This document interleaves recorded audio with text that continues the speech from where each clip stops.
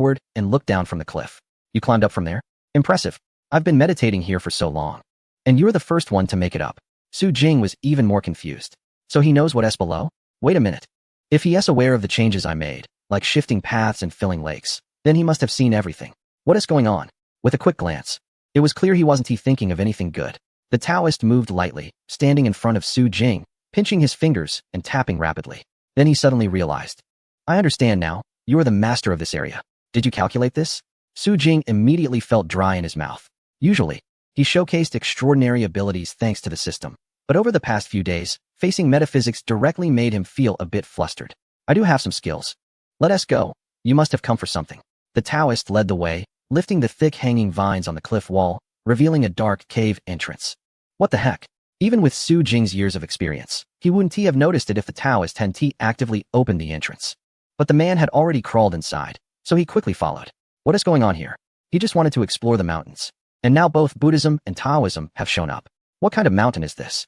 Is it some sort of dragon vein or blessed land? Once inside the cave, strange rocks surrounded them, and a gentle breeze flowed through, clearly leading to another exit. Taoist, it's a bit dark in here, Su Jing's voice echoed. The Taoist moved into the dim part ahead, and soon a sound of stone and iron clashing came, followed by a loud clap. The lights turned bright. In the cave passage ahead, the Taoist was stepping on a bicycle, dusting off the wooden back seat, while a bike light illuminated the path ahead. Come on, get in. The Taoist's driving skills were quite poor. Even with a passenger, he was drifting inside the cave, almost throwing Su Jing off several times. Once out of the cave, they found themselves on a long, winding slope. The dirt road was uneven, and various rugged stones lined the sides, nearly tripping Su Jing multiple times. It was obvious that going uphill was tiring, and the Taoist was pedaling slower and slower. Strange, why was it so hard to pedal today? Was it because there were more people? Su Jing clenched the hem of the other's clothes, swallowing the bitterness in his heart. No, big brother. It's because my foot is stuck. If you can't pedal, just get down and take a look. Are you still standing and pedaling? His toes were in pain. Su Jing held onto the clothes in silence, but the next moment, the vehicle suddenly stopped. The Taoist turned around and grinned. Young friend, get down for a moment. Are we there? Su Jing looked at the desolate road around them, confused as he got off, only to see the Taoist pedal away with a hearty laugh. Poor Taoist is not poor. I'm off now. It's a 5-kilometer uphill journey.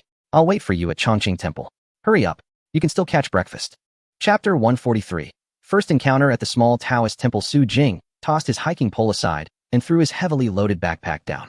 He sat on a large stone by the roadside, gazing at the dilapidated Taoist temple not far away. The Taoist from earlier was sitting on the steps, munching on an apple and waving at him with a smile. All right. Su Jing chuckled in frustration. Climbing the mountain alone in the morning mist wasn't tiring, but being thrown off halfway and having to carry an overloaded backpack was exhausting. Was this the first lesson in cultivating the mind? It seemed he still hadn't grasped it. After resting enough, he picked up his backpack and walked forward. Unlike the warm welcome he received at the Buddhist temple last time, no one came out to greet him here, only the Taoist leading him inside. Tired? The Taoist asked with a smile, the scent of shower gel wafting from him. Su Jing forced a smile. Not tired. Ha. The man laughed heartily, walking inside with his hands behind his back. I'm Zhang Yingshun, my Taoist name is Jinjunzi. He waved his hand. This is Chongqing Temple, part of the Jingyi sect of Taoism. My master and fellow disciples have all gone traveling. So I'm the only one here now.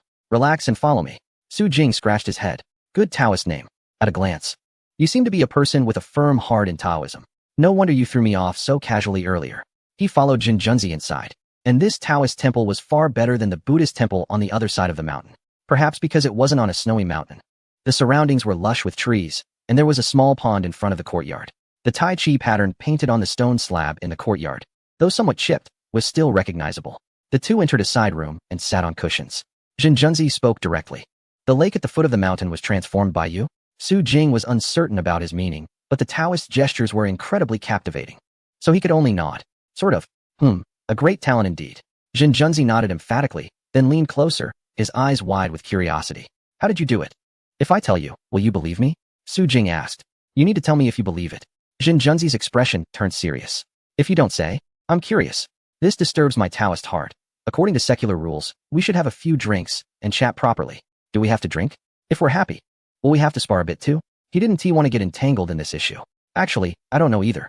One day, I suddenly felt something was different about the lake over there. When I went to take a look, it turned out like this. Is this what you call an explanation? Su Jing had already prepared plan B, But unexpectedly, that person squinted and pondered for a moment before nodding. It might be possible. He didn't intend to continue discussing this topic and directly got to the point. So, what brings you to the mountain this time? Su Jing didn't hold back this time. He directly shared his purpose and his curiosity. My parents bought this scenic area, and this mountain is included. My next step is to renovate this mountain. 15 minutes later, their conversation finally came to an end. Su Jing also confirmed that on the eastern side of this mountain range, within the area of the scenic spot, there are many small villages. These villages stretch out and connect to a distant town via a small country road, which does not belong to Qing County. Usually, when shopping, it's really Zhen Junzi riding his bicycle down the mountain. As for what he uses to exchange for money and food, Su Jing had no idea. However, seeing that all the brothers had gone out to travel, it seemed their daily life wasn't particularly easy. Zhen Junzi frowned and pondered for a while. So, you want us to move? I must tell you no. I plan to build a new temple for you. Su Jing's interruption made Zhen Junzi's expression suddenly brighten. Chongqing Temple has been here for nearly 100 years. They certainly do not intend to move. He originally planned to have a good debate with Su Jing, and if they could come to an understanding, it would naturally be a win-win situation. But if they couldn't agree, he, Zhen Junzi, did know a bit about martial arts. Fortunately, he didn't give himself the chance to reason it out. This young man came with a kind heart. All right, then it's settled. He directly stood up to leave, which left Su Jing confused. Taoist? Where are you going? Zhen Junzi turned around, standing tall and relaxed, with a joyful expression. To pack my things. How long will you take to renovate the temple? I'm going to travel around, and we'll come back just in time to stay in the new house. Wow. A new house is already in the works. Su Jing pressed his lips together. Could he say that if it was really settled, it would probably take about a month? How long will the Taoist travel? The Taoist waved his hand, showing no concern. At least 2 to 3 months, at most 1 or 2 years. After he finished speaking, it seemed he suddenly remembered something. No, why not? My master and the others should be back this month. If they can't find the temple, they will definitely get angry, so I can't go too far. That's not a problem. The construction won't start so quickly, if you don't mind. In a few days, I can clear out a room for you in the scenic area, and you can stay for a while? All right, then just call me when you're ready to start, and I'll come down. Su Jing smiled and nodded. I'll come up to find the Taoist later. What for? Zhen Junzi glanced at him sideways, shaking the black square object in his hand. Call my phone. He still has a mobile phone. Su Jing chuckled, amused by his own narrow-mindedness. What are you laughing at? This phone was what I got when I went down the mountain to punish evil and promote good. No, I absolutely didn't mean that. He quickly exchanged phone numbers and then grabbed his bag to head out. Master Zhenjun, let's get in touch in a few days. He was about to descend the mountain the same way he came, but Master Zhenjun made a gesture behind him and stopped him. Is there anything else? The master smiled and pointed his finger towards the distant peaks. It seems your journey is not yet complete. Huh? Su Jing was puzzled. He had already seen the village on the other side of the mountain that Ming Chan mentioned. No, your purpose for this trip is not fulfilled. The place you are looking for is still in the mountains. Both of them turned their heads to look at the higher peaks, which were shrouded in mist, making it hard to see if there was another tall peak there. Only by observing closely could one notice the snow covering the clouds. Is there more? Su Jing checked the time and then felt his stomach. Master, didn't you say there would be breakfast? I'll leave after I finish eating. After finishing a bland breakfast, Su Jing continued to climb over the high peak. This time, it took a long 2 days. 3 days later, when Jiang Tsong saw his good friend again, he almost didn't recognize his disheveled, unshaven friend. His friend didn't have time to hear about his latest progress and rushed into his house. I'm in seclusion. See you the day after tomorrow. Jiang Tsong was anxious. The celebration is in 5 days. You have to come out on time. We still need to rehearse. Chapter 144. Gold Medal Construction Team. 4 days before the celebration at Wanyuan Mountain Lake, Su Jing finished all the sketches and detailed the renovation list for each part. Then he opened the system page. So far, he had successfully achieved his goals. Personal attributes, scenic area reputation, 1, 262, 704, value modified. Number of positive reviews, 100. 021 backpack, lottery chances, 2 waiting has its rewards. He finally gathered enough for 2 lottery chances again. It was tough. Su Jing clenched his fists and sincerely bowed to himself. It's got to pay off. Let us draw. Colorful lights flickered wildly before gradually settling down, and the spinning wheel disappeared. 2 items floated on the ink-washed interface. One was a light orb wrapped in bubbles, and the other was a ticket. Su Jing curiously clicked on the ticket first. He had never seen a paper reward before. Second prize, draw again. Silence reigned in the night at Kongxiao. Wait, there's this kind of prize too? If the second prize is to draw again, does that mean the third prize is just a consolation? What about the first and special prizes? Do they allow for more draws? He didn't waste time and directly used the ticket. With a flash of light, another item appeared on the interface. Let us see what it is. Su Jing put both light orbs into his backpack, and the information immediately displayed. Fantasy light. Intermediate item of fantasy glow composed of countless light points, capable of changing shape and color based on settings or needs. Can only be used once a day, with a maximum duration of 30 minutes. Non-tradable. Cannot leave the scenic area and cannot be destroyed. Su Jing squinted and thought carefully. This thing looks simple and seems useless. Not much different from the Firefly light prop he purchased earlier. However, with careful thought, one can discover its unusual aspects. Among these notes, the most important is that it has no restrictions on its usage. Suppressing the ideas in his mind, Su Jing continued to click on another light orb. Elite Construction Team. A construction team produced by the system, capable of independent operations or assisting with system renovations. It can only work on one location at a time, but if combined with system renovation actions, the construction speed increases by 30. Note, when the construction target is a building, there is a 50% chance of special attributes appearing. What is this? A token that resembles a charm appeared in his hand, and the system's electronic voice sounded surprised. Oh, isn't this a good item from the neighboring Master Builder system? Has it been added to the prize pool? What is this? Hey, you don't need to worry about what it is. It's a construction team that helps you speed up renovation, a good thing. The system's voice seemed to be secretly delighted. You can think of it as a super army of tool men that works 24/7, with no limit on personnel and fully equipped. It even comes with a shield during construction. This is great. I should draw again. Su Jing listened to him with one ear while carefully scanning the attribute information above, then hesitated for a moment. System brother? Didn't I see any notes saying it can only be used within scenic areas?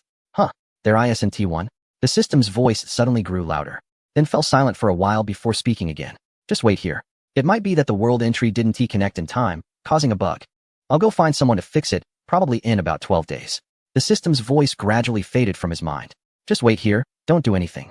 Absolutely don't do your own things. Su Jing blinked while sitting in place, then immediately started packing his luggage. Oh wow, quick. What a great opportunity. While the system master is away, he hurriedly decided to use the public resources for personal gain. After packing everything, it didn't even fill 2 suitcases. Su Jing tossed the bags onto his old pickup truck, sitting in the driver's seat while gazing at the dilapidated house in the distance. Ding. Confirming the use of the elite construction team to renovate the hostess home. Renovation intent received. Construction will begin for a duration of 7 days. Boom. Just as the electronic voice finished, the house in front of him immediately splintered apart, and a massive bulldozer roared to life, appearing out of nowhere and charging out from behind the house. Next came a variety of rumbling trucks, excavators, loaders, and a group of workers wearing yellow hard hats, all moving in an orderly fashion. In less than 2 minutes, the old house where Su Jing had lived for 2 months was flattened to the ground, and the speed of the workers and vehicles seemed to be doubled, moving rapidly in front of him. What the heck? He watched as the construction team appeared out of thin air, even seeing several people in white hats, who looked like supervising foremen, huddled together examining construction drawings and gesturing confidently. Can this really shield the outside world? This is absurd. But Su Jing looked around and up at the sky. His house is not near the road leading to the scenic area, but rather on a separate small path. Given that this area is still densely vegetated, it shouldn't be a problem, so he decided to trust the system for once. Having already witnessed the capabilities of the Ace construction team, Su Jing drove the car to the nearby fork in the road, taking charge of reconnaissance while organizing the upcoming renovation tasks for the left 3 mountain range. With a reputation value of 1.2 million, the figure has been adjusted. If used, it would deplete quickly. However, his scenic area is currently earning over 5,000 in reputation value daily. As the area grows larger, accommodating more visitors, and with the publicity for the Dragon Boat Festival celebrations on the lake, the daily increase in reputation value will also rise. So spending it in advance isn't an issue. The question is where to spend it. Although he had already promised the people from the 10,000 Buddha Temple and Chongqing Temple, he did not intend to renovate that side first. Many online voices claim that Wanyuan Mountain has no remarkable peaks, stating that despite its name, it lacks real mountains, just a small slope that isn't worth climbing. Therefore, this time, he aimed to first establish the climbing path for the remarkable peaks. System. How much reputation value is needed to renovate from the foot of the mountain to this small peak? No one replied, and Su Jing then remembered that the system assistant had gone out to handle matters, so he could only proceed step by step. Clicking into the page to select the area he wanted to renovate. Renovation cost. A level renovation requires 503 reputation value. The figure has been adjusted. Renovation duration, 35 days. Where did this number come from? He belatedly realized that the system usually helped him discreetly round down the figures. Oh, how he missed the first day with the assistant. But there's no use in saying more. He needed to carry out all the renovations he wanted. And with such a high cost and lengthy time, it was hard to imagine how long it would take for an S-level renovation based on his ideas later on. In the end, the man leaned against the steering wheel, gazing into the distance at the peaks of Wanyuan Mountain, recalling the places he had ventured into those 2 days. How much reputation value would it take to renovate that place? He didn't dare to think. Just as he was about to click agree, his fingers suddenly paused. The system didn't say renovations couldn't be done separately, right? At worst, the connection points might not be ideal, but if he designed the interrupted sections cleverly, he could minimize conflicts. He was so clever. Su Jing clapped his hands and immediately began making selections. Ding. Confirm a level renovation of the foot of the left 3 mountain range XXXX, requiring 205,662 reputation value. The figure has been adjusted. Duration, 15 days. Renovation begins. Please wait for completion. Ding. Confirm a level renovation of XXXX of the left 3 mountain range, requiring 330,153 reputation value. The figure has been adjusted. Duration, 18 days. Renovation begins. Ding. Confirm a level renovation of XXXXX of the left 3 mountain range, requiring 152,208 reputation value. Duration, 10 days. Renovation begins. The combined cost of the 3 separate renovations reached 680,000, about 80,000 more than the original price. However, time is synchronized, and time is priceless. Su Jing clicked confirm without hesitation. The reputation points suddenly dropped, returning to a total of 574,681. The value has been adjusted. Su Jing pondered and planned to fix the path down the mountain for the true master in a few days. Unlike the monks over there, he often traveled up and down the mountain, and that bicycle was probably nearing its end, unable to withstand such bumps. The remaining reputation points were insufficient to upgrade both the temple and the Taoist shrine simultaneously, along with other areas. He needed to save up more. After finishing all this, Su Jing started the car and drove towards the park. For the next few days, he would stay in the hotel at the Research Institute, making rehearsals and arrangements more convenient. Chapter 145. Rehearsal begins 3 days before the celebration at Wanyuan Mountain Lake. As dawn broke, the relevant personnel had gathered by the Luoxian Lake. Su Jing looked at the employees in front of him, who, despite their tired appearances, were full of spirit, and nodded in satisfaction. Jiang Tsong stood beside him with a smile. Since yesterday, the official account had announced that the Wanyuan Mountain Scenic area would be preparing for the lake celebration over the next 3 days. So it would not accommodate overnight guests and would close at 8 p.m. sharp. He Yunong added, currently all online tickets for the scenic area had been sold out. Due to scalpers participating in the first round of ticket sales, the second round required personal ID number binding and successful facial recognition to purchase, significantly reducing the bidding situation. Jiang Tsong's assistant also spoke up. The fishing side entrance and the road from the main entrance to the north gate had all been repaired, and the county government had helped us plan 4 new parking lots, 2 at the north gate, 1 at the main entrance, and 1 at the fishing side entrance. Additionally, to address the issue of visitor capacity, I asked finance to allocate funds to purchase several new boats, which have a large passenger capacity and will be more convenient later on. Everything was handled quite well. After a few people summarized the main situation, core employees responsible for various sections stepped forward. First was the core elder, Lu Qingyun. His spirit had improved a lot recently. He walked with vigor, his posture straight. Employees Lu Qi from the Qingyun acrobatic troupe and Sui Jie, Zhang Qianyu, and others had completed the actions and techniques that Su had instructed, and they were now waiting to practice with the props. They could be reviewed at any time. Good heavens! If the old man were 30 years younger, he could enlist. The loud voice made Su Jing's head ache. Su Jing was somewhat curious. Have you all mastered that? Wang Hao stepped forward with a grin. Asan de Lu. And I come from acrobatics backgrounds, so our flexibility and balance are quite good, making it easier to grasp. As for the newly joined Lu Qi, he gave a thumbs up and pushed the somewhat frail-looking teenager beside him forward. Don't be fooled by his small stature. He learns quickly and cleverly. Plus, he is bold and meticulous. He isn't afraid of fire during his first attempt. No problem at all. Su Jing nodded, looking at Lu Qingyun and Fang Gui, smiling in affirmation. This performance was very important. Their careful selection of participants and diligent practice relied on the supervision of the 2 managers. All right, what about you, Teacher Jean? Jinna walked out with her neck straight and long, chin slightly raised, her step steady, a hint of a smile appearing on her serious face. The entire team of the Golden Sun had fully mastered the 3 dances, and the only thing left was to receive their performance costumes. Ready for venue rehearsals at any time. Oh, Su Jing raised an eyebrow. Those 3 dances are not simple. Are you all so confident? Jinna looked around at everyone, merely smiling and nodding without speaking. It was Jiang Tsong, standing next to Su Jing, who whispered, "Teacher Jinna and her team are really dedicated." They got up at around 4 a.m. to practice in the mountains, and after the evening performance, they continued to rehearse. His voice carried a sense of admiration. "I heard they've only been sleeping 3 hours a night for over 10 days. That's intense."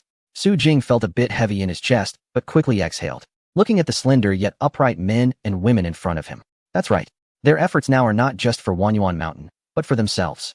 If they want to leave here in the future, I will gift them these songs and dances as a token of appreciation for their hard work. He coughed lightly. "So, how are the costumes and props coming along?"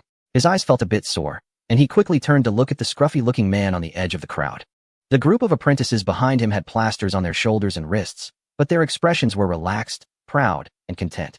"Little Sue, the props are 95 complete, and the few that need minor adjustments will be finished by tomorrow." Perhaps due to the previous two teams confidently completing their tasks, a sense of team honor and competition arose in the man's heart. "However, our props can be used for rehearsals at any time." "Good. Very good." Assigning high-level skills to him and sharing the lower-level skills indeed saved him a lot of trouble. Plus, with Sun Huahua also procuring some props. The props for the lake celebration were basically complete. Now it was just the final tasks. He looked towards the front of the crowd, where a robust man stood like a giant rock. "Brother Fong, how's everything on your side?" Fong Gui stepped forward.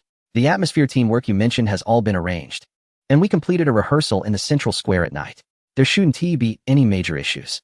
As for the mobility problem you previously mentioned, we will move in batches in advance to minimize the impact on visitors' movements. Additionally, regarding food sales at Mingyue Village on the day of the event, Aunt Lu has developed new rice dumplings and osmanthus cakes, along with some local snacks. We held a tasting session and selected the top-rated items, which will be sold during the 3 days of the celebration." Su Jing nodded and glanced at Zhao Long, who stood like a javelin beside him. "Thank you all for your hard work. Maintaining order on the day will not only rely on Brother Zhao's team, but every one of us must also play the roles of vigilance, supervision, customer service, and provide assistance when necessary. I will set up 4 temporary service points by the edge of Luoxian Lake. If any emergencies or unresolved issues arise, please head to the service points immediately to minimize the impact." Brother Situ timely stepped forward, raising his hand and nodding to everyone. "If you have any questions, come to me, though I hope there are none." After saying this, Su Jing clapped his hands. "As I mentioned before, I am responsible for the stage on Luoxian Lake and some of the watercraft. Today, I will check the stage here. After the performances tonight, once the visitors leave, we can gather here. Tonight, we will start the rehearsal." Everyone cheered and clapped excitedly before dispersing in an orderly manner. Once everyone had left, Zhao Long led his team towards the dock and the research institute. When the figures became nearly indistinguishable, Su Jing finally let out a sigh of relief and called the construction team introduced by Wang Kai. "Hello, brother. I have a batch of goods that just arrived at the side entrance of the fishing area in the scenic spot. Can you help me transport them in?" The person on the other end of the line looked puzzled. "What goods? They've already reached the side entrance. Why not just bring them in directly? Why go through the trouble of contacting them separately?" Su Jing smiled slightly. "Don't ask. For system-related items to appear reasonably, don't they need to go through a few more steps?" He walked along the stone bridge to the center of the lake, gazing at the circle of lotus leaves and flowers by the shore. After pondering for a moment, he sat down and opened the system marketplace. With the experience from last time, Su Jing was more cautious this time. He expanded his search keywords and range significantly.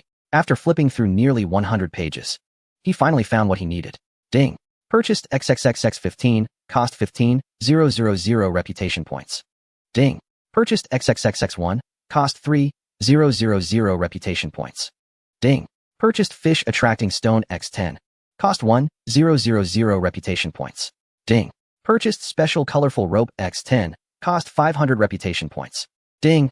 Ding. Chapter 146. The arrival of the Dragon Boat Festival on the second to last day of the Wanyuan Mountain Lake celebration. All employees stopped practicing and stood on the brand new stage, holding or wearing new props, finally completing their first rehearsal. Under the lights, everyone, some soaked and some wrinkled, sat by the shore, laughing heartily until late into the night. On the last day of the Wanyuan Mountain Lake celebration, the employees finished a brief rehearsal and corrected the final details before leaving Luoxian Lake. Su Jing pulled out 2 large mirrors, tossing one onto the surface of the lake and the other towards the pavilion in the water. "Oh, this place is interesting. Brother Su really found a great spot." Under the intense preparations, Wanyuan Mountain finally returned to tranquility. The moon was bright and the stars sparse, with mists swirling among the mountains, where a group of furry creatures roamed and leaped between the hills and rivers. As the holiday approached, various scenic spots had already ramped up their efforts a week in advance. Those with money invited celebrities to join, hundreds of internet celebrities appeared, and nearly 1,000 bloggers promoted the event. Those without funds showcased their beautiful scenery, great songs, wonderful dramas, and poems, all going online. Stunning edited videos spread across social media platforms, ensuring that once you came, you would never want to leave. From electronic billboards and taxis to giant posters in high-speed train stations, the message was clear: spend the weekend in the Fog City, the Cloud City, or the Qinling Mountains. A tiny weekend carried so much. Compared to these tourist spots, the promotion of Wanyuan Mountain can be described as minimal and obscure. Although the Cultural Tourism Department of Province D has taken it seriously, and Director Shin from Yong'an has been supervising day and night, if the locals themselves are not attentive, there's nothing they can do. Promotion? Su Jing held the phone in one hand and put on his shoes with the other. Outside the window, the surface of Luoxian Lake shimmered like a giant glass mirror, with a gentle breeze and lotus flowers swaying, creating a breathtaking scene. How else can I promote it? This small place can only accommodate so many people. I'm already worried that if I promote it more, my mountain will be overwhelmed. On the other end of the phone, Shun's loud voice was quite noisy, and Su Jing simply tossed the phone onto the table, waiting until everything was tidied up before picking it up again. I didn't buy a ticket. Can you get me and Shally 6 tickets? Why do you need so many? Hee hee. A somewhat lewd laugh came from the other end. I was thinking of seeing it for 3 days. Oh. Su Jing raised an eyebrow. Does he know that the performances are different each day? But before he could ask, Shun had already spilled everything. To be honest, I recently joined a group, something like Wanyuan Mountain Outsiders. They analyzed it crazily in there. And everyone thinks it's possible you'll have different performances for all 3 days. Su Jing laughed. So sure? Normally, aren't the performances at tourist attractions the same every day? Hey, you're different. Shin slurped his noodles on the other end, speaking unclearly. You have too many tricks up your sleeve. People think something's off, and it probably is. Anyway, just get me 6 tickets. I've already arranged my work. For the next few days, I only have one job: to assess the operational situation and festive activities of the new 4A scenic area. After hanging up, Su Jing turned and walked out. The old man guessed correctly. Since he wants to see, let him come. Let us see what the entire Wanyuan Mountain scenic area, along with all its staff, has produced. Creek. The scenic area's entrance slowly opened, and at a glance, there were too many heads to count, all turning in unison, their eyes sparkling like fish scales. June 15th, the first day of the Dragon Boat Festival holiday. They're here. Charge. Charge at what? Feng Chung firmly held back the excited tourists, expressionless, raising his hand with a megaphone. Please exchange tickets in an orderly fashion to enter. No pushing or shouting. No fighting. Violators will have their tickets revoked and be denied entry. Boom. The crowd quickly gathered, forming 5 orderly lines in the ticket hall. Zhao Dashue twisted his neck, cracked his fingers, and shouted excitedly, "Come on." A few young girls next to him looked terrified, staring at the thronging crowd, almost in tears. What on earth are you fired up about, Brother Zhao? The main entrance and the north entrance opened simultaneously, allowing visitors to choose their order of exploration and enter through different gates. Private cars and buses had already clogged the road leading to Wanyuan Mountain. The county chief stood by the road, feeling the heat of mid-June weather beginning to set in. He wiped the sweat from his forehead, glanced at the seemingly endless line of vehicles, and sighed. He now felt that simply repairing the roads couldn't possibly accommodate the influx of visitors that this scenic area could attract. Perhaps adding a train or high-speed rail would be necessary. Su Jing had no idea how crowded it was outside. He just began his morning inspection as usual. That day, when he purchased props for the mall, he inexplicably thought of the joyful expressions of the Carp God and the Peach Blossom Master. So he gritted his teeth and bought a mirror set. Let's play. Have fun playing. Only then can we work happily. Today, he just needed to set everything up and wait for nightfall. The performances over the past 3 days were indeed different, but he believed that each day's performance would satisfy the visitors. As he raised his gaze, overlooking Wanyuan Mountain, the first batch of tourists had already streamed in through the 2 main gates, dispersing throughout the park. A particularly conspicuous group entered through the main gate. Come on, comrades. Since they arrived early, the expressions of this group were excited yet relatively calm as they followed a girl who was speaking and moved to the side. Today is a fateful day. Our members from Wanyuan Mountain visitors have finally completed the largest scale meetup. Those present either had financial means, quick reflexes, or determination to succeed in being selected from a pool of 30,000. Some among them were even the esteemed holders of 3-day tickets. The speaker's voice was passionate, with a ponytail swaying as she spoke, adjusting her glasses while a small backpack bounced with her movements. It was none other than the devoted fan, Lady Ping Ping. Beside her, a chubby boy held his phone, chuckling and occasionally snapping photos of the smiling tourists nearby. Everyone here is an old fan, so I won't say much. Ping Ping pointed towards a path deeper in. Today, there will definitely be some special activities at Wanyuan Mountain. Remember, as long as it's an official product and not too expensive, you must buy it. Everyone formed their own groups. Those without accommodations should address their lodging issues first. Tents at the Fairy Lake campsite are sure to be in high demand, so the early bird gets the worm. All of us, at 5 p.m. or 4:30 p.m., let us gather at the entrance of the Research Institute. We must find the best viewing spots. Chapter 147, Bustling Wanyuan Mountain Splash. Uncle Shue's big boat floated downstream. The weather today was cloudy, with sunlight occasionally filtering through the clouds and casting golden reflections on the river surface, resembling a shining gold basin. Standing at the entrance of Minghua Village, Fang Gue looked far across the river, took out his walkie-talkie, and said in a deep voice, "They've arrived." Boom. Like cold water splashing into a hot oil pan, the previously calm Minghua Village instantly came to life. When Ping Ping, Zhu Shou, and the other companions disembarked and entered the village, they were immediately enveloped by the festive atmosphere. On both sides of the street, bundles of mugwort and fresh flowers hung on the doors of the houses. Brightly colored lanterns swayed gently on the branches of trees in the light breeze. Unlike before, today the villagers of Minghua seemed to be dressed in their finest clothes, everyone looking radiant and full of spirit, busily attending to various activities both inside and outside their homes. Ping Ping and her friends took the lead, observing as they walked deeper into the village. "Young lady, would you like to try some small zongzi?" A kind-looking woman by the roadside smiled and pointed to the steaming small zongzi on her stall. Ping Ping stopped and curiously looked over. These zongzi were only about the size of the ones they usually ate, similar to yuanxiao. "Why are they so small?" she asked. The woman chuckled and replied, "It's the celebration days these past few days, coinciding with the Dragon Boat Festival, so everyone made a lot of delicious food." She gestured towards Zhu Shou, who was already drooling. "We thought it would be nice for guests to try different delicacies, so we made them smaller. So they don't take up too much space in your stomach, just 2 yuan each." Cheap and thoughtful, Zhu Shou immediately took out his money. "Lady, is it sweet or savory zongzi? We'll have one each." The woman grinned widely. "Both sweet and savory. The filling is red date and salted egg yolk." With 2 small zongzi in hand, the two continued to stroll, sharing a silent understanding. Here, people chose to offend neither savory nor sweet zongzi, but instead went for the option that would offend everyone. What a ridiculous filling. Having already bought them, they figured they might as well taste them. They exchanged glances and immediately decided to unwrap them. After all, it was just 2 yuan, and if it was bad, they could just throw it away. But as soon as they took a bite, their eyes lit up. "Not bad. Generous filling. I'm not a huge fan, but I can finish it." Tourists on the street joined the tasting frenzy. The advantage of smaller food portions was evident. Even if someone wasn't a big fan, it was just a bite. Minimizing waste. Ping Ping didn't have much appetite. She glanced around, then pulled Zhu Shou, who was choking on osmanthus cake, to the side. "I found the first item prepared by the guide." "What?" Ping Ping pointed to the street corner.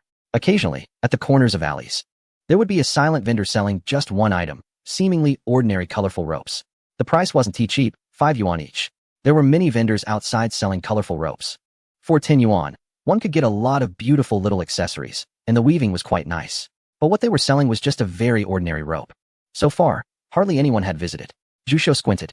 He didn't understand, but since Ping Ping was currently the only tourist with all 12 flower deity items, what she said must make sense. He immediately dashed over.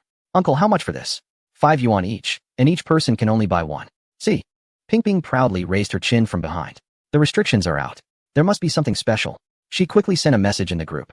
"Ping Ping has a discovery. Everyone, make sure to buy the colorful ropes. They must be a special item. First big fat carp under the carp god." "Got it. Hit me with a stick." "Received, Sister Ping." Everyone responded, while those who couldn't get tickets were left dumbfounded. "Hit me with a stick 9527. What? What colorful rope? Tell me. I'm going crazy with curiosity." Ping Xing smiled as she put away her phone. On the other end, Zhu Shou had finished buying the ropes, and the uncle was helping him tie one around his wrist. "This thing is easy to untie. Just pull this buckle and it opens." He tied one on Ping Xing as well and reminded her once again, "Just pull to open it, okay?" The two left, looking back every few steps, while the uncle stayed behind, scratching his back. When will these tourists discover this prop? Once it's sold out.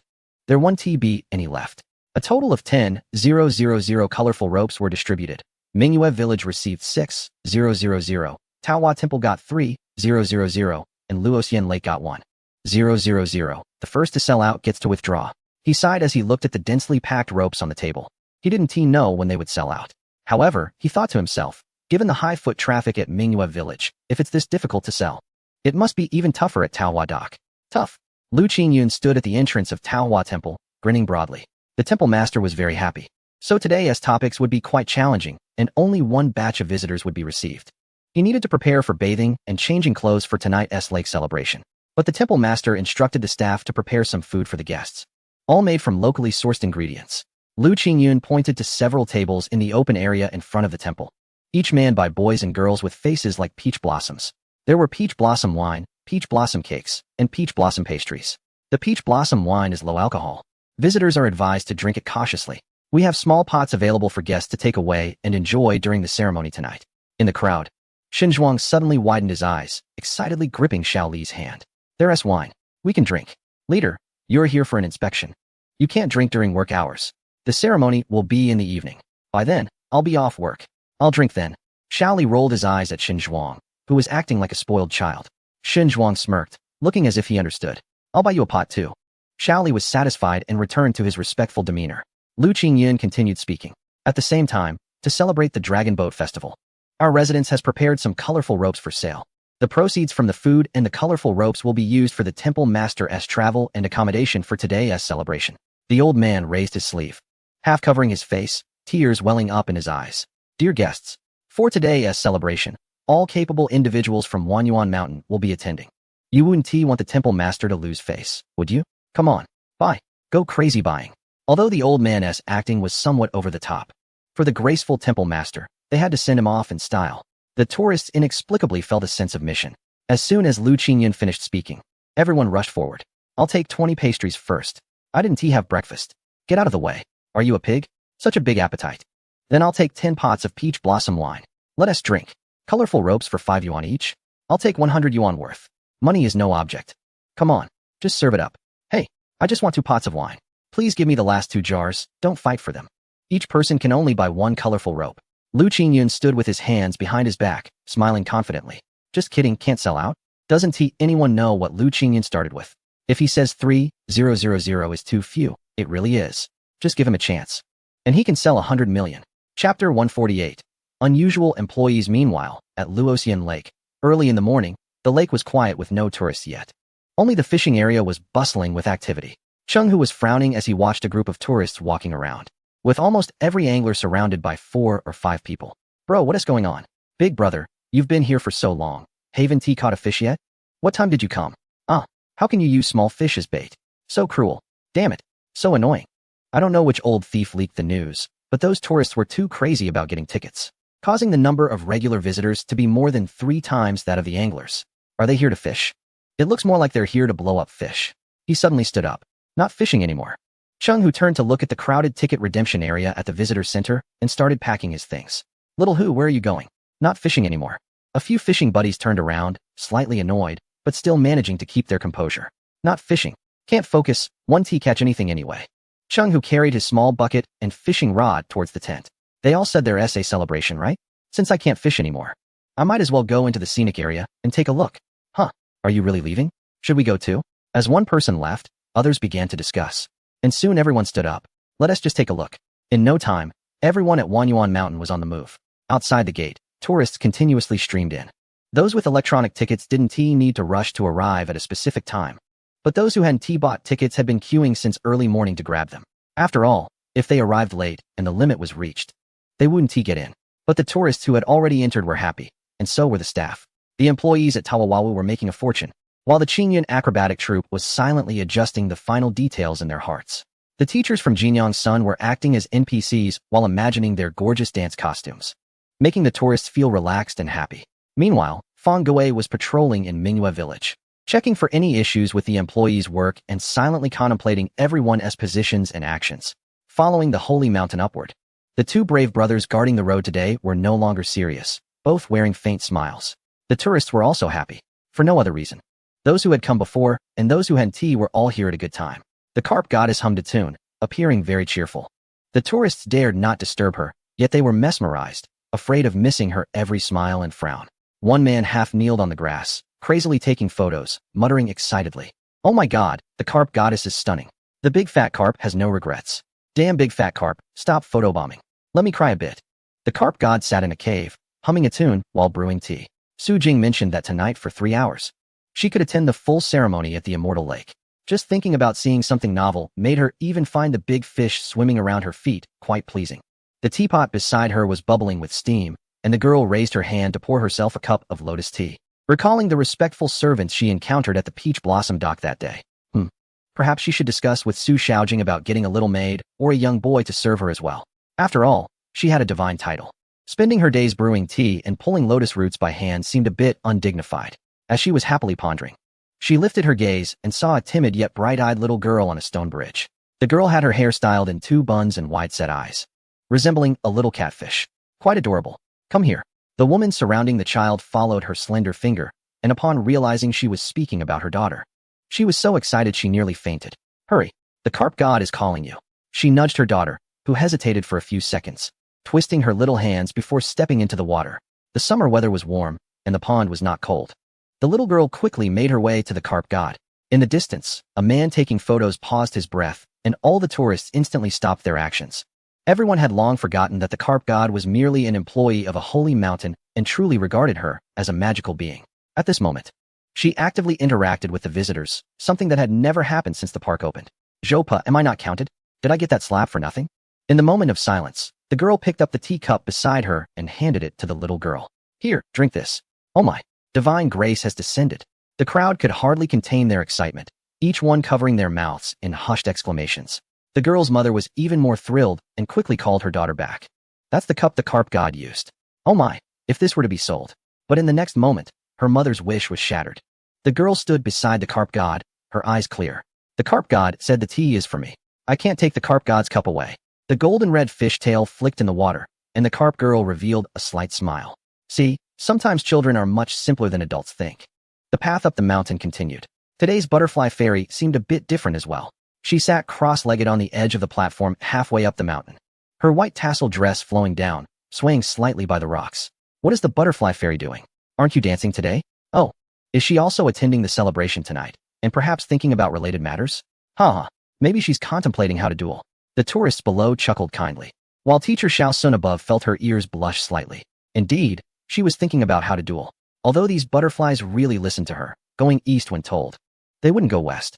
But since they were going to participate in the celebration tonight, other employees would surely showcase their best skills. She had to come up with ways to make the performance even more stunning. What should we do? The crowd continued up the mountain and arrived at the Cliffs of Hope. The great sage turned his head. Next to him was Xiao Xia, lounging with her legs crossed, munching on a peach. He playfully touched her ear fur, then called for the other monkeys in the group to go out and greet the visitors. Only a few hours left. The leader said that when the sun was about to set, they could prepare to head out to the lakeside for some good food. It was said that there would even be special boats to pick them up. The great sage kicked his staff aside and hugged Xiao Xia, who was happily munching on her peach. Working is nothing compared to hanging out with friends. This life is truly enjoyable. Xiao Xia, crunch crunch, wow, this is really delicious. Crunch crunch, tourists. Well, let the monkey have his fun for once.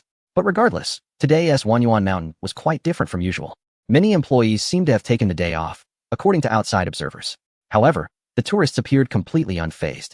They wore smiles and quietly captured the scenes, which were unusual yet filled with life. Chapter 149. Preparations complete. The village was lively, the holy mountain peaceful, and laughter filled the peach blossom dock. But over on the other side of the left sand mountains, things were a bit unusual. Above the snowy waterfall, in a dilapidated temple, Ming Chan frowned as he returned, nodding his head to the monk in charge. The mountain path on the other side seemed a bit strange. What is going on? The ground is soft and unpredictable. The trees seem to shift, and the air is hazy, making it easy to lose one's way. Ming Chan's expression was calm. I managed to find my way back only by continuously reciting the heart-purifying mantra. The old monk's squinty eyes opened slightly. It seems that the benefactor has started working. He waved his sleeve and walked into the room. Let us not go over there for the next few days. Let us conserve our resources until the next time he comes to see us. The dilapidated temple quieted down, and soon, the sound of chanting could be faintly heard. They weren't doing very well, but on the other side of the mountain, Taoist Jin Junzi was quite content. He sat on a platform outside a cave, overlooking the mountain below, while moving his phone around to make a call. Hello, can you hear me clearly? Second brother, your phone is the only one without a balance. The master's phones are all off. The signal is bad. I can hear you. When are you coming back? What? Jin Junzi's body nearly twisted into a pretzel. Then he froze and began to chatter. You've gone far? It's fine. It doesn't matter if you don't come back. The master said last month that they were on their way back? Then they should be arriving in a few days. It's nothing major. You'll know when you return. All right. The phone's about to die, I'll hang up. He abruptly ended the call, looked at the remaining 10 battery, thought for a moment, and quickly dialed Su Jing. Hey, I'm heading down the mountain. Can you come pick me up? Sure. I'll just wander around your scenic area. You don't need to worry about me. I can't predict the future. I have a practicing certificate for that, don't worry. There's a celebration tonight. No need. I'm not interested in that. Just find me a room to meditate in tonight. After hanging up, Zhang Junzi chuckled, pulled out the luggage he had prepared earlier from the bushes, and climbed down from the edge of the platform. A little friend can come up, so he can definitely go down. Before long, an oddly dressed person appeared by the edge of the lake. Tourists turned their heads in unison. Can a Taoist come out to play? Is he a real or fake Taoist? Can the scenic area allow him in? Could he be a new NPC in the area? The tourists quickly gathered around. One exclaimed, Taoist, are you the new NPC of the lake? Another asked, Taoist, what do you usually do? Yet another inquired, Taoist, is there anything we can help you with? Zhang Junzi squinted his eyes and pondered for a moment. I can read a few fortunes. I'll do it. How much is it? Is this a new task? Zhang Junzi took 2 steps back, looking at the tourists who were like wolves and tigers, feeling bewildered. This isn't right. This shouldn't be happening. Half a month ago, he went down the mountain to help people in a nearby town with fortune-telling, and someone even threw rotten vegetable leaves at him, calling him a fraud. Yet, why were these people so enthusiastic? The Taoist's eyes brimmed with tears. If I had known it would be like this, I should have come down the mountain earlier. My fellow brothers could have worked together. There would be no need to wander around looking for a meal. But thinking about how desolate the area was when Master came down the mountain, Zhang Junzi shrugged off the thought. Since I'm here, I might as well make the best of it. You can come and take a look, no rush, one at a time. He extended his hand. I can read fortunes, tell names, and anything else for just 50 yuan. Fair and square for everyone. Zhang Junzi's overly serious expression finally made the tourists realize what was happening. That's so expensive? I thought he was a real Taoist. What a scam, let's go. What a waste of time. I thought he was an NPC. The area has really gotten big and strong. Even Taoists are coming in to tell fortunes. The crowd dispersed in a flurry, leaving Zhang Junzi standing in the middle, stunned. No. He suddenly turned and shouted, why don't you bargain? You could get it cheaper. 30. Just 30, or even 20 is fine. Or how about you give me 10 as a token? 10 minutes later, Zhang Junzi decided to give up on this business and went for a stroll around the scenic area. He boarded a wooden boat heading to the nearby village and vanished in a flash. 20 minutes later, an old pickup truck slowly stopped at the foot of the mountain. Su Jing was parched from waiting. Where's the Taoist? In this vast scenic area, Zhang Junzi had disappeared, and Su Jing couldn't find him at all. His phone was off, so he could only continue preparing for the evening celebration, leaving no time to care about the Taoist sitting in the village. Fortune-telling while eating rice dumplings with Aunt Lu Yun. The sun gradually began to set, and the sky darkened. Time flew by, and it was already 4 p.m. The edge of the lake began to fill with people. As tourists arrived or returned to the lake, their eyes narrowed. Look at the middle of the lake. Unbeknownst to them, over a dozen wooden boats had appeared on the lake's surface. Built of red wood with light curtains hanging down, the boats were adorned with soft cushions, teapots, and incense, looking incredibly comfortable. Zhao Long watched as the tourists gradually gathered around, nodding to the boatman. Everyone, maintain order. The boatman then set up a sign. On the lake, 80 boats, each with a capacity of 10 people, no time limit. The sign was raised, but the tourists hesitated. The ceremony was about to start. Should they still play? After all, this was a new attraction. Maybe they should try it for a bit. However, I was worried about missing out on a good spot for the celebration. I want to go. It was said there was no time limit. Perhaps they could enjoy the performance on the lake later. Everyone had their opinions, but some immediately took out their money. What a joke. Who cares what it is? Just buy it first. How could one yuan mountain have anything bad? One by one, people boarded the boats, and once one boat was full, the boatman paddled away, while another boat quickly took its place. Ping Ping and her friends finally gathered. The man who had just taken photos of the koi god on the sacred mountain was also there. He was the big koi from the group, having bought tickets for 3 days and ready to stay here. There are boats on the lake. Shall we go? People glanced over and immediately began discussing. Based on the likelihood of the boat being able to participate in the celebration and the quality of the viewing position, a few people decided to go together. Zhuzhou stood next to Ping Ping. Aren't we going? Ping Ping pursed her lips, shook her head, and whispered. If her current guess was correct, the boats would only bring them closer during the ceremony, but the view would be the same. She looked up at the sky. However, the boats had a wooden roof that would block part of the view. If there were fireworks or performances above, they might miss some of it. Zhuzhou suddenly understood and gave a thumbs up. Then let's go grab a spot. It's almost time. A few people quickly rushed towards the lakeside. Meanwhile, on the other side, Shen hurriedly brought Xiao Li to Luo Xian Lake. Is it really necessary to rush like this? Xiao Li had half a piece of osmanthus cake in his mouth and, upon seeing the crowd ahead, swallowed hard. Hurry up. As time passed, the crowd grew larger. A Taoist who initially planned to find a spot for Su Jing was inexplicably mistaken for staff and was pulled by Aunt Lu Yun to move to Luoxian Lake with the employees. The sun had officially set. Amid the throng, Pingping stood under the moonlight and bright yellow lights, with the shimmering lake before her, revealing a confident smile. She had reached the best viewing spot, ready to wait for the performance to begin. Chapter 150. The ceremony begins. All staff from Mingyue Village have arrived at the designated location. The Qingyan acrobatic troupe is in position. The Golden Sun dance team is ready to perform at any time. Su Jing listened to the continuous responses on the intercom and then looked towards the pavilion in the center of the lake. The two-story pavilion was draped with sheer curtains, obscuring the layout within. On the first floor, in a place unseen by everyone, two massive wooden mirrors, back to back, floated in midair. One faced the wooden bridge, the other the stone bridge. The two main characters were about to take the stage. The sky darkened. It was past 5:30.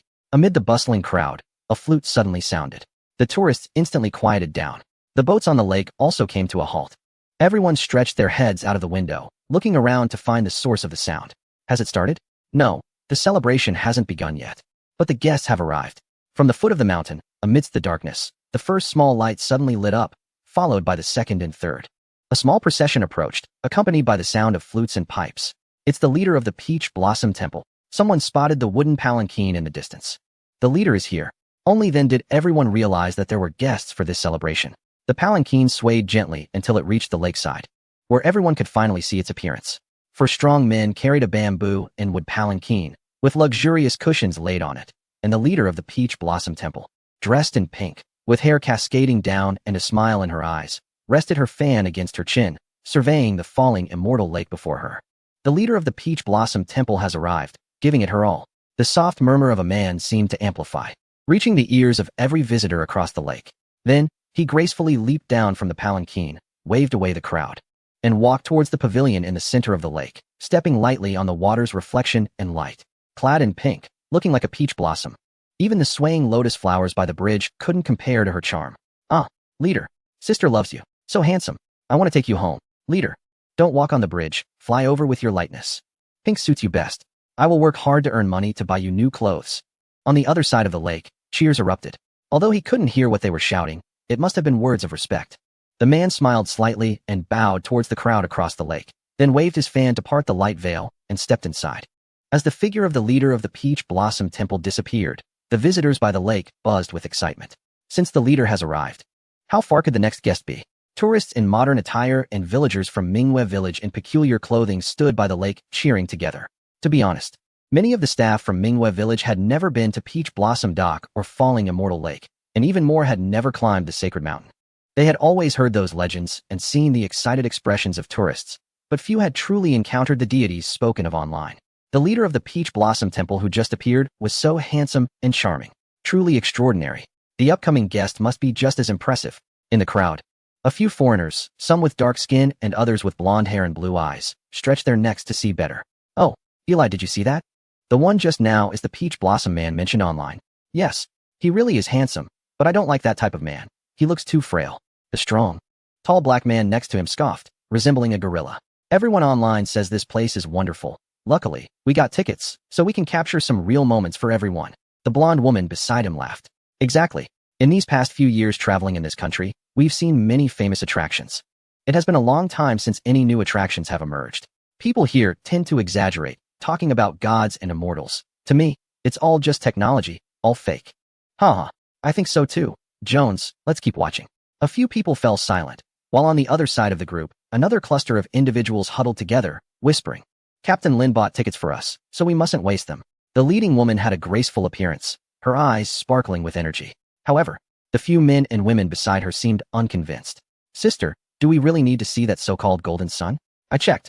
It's just a local dance troupe that can't compare to our casual performances in terms of quality. Yeah, sister, we really didn't need to come. We already sent them a letter to communicate, and they even dared to refuse? We shouldn't be involved with them anymore. During the Dragon Boat Festival, our troupe originally had a performance scheduled. I don't know what you discussed with the teacher, but she actually sent out our top performers. Will the performance even be good like this? The leading woman frowned more as she listened. I've said it many times. The other kids in the troupe have improved significantly and can perform just as well as you. Stop looking down on them. Secondly, don't underestimate them just because they are a local troupe. Experts come from the grassroots. Haven't you heard that before? Thirdly, we are here not only to watch their performance, but also to exchange ideas about that new odd dance. The teacher is very interested in that dance. They are the predecessors in that field. Be a little more humble. The woman looked at everyone, who lowered their heads but still had stubborn expressions in their eyes, and sighed. All right, let's continue watching the performance. The crowd remained noisy, everyone constantly scanning their surroundings, eager to see who the next guest would be and where they would appear. But no matter how much they looked around, they saw no one else until a clear sound, like a water droplet, echoed across the Lycian lake. The lake's surface was calm, then faint ripples spread out. Suddenly, someone reacted quickly and turned to look at the lake, disbelief flashing in their eyes. Could it be? Yes. The calm lake surface was disrupted by flowing water, and suddenly, a rush of water surged up right in front of the spectators. It kept increasing in size and thickness. Finally, it transformed into a massive column of water shooting up into the sky. Jinjunzi, hidden in the crowd, was astonished. What is happening? Is modern technology this advanced? Just as he was about to express his amazement, he stopped mid-sentence, his pupils contracting instantly. Above the soaring water column, amidst the splashes, a golden red light flickered between the lake and the lights. A huge fishtail lifted a petite girl with short hair and fin-like ears, who slowly rose up. Oh! The girl tilted her head, waving her fair hand. What a lively scene. The crowd calmed for a second, then erupted into screams. Jinjunzi, hiding behind the crowd, was stunned, his hand mid-gesture, unable to complete the move. Master, come back quickly. It seems a great demon has revealed itself. Chapter 151, Guest in Position. His shock was his own concern, but the cheers of the crowd were what truly mattered. Amid the gasps of the crowd, and through the lens of Zhu Shou's camera, the water column slowly descended, half of the girl's body submerging into the lake. When she lightly hopped off the stone bridge and onto the shore, the enormous fishtail transformed into agile legs, stepping lightly in small shoes resembling lotus leaves as she walked into the pavilion on the lake. The gauze curtain fell, completely obscuring the two within the pavilion. Miss Li, with a smile as bright as the peach blossom master, had not witnessed the scene outside, and was unaware that the girl before him was different from him. He was simply excited to share. I just tried it. You can retrieve items from the mirror. As long as it's within the mirror's range, you can bring it over. Look, he said, pointing to the table in front of him, which held a bamboo flute, a silver sword, and several jars of wine. These are all things I just got. The girl looked at him, resting her chin in thought, then turned and reached into the mirror, pulling out a large, plump carp. Is this carp meant for roasting later? The carp deity was momentarily stunned, then chuckled. No. She casually tossed the hefty carp into the falling immortal lake. Let it come, and keep me company for the celebration. Miss Li was quite amusing, and the two began chatting inside while the tourists outside continued their frenzied discussions. Zhu Shou, did you capture that? Ping Ping excitedly patted Zhu Shou's belly, nearly unable to contain her squeals. The little chubby boy carefully zoomed in on the photo, his excitement tinged with a hint of doubt. I guess the entrance performance was in the form of a rising and falling stage fountain. After it ended, the carp deity quickly shed her fishtail underwater and came ashore. He squinted, almost trying to dive into the camera, mumbling. Is it strange that the water flow is too dense? Why can't I see where the lifting column is? Ping Ping didn't care about any lifting column. She just wanted to capture it. In her mind, the carp deity was using magic to control the water and rising into the air. Go find evidence if you don't believe it. With her many visits to Wanyuan Mountain, she had experienced that the NPCs here were flawless in their actions, and she had never discovered any flaws. The crowd was abuzz, gathering together to discuss excitedly, regardless of whether they knew each other. Only a group of foreigners was isolated due to the language barrier, but they were too enthralled to care. Jones, did you see that? Oh my god, I saw it. This must be fake, right? Jesus, that fishtail looked so real, and their lifting platform was done so well. I couldn't even tell where it was. Impossible.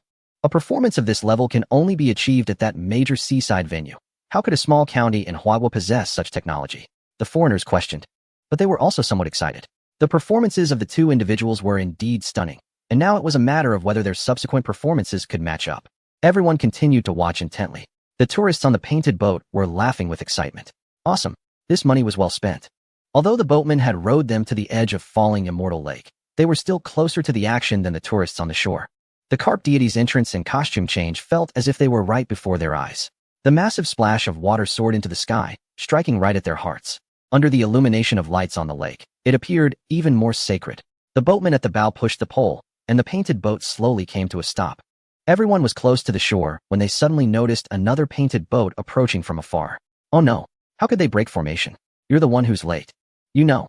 Everyone frowned and stared into the distance, only to widen their eyes in shock when they saw clearly, turning back to shout in unison. No way. It's the Monkey King. The tourists on the shore hadn't paid much attention to the lucky ones on the painted boats, but after hearing the calls, they all looked over together. Wow, it really is the Monkey King. Ha ha ha. The village specifically sent a boat to pick them up. I'm dying of laughter. Ha ha. A troop of monkeys on a boat. So funny. The Holy Mountain does not neglect any of its citizens. Ha. Monkey King, wait for me. I've saved up 11 flowers. When the weather is good, I'll take you to the mountaintop to watch the thunder tribulation. Is the Monkey King going to dance today? Friendly laughter echoed, and everyone, regardless of whether he could understand, interacted wildly. On the painted boat, on the soft cushions of golden silk, the great sage held soft jade in his arms. Although the jade was too busy munching on food, the great sage still felt immense happiness. Beside him, 2 little monkeys stood at the bow, peeking out, while the other young monkeys curiously looked around. Today he brought along his clever and trusted little monkeys. With their leader, they definitely wouldn't cause him any trouble. The painted boat stopped in the center of a group of painted boats, delighting the nearby tourists. What a gain! A huge profit. They could watch the celebration up close and even interact intimately with the guests. Marvelous. After everyone had their fun, someone finally checked the time. It was already 6 o'clock.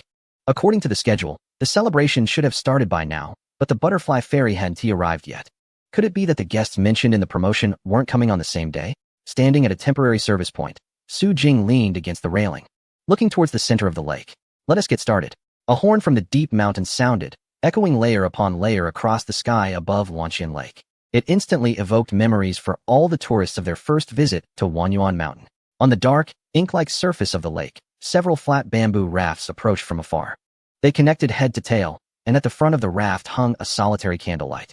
As they got closer, everyone realized it wasn't a candlelight at all. Instead, men dressed in tight black robes stood at the bow of the boat, holding a long rope with 2 lanterns hanging from it. What on earth is that? I've never seen anything like it. Everyone held their breath, gripping the railing tightly, eager to lean forward for a better look, but were startled by heads suddenly appearing from the outside of the pillars. Wow, where did these people come from? Members of the Qingyan acrobatics troupe, who had been lying in wait, immediately sprang out as the small boat reached the designated spot. They tied ropes and hung them on the pillars, pulling out waist drums and drumsticks. Boom, boom, boom, boom, boom, boom. A series of heavy drums immediately silenced all the tourists. Some excitedly took out their phones to take pictures with the drummers hanging from the railing. In the video, the drummer has a solemn expression, staring intently into the distance. With the wind blowing through their hair, yet it cannot shake the determination in their eyes. They moved. After the bamboo rafts reached the designated spot on the lake, the men on the boats sprang into action. Whoosh! The men walked to the center of the bamboo raft, slowly shaking the ropes in their hands, causing the lanterns at both ends to sway. Those aren't lanterns, someone shouted. From the iron cage at the end of the rope, sparks flew out like mist. Inside, there were charcoal embers. Chapter 152. The show begins. It was charcoal. The flames that burned and soared out were like fireworks and shooting stars. They were charcoal flowers. The iron cages at both ends of the ropes spun and twirled. Countless points of light burst forth, and countless fiery meteors illuminated the tranquil surface of the falling immortal lake. But that was not all. Wang Hao glanced at the distant figures of Asan and Dalu, nodding. Release the ropes. Amidst the more intense drumbeats, they finally began to slowly let go of the additional ropes they had been holding. In the blink of an eye, the fireballs grew in size. The sparks flying everywhere coalesced into a golden-red cloud of smoke, drifting upward with the wind, leaving the spectators in awe. Wow, the fiery meteor hammer. Ping Ping pinched Zhu Shou's mouth shut. No culture. But this was just the beginning. As the rhythm changed and the music played, everyone noticed that the gauzy curtain on the second floor of the pavilion on the lake had finally been lifted. Inside stood a complete orchestra dressed in strange costumes. Looking serene, the elder playing the eru squinted his eyes, lost in the music. The woman holding the morin kur had bright eyes, waiting for her moment to perform. The uncle with the swana had a relaxed expression, a confident smile on his lips. The music, singing, and playing came together, becoming increasingly passionate. The performers on the lake even danced with the burning fire, scattering the starlight onto the earth. They seemed to be drawing some patterns. Some amazed tourists noticed the difference and pointed at the lake, exclaiming. It was hard to see clearly. It looked like they were drawing circles. 1, 2, 3, 4, 5. 5 circles? What pattern were they drawing? Gasps of wonder and surprise filled the crowd. Su Jing leaned against the railing, his eyes fixed on the gradually forming pattern. They didn't understand. But he did, and that was enough. The pride from his heart made him want to present this scene, even in a different world. Let us just say he was homesick. Boom. As the charcoal flowers gradually faded, the boatmen on the painted boat began to move again, sailing towards the center of the lake amidst the melodious sound of the shao. The strong men at the lakeside stopped drumming, putting away their drumsticks. Was it over? Tourists gathered around the drummer, curiously asking, but they saw the drummer smile crookedly and pull out a fire stick from behind. Whoosh! A circle of flames lit up along the railing, followed by a loud light. In the midst of the sounds, the thin wire tied to the railing was ignited. Crack! The tourists all took a step back, only to discover that in the tranquil night, there was an almost invisible thin wire leading to the pavilion in the center of the lake, tied to these stone pillars. At that moment, the wires were lit, flickering with tiny silver lights, rapidly darting towards the island in the lake. A few strands were hardly noticeable, even less impressive than the small fireworks children play with during festivals. But when hundreds, even thousands, of silver lights gathered together, they surged towards the pavilion like a tidal wave, enough to leave a lasting impact. As that silver light surged up the pavilion, burning to the very tip of its peak, everyone held their breath. When did someone stand there? Boom! The silver light exploded. The intense silver brilliance even illuminated the entire falling immortal lake for a moment. But Xin Zhuang was speechless, covering his mouth in disbelief. He knew this kid still had a trick up his sleeve. Above the falling immortal lake, atop the pavilion, what exploded was not fireworks, but two gigantic, flapping, white butterfly wings. The long-awaited butterfly fairy stood at the top of the pavilion, squinting her eyes, gazing at all the tourists on the opposite shore of the lake.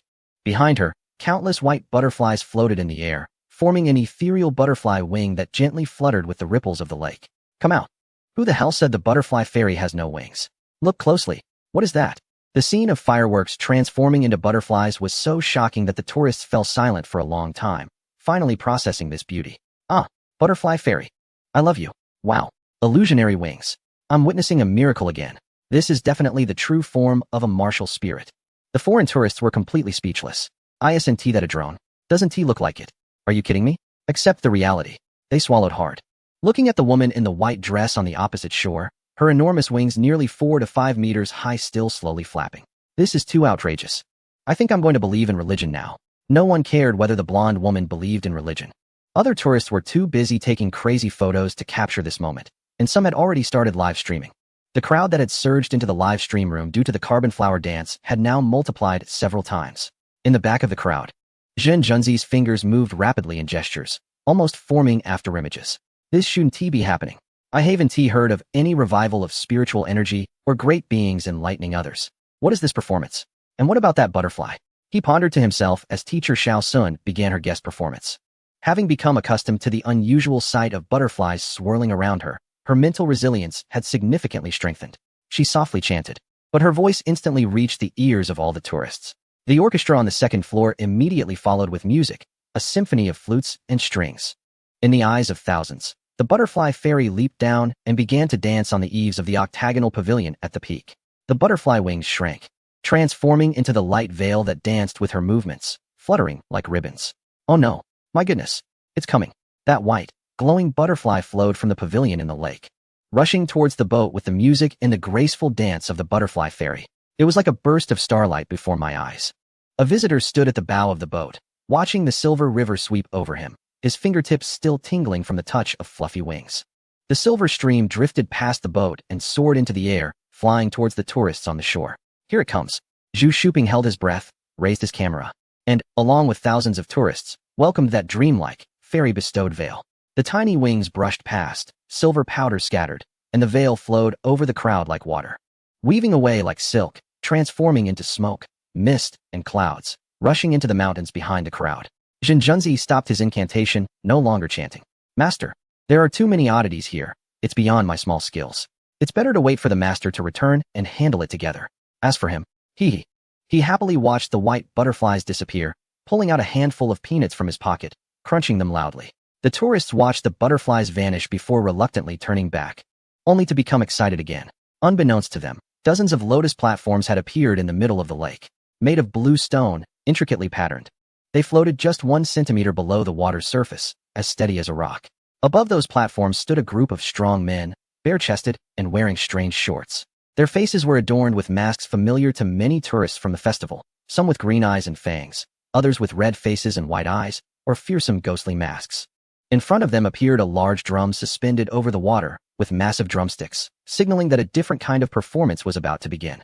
The tourists were captivated, their eyes wide with excitement, eagerly continuing to watch. Lu Qingyun stood at the service point, having finished communicating with various departments, and spoke into the intercom. Start. Boom, boom, boom. The sound of the three-stringed instruments was melodious, while the drumbeat grew louder. The muscular men with various masks twisted their bodies, their muscles radiating primal strength in the lake's light. The drums sounded explosively, splashing water all over the drummers. But they didn't mind at all. They looked at each other, laughing heartily. They shouted boldly again.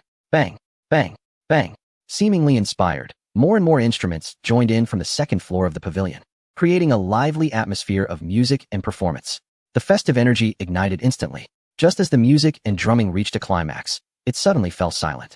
The entire Luoxian lake was enveloped in an eerie stillness, leaving only a distant, ethereal male voice echoing across the water. To the deity of Luoxian Lake from Minghua village. A dance. The drummers struck the drum again and then suddenly turned around. From behind the pavilion, a huge boat slowly approached, but it had no roof. And it seemed that some people stood on it, blending into the dark lake surface, making it hard to see clearly. Clap. In the next moment, bright lights suddenly illuminated the scene, coming from the direction of the pavilion in the middle of the lake. The spotlight fell on the boat, allowing the visitors to finally see the people on board. Hiss! Someone gasped in surprise. A row of individuals on the boat, dressed in white robes and adorned with elaborate hairstyles, all wore masks resembling white-faced foxes. The masks had upward-arching eyes, with the upper and lower eyelids embellished with gold and red paint, and their mouths either curled upwards or drooped downwards. Although it was merely a mask, the visitors could distinctly sense an innate allure emanating from them. They're here. The leading woman of the dance troup's eyes lit up, quickly calling her fellow performers. Nuwa dance. Look. Everyone's gaze fixated on the boat, where beneath the flowing white robes, the figures had graceful silhouettes, their exposed fingers delicately shaped like floral arrangements. They remained motionless, as if they were mannequins. But in the next second, the lighting shifted slightly, and those seemingly lifeless figures began to move. Initially, it was just a subtle, breath-like sway. Accompanied by the melodious music, they seemed to come alive, their movements fluid and graceful, instantly embodying the essence of nature. Each woman in white executed her own movements, yet they appeared incredibly coordinated and unified.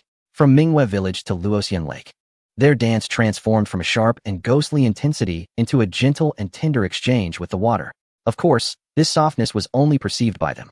In the eyes of the visitors, a group of white-clad, white-faced women danced gracefully on the dark surface of the lake, accompanied by a lilting tune.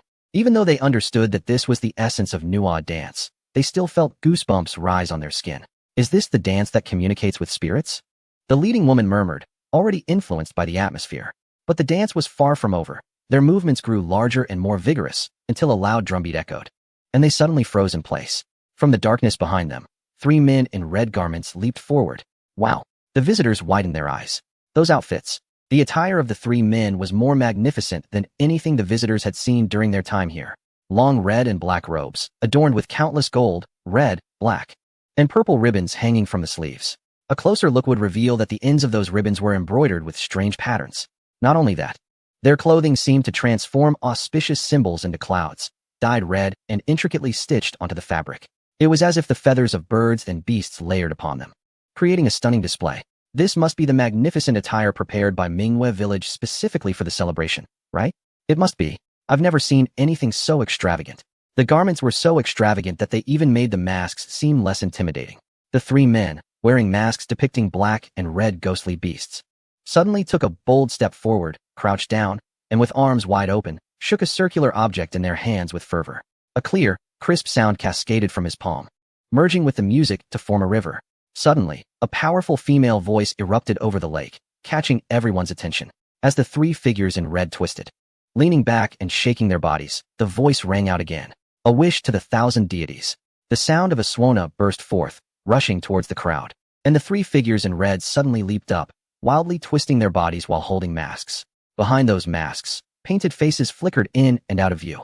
Pingping's keen eyes quickly spotted something in the hand of the leader among the 3, even with the lighting effects. He was holding a small torch? What was it for? Behind the mask, Wang Hao smiled. Of course, whoosh. Boom. A brilliant fire dragon surged from the side of the red figure's mask. Wow. There's even a fire performance. The tourists gasped in unison. The flames illuminated the entire boat, revealing the white-clad dancers hidden in the darkness behind the red figures. They began to move. Accompanied by the music, they stretched their stiff bodies and danced alongside the 3 in red to the sound of the swana. Mystique and gentleness. Ferocity and allure, red faces and white faces. Together, They formed an unexpected and captivating dance. As the dance concluded and the lights dimmed, the tourists finally exhaled, feeling their racing hearts slowly settle. The pace was just too fast. They didn't dare look away for a second, fearing they might miss this beautiful scene and wouldn't see it again next time. Zhu Zhou clutched his camera. I need to pee. Pipping shook her head. Hold it a little longer. I don't think it's over yet. She closely observed the center of the lake, trying to find something in the darkness. With the temperament of a guide, this next wave must be something big. Zhu Zhou pursed his lips, holding in his discomfort. On the other side, Shen Zhuang and Xiao Li were thrilled. Haha, yes, this dance originated from our Yong'an. The ecology? Of course, the ecology is excellent. This is the blessed land of Qingshan County. What deities or immortals? Shen Zhuang couldn't openly promote feudal superstition, so he quickly leaned in to ask a nearby tourist, his nostrils flaring as he stared intently into their eyes. If you believe it exists. If you don't, it doesn't. The tourist timidly shrank back, glancing at their girlfriend. That old man seems crazy. Humph. Shen Zhuang ignored him, contentedly watching the lake, waiting for the next performance. 3 days. Su Jing had really given him 6 tickets, which meant he expected the performances to be different each day. If the first day was already like this, what could the following days be like? Could it get any better? In the darkness, a sudden gasp broke the silence. All the tourists snapped back to attention. Looking towards the center of the lake, they saw a couple of tourists leaning out from the painted boat, staring in one direction. What did they see? But soon, those on the shore spotted it as well. Above the center of the lake, 2 oilskin cloths were lifted, and in the dim firelight, the true face of the person was finally revealed. Boom. The sound of rushing water grew from a whisper to a roar, and a shadow darted through the night like a hooded hero, wielding 2 glowing red lanterns as it charged towards the crowd. The crowd panicked, some even wanting to retreat, but they saw the figure in midair twist and hover. Cloaked in a hood and mask, the face was obscured, and the body was tightly wrapped in clothing. Beneath the red robe and black boots flowed a torrent of water surging towards the lake. Wow! A young man exclaimed in surprise. A water acrobat. As his voice echoed, the red figure twirled around the lake's edge before stopping in the middle, half of its body shrouded in darkness. A deep male voice resonated over the serene waters of the lake. Fire lanterns for blessings. Chapter 154. The beauty of the fire lanterns. Wang Hao, hidden beneath the hood, smiled with satisfaction. He felt incredibly handsome at that moment. Boom. A red figure shot into the sky, gripping the rod tightly and shouting. The lanterns ignite the atmosphere. Flames rise like mountains and rivers. Shake off the suffering and injustice of this world. In the stillness of the dark night, on the deep lake, the mouth of the lantern erupted with countless sparks, scattering like vermilion powder across the world. Wow. Oh my gosh. On the shores of the lake, there was no need for an atmospheric team. The visitors were captivated by the chorus of frogs. Compared to the earlier dance of charcoal flowers, if that was the spirit of fire dancing in the night, then this performance resembled a phoenix reborn, majestic and grand. But it wasn't over yet. Wang Hao lowered his head, controlling the water jets beneath him, shooting upwards at an angle, releasing a thick cloud of sparks. Shake off the diseases and misfortunes of fate. As his voice faded, he turned and soared again. This time, he spread his arms wide, lifting the lantern high above his head, like a phoenix spiraling into the clouds. Shake off the doubts and delusions of the heart. The sound of the charcoal crackled, sharp like ice breaking. Waves of fire surged, forming a swirling taiji vortex as he ascended.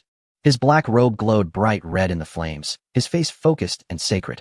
Behind him, the flames soared to the sky, and with his final flick, they transformed into illusory wings. Boom. The camera shutter of Zhu Shou had been clicked countless times. Since the performance began, he and Ping Ping hadn't exchanged a single word. A man and a woman leaned over the railing, their faces occasionally trembling with excitement, frantically capturing the moment in their own way. Shen Zhuang tightly grasped Xiao Li's hand, who in turn held onto the hand of a stranger beside them. They were so thrilled that they could hardly speak. How could this be performed? How did they come up with this? His admiration for Su Jing soared to new heights. It was utterly stunning. That day it was about the water dragon. Today it's the fire phoenix. What about other scenic spots in the future? Huh? With a fierce glare, Shen Zhuang exclaimed, "Don't let them live." As for the other group of foreigners, they stopped being able to speak a long time ago and could only keep calling on Jesus. Oh my, is this also a performance from this country?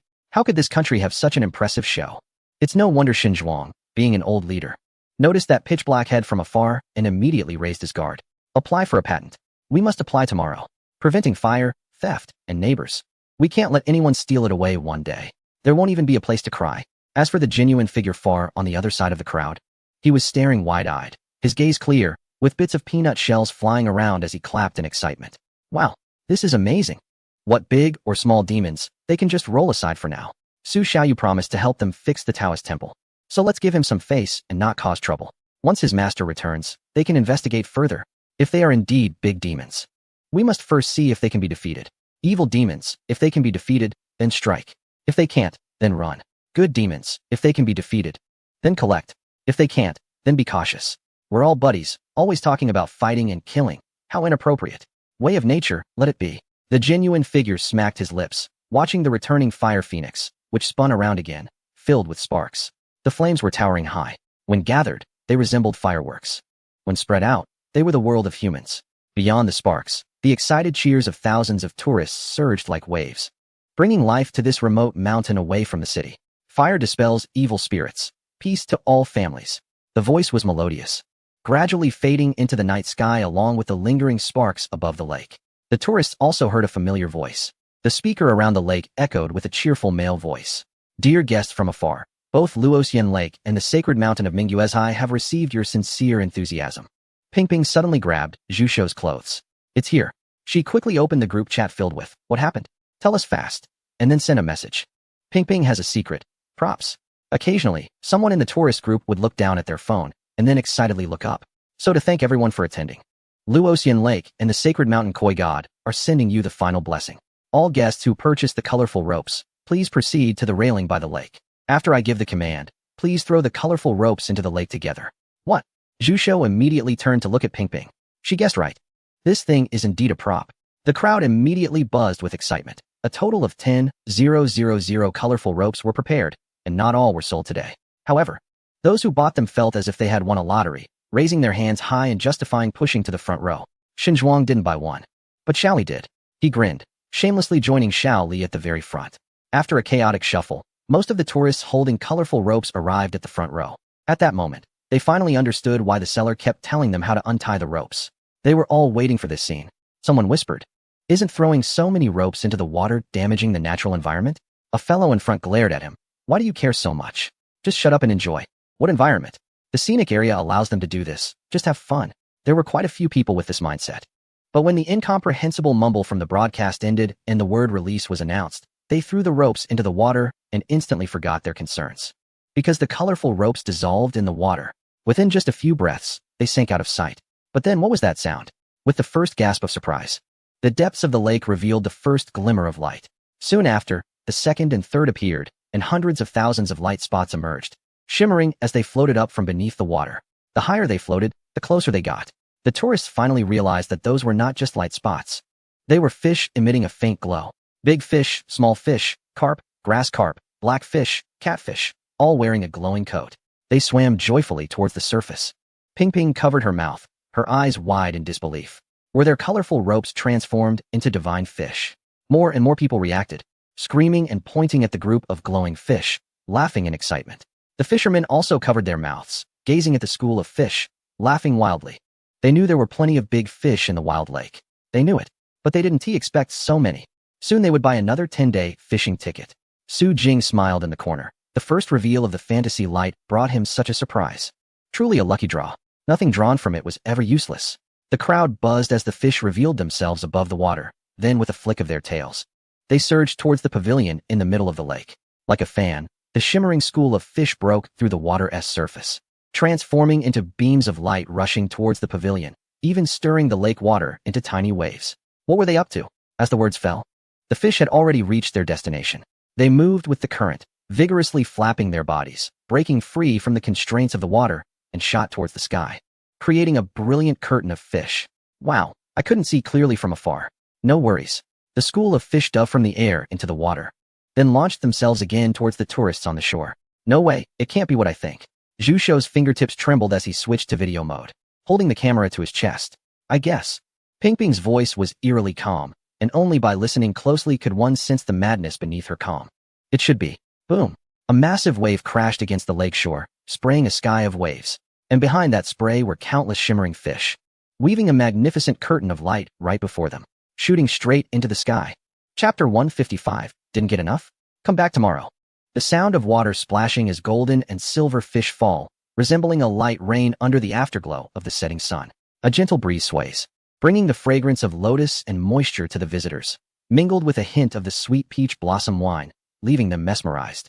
Holding the wine pot, Shen Zhuang pours the last drop of peach blossom wine into his mouth, squinting and swaying his head. The floral wine is slightly sweet and not very strong. Yet he seems to be quite tipsy. What is it called again? Shaoli supports him, feeling a bit dizzy himself. Such a performance has truly appeared in their city. And this year, the cultural tourism here is bound to be a hit. He is not the only one with this thought. Zhu Shou takes a deep breath. Looking at his camera, this is not just a school of fish, this is traffic. He can hardly imagine how many likes this video will receive once it's posted. Turning around, he looks outside the crowd, where above the utility pole, hidden among the branches, a black camera occasionally flashes a red light. When the video capturing the entire scenic view of the lake is uploaded, Wanyuan Mountain will surely become a hot spot. As the fish scene disperses and the lights dim, the pavilion on the lake sways softly, revealing only glimpses of the scenery inside. The fish deity lounges back in a chair, eyes narrowed in satisfaction as he snacks on braised lotus slices. Next to him, the master of the Peach Blossom Temple, having consumed countless pots of wine, hums a tune with a dazed expression. Can you still go out by yourself? The man in pink, with a flushed face, waves his hand carelessly. Where to? He laughs heartily, pointing at the nearby mirror, climbing in and tumbling through, his voice echoing in the small pavilion. Time us up, I'm heading home now. Today has been wonderful. See you tomorrow. The fish deity watches quietly for a moment, clicking his tongue. So happy. You don't need your sword or fan anymore. After saying this, she smiles slightly, stands up, and lifts the gauze curtain. Let us go home. A girl squats by the lake, dipping her hand into the falling immortal lake. Immediately, she is spotted by the visitors. It's the fish deity. The great fish deity is over there.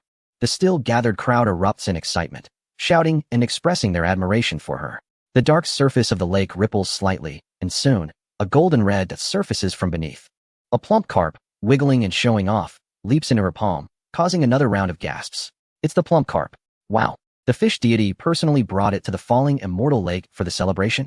Oh no, it really licked me successfully, damn it. So envious. I'm so freaking jealous. Wow. The fish deity holds the carp's tail, swaying it in her hand, then looks up with sparkling eyes, revealing a smile bright as the galaxy. See you tomorrow. With a wave, she slips behind the gauze curtain and disappears. Dingling. The crisp sound of two small mirrors falling to the ground is heard, and soon after, the arriving staff slowly pulls back the gauze curtain in front of the still gathered visitors. The pavilion is empty, with only a tilted wine pot and some snacks on the table to prove that someone was just there. The crowd falls silent for a moment before erupting in cheers once again. Another miracle. The master of the Peach Blossom Temple and the fish deity, who had come out the entire time, have vanished into thin air before their eyes. The carp god is indeed a deity, so it's normal for it to know some magic. But did the Peach Blossom Master also turn into peach petals and fly away? Unbelievable. Jones shouted, covering his head, his eyes red, gripping his friend's hand. I understood. That phrase in the local language, I got it. She said to meet tomorrow. I'll come again tomorrow. The leader of the group of foreigners had a complicated expression. Do they still remember why they came here? They came to check for fakes, to experience it. How did they end up becoming fans in the process? But the desire of the companions to come tomorrow was so strong that he exchanged glances with a few others. All right, but the tickets online are already sold out. If we want to grab tickets for tomorrow, we need to arrive early. Otherwise, we definitely won't make it in line. No problem. I can get up at 5 a.m. to set off. Me too. Usually, these two sleepyheads in the circle suddenly showed a high degree of unity. And there were also dancers from a distance sharing the same thought. The previously arrogant girls had now changed their attitude. Well, it's indeed pretty good. But they can't just refuse us, right? I admit, I spoke a bit loudly just now, but they weren't completely without fault either. Do they still have such dances? Will it be different tomorrow? Even if they don't watch the dance, their performance is simply outstanding. I actually feel lucky that the senior sister brought us out here. The leading woman smiled. Regardless, the teacher bought us 2-day tickets. So we can stay here tonight and continue watching tomorrow. At the lake, the crowd of nearly 30,000 was clearly dispersing. Those who were laughing and heading directly to the Fairy Lake campsite were the carefree tourists who had reserved tents early in the morning. Meanwhile, those leisurely strolling around the falling immortal lake, or dining in restaurants, or chatting with friends without any hurry were tourists who had booked accommodations at the falling immortal lake hotel or the Mingyue village guest house. Only the tourists who had managed to buy one-day tickets were pitifully gripping their hands, looking back 3 times with reluctance as they headed to the boat. Fortunately, Zhang Song had prepared a large boat in advance, so it didn't take too long to take the tourists away. As for Jin Junzi, he wandered around, starting to look for Su Jing. The Taoist phone was dead, so he had to rely on manpower. If that didn't work, he would have to find the staff. After all, Where the boss is, the employees should know, right? At the tourist service point, Jiang Tsung leaned against the railing, watching Su Jing nearby, squinting and enjoying the lake breeze, with admiration and awe in his eyes. Brother Jing, how do you come up with these ideas? Su Jing shrugged. No need to think. His tone carried a hint of nostalgia. Just express what's ingrained in your bones. Jiang Tsung nodded repeatedly, half understanding. No wonder he's Brother Jing. Such great wisdom is already ingrained in him. Is this the recent trend of genius self-praise? How are you so smart? No, I'm just expressing what's ingrained in my bones. How are you so powerful? No, I'm just expressing what's ingrained in my bones. Damn. I told you following Brother Jing would teach me something. He chuckled and took the initiative to leave, starting to communicate with various departments to handle the subsequent work. It must be said that Su Jing took it upon himself to manage the stage setup, and he did it remarkably well. Although they were all stunned when they saw huge boats being brought in through the fishing side door, they only realized how beautiful the scene would be once the rehearsal began. Moreover, it could be utilized again in the future, truly impressive. As for the other big guy, Jiang Tsung walked outside, a vehicle brought in by a truck flashing through his mind, and he sighed. Those attending the celebration tomorrow are in for a treat. Behind him, Su Jing finally spotted the Taoist priest waving from a distance and quickly went to greet him. When the two met, Zhen Junzi looked him up and down, said nothing, but complimented him before asking him to lead the way to accommodation. No kidding. Until Master returns, he considered himself a tourist. Aside from that big demon, today's performance indeed brought him a long-lost surprise. This joy and anticipation filled with human warmth flooded his spirit, making him even happier. Cultivation, cultivation. The mundane world has helped him progress. The Taoist priest wondered what more interesting things would emerge tomorrow. Chapter 156. The second celebration. The crowd slowly moved towards the exit, boarding vehicles to leave the park. As night deepened, just past 2 a.m., headlights lit up from the end of the country road, and several cars drove into the parking lot. People got out, holding flashlights, and when they approached the ticket booth, they were stunned to see a sea of heads in front of them. Laughter erupted from across the way. Here they come. The queue looks good, but a bit late. Huh. Ha. I arrived at 12:30. Can you believe there were already over 20 people ahead? No choice, man. My son and wife insisted on seeing it again, so I had to bring them to queue at midnight. The sneaky tourists burst into laughter as well. Indeed, queue up. They only release a limited number of tickets each day. If you come late, you won't see anything at all. Ha ha. Our current fun is counting heads and seeing how many people can arrive before 5. We can't take it lightly. We haven't even counted the people at the North Gate. My friend said there are a lot queuing there too. As laughter faded into the night, the foreign group arrived at Wanyuan Mountain at 6 a.m. when it was just getting light, and they were instantly stunned. What the heck? It's a sea of people. Dude, have you seen Wanyuan Mountain at 6 a.m.? It looks like this. It's terrifying. The leading man swallowed hard and glanced at the dumbfounded Jones beside him. Are we still queuing? There's an old saying in this country. Jones stepped forward, speaking clearly. Since we're here, let's queue. Amid the roar of the crowd, Zhao University and a few weak girls opened the ticket hall doors. Zhao University's eyes lit up as he rolled up his sleeves again. The next day? Let us get to it. The crowd surged back into the park, and just as Wanyuan Mountain opened its doors, the number of visitors reached a terrifying 120,000. Zhou stood at the entrance of the park with his group of friends, looking bewildered. He knew this place was popular, but how could it be this crowded? Hadn't they performed just yesterday? Why were there still so many people today? If he hadn't managed to buy an electronic ticket for the second day, he might not have even gotten in. Beside him, Zhao Yanran was leading her 2 younger siblings forward. The young artist Meng Qing had finally completed all the preparations for the art exhibition. Just yesterday, when the exhibition opened, he had received some guests, and today was his first chance to come out. The group walked deeper into the park, filled with Zhou's excited introductions. Sometimes his descriptions were so detailed that even the tour guide nearby began to wonder if he was a fellow guide. Indeed, accompanying them into the park was Zhao Meng's tourist group. The tickets reserved for them by Su Jing had sold out early. Those who wanted to get in next would have to compete with nearly 1 million others. After watching the celebration yesterday, Zhao Meng had spent the night dreaming. In his dream, he was running on a stone bridge, and a colorful koi fish leapt from the lake, transforming into a giant mythical creature, taking him on a journey through the skies. He looked down and saw that Wanyuan Mountain had turned into an indistinct dot, and only with careful observation could he make out that the aerial map of Wanyuan Mountain seemed to form a pattern resembling Su Jing's face. Just as the dream reached this point, he woke up. Shaking his head to clear his thoughts, Zhao Meng raised a small red flag to signal everyone. Today, there was no ceremony at Minghua Village. If you want to go to the Holy Mountain, follow me. If you want to go directly to Luoxian Lake, follow him.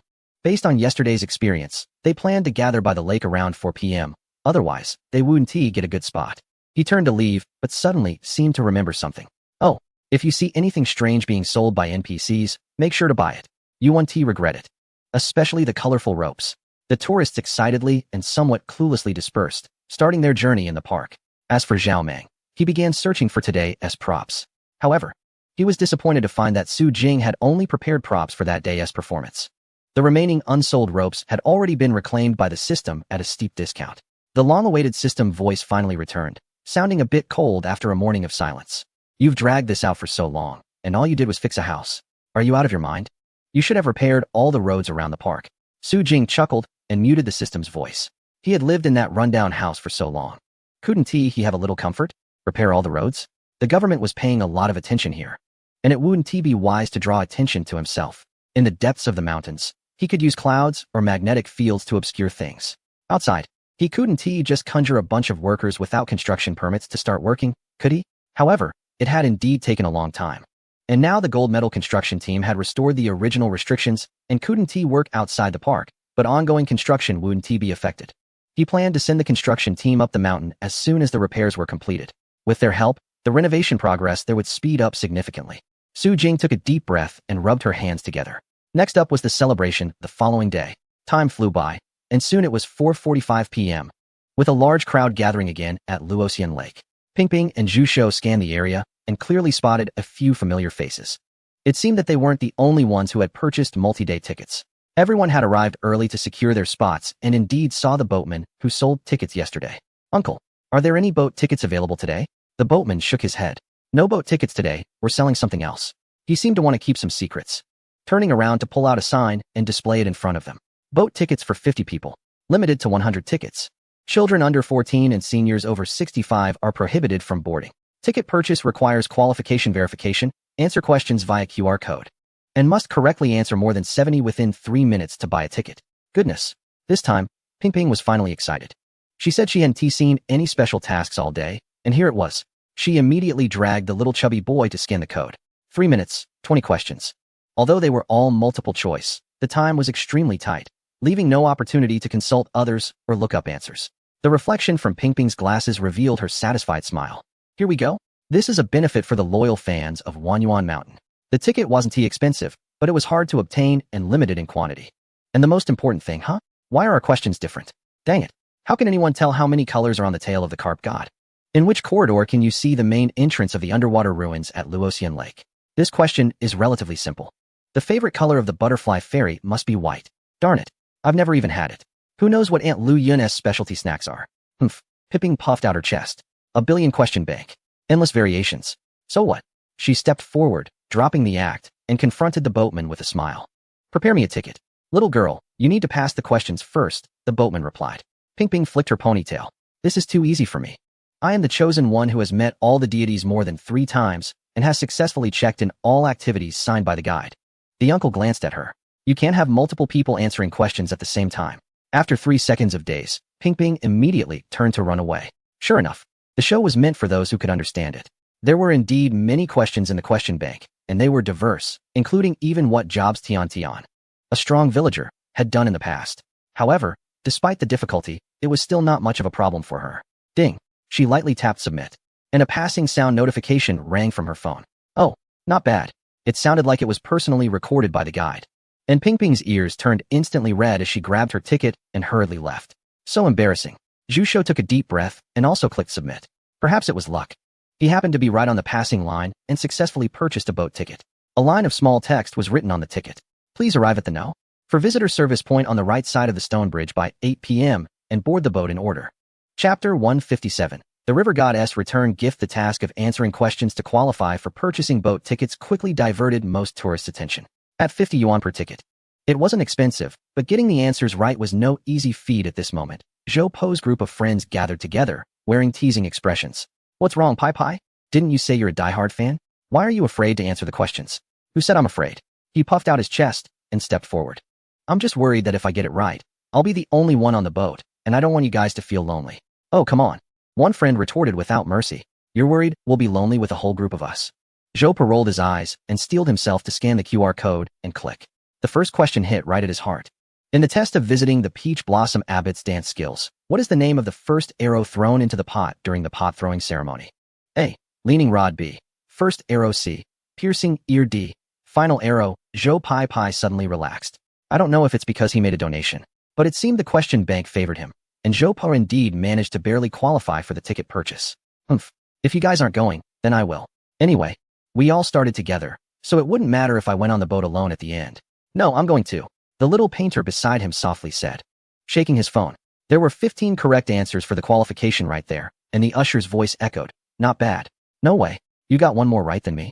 How is that possible? Wasn't that guy here just once or twice? Meng Qing smiled a little shyly. Because I admire the Peach Blossom Abbot. I researched a lot about Peach Blossom Dock, so I naturally learned a bit about Wanyuan Mountain as well. Wow, now that's what you call a truly early bird. The two collected their tickets and hurried back to the lakeside with everyone. Shun Zhuang also tried the game, although he had come many times. His mind was filled with thoughts about this show and that program, and he hadn't paid much attention to the details. In the end, he could only dejectedly pull Shaoli back to the lakeside. Soon, under the gaze of the crowd, the night at Wanyuan Mountain arrived. Several guests seemed to have already taken their seats, quietly chatting behind the draped curtains of the pavilion in the middle of the lake. With a low sound of a horn, the lake's surface rippled, and a deep male voice came from the broadcast. On the first day of the celebration, we offer our respects to the river god from Mingyue village.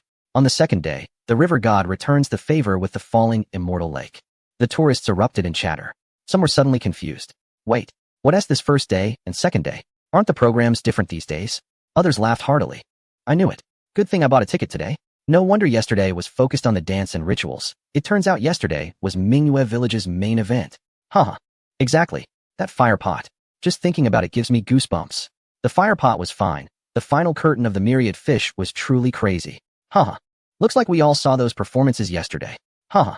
Let us grab tickets for tomorrow together tonight. It seems that tomorrow will definitely be different. Everyone is chatting excitedly, while those who just entered the venue today are feeling anxious. Wait a minute.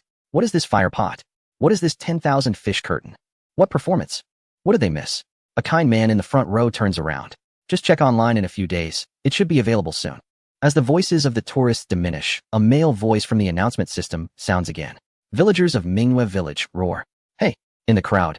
Whether in small groups or larger ones, people of all ages raise their right hands and respond loudly. Next, it will be the river god's return gift. Are those by the lakeside ready? Boom. A synchronized drumbeat rises, and the lights around the pavilion shine brightly. On the lotus platforms surrounding the pavilion, strong men stand proudly, bare-chested and robust, wearing black and red battle skirts. They hold stone swords, poised and ready.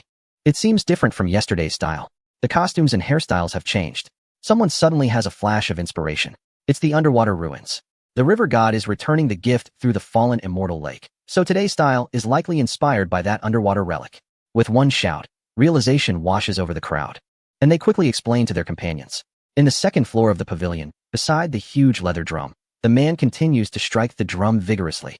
Accompanied by the indistinguishable singing of men and women, the strong men on the lotus platforms stand tall, firmly rooted in their stances. They stand like rocks on the surface of the lake. As the lights shine down, they suddenly raise their swords, the tips slicing through the water's surface, creating splashes of white foam, and thrusting forward. The sword's edge is sharp, contrasting sharply with their muscular build. Roar! Their heavy steps stomp on the lotus platform, splashing water everywhere. This group of bare-chested strong men presents a vigorous and powerful war dance to everyone. As soon as the dance ends, the lights dim. Other instruments fall silent, and only the sound of the guqin remains, melodious, changing its tune.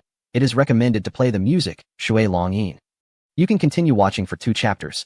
The guqin sound is round and rich, sending a beam of light toward the crowd. Surrounding tourists turn in surprise, only to find that behind them, a large area has been encircled by light gauze curtains without them even noticing. Wow. People instinctively step back to make room for the upcoming performance, while Zhao Long and others immediately step forward, politely guiding the tourists at the edge of the enclosure aside.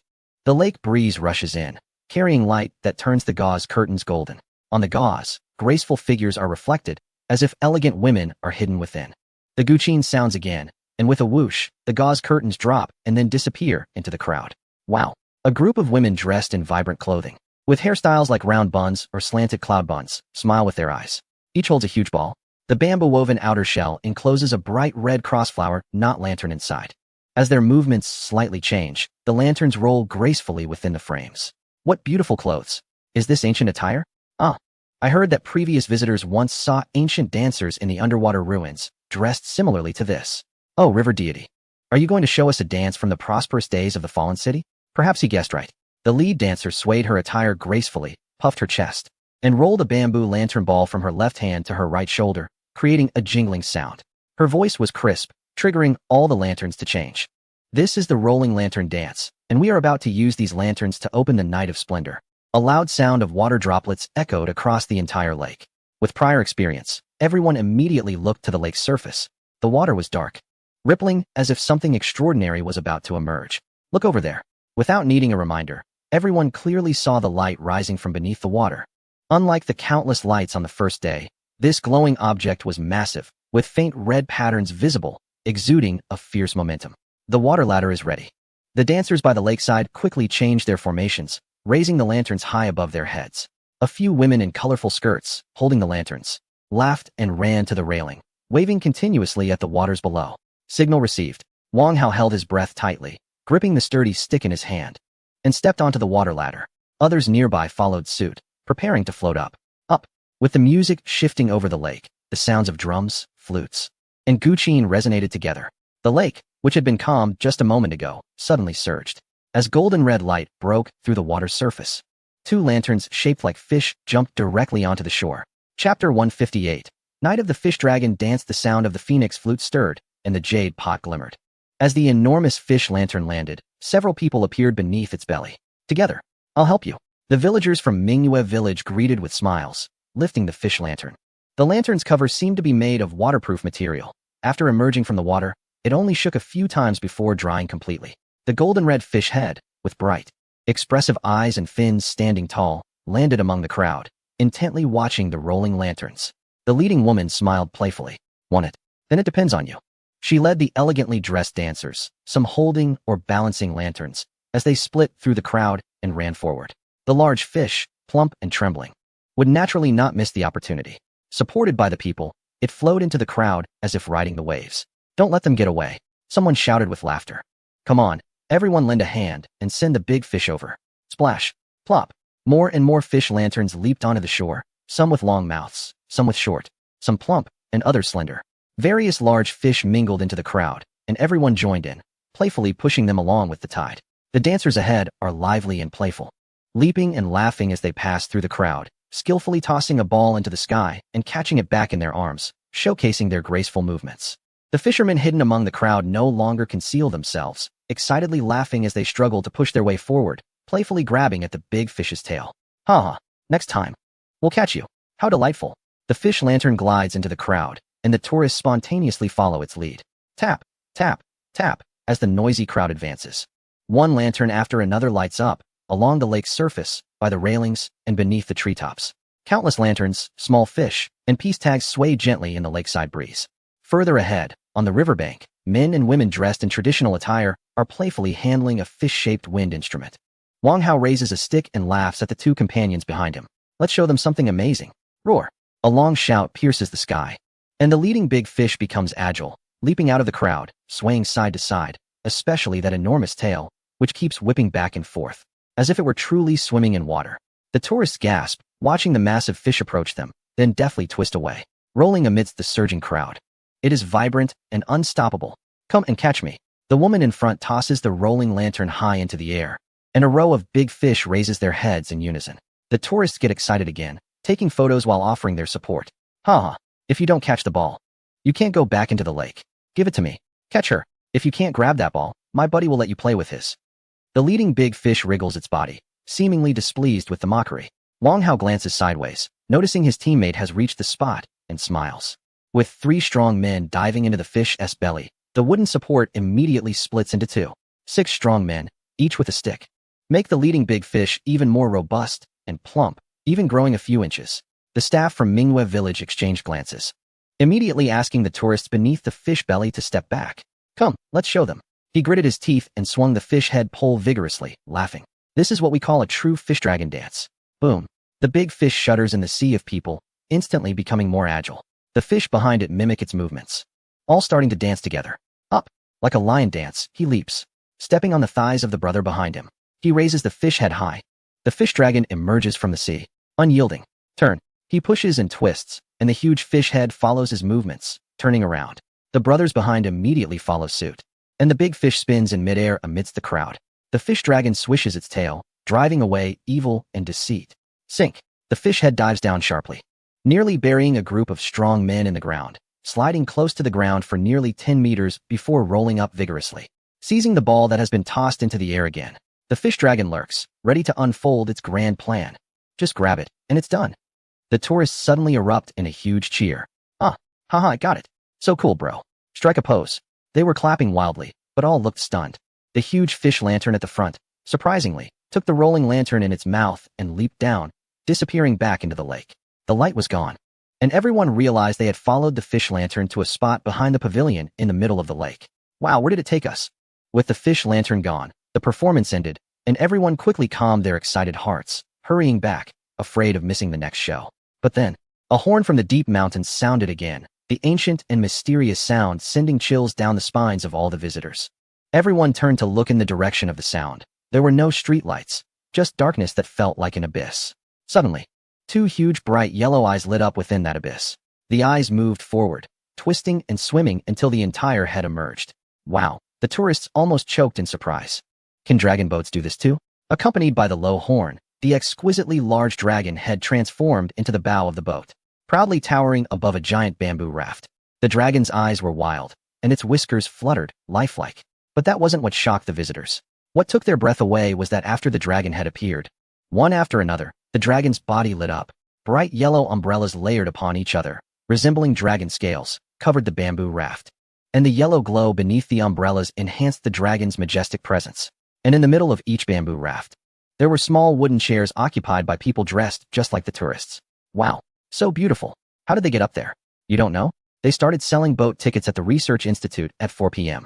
That's right, but you need to answer questions to pass before you can buy them. We all failed. The girl speaking tugged at her boyfriend's sleeve, looking enviously. It's really beautiful up there. If I were up there, I could definitely take amazing photos. Honey, it's not too late now. After the man said this, the two embraced and started striking poses like crazy. The surrounding tourists left in disappointment. Dog couple, hope you have no place to stay tonight. The dragon boats finally all appeared, with 50 segments, each seating only 2 people, and some even had empty spots. This made those who arrived late, and those who didn't answer the questions regretful. But everyone quickly calmed down and started taking photos while walking. They couldn't see such beautiful scenery while sitting on the boats. Jinjuan walked leisurely behind. This dragon is pretty good. It has some spirit. He shook his head. Unfortunately, he had never seen a real dragon. If he had, he would know that what he made was still far from it. The murmurs on the shore could not be heard on the boat. Ping Ping leaned back in her chair, stretching her body comfortably, and the melodious sound of a flute filled her ears. When she turned around, she inadvertently made eye contact with a girl in the pavilion. Oh, Ping Ping suddenly sat up and started frantically tapping on Zhu Shou's chubby flesh. What's wrong? What's wrong? Carp God. Zhu Shou quickly raised his camera towards the pavilion in the lake. The battery and memory warnings displayed in the upper right corner alerted him that he couldn't take any more random shots. The carp god exchanged glances with me. Huh. Zhu Shou sat back down, his small eyes carefully examining the white silk of the pavilion. Are you seeing things? Maybe the carp god is just greeting the river god. Ping Ping raised her eyebrows. TSK. What greeting could she have with the river god? She even said hello to me. Zhu Shou remained unconvinced. And the carp god spoke first. How could that be possible? Why not greet him? Maybe he just wanted to say, hey, old man, bring me some fish to play with. The little chubby boy's teasing turned into a scream, and in an instant, everyone on the boat gasped. Ping Ping immediately turned around, her pupils constricting. Fish! Fish are really coming. Splash! Splash! At this moment, countless fish leaped out of the water, desperately jumping over the dragon boat, which was hundreds of meters long. Is this the fish leaping over the dragon gate? What dragon gate? After Zhu Shou screamed, he immediately took out his camera and started shooting frantically. They even climbed on the dragon's back. What ambition! Haha, so beautiful. The brightness of the dragon boat was enough to illuminate the surroundings, and the wildly leaping fish were bathed in golden light, accompanied by the tinkling sounds of the guzheng. A new song was unexpectedly played. The real genius stuffed a handful of peanuts into his mouth, clapped his hands, and had already given up. What an eye-opener. Yesterday, I saw the butterfly illusion, and today, I witnessed the fish leaping over the dragon gate. Worth it. Absolutely worth it. Chapter 159. The third celebration with the winding dragon boat gliding through the lake. The celebration on the second day came to an end. Tourists sighed as they departed. Zhou Po's friends excitedly chatted about the beautiful sights they had just seen while waiting for Zhou Po to disembark. Good job, you all. One of them patted Zhou Pippi on the shoulder and gave a thumbs up. We hear you guys talk about how fun it is every day, and now seeing it for ourselves. It truly lives up to its reputation, right? Zhou Po laughed heartily. But it's a pity that I have to ride the dragon boat. So I could only watch those fish lanterns show off from a distance. So cool. The little artist stood quietly beside him, forming a stark contrast to the chattering Zhou Po, only brightening his eyes when he heard this. That's right. Just now, the crowd collectively lifted the fish lanterns. And the atmosphere during the cruise was truly vibrant. One might think a small village was celebrating the new year. He thought for a moment and spoke up. However, everyone turned to listen quietly to him. They said that yesterday was the Mingyue village offering tribute to the river god, and today was the river god returning the favor. So yesterday was dominated by the spirit of the Nuo dance, while today was centered around another type of dance, and the fish dragon. What will tomorrow's celebration be like? The more they listened, the more excited they became. Indeed, Wanyuan Mountain never plays tricks. If they can prepare for 3 days of celebration, then there must be performances for all 3 days. What will the last day entail? Not only were they thinking this, but others were as well. Tonight, the Fairy Lake campsite was fully occupied with thousands of tents, and even Area F, where people brought their own tents, was completely filled. Since the side entrance for fishing officially opened, more and more visitors have been planning to camp here. The well-regulated campsite, pristine scenery, and novel activities are enough to attract tourists from surrounding areas. Even more astonishing was the scene on the second evening when visitors orderly left the park's main gate, only to find the area outside brightly lit. A long queue of 5 lines had formed outside the empty ticket hall, stretching into a long dragon. Were they going crazy? Not sleeping? Someone exclaimed, and just as they turned to find a friend for confirmation, they realized their friend had already vanished without a trace. Sleep? What sleep? It's a grand celebration that happens once every 3 months. Why not take a look? The roar of excitement made the departing visitors hesitate. Indeed, this celebration occurs only once every 3 months, and every day is different. Missing it could mean never seeing it again. As some online comments suggested, having a guide for this attraction is useless because it changes frequently, making it unrecognizable. One can only rely on their own strength to enjoy it. Do we have plans for tomorrow? Let us change the tickets for tomorrow. He was right. Since we're here, it would be a pity not to see it. Tomorrow will definitely be more interesting. We must go. Let us get in line. In an instant, more and more tourists, awakened by the shout, frantically joined the queue as if they had gone mad. During the day, Feng Chung maintained order, and at night, he had to manage this group of insomniacs. This is crazy. We must increase the ticket prices. Of course, Su Jing was aware of the long queue outside. However, there was no other choice. The event venue could only accommodate so many people, and the park indeed couldn't provide accommodation for everyone. Tickets were sold out online, so offline purchase was the only option. Queuing was a normal occurrence. He could only do his best to ensure the order and safety of everyone. But it must be said that they were right to queue. Su Jing smiled, instructing his staff on the final details. For tomorrow's dance, everyone must promote it actively to encourage visitors to join in. Don't worry about the other performances, I'll handle those. As Wanyuan Mountain gradually quieted down, inside the brightly lit Peach Blossom Temple, the abbot was carefully polishing his sword, murmuring to himself, hoping for a smooth day ahead. A night without dreams passed. The next morning, the successfully queued visitors, rubbing their sore backs and yawning, entered the park, putting everything else aside, and rushed into Wanyuan Mountain to eat. Aunt Lu welcomed the visitors who had already sat on the street, with family members continuously helping her serve plates. Look how hungry the children are. Aunt Lu, with a pained expression, added a little more to everyone's portion. Among the crowd, 2 men in suits stood out. Mr. Song, isn't it too obvious for us to come and dress like this? Facing the assistant's doubts, Song Jiming slurped his soy milk and smiled. It's good for people to notice us. After chatting with that young Mr. Su last time, I felt it went well, and we managed to grab tickets for today's celebration, so we're here to support. The assistant gave him a sidelong glance. Is it really just by chance? How does he feel about seeing this person clicking the mouse furiously in front of the computer for 3 consecutive days? It must have taken a lot of effort. But that's not important. What's important is that the boss actually thought of him and brought him along. Compared to their Dragon Boat Festival event at Sungwoo Park, this is just plain ordinary. He wouldn't even bother to go for money. The two of them, having eaten and drunk enough, started to stroll around the village. But they hadn't gone far when they were pulled over by a lady. Haha, you two must be guests, right? Look, she waved her hand, pointing to the men, women, and children dancing joyfully to the music nearby, with simple steps, agile movements, and arms raised high, all in sync with the cheerful music. This dance was created by that person to celebrate the event, encouraging everyone to join in and liven up their spirits. That person? Song Jiming's eyes darted around. The staff naturally knew how the visitors referred to the manager, and they immediately nodded. But Song Jiming's mind was racing. The boss is so down to earth, personally teaching employees to dance, and specifically mentioning that it's for the celebration. This dance must be something special. Come on, it's easy to learn, join us. The lady smiled brightly and beckoned the two to the back of the line. The assistant originally didn't want to go, but saw his aloof boss willingly joining in. In his suit, he started dancing along with the music. Wow. The assistant immediately pulled out his phone, snapping pictures like crazy and then sharing them in a small group chat. The boss's funny photos are here. With the addition of the two, more and more visitors began to join the leisurely stroll after their meal. The music of the dance spread throughout the Mingyue village. No matter where people walked, they could be pulled in to dance a few steps. After a few rounds, everyone had learned the dance pretty well. Ping Ping squinted her eyes, dancing while saying to Zhu Shou, "This dance must have some purpose. I bet the manager wants to get everyone dancing together." Great. Zhu Shou's small eyes lit up. The larger the scale, the better the footage he could capture from his camera set up at a distance.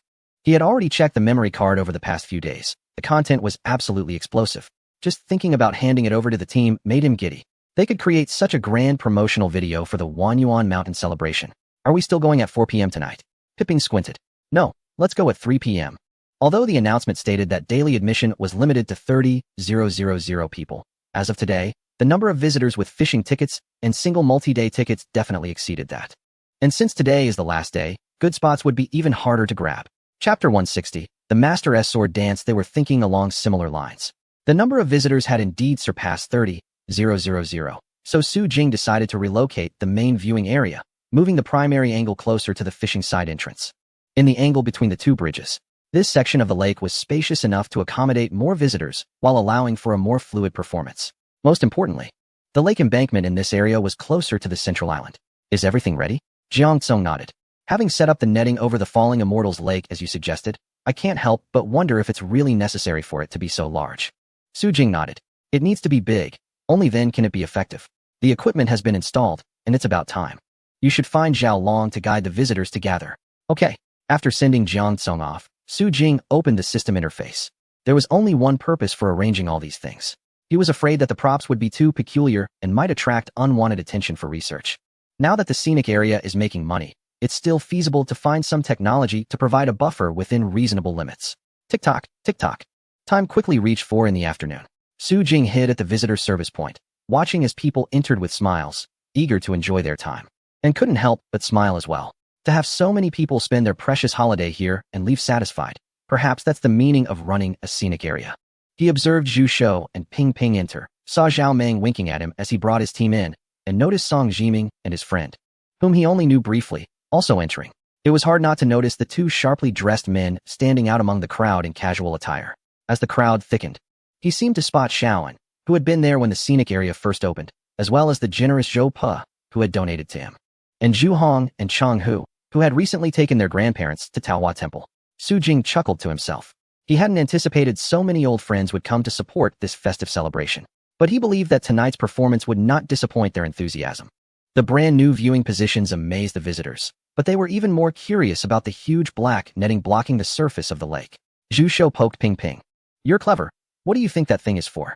Ping Ping shook her head.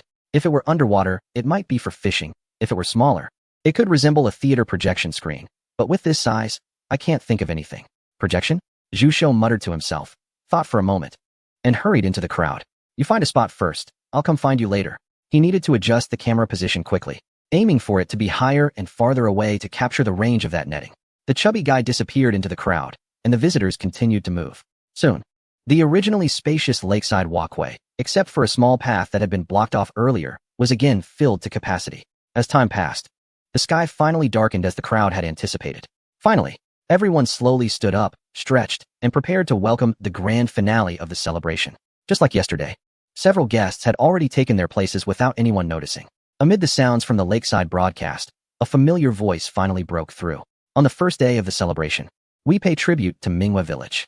On the second day, it is the river god's return gift. And now, on the third day of the celebration, it is a collective celebration of Wanyuan Mountain. The sound of drums and zither resonated simultaneously, and a massive beam of light illuminated the first floor of the pavilion in the center of the lake from among the towering rocks behind the visitors. What does this mean? The tourists were taken aback. Wanyuan Mountain is celebrating, but isn't that where the guests are supposed to be? Amid everyone's confusion, the curtain of the pavilion slowly opened, revealing a man dressed in light pink clothing, wearing a crown. What? The master of the Peach Blossom Temple. How did he come out? The man in pink looked ahead and softly said, "Today is the last day of the celebration. On behalf of the Peach Blossom Temple, I will perform a sword dance to offer my blessings." So the celebration of Wanyuan Mountain refers to the congratulations from various scenic spots there? Suddenly, the sound of the zither began again. He stepped back on one foot, turned around, and drew out a delicate silver sword. With a beautiful flourish, the sword rang out, capturing the attention of all the visitors across the lake. To be honest, until now, not all the visitors who had been to the Peach Blossom Temple had the fortune to witness the master's sword dance in person.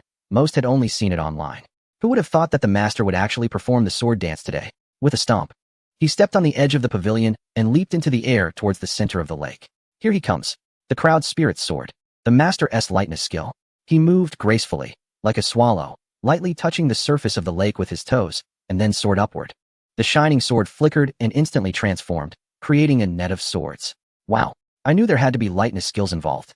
He must be at least at the 8th level of chi refining. No way, there's really no wire on him in my shot. With a series of movements, the figure in pink, surrounded by beams of light, broke through the water, splashing everywhere as fish swarmed. He looked like an immortal, showcasing his abilities. Among the crowd, a certain individual named Jinzi managed to squeeze to the front, intently watching the master of the Peach Blossom Temple. Could this guy really have achieved such a level? After years of training, he hadn't heard of many who could reach this standard. Could he be a great demon? Jinzi's head buzzed as he saw Changhu and Zhuhong clasping hands and jumping in excitement a few meters away. It's happening. Will the master of the Peach Blossom Temple recite poetry or paint today? The visitors were in high spirits, listening to the ancient zither and the sounds of the guzheng, wishing they could also take up a sword and dance alongside the master. However, after finishing his dance on the lake, he didn't retract his sword, but instead shot the silver sword forward. The sword pierced into the pavilion post, trembling as it quivered. The master then lightly touched the surface of the lake, leaped onto the stone bridge, and walked towards the pavilion, softly murmuring, "Only dance one piece, no poetry." He smiled and looked at the visitors across the lake.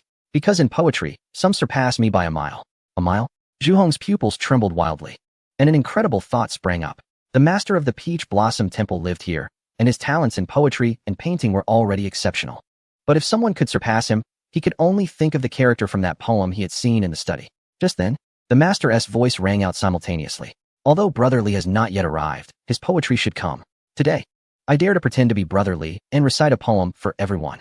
As he spoke, he removed his outer garments, followed by his wet shoes and socks, disappearing behind the white veil of the pavilion. Yet his voice did not cease. This poem was composed by Brother Li during his travels. After lowering the curtain, a figure paused, then lifted the white veil once more. Wow! The tourist's eyes lit up. The master of the Peach Blossom Temple had changed his attire, donning a white robe cinched at the waist, with his black hair hidden beneath a small official's hat. His black boots were embroidered with golden cloud patterns, and in his hand, he held a porcelain wine jug. With a leap, the master of the Peach Blossom Temple landed on a stone platform in the middle of the lake. Some tourists suddenly realized that his earlier floating on water must have been on these stone platforms. Su Jing stood in a corner, smiling. What stone platforms? They were just ordinary large stone slabs, and their stability on the water was thanks to the balance stabilizer in his backpack. It could keep selected items stable at a certain height without swaying. Wow, who would have thought that something unused for so long would finally come in handy today? It seems I can get more of those in the future. As the light source danced, the master closed his eyes and took a big sip of wine, standing quietly in the water. After an unknown number of breaths, he suddenly opened his eyes wide. The transformation was instantaneous. Poet Immortal Li Bai, here is a poem for you, titled Let Us Drink. The sound of the guqin began. The master, or perhaps Li Bai, stood above the lake, gazing at the crowd. Do you not see? The waters of the yellow river come from the heavens. With a wave of his hand, the sparkling wine splashed everywhere, rushing to the sea, never to return. He appeared slightly tipsy, his steps unsteady, and raised his hand once more, accompanied by the melodious strings, his voice bold and passionate. Do you not see? The bright mirror in the high hall mourns white hair. The morning is like green silk, and by evening it turns to snow. Zhu Shou felt goosebumps all over, not daring to relax his gaze, fearing he might miss even the slightest detail. Truly an idol. The energy he exuded, although they had never seen it. Just hearing the waters of the yellow river come from the heavens allowed them to imagine the grandeur and sorrow of that person. But the master turned, raised the wine jug high, and poured it down, not knowing how many sips he had taken, soaking half of himself. Yet he wiped his mouth with a smile, seemingly unconcerned, and continued, "One should enjoy life while one is in high spirits. Do not let the golden goblet face the moon empty. I was born with talent for a purpose. A fortune spent, yet." He dashed toward the crowd with the wine jug in hand. Suddenly, 7 or 8 bright lights illuminated from above, making the black veil behind him shine as brightly as daylight. He leaped high, and a massive wave of water surged from behind him. "It's coming back," the tourists exclaimed in unison, only to realize that the enormous wave was actually a tide of pale blue light. Layer upon layer lit up from behind the veil, as if crashing right in front of them. "Ah, the special effects are so realistic. I thought it was real water. Wow, the projection looks so real. Not just that curtain, but even the water surface seems to be covered with a layer of genuine water wave glow." The tourists stood on the lake's embankment, gazing at the overwhelming clouds and rivers in front of them, feeling almost unable to breathe. A giant crane suddenly leaped out of the water, and the master of the temple quickly ran, splashing droplets as if swimming alongside the crane. He laughed heartily, took another sip, and then, in front of everyone, he pointed his toes and actually flew up with the crane at the same time. "Wow, don't be scared. This time I saw the wires. Oh my, you scared me to death." I thought he had transcended in front of everyone. Su Jing also let out a long breath. Now that he had money, he had incorporated some real technology along with the black silk. But he didn't expect that when asked to recite a poem by Li Bai, the master of the Peach Blossom Temple would fearlessly agree without hesitation. A fine steel wire was tied around his waist, and together with the crane formed from countless points of light, he soared upward. "Let us enjoy the feast of sheep and cattle. We must drink 300 cups." The crane flapped its wings high, and the man drank boldly, following the gaze of all the tourists down the towering waterfall. He flew to the top with a thunderous roar. Wow! Ethereal sounds echoed, and the scene changed dramatically. Above the waterfall was a rushing Milky Way reaching into the clouds. No tourist spoke, and no one applauded. Whether tourists or staff, everyone's pupils dilated, fixated on the spectacle before them. The crane danced amidst countless points of light accompanied by the galaxy, with melodious sing and the distant cry of a mythical bird. The man, suspended in the air, looked up and smiled, swallowing the drink down. "Masterson, Dan Xiaosheng, raise the wine, let the cups not stop." As the Milky Way seemed to reach its end, the cranes vanished, gently placing the man back on the stone platform. He held the wine bottle, turned his back to the tourists, and strode forward. "Let me sing you a song. Please listen closely." Palaces rose majestically, gleaming with gold and jade. A divine maiden, glowing with divine light, opened the grand doors of the temple for everyone. Inside, the light was dazzling. The sages and divine beings, regardless of age or gender, all smiled at him. The bells and drums, the feast of delicacies are not precious. I wish to remain drunk and never wake. He charged directly towards the exalted divine beings, indifferent to their nobility, extending his wine jug to clink glasses with them. Clink. Throughout history, sages have been lonely. Only drinkers leave their names. He dashed away, the stone platform steady beneath his feet. He celebrated with countless sages, all raising their cups in cheer. The sounds of clinking echoed endlessly, and the melodies of the Qin and Shao lingered on. Clouds and starlight swirled behind him. In the past, King Shen feasted at Pinglu, drinking to excess and enjoying revelry. What does the host mean by saying there's little money? Just buy more wine to toast with you. He laughed heartily and, with a powerful leap, soared again. This time not only the Milky Way followed but also countless white butterflies, appearing out of nowhere, swirling around him. On the pavilion in the center of the lake, the butterfly fairy sat there, gazing up with admiration. Colorful steeds, priceless furs, call for beauty to exchange for fine wine. Together, let us dispel the sorrows of eternity. He waved his hands, joining the countless butterflies in starlight. Eternal sorrows. They flew toward the end of the Milky Way. The lights went out. The enchanting light of the starry river has vanished, and the falling immortal lake has returned to darkness. Only along the lakeside, tens of thousands of visitors stand in a daze under the dim yellow lights. Pingping's fingers tremble slightly as she catches her falling tears. How could this be? A sorrowful murmur begins to rise from the crowd. If a camera were to sweep over now, one would see rows of visitors, all with red-rimmed eyes. Zhu Shouxin's emotions surge, causing his hands to shake so much that he can't hold up his camera. Zhao Meng has already lost sight of his group. Even this strong man has lowered his head. Meanwhile, Zhu Hong and Chang who hold each other's hands, which have turned white from the grip, tears streaming down their faces. Chang who humbly admits defeat. The master calls him the immortal poet. Truly, he is the immortal poet. With him in the poetry circle, he is unbeatable. Zhu Hong awkwardly wipes his tears. It has been a long time since he felt such passionate emotions. Even when he once witnessed a water dragon transform amidst thunder, he was merely excited and amazed. But today, Hearing such a high-level poem, paired with the dreamlike visuals, truly made him feel the beauty of poetry. And just how beautiful it could be. A poet like him could surely attain divine status in any past dynasty. A round of applause erupts, and the visitors slowly recover. The sound of clapping resounding like thunder. The cheers and vigorous applause nearly overturn the falling immortal lake. Inside the pavilion, the carp deity reveals himself from behind the mirror, his eyes full of astonishment. Feeling good? The peach blossom master looks at the clothes strewn all over the ground, and then shyly smiles, quickly picking them up. Feeling good, he hugs the clothes and dives back into the mirror. I'll tidy up first and come back. I've made a fool of myself in front of the carp maiden. As the figure disappears, the young girl lets out a long sigh. She never expected that this poem would move her so deeply. That manager of the scenic area, Su Xiaojing, is truly extraordinary. What is that extraordinary manager doing? He is holding his forehead and smiling bitterly. This is a huge mess. He never anticipated that the scene created with the light of fantasy, combined with Li Bai's poetry, could produce such a shocking moment. Goodness, how will they perform next? Originally, the fire dragon was quite impressive, but now it has been overshadowed. Chapter 162, The Dance of Thousands Under the Fire Dragon. But thinking about it won't help. He lowers his head and presses the intercom. In 5 minutes, the master will reappear to ignite the fire. Everyone, take your positions and prepare. Sure enough, amidst the clamor of the visitors, the master changes back into his pink attire, tying his long hair, and regains the image of a carefree young master. With my shallow learning, I couldn't recite Brother Li's poem well, and I've embarrassed everyone. The response is a thunderous applause. And amidst the applause, he begins to speak. The Peach Blossom Pavilion has concluded. Next is the gift from the Minghua village. To thank the visitors and dispel the misfortunes of the village, we will reopen the sacred mountain sealed for hundreds of years, so the performance is dedicated to you. He smiles slightly, takes out a wooden stick from behind, and ignites it with a match. Then, holding the stick, he walks to the edge of the stone bridge, the faint light illuminating a corner beside him, which seems to resemble red and yellow scales. The fire dragon performance. Let us begin. Boom. A fire instantly ignited the fireworks, and then the entire stone bridge lit up, allowing everyone to finally see what was slowly undulating and running towards the crowd along the bridge. It was a vividly animated dragon lantern, crackling with flames.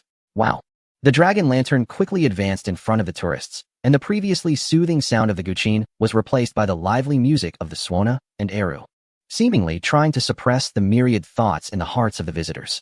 The fiery trees and silver flowers lit up the night sky as the burning fire dragon dove into the prepared passage.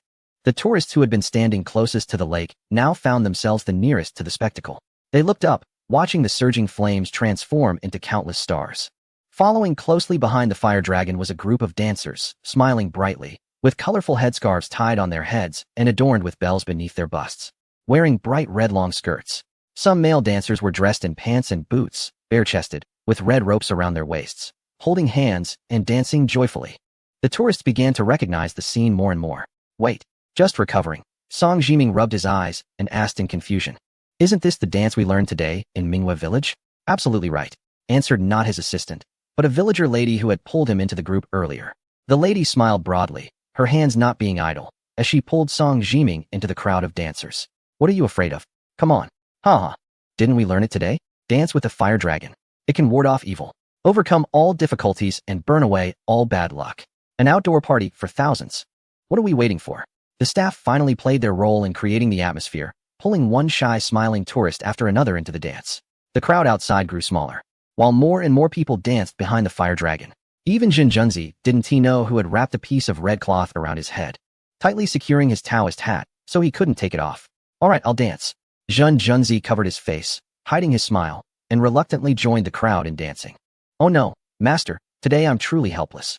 If anyone accuses me of dancing for the spirits in the future, I hope you will have mercy.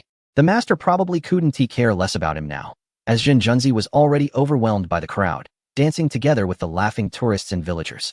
Zhao Meng, who had successfully turned his life around and managed a travel agency for over a month, was no longer the scoundrel everyone criticized. Aside from being occasionally called ugly by a young girl, he mostly received praise for his hard work, finally experiencing what it felt like to be needed. He and his little brothers joined in the laughter and festivities. Looking around, the entire Luoxian lake was filled with joyous sparks, and the wild dance of thousands ultimately became a rare spectacle captured by the camera of Zhu Shoujing. As the fire dragon completely burned out, it jumped around the fishing area and disappeared into the darkness, allowing the visitors to finally calm down. Haha, did I jump beautifully? Secretary Shun, who hadn't cried for a long time, was first moved to tears by a poem, then had red eyes from the lively atmosphere.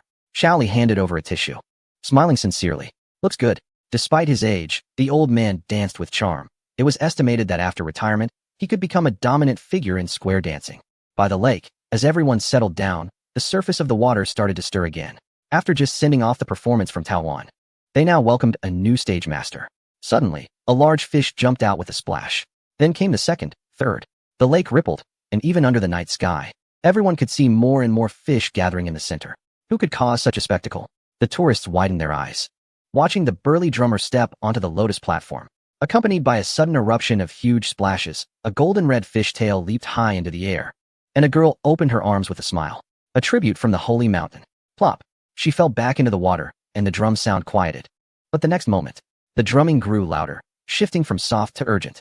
With a heavy drumbeat, the water surface broke open, and the tourists, who had seen countless wonders, gasped again.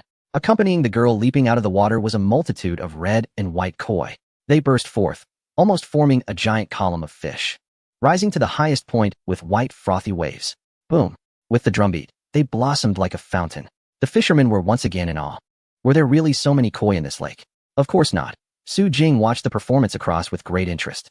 The fish were created by him using reputation points, and could only be used for today. However, the carp deity had put in effort. This person was impressively skilled. The fish scattered under the bright spotlight, their stunning display rivaling that of the first day. But what would she do next? Su Jing was curious. The carp deity told him she had prepared 3 jumps. How else did she want to play?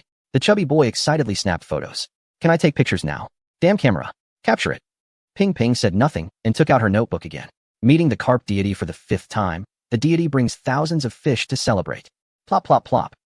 The lake's surface returned to calm, but no one dared to underestimate the undercurrents below. Again, as the fish gathered subtly underwater, the lake's surface began to shake. Were they turning? Everyone looked at the lake, and the fish clearly started to circle faster and faster, causing the water to swirl. Oh my gosh! Someone shouted. It's coming! With a puff, thousands of koi leaped out with the carp deity, like flowers, spinning wildly as they were thrown out. A massive red and white vortex formed a giant fish flower. Wow, Zhushou murmured. Could it be that these fish have become sentient? It's hard to say. As the school of fish once again leapt out of the water, this time springing up and sitting on the stone platform by the water's edge, flashing smiles at the tourists. Then came a third leap, as she lightly beckoned with her hand above the water, giggling, transform into a dragon. Chapter 163, The Real Fish Dragon Dance Boom. The school of fish burst out of the water, but this time their formation was different.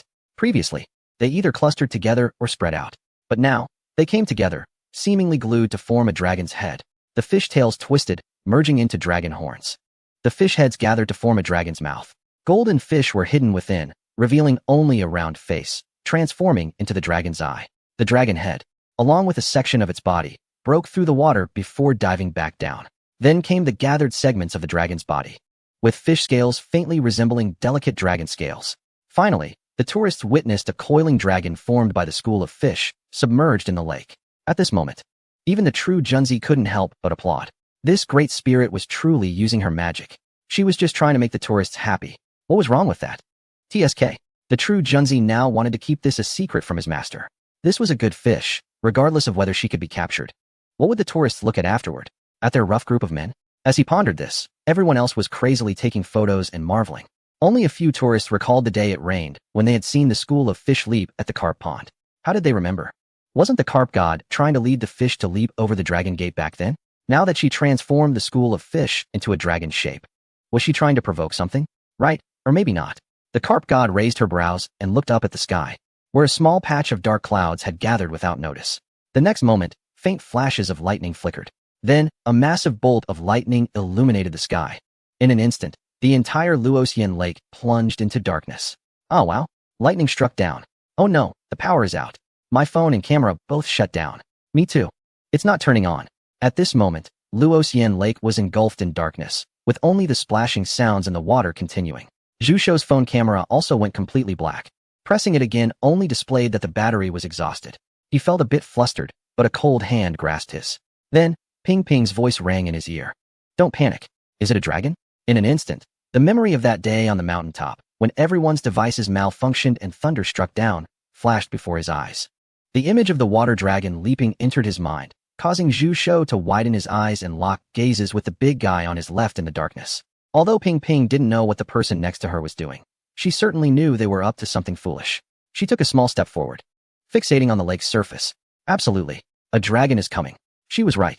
The next moment, sizzling electric sparks flickered across the lake's surface. Without touching a single drop of water, under the blue and purple lightning, a massive water dragon slowly raised its head, emerging from the water. He turned beside the fish dragon formed by the school of fish, looking at the carp deity. The dragon's eyes were ancient and profound, but the carp deity seemed to detect a hint of disdain in his gaze. Why is it you who came to celebrate? Not me? The carp deity scoffed, discontented. He challenged, then why don't you show off a bit too? The water dragon snorted, and above the shimmering lake, it outperformed the fish dragon with even more dazzling displays. More vivid, more spirited. The tourists had completely forgotten about their electronic devices. Everyone was wide-eyed and gaping, watching this water dragon, which seemed to have appeared from nowhere, put on a grand show with the fish dragon on the lake. All right. You're putting on a show and not letting anyone record it, huh? Shen Zhuang slammed his fist down. He had a hunch. This scenic spot must have some secrets. Under everyone's gaze, the dragon's head rose proudly, suddenly breaking free from the lake's surface, disappearing with the school of fish, soaring into the sky. As the lightning slowly dimmed and vanished, a deep rumble echoed, and everyone looked up at the sky, only to feel a few tiny droplets fall on their faces. It was raining. On this sultry summer night, the gentle drizzle brought a refreshing coolness. The lights around Luoxian Lake began to illuminate one by one, and everyone could finally turn on their phones. Although they only had a bit of battery left, it should be enough for everyone to leave Wanyuan Mountain. Was the dragon transformed into rain? Oh my god, did you see that? I couldn't record it. Damn, what kind of mountain tale or miracle did we just witness? I've seen a real dragon. Zhen Junzi, standing at the back of the crowd, wiped his face in disbelief, glancing at his hand, then at the sky, and finally at Su Jing, who was looking for a microphone in the distance. He couldn't believe it. The kid had really seen a dragon. Hello? The voice of the guide reappeared over the loudspeaker. We apologize, dear tourists. Luoxian Lake experienced a power outage for unknown reasons, and our control systems have shut down. Fortunately, the performance has basically concluded. It's drizzling now, and the lake celebration at Wanyuan Mountain for this quarter has officially ended. Please ensure you take your personal belongings and leave Luoxian Lake in an orderly manner. Staff will come to clean up shortly. Zhu Hong and Chang Hu exchanged glances, both grinning. This kid, he didn't mention a word about the dragon that just appeared. What on earth happened? Did the lightning drain all the electricity from the electronic devices at Luoxian Lake? Someone shouted encore. At the empty lake, only to receive a light smack on the head from the person next to them. Encore. Not a single bit of power left. We won't even make it home. Better stay here with the dragon. The guide said nothing, and neither did anyone else. The various performances witnessed today were simply too moving. From the first person who started applauding, waves of applause echoed throughout Luoxian Lake, resonating across Wanyuan Mountain. The crowd began to move slowly, and Zhen Junzi sprinted ahead, using the skills he had honed over years of practice. Like a swimming fish, he quickly darted through the crowd until he stopped in front of Su. Dao friend Su. He didn't bother with any formalities now, staring intently with bright eyes. Tell me, what's up with that fish? And what about the dragon? What is going on with the butterfly? What's with that lightness skill? And that big carp monster? He spoke rapidly, like bullets fired from a gun. Oh my goodness. Su quickly covered his mouth, smiling at the tourists nearby who looked oddly at them, then dragged him aside. Bro, you should take a break. Everyone's tired today. Can I explain it to you tomorrow? Perhaps Su's expression was too sincere, or maybe there were just too many people around. Zhen Junzi thought for a moment, straightened his body, and regained his Taoist demeanor. All right, then I'll wait for you tomorrow. In the stillness of the late night in Qingshan County, an old Taoist appeared at the end of a rural path. He took a deep breath, sighing with satisfaction. Ah, the air of my great Qing mountain is truly good. Continuing to walk, he thought he should reach the foot of the mountain by morning if he kept a steady pace. After a year of wandering, he was finally returning home. The old Taoist walked quickly, hands behind his back, his voice gradually fading into the wind. I wonder what my little disciple is doing in the temple. I'm really looking forward to it. Chapter 164. The celebration ends. The celebration was over, and Wanyuan Mountain closed for 2 days to recuperate. Early in the morning, aside from a few security personnel still on duty, all employees were fast asleep in their cozy dreams. The guards on duty were also just passing time, chatting while holding their phones, since an announcement had already been made about the park's closure. So you didn't see the scene from last night. When the tourists left, they were reciting poetry, something about where the yellow river waters come from, acting like madmen. Who was that? Security officer? No. One stopped waving his hands and stood up to look into the distance. A figure approached with light steps. Sir, we're closed today, not accepting visitors. Please go back. The other guards also turned to look. The old man arrived in moments, dressed in a blue-purple Taoist robe with gray-white beard. A gray cloth bundle on his back had a rectangular object poking out. Another Taoist? The guards exchanged glances.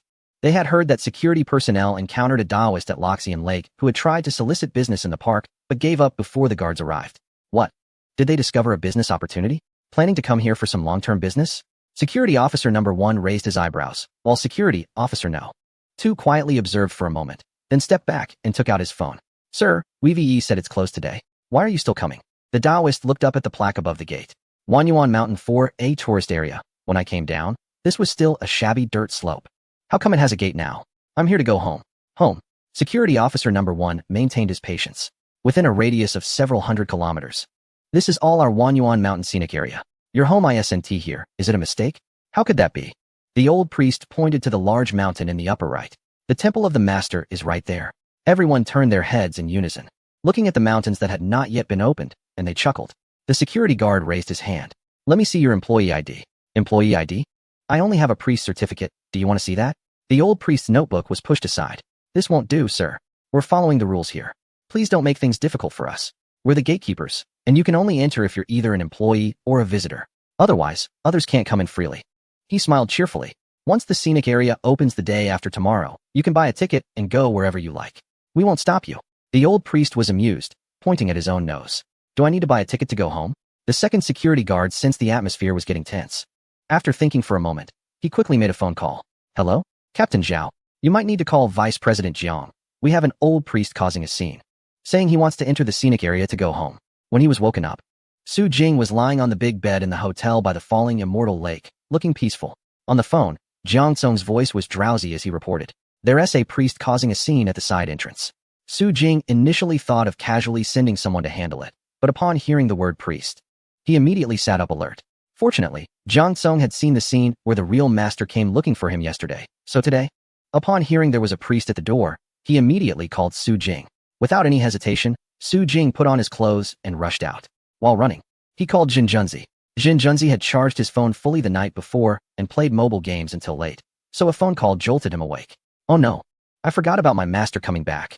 When Su Jing arrived, the old priest was angrily pointing at several security guards, cursing. Can you believe I have to buy a ticket to go home? By the gods, strike these guys with lightning. Oh my gosh. Su Jing quickly stepped forward and grabbed the old priest's hand that was pointing at the sky and ground, looking sincere. Master, please, our hard-earned merit. The old priest was taken aback for a moment and was immediately pulled in. Let us talk inside. The security guards quickly stood at attention and saluted. Good morning, Mr. Su. Not good at all. Su Jing didn't scold them. They didn't know about the priest's matter. Doing their job properly wasn't an issue, especially since they communicated the problem in a timely manner. The old priest looked at him suspiciously and pulled his hand back. So you bought my house? That's not how it is. Su Jing led him to the lakeside and spoke as he watched Jin Junzi running over in the distance. Let your disciple explain it to you. The old priest squinted into the distance, looking even more displeased. He bought a ticket to come in. More than 10 minutes later, the three of them exited the park and took the mountain path that Jin Junzi often used. After listening to the explanation, the old priest finally smiled. So the young friend wants to renovate the mountain and help us repair the temple. He cupped his hands and bowed slightly. I was rude earlier. Let me introduce myself properly. He stopped, his sleeves swaying with the movement. I am Li Jiuhua, also known as Yaguangzi, the abbot of Chongqing Temple. In addition to me, there are 4 male Taoists from the Qin faction, 1 female Taoist from the Kun faction, and 3 lay practitioners residing in Hongbao town below the mountain. Except for Zinjunzi, everyone else is out traveling and hasn't returned. I will call them in a few days to inform them of this matter. Su Jing nodded, realizing that there are a total of 5 male Taoists, 1 female Taoist, and 3 lay practitioners. Quite a few people reside in this small temple. No wonder Zinjunzi was so happy about the idea of rebuilding the temple. Yaguangzi turned his head, his gray beard slightly curling. So, when do you plan to start the construction? After a few more days. I also want to ask the Taoist priest if you have any requirements regarding the changes to the temple and the path up the mountain. Naturally, there are some requirements. Yaguangzi did not want the temple to be too large, based on his experiences from traveling. The bigger it is, the more chaotic it becomes. As for the style and comfort, those are less important. But the placement of the deities and the positions of the 3 pure ones and 4 emperors do have their significance. Su Jing followed them up the mountain, taking nearly 2 hours to reach Chongqing Temple. He sat and watched as the 2 Taoists lit incense and worshipped the deities. then cleaned the temple before having lunch together. After recording the Taoist priest's requirements, he left. The houses in Minghua village are too far from the temple, so he arranged a room for the two at Luoxian Lake, where they could stay during the renovations. As for where he would go, his house had already been renovated, and he needed to go take a look. It's just a house, host. You really haven't lived in a good place before. The system's incessant chatter stopped, followed by a smacking sound. No wonder it's a building made by a top-notch construction team. It's stunning. In front of him, a pure black, 3-story villa stood amidst the trees, with the stone patterns on the exterior walls faintly visible. There was also a square water pool in front of the building, with a simple and straightforward stone path. Driving along the forest road, the garage was just around the corner of the house, with 3 empty spaces lined up, making Su Jing feel a bit shy when he drove the old pickup in. Su Jing's villa, located next to a scenic area built by a top-notch construction team. Unauthorized entry without the homeowner's permission is not allowed. Attributes: during rest, energy recovery speed increased by 30. The door was not locked, and as he pushed against it, the main door opened automatically. Truly impressive, a product of the system. The system was pleased and was about to boast a little more when it saw its host enter the house and head straight for the bedroom. What are you doing? Sleeping. What is there to ask? I'm exhausted after these few days, just let me have a good sleep. Before he could finish speaking, he closed his eyes and fell asleep again. The system also quieted down. Indeed, during the days it was absent, the host managed such a grand event almost entirely on his own, although there were still some minor flaws. It was already evident that he was shaping up to be a competent scenic area manager. Sleep well. The system gradually faded away amidst the growing sounds. Chapter 165. Crazy trending topics. All the employees at Wanyuan Mountain took a break, except for 2 who remained steadfast at their posts. He Yunong was wearing cool slippers, swinging her feet and constantly shaking them at the edge of her chair. Next to her was Zhao Dashue, wearing black-rimmed glasses, stretching his neck as if he were about to dive into the computer screen. Do you understand? He Yunong glanced at the frail boy beside her, noticing that the arrogance he had when he first arrived had vanished. These 4 logos represent the 4 largest social entertainment apps in the country, and these are the major news media websites. Although their reports may not always be accurate, they certainly know how to catch attention with sensational headlines, often distorting the facts. We need to keep a close eye on this. Any negative remarks about the scenic area should be flagged immediately. She explained each one to Zhao Dashue, who focused intently on the screen, absorbing everything. Sometimes she wondered where he found so much energy. When the ticket office staff, Xiaohong and Xiaomei, talked, he was always diligent and full of vigor. She had never seen him slack off. Every time he had a moment to spare, he would come to the visitor center to see how he was doing. So far, he had learned the basics of operating public accounts and several official platforms, as well as how to analyze daily data, foot traffic, and reservation information. Was he smart? Not really. He was more of a slow but determined learner. While others were resting, he studied. While others were working, he was still learning. Coupled with his extraordinary enthusiasm, he was now accumulating more and more skills. He Yunong watched the big boy handling tasks with fascination. Xiao Su is really lucky to have such a dedicated employee who is willing to work hard. This is something every boss dreams of. Alright, you keep an eye on things here, focusing mainly on Dole, Zaihongshu, and blogs. I estimate that starting today, the mentions of Wanyuan Mountain will see an explosive growth. Keep track of it and organize the information. She walked towards the employee lounge. I'll take a quick nap. I can't take it anymore after staying up all night. After she left, Zhao Dashue straightened his chair, his eyes filled with a thirst for knowledge. Wanyuan Mountain was growing bigger and bigger. Xiao Su and Jinggu were hiring more and more new employees, each one capable. Vice President Jiang, Sister Yunong, Sister Huohua, Brother Situ, Uncle Fangui, Brother Xiaolong, and so on. Everyone had become the backbone of Wanyuan Mountain with their professional skills. Even Tian Tian had taken on many roles, becoming an indispensable NPC in Minghuizhai. Sister Yuan had also transformed, taking on a more relaxed job selling souvenirs. Uncle Shui had a new big boat and no longer needed to row hard. Only he remained in the ticket hall. He didn't resent this arrangement. Those who could do more, did more. Xiao Su had never shortchanged him in terms of money or work hours. It was his own desire to become stronger, to be a person useful to society, as his father had said. No. Excitement sparkled in Zhao Dashue's eyes. He wanted to be someone more useful to Jingge. So, he needed to learn more. At least one person can step in for anyone who leaves their post. Absolutely no way to upset the boss. The young people started their work. Outside the main gate of Wanyuan Mountain, Feng Chung was still on guard. However, He Yunong's guess was correct. When all the tourists officially ended their journey, the chubby Zhu Shou handed over his memory card to the team. Just one sleepless night. Various videos sprang up like mushrooms after rain. But let's not discuss Wanyuan Mountain for now. There was a topic that exceeded Zhu Shou's expectations. rushing forward as quickly as Wanyuan Mountain itself. Who was the mysterious man at the art exhibition? The genius painter Meng Qing. Zhu Shou clicked on the image. Squinting his eyes, just a glance, and he suddenly realized. Good heavens! Isn't this the Tao Huan master they had seen before? He remembered how the master leaned on the table, with dark hair cascading down, intertwined with peach blossom petals, a sight so beautiful it took his breath away. But someone actually painted this scene? Did they have a painter among their group back then? He immediately opened a search engine and began looking up this man named Meng Qing. Zhu Shou didn't know him, but plenty of people did. Zhou Pa and his group of friends sat together, staring wide-eyed at the new male and female editions across from them. No way. Dude, so you're this amazing. A group of men and women looked across. Meng Qing smiled without denying it. Just a little understanding of painting techniques, he modestly said. He didn't hide his admiration at all. Compared to the Tao Huan master, he was indeed far behind. Zhao Yinran also leaned over, but was pulled back by Meng Zhua, having to sit up straight. But your painting is incredible. It's all over the trending searches. With people asking if that painting is the one you said was a tribute. Yes. The guy next to him, munching on seeds, laughed along. I heard the ones asking the most are your female fans. They're almost forming a fan club. Meng Qing chuckled. With the grace of the Tao Huan master. Having fans is only natural. But what he recited yesterday from the poem of the immortal poet Li Bai was indeed true. He sighed. It's hard to describe. He changed the topic, and everyone's interest only grew. Wow. That poem from last night. Just thinking about it gives me goosebumps. I even dreamed about it. Can you believe it? Li Bai was holding my waist, flying to the heavens with me. Zhou Pa glanced disdainfully at his friend. With that barrel waist of yours? Even a crane wouldn't be able to fly with you. Anyway, I had that dream. Did you have it? I see that poem has already soared to the 6th spot in trending searches, and it seems to be climbing. TSK. I wonder who thought of such a thorough idea to capture the panoramic video. I took a look this morning. It was so shocking. Exactly. At least an 80 restoration. The guy next to him stroked his chin in thought. What was it called again? It seems to be the thunder-avoiding pig hero. Amazing. What a fortune. I heard the audio has been released too. Paid downloads. And the downloads are super high. I sent each of you a copy. The two groups of people got to know each other's names by coincidence. The trending lists on blogs, social media, and various platforms exploded just as He Yunong predicted. First on the list is the performance of the abbot on the last day. Poet Li Bai will raise a toast. Following closely is him. Who is Li Bai?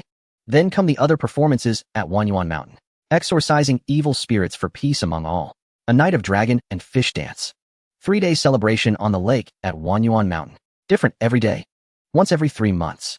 If you don't see it, your life is wasted. The true dragon appears. See a dance. It's got to be traditional horror. On the 3rd day at Luoxian Lake. The moment of power outage. Who is the actual owner of the scenic spot Wanyuan Mountain? The disappearing colorful rope. The stunning curtain of fish. Xin Zhuang was busy generating trending topics, ignoring the vibrating phones and ringing calls beside him. His face was filled with excitement. It's on fire. Wanyuan Mountain is on fire. It's alive. Qingshan County is alive. Chapter 166. Adding fuel to the fire. Wanyuan Mountain was already popular. This time, it's just more so. Zhu Hong and Chang Hu flew back to the capital early in the morning. As soon as they entered the gate of the National Cultural Institute, they encountered the rarely seen personnel from various departments. Everyone stood in front of the building, applauding for the two. To be precise, this applause was for Zhu Hong. What a spring breeze of success. Minister Zhu. Incredible. For the first time, I'm truly impressed by your poetry department. In this day and age, no one could have imagined there would be such extraordinary poetry. Your team and other relevant personnel are waiting for you in your department. Everyone has many questions to ask you. Chang Hu laughed heartily, as if he was the one being praised. Let us go. Zhu Hong glanced at him sideways and remained still. As a result, Chang Hu slapped him on the shoulder, blowing his beard and glaring. What are you looking at? I can't go? We have the bond of having seen the true dragon. Do you believe I'll punch you? Let us go. Chang Hu followed behind, shouting. You let me go? I want to punch you too. A large number of people were already waiting at the National Cultural Institute. When Zhu Hong and Chang Hu saw that the director and deputy director were also present, they immediately put away their smiles. Director Zhou, Deputy Director Chu, why do you both have time to come over? The two directors, one fat and one thin, stood there smiling like two Buddhas. Ha. The tall and thin director Zhou said. You poets have produced a talented individual. We've come to congratulate you. The chubby deputy director Chu also smiled. I watched the video. The scenic spot really did an impressive job. Even at my age, I was quite moved watching it. So, didn't you invite that teacher here? Everyone wants to meet him. In the conference room, everyone was looking at the two of them. These two were known for their eagerness to recruit talent at the National Cultural Institute. Wherever a master emerged or a genius painter was cultivated, they would rush to recruit. How come they returned empty-handed this time? Zhu Hong and Chang Hu exchanged glances and smiled awkwardly. Recruit talent? Don't mention it. Wei Haven-T even caught a glimpse of that recluse. Hee, let us explain to everyone. After they finished explaining, the two directors frowned. Are you saying that the expert is unwilling to come out of seclusion? Zhu Hong nodded. That's right. Master Li usually travels around, writing poetry, which he then hands over to the person in charge of Wanyuan Mountain Scenic Area. We have also checked and found that there are many people named Li Bai. But it seems that this great poet is not among them, so Li Bai must be a pen name. Finding him is like looking for a needle in a haystack. A clever one spoke up. Why not ask for help from above to check with advanced monitoring? Everyone turned to look at him. Who do you think you are? You think you're hunting down a criminal? Using advanced monitoring? Are you crazy? Zhu Hong glanced at everyone, and after they quieted down, he chuckled awkwardly. To be honest, I do have some connections. What do you mean? He scratched his head. I had someone look into it, and they said the entire Wanyuan Mountain has magnetic interference. Plus there are always clouds and mist blocking the view, so basically, nothing can be seen. Later, I checked the surveillance in the vicinity. Because it's a remote county with desolate mountains, there's almost no surveillance. The few that are there were installed only because Wanyuan Mountain became popular, and the county set them up on the roads. Director Zhou pondered for a moment. Can't we ask the person in charge of the scenic area for an introduction? Zhu Hong shook his head. He said that Master Li was hurt by power and fame in his youth, which is why he is unwilling to come out now. Everyone sighed, looking at the giant poem Jiang Jinjiu projected on the screen, shaking their heads in regret. But we can have that scenic area's agent authorize the poem. The Cultural Institute holds meetings with the Ministry of Education every year to discuss various documents. I think this poem is wonderful. It must be included in the textbooks. Exactly. This is the kind of good poetry that children should learn. Zhu Hong nodded. Then I'll contact Director Su right away. The large Cultural Institute immediately became busy. After the Dragon Boat Festival holiday, following a series of festivities, posts related to cultural tourism on major software platforms surged in popularity. They had also hired promotional teams, communicated with various media, reached out to numerous bloggers, and edited a bunch of videos. After the tourist attractions wrapped up their activities, they eagerly checked online, only to be stunned. Wait a minute. What happened to the grand productions we paid for? What about the bloggers with millions of followers we bribed? What are our hired promotional teams doing? Out of the top 20 trending topics, only 2 of the country's top 5A level scenic areas made the list. They hadn't even promoted seriously. It was simply due to the massive foot traffic, the heat generated by millions of visitors. What were all these other trending topics then? Absolutely bought marketing. But when these bosses and operators opened the trending list and watched the videos, they quietly closed them again. The boss, a seasoned elite with gold-rimmed glasses, said solemnly, "We really can't compete. They're just too strong." The female manager, who navigated the business world, slumped her shoulders. They must have used advanced technology. This was a real investment. No wonder they're trending. The director of a city's cultural tourism bureau, known for frequent awards, huffed. How could Yeoman have this capability? What has he been doing these past few years? If he had pushed this scenic area out earlier, what would we have to do? Finally, let's take a look at the top 25 scenic spots in a certain country. Those places really seem to be thriving, especially during this Dragon Boat Festival, right? I've heard some strange rumors about those spots, but has anyone looked into it? With so many visitors, if they keep rising, they could become competitors for everyone. Humph. That little county town of theirs is still far behind compared to us. Just the number of pilgrims we have every year for blessings is way beyond theirs. If you all aren't saying anything, then I'll go ask. Some investigations need to be done. The industry has quieted down, and a large number of internet commentators have surged in to leave negative reviews under various trending topics. Unfortunately, only a few trending topics have given them room to express themselves. For example, the one that has risen to 4th place, Raise a Glass, has no space for negative comments at all. Any minor criticisms are quickly drowned out by a flood of compliments. As for those amazing performances like Fire Pot or Fire Dragon Dance, many media outlets are promoting them, claiming they are traditional cultural forms that should be widely celebrated. The commentators have been bouncing around without making much of a splash, and the money they receive feels too hot to handle. Finally, they discovered a strange title that has been lingering at the bottom of the trending list, going up and down. Real Dragon Appears. This one should be good for some engagement, right? The commentators cautiously jumped in, then smiled as they noticed there weren't too many praises. Instead, people were speaking in obscure terms, leaving new netizens quite confused. What a great opportunity. Everyone was eager to jump in. Chapter 167, Investigating Again? Mountain Master of Burning Clouds.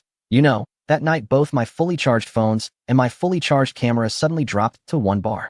Shenyan, looks like Brother Dragon has to collect some interest for his visit. Fan of imperial literature. Incredible.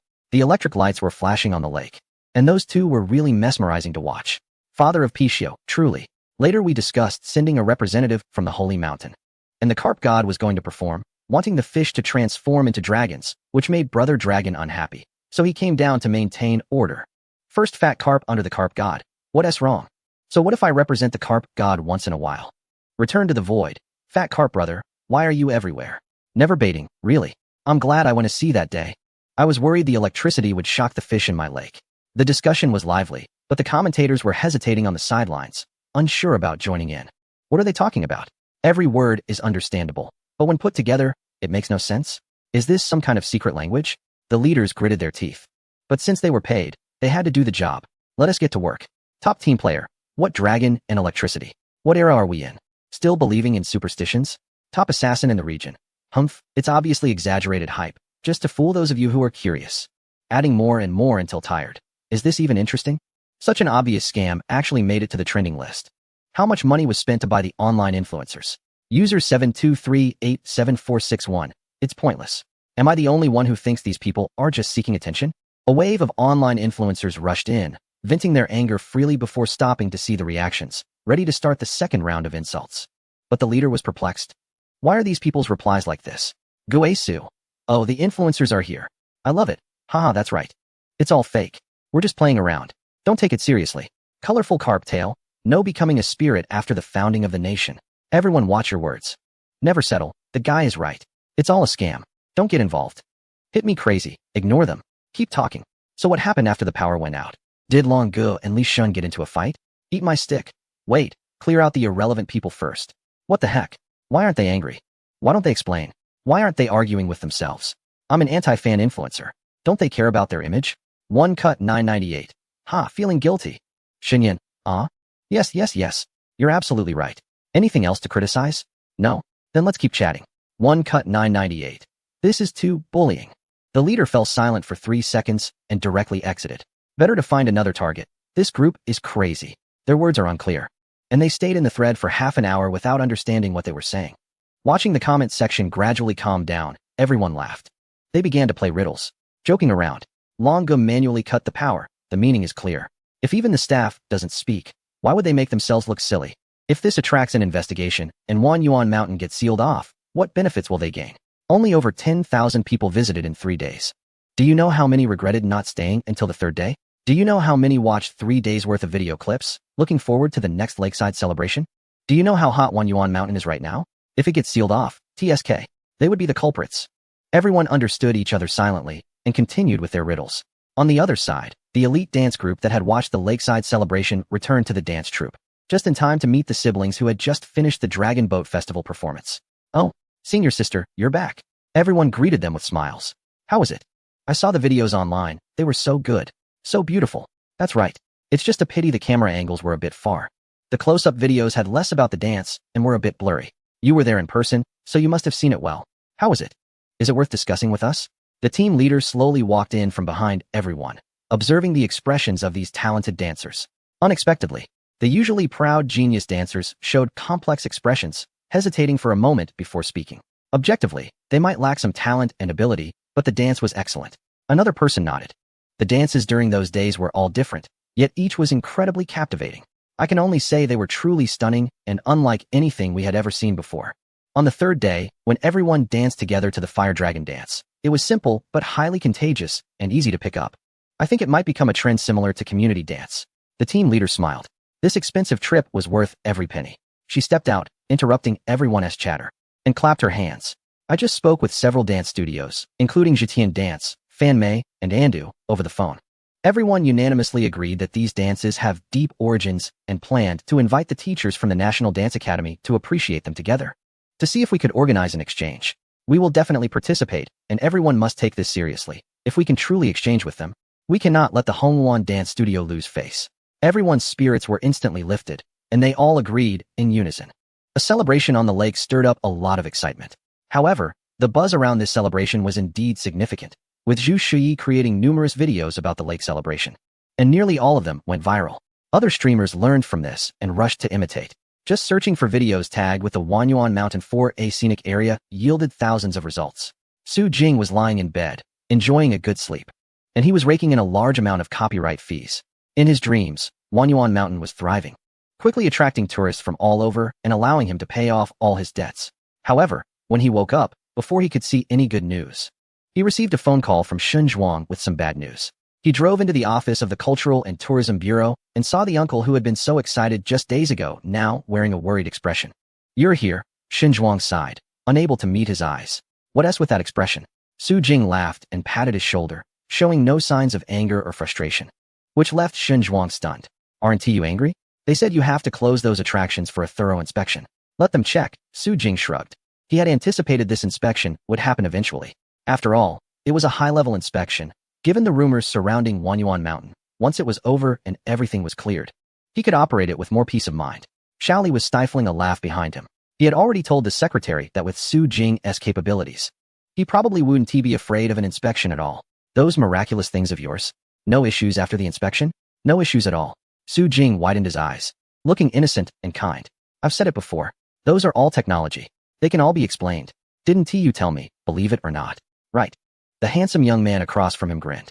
"Isn't the higher-ups doubting it?" "Oh, you kid. Even at this point, you're still trying to fool the old man." Shun Zhuang waved his hand. "Let us set that aside for now. Even if nothing comes out of the inspection, they want you to close all related attractions, which means shutting down the park. We worked hard to get Wanyuan Mountain popular. Didn't they just say to close the related attractions? Nothing else needs to be closed?" "Nothing else." Shun Zhuang grew anxious. "What else is there? The sacred mountain is about to close. Minghua Village and Taohua Temple need to be inspected. And Luoxian Lake requires another exploration." "Wait a minute." Shun Zhuang and Xiaoli rushed over, both excited. "Are you saying you have other attractions to operate? So soon? When did this happen? Where is it?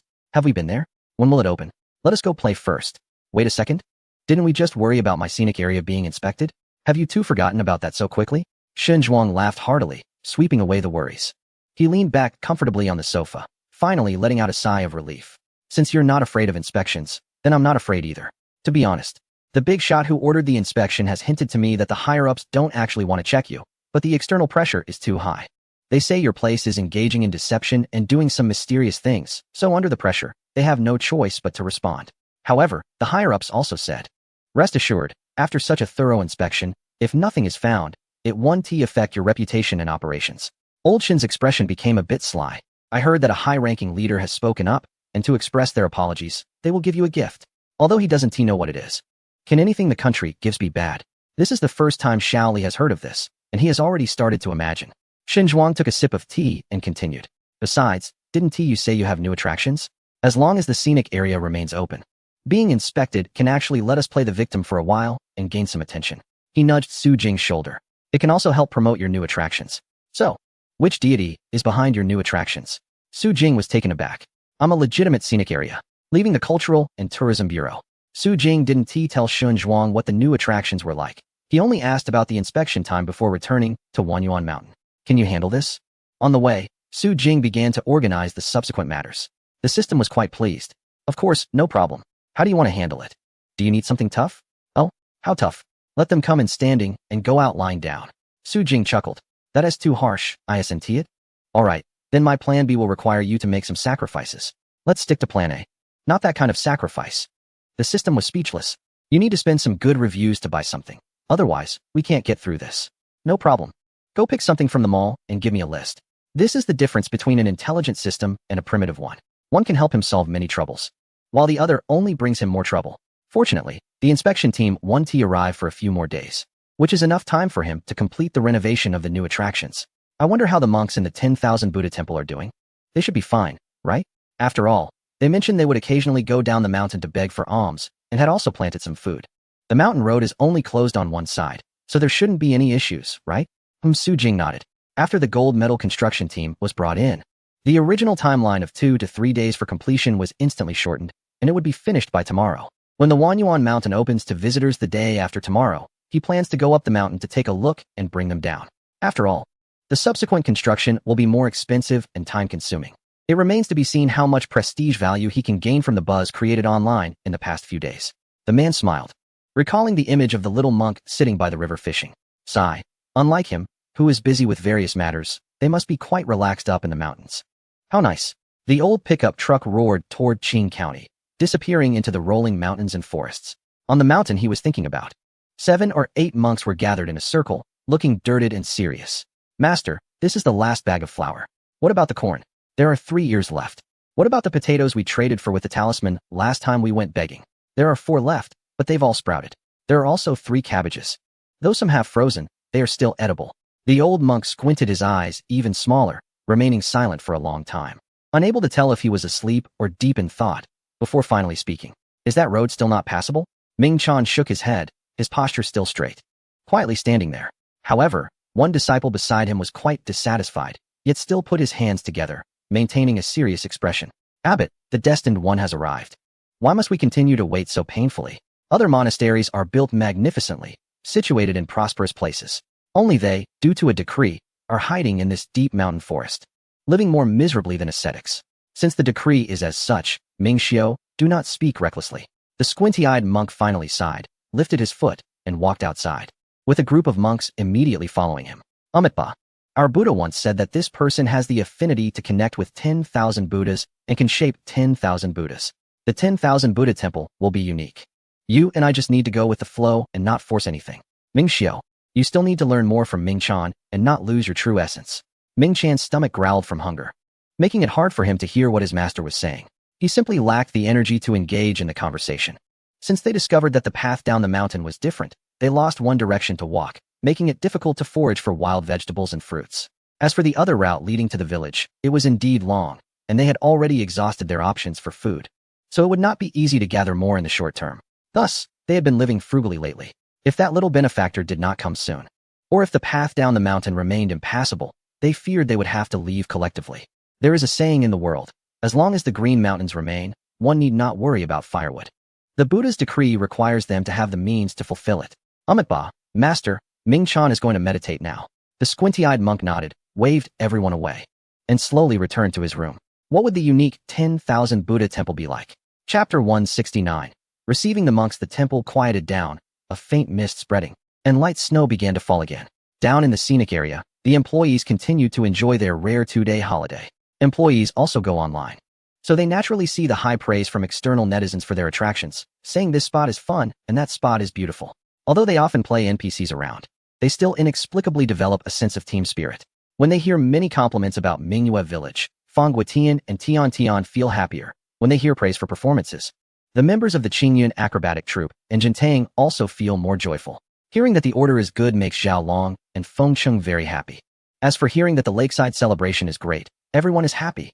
This happiness was so overwhelming that when they heard the news that the scenic area would be closed the next day, everyone erupted in outrage. Another inspection? What the heck? Feng Gue slammed the table, a strong man standing in the crowd, making the nearby Lu Yun feel immense pressure. Brother Feng, sit down and talk. Tian Tian gently pulled him back down to the ground. Feng Gue exclaimed, anyway, I disagree. Feng Cheng, sitting aside, rolled his eyes at him, his tone icy. What good does your disagreement do? That's a directive from the government. Stop making a fuss, we have government officials here. His tone was so sarcastic that everyone couldn't help but glance at the retired soldier Zhao Long, who was sitting quietly. Surprisingly, Zhao Long lowered his head, muttering, I think this approach isn't good either. But he understood the reasoning behind it. There are too many issues. They need to clarify the management before allowing others to control. This is normal in a scientific society. No one wants anything strange in their home. Ji Na had a serious expression, her lips moving slightly. But we can't dismiss everything outright. Does Mingyue Village really have problems? Why close it along with Fengxing Mountain? What will happen to the operation of the scenic area? Lu Qingyun laughed bitterly from the side. At least your area is adjacent. We at Taowo are really unfortunate, being closed without doing anything. Come on. Why didn't you explain when your abyss was gliding over the water?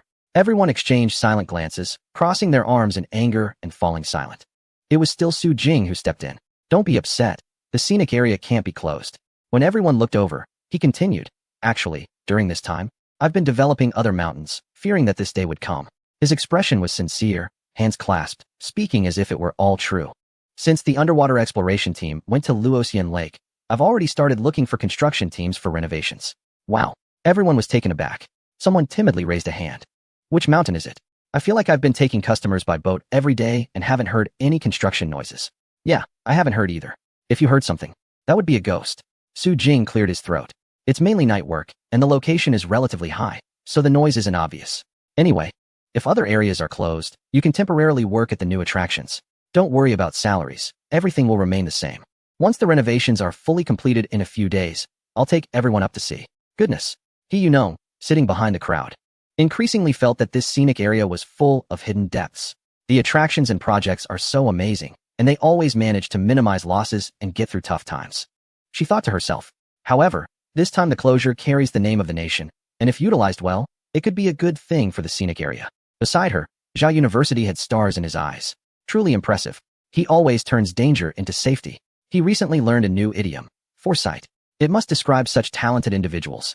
It's definitely a good idea to learn more. After Su Jing arranged everything and reminded everyone to work hard in the coming days, he returned home early. Tonight, the renovation area at Zhuasan Mountain Peak should be fully completed. He planned to head up the mountain early the next morning to personally experience the new climbing route and see if the renovations, which cost him a considerable amount of reputation points, were worth the price. A dreamless night passed. The next morning, Su Jing drove to the north gate. Unlike before, going straight from the north gate led to Toawu, and turning left after entering would take him to the new bridge over the Tiaojiao River. After crossing the bridge, he arrived at the foot of the Zhuasan mountain range. Su Jing looked up. The original barren grassland and plum garden had disappeared, replaced by a vast cascading water landscape square. The ancient stone bricks were laid out at the foot of the mountain, forming an obscure and strange pattern. Surrounding landscape flowers were layered and spread out, with tranquil colors that did not seem noisy, making one feel relaxed and refreshed. At the end of the square, a long, spacious, and flat path led up the mountain. Everything appeared so ordinary.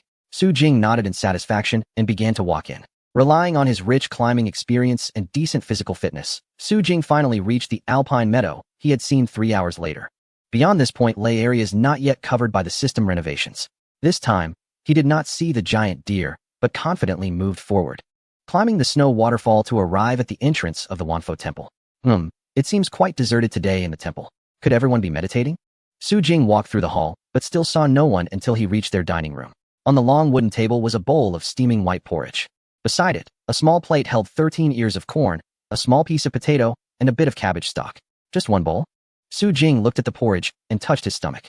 He had been walking all morning and was indeed hungry. Remembering their first encounter, it seemed that the monks here had predicted his arrival. Did they foresee it again today? Was this bowl of food prepared for themselves? After all, with so many of them, it was impossible to prepare just one bowl. How thoughtful. Look at their hospitality. Unlike those over there who made terrible food and didn't want him to eat. Su Jing immediately put his hands together in a gesture of gratitude and sat down to eat heartily. Outside the door, several young monks were crowding around an elderly monk with squinting eyes, insisting, "Master, please eat. We already had breakfast and are not hungry." "Yes, Abbot. You haven't eaten for almost 2 days. If you don't eat soon, your body won't be able to take it." "Master, there are still supplies in the storeroom. You can eat with peace of mind." "Master, today's porridge was personally made by Brother Ming. His skills are the best, so please have some." The man with squinting eyes waved his hand to refuse, but his empty stomach couldn't help but lead him to the dining room. "Well, I'll just have a little." He sipped a few mouthfuls of porridge, leaving the rest for Ming and the others. If that young benefactor doesn't come soon, they really need to think of a way out. A group of people stopped at the door, their raised feet hovering in the air as they looked at the man inside, who was gulping down porridge. Clap. The man put down his bowl, rubbed his belly, and gave a thumbs up. "The master is truly remarkable. He actually knew I would come today and even prepared food for me in advance." How embarrassing. The right hand of the squinting-eyed man had unknowingly formed a fist. His porridge. Ming's smile also froze on his face. That was the last bit of food in the temple. Su Jing wiped his mouth, smiled, and walked over to them, then curiously looked at the old monk. "But master, why is your hand clenched so tightly? Are you going to hit someone?" The old monk's squinting eyes slightly opened, as if he wanted to remember the man's face in front of him, before he slowly extended his fist. Gradually, he opened it. The monk said, "I want to show you something. Can you see what it is?" Su Jing stared at it for a long time before speaking. "I see that the end of your emotional line has a fork. This usually indicates that the person has a flirtatious nature." The air fell silent for a few seconds, and the old monk smiled, retracting his palm. "The young benefactor is naturally carefree. Well, follow me." Su Jing scratched his head, glancing back at the unfinished empty bowls. "Aren't you eating?" Ming turned his head, revealing a cool smile. "We are not hungry." Chapter 170. Descending the mountain, today's air pressure seems to be even lower than last time. Su Jing sat alone on a cushion, looking at the group of monks across from him, inexplicably feeling like it was a tripartite hearing. "Young benefactor, did you come from the same direction as last time?" Su Jing smiled and nodded in affirmation. The old monk glanced at Ming before continuing to ask, "What brings you here this time?" "I came to invite you all to descend the mountain. The path down has been mostly repaired, and next we need to prepare for building here. The few monks behind the squinting-eyed man did not change their expressions, but their ears were clearly listening more attentively. The old monk nodded. I see. So when shall we set off? If convenient, today would be good. The old monk's eyes widened noticeably. So anxious? But after carefully observing the man in front of him, he did not seem to be joking. The young benefactor may need to wait for a while. We need to handle things properly before we can leave. Su Jing waved his hand. It's fine. You go ahead. I can just wander around for a bit. It was still summer down the mountain, while a thin layer of snow covered the mountaintop. If he hadn't personally experienced climbing up, he really wouldn't believe that his scenic area had such a remarkable mountain. It's a pity that his parents didn't develop it carefully back then, so they didn't discover the beautiful scenery here and the 2 Buddhist temples on the mountain. Otherwise, using this as a selling point wouldn't have led to such a miserable outcome. Su Jing wandered around, constantly refining his thoughts. After more than 2 hours, a group of monks emerged from the temple. Is it over? Everyone carried their bags, among which the heaviest was a burly monk with a shoulder pole. Is that all? The old monk stood with his staff, nodded slightly, and said nothing more. Ming Chan took a step forward. We don't have much, mainly some ritual implements and scriptures. He glanced back, his eyes complex, seeming a bit nostalgic. The rest will be up to you for repairs, benefactor. Su Jing nodded and led everyone down the mountain. Apart from the initial difficulty descending the snowy waterfall, the path became much easier afterward. As they walked, they discreetly observed their surroundings. And upon reaching the foot of the mountain, they were surprised by the changes, and the sky was darkening. The monks sat resting at the foot of the mountain, looking at Su Jing, who was on the phone. Ming Chan leaned close to his master and whispered, this young benefactor might really have some skills. How so? The master, who seldom came down from the mountain, didn't he know that this area's terrain was complex and ever-changing? In just a short time, it could be said that the region had undergone tremendous changes through some means. The old monk smiled. It must be due to technological methods. But this is too fast.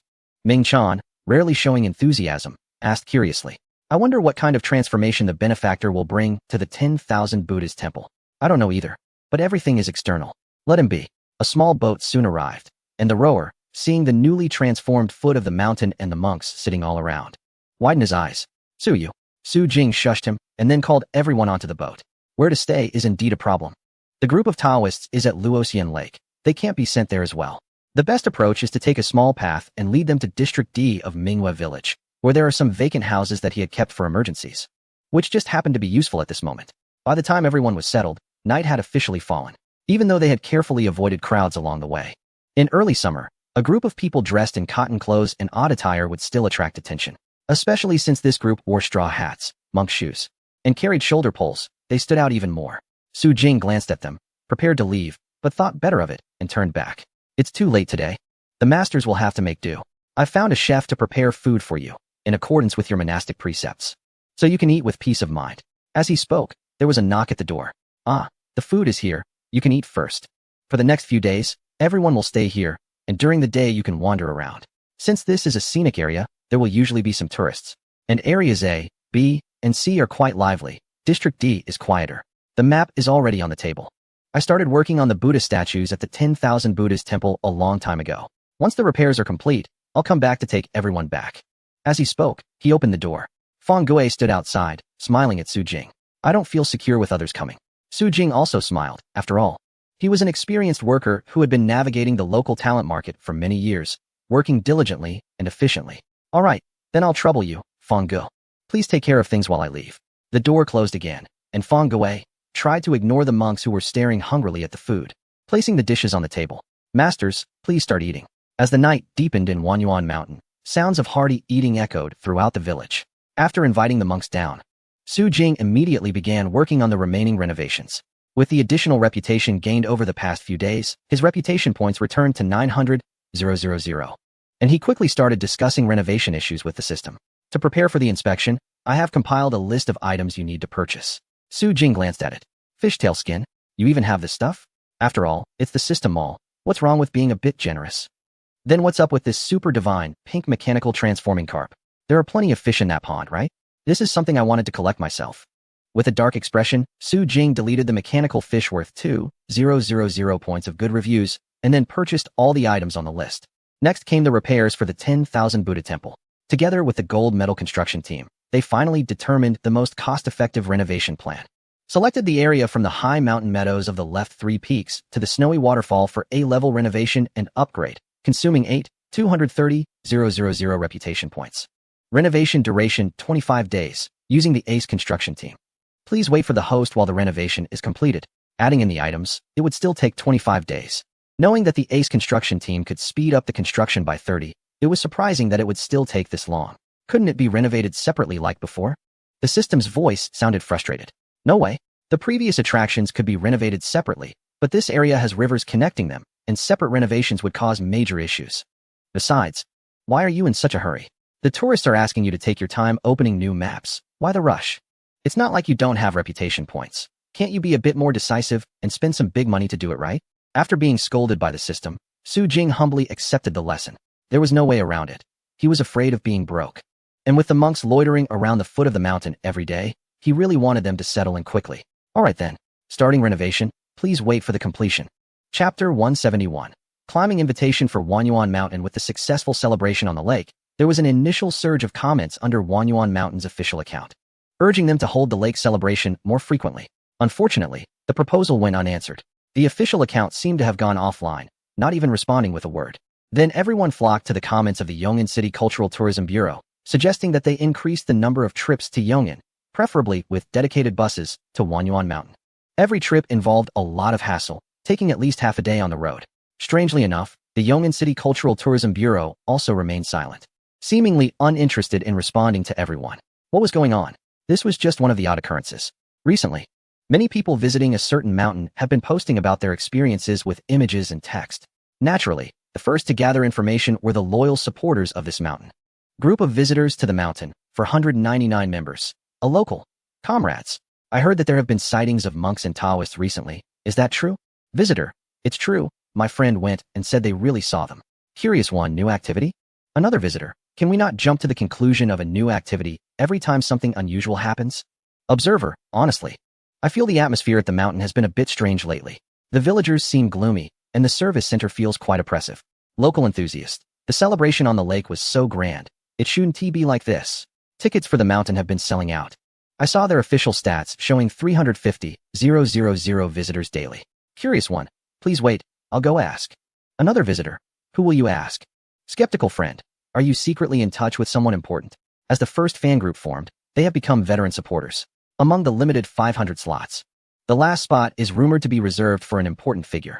Although Curious One doesn't know any big names, she knows someone who knows someone important. Unfortunately, that person didn't provide her with any solid information. All he said was, "You'll know in a few days." A few days? In fact, just 3 days later, the official channels of the mountain released an announcement. For a tourist area, we regret to inform all travelers that due to maintenance and equipment inspections, the areas of Mingyue Village, Holy Mountain, Peach Blossom Temple, and Luoxian Lake will be temporarily closed. The reopening date is to be determined. Please stay tuned. Wow. The news exploded online in an instant. Tourists who had taken leave in advance were outraged. Those who had bought tickets and were ready to go were furious. And those who had been eagerly waiting to revisit after planning their trips were even more upset. Maintenance is understandable, equipment checks make sense. But what is this inspection nonsense? Everyone was confused, but those who had been to the mountain and witnessed some magical scenes immediately understood. This is bad. They couldn't keep it a secret. The previous post about True Dragon appearing had already lost its heat, but now it was reignited by countless new comments. People were arguing fiercely, unable to distinguish friend from foe. Didn't they say not to talk about it? Who leaked the information? Those rundown tourist spots have nothing new year after year, and now that something fun and unique has come up, it's being ruined by their own people? Fishermen generally don't go online, but this time they all came out to complain together. Little friends, it's hard for me to find a favorite fishing spot. Now that you've messed it up, they'll have to pack up and go home again. And there are still many friends who haven't had the chance to come yet. The people who were attacked felt wronged. They hadn't done anything. They knew some things shouldn't be said, so they had been speaking in riddles, but who knew this would get them in trouble? Yet, there were still some clear-headed individuals among the crowd. Someone edited and posted a lengthy article, analyzing the situation from various angles and offering insights. The conclusion drawn was that the influence of netizens on this examination was likely minimal. The real culprits were the other scenic areas that were making a fuss but couldn't compete. After all, this wasn't the first time that Wanyuan Mountain had been marginalized and sabotaged by other attractions. Once this long article was released, everyone immediately calmed down. However, no one could determine which department was actually handling the examination of the scenic area. Just thinking about it, there were so many fields involved with Wanyuan Mountain that one couldn't even count them on one hand. What field do mountain tails belong to? What about underwater ruins? And the appearance of a true dragon or a big fish turning into a monster? Fans preparing to protest pondered for a moment and ended up amusing themselves. It seemed they had nothing to say, but they couldn't just sit idly by. Who knew how long this would last? What if it opened up again in the future and the scenic area had changed drastically? That night, while everyone was anxious about Wanyuan Mountain's situation, keen observers noticed that the official account had posted again, only because we are in this mountain. On June 25th, we sincerely invite all tourists to come to Wanyuan Mountain, climb the majestic peaks, and enjoy the wonders. The anxious fans were taken aback, and the rival scenic areas were also stunned. Song Jiming, who was in the office trying to find out more, was so worried that he hadn't even touched his red wine. Wait a minute, wasn't he closed? Wasn't he under investigation? How could they still be inviting people to climb the mountain? Where would they climb? Everyone flipped back to the previous announcement, reading it carefully and realizing that it only mentioned closing a few attractions, not the entire area. But they had been there for so long and had never heard of any climbing spots at Wanyuan Mountain. Although Xingshan was a mountain, people generally went there because of the legend of Mingyue Village, aiming to see the divine spirits. It was more of a leisurely stroll to the top while singing songs. It couldn't really be considered serious climbing. One fan suddenly realized, oh, Wanyuan Mountain has opened new attractions. This news stirred up a wave of excitement. Opened again? When did that happen? Didn't they just attend a celebration on the lake? How could there be new attractions? A certain lake scenic area wondered, what is going on? Doesn't this area have any downtime? But thankfully, it was a mountain, so it didn't pose a competition for them. Hee. A certain ancient house and city scenic area commented, it has nothing to do with us. Just keep Mingyue Village closed for a while. A certain mountain scenic area remarked, still sleeping. What nonsense. They've come up with something new again. Only a few well-known scenic areas scoffed at the commotion. What's the big deal? It's just a county-level scenic area. Why be so scared? What's the harm in a few mountains? In that tiny area, there were several mountains. Climbing one mountain is no big deal. How long can it entertain anyone? How fun can it be? Brothers, broaden your horizons. A certain 5A level scenic area didn't say anything and directly released a promotional video. Under the drone footage, the mountains and rivers are interconnected, with swirling clouds and mist, resembling a fairyland. Fans of Wanyuan Mountain calmed down a bit. The new attraction is hiking, but everyone is tired of hiking. If it were a fun place, that would be different, but hiking is quite exhausting. A large number of people immediately lost interest.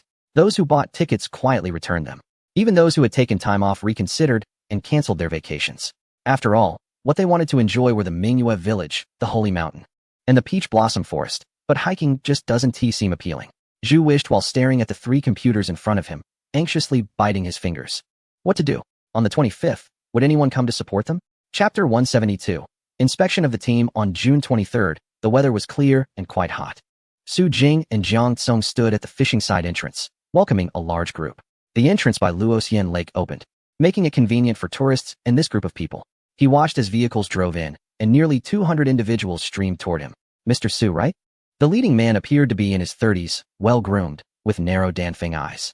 Though he smiled gently, one could still see a sharpness in his gaze. I am Li Huaxing, the overall leader of this inspection, working in the Land Resources Department. Su Jing extended his hand to shake his, then glanced behind him. These are. Li Huaxing immediately stepped aside to let more than 10 people walk up to shake hands with him. Director Lu Chuan from the National Cultural Heritage Administration. Captain of the Koi Archaeological Team. Deputy Director of the Institute of Nature and Land, Religious Affairs Office, Ancient Architecture Institute. Jiang Tsong stood beside Su Jing, smiling and shaking hands, growing more astonished as he listened. The inspection team was even more impressive than last time. Even the National Security and Religious Affairs offices were present. Su Jing maintained his smile, only revealing a slight grin when he saw the last few departments. Minister Zhu Hong. Standing in front of him was a familiar face from the National Culture Institute. This time, the team was led by the deputy director, with Zhu Hong and Chang, who coming along merely to assist. Another person was from the National Academy of Sciences, where the last time, Director Qi Ming had been struck by lightning.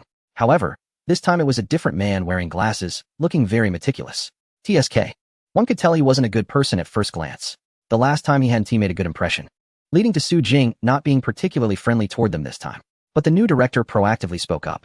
Mr. Su, I heard my predecessor, Director Qi, came here and behaved in a way that was not very pleasant for you. I apologize on behalf of the Academy of Sciences and hope our cooperation this time can proceed amicably. So he is newly appointed. Su Jing's expression softened a bit. Well, let's hope so. After the introductions, there wasn't much small talk. Li Huaxing stood by, observing the busy crowd, smiling as he explained to Su Jing. Delaying the operations at Wanyuan Mountain is not what we hoped for, so I wish for our investigation to be swift. The man's eyes carried a subtle scrutiny and approval. Mr. Su, despite his young age, has already achieved such accomplishments, which truly impresses me. This investigation is a reluctant necessity, and I hope you can understand. Su Jing waved his hand dismissively. It's fine. Once we finish, things can be quieter in the future. He smiled, his eyes curving with amusement. I just hope the leaders can mention it, that during the investigation, we should try not to disrupt the original landscape. That is certainly not a problem. The team was quickly assigned, and everyone dispersed to carry out their tasks. Su Jing also took a stroll around. With the system in control, he was not worried about any issues arising. He had already prepared fake props like fishtails and powder to attract butterflies. Once they arrived at the scenic spot, they would naturally see these items. He had also reminded the relevant personnel about certain precautions, emphasizing strict adherence to them. For her, the most important task now was related to the new attractions once they opened. The man left, and behind him, Jiang Tsong stepped forward, smiling brightly. If there are any questions, just communicate with me. Wanyuan Mountain entered a frenzied exploration and work mode. After the lessons learned last time, the koi investigation team did not rush into the water like the previous sturgeon team. Instead, they secured safety ropes before entering the water, plunging into the mist. Machines could not enter the water. The electromagnetic field in the lake was extremely chaotic, causing them to malfunction. Those who entered the Loxian Lake Research Institute began to explore the massive structure beneath the lake. Su Jing had taken the sensory-sharing device, so no one saw anything particularly unusual. However, just the sight of this building was enough to astonish them. After several hours of commotion, the exploration team finally awaited the moment when the mist dissipated. The lake water became crystal clear, the fog lifted, and the archaeological team that had entered the water immediately saw the architectural complex below. Forward. Excitedly, the members of the exploration team rushed forward. But after examining the entire ancient site and glancing at the excited researchers in the glass tunnel, their expressions darkened. It's all new. Huh. The old professor sitting by the lake stood up, thinking he had misheard. What did you say? New? The koi team leader, while removing his oxygen tank, said in a low voice, no need to look. It's all newly made of cement. He found it difficult to voice his thoughts. It's just too realistic. Realistic? Is he challenging the eyes of so many old professors? Everyone had carefully observed through the underwater glass. They all said it looked very real. It must be the ruins of an ancient village. I don't believe it. I'll go down and take a look myself. No need. Clang. A team member directly placed a piece of column fragment on the table. We brought it up. The old man immediately picked it up to examine, then felt a wave of dizziness. In the distance, a large group of people emerged from the research institute, excitedly running towards them. How is it? What is the situation? The leading academician spotted a waterlogged stone covered in algae from a distance and rushed over with a magnifying glass. Let me see. The old professor remained silent. He had been caught in the rain and had to tear someone else's umbrella apart. After a moment of quiet, the senior academician looked up in disbelief. Where did that come from? Captain Jeanli stood nearby, looking displeased. From the lake. We've all been fooled. These things are fake. They've been artificially aged. The old academician couldn't believe it. How is that possible?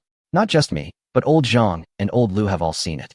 They all said that the underwater ancient city must be real. Maybe the glass and water flow affected our judgment? No way. The old academician frowned. We are all seasoned professionals. How could we be influenced by such factors? The other party fell silent, and the professor also remained quiet. Everyone's expression darkened. Regardless of their years of experience, reality had dealt them a heavy blow. Someone spoke up in a low voice. The construction of the underwater ancient village must have been supported by a master forger, and the craftsman's skills were also very high. That's the only explanation. Damn it. The old professor waved his hand and stood up to leave. Let's go. What a disgrace. This is outrageous.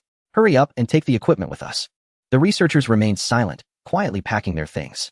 If there was nothing of value underwater, then this lake was merely a strange one with a chaotic magnetic field and thick mist.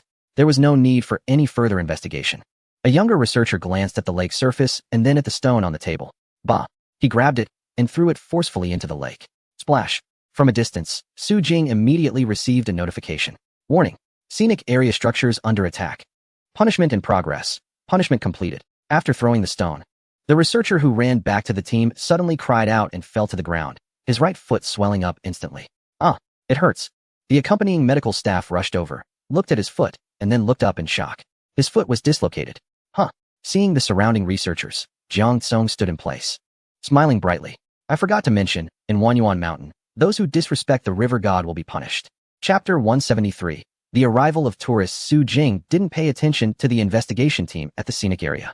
Nor did he care about the underwater exploration team that had already run most of the way. He simply organized a day of team building for his employees, which involved hiking. After clarifying the routes and various work arrangements, he led everyone down the mountain. According to Jiang Tsong, everyone was excited for half the night and didn't fall asleep until late into the night. On the increasingly warm summer night, Wanyuan Mountain welcomed June 25th. Being an ordinary Thursday, coupled with prior notifications, resulted in relatively few tourists today. Those who could make it were either locals or enthusiastic fans. At exactly 7 a.m., the air was filled with moist fog.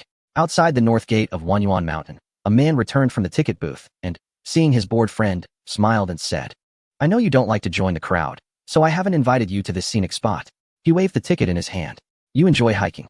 And they just opened this new attraction. It's perfect for us to come together." The young man with a buzz cut across the street, dressed in casual hiking attire, scoffed. "I'm only here to keep you company. I've heard of this place, and for such a small scenic area, what good mountains can there be to climb? Let us go. I'll just consider it a day out." As a few people entered, a small group followed closely behind. Zhao Meng waved a small flag, wearing a big smile to appease the tourists in his group. "Don't be unhappy. We're here to have fun, so cheer up." A few girls in the group still looked displeased. "Zhao, if we hadn't already booked this trip, we definitely wouldn't be here today." "Exactly. We came mainly to buy souvenirs, and now we can't even go to Minghua Village. What else is there to enjoy?" Zhao Meng chuckled. "But there's a new attraction open now, right? You can hike. You guys are the first batch of visitors today." However, the tourists were not convinced. What is so interesting about hiking? All mountains across the country are pretty much the same. It's boring. We mainly came for the performances and those NPCs. Yeah. What else can you do while hiking? What fun can it bring? Ugh, don't even say it. The more we talk, the more frustrating it gets. It's a hard-earned break, and it's being wasted. The incessant noise around him grew louder, and Zhao Meng's temper flared. "Damn it. Why is it so hard to please you? I said from the start that you could cancel the trip and get a full refund. And I mentioned that only one hiking spot would be open this time, so there was no way to meet your expectations for fun or shopping. You all hesitated and finally decided to come, and now you're complaining? Keep your mouth shut. Do you think if I don't get angry, you can treat others like fools?" After more than a month of being a nice guy, the leader of the Shan Meng travel group finally remembered his old bravado. "Now that we're here, if you don't want to play, go sit in the car and sleep. Don't ruin the mood for everyone. Do you know whose territory you're stepping on? It's the land of my boss, the one who brings in the money. How dare they be so reckless?" The subordinates, who had been holding back their frustrations for a long time, looked at their leader with starry eyes. "Oh, the familiar boss is back." One of the younger brothers, hands on his hips, suddenly changed his expression. "You bunch of troublemakers." Just as his unruly demeanor began to show, Zhao Meng slapped him on the head. "You too, keep your mouth shut. It took so long to train this group of rascals to behave, they can't mess around." But after Zhao Meng vented his anger, the tourists suddenly recalled the original reason why Shan Meng Travel Agency became popular, and they all quieted down, afraid to speak. "Let us go." With everyone behaving, Zhao Meng immediately revealed a gentle smile and led them further inside. Behind a few people, Shenzhuang happily emerged with Xiaoli, fully equipped in hiking gear and sneakers, wearing a sun hat. "Ah, life. It's indeed the happiest to go out and play during work hours." Xiaoli spread his arms wide, beaming with a smile. "That's right. In recent days, Lao Shun has been glowing with prestige and earnings, finding everyone pleasing to the eye. The young folks from the Cultural Tourism Bureau are finding their work much easier than before. After all, they used to constantly brainstorm various cultural tourism plans and communicate back and forth with different scenic spots. But now it's lighter, as long as they manage Wanyuan Mountain well. The rest can be handled more casually. As for Wanyuan Mountain, that's a joke. Boss Su is so smart that he doesn't even need them. They just assist him and handle a bit of promotion when necessary. Let's go. Shall we check out Xiao Su's new attraction, Minister Zhu? He hasn't bought a ticket yet, and runs into the sneaky Zhu Hong and Chang Hu at the entrance. These two might think they are hiding well, but their glancing around only makes them more conspicuous. They haven't been noticed, right? Shouldn't be. I told Xiao Li that if Deputy Director Chu asks, we can say we went to discuss Master Li with Su Jing, which should buy us at least until noon. That's good, that's good. After all, the new attraction is just a mountain. It shouldn't take too long. But why don't we go directly to the new attraction from the inside? We still have to go out and spend money. Are you silly? Do you even know where the entrance to the new attraction is? What if we take a detour and get spotted? Oh no.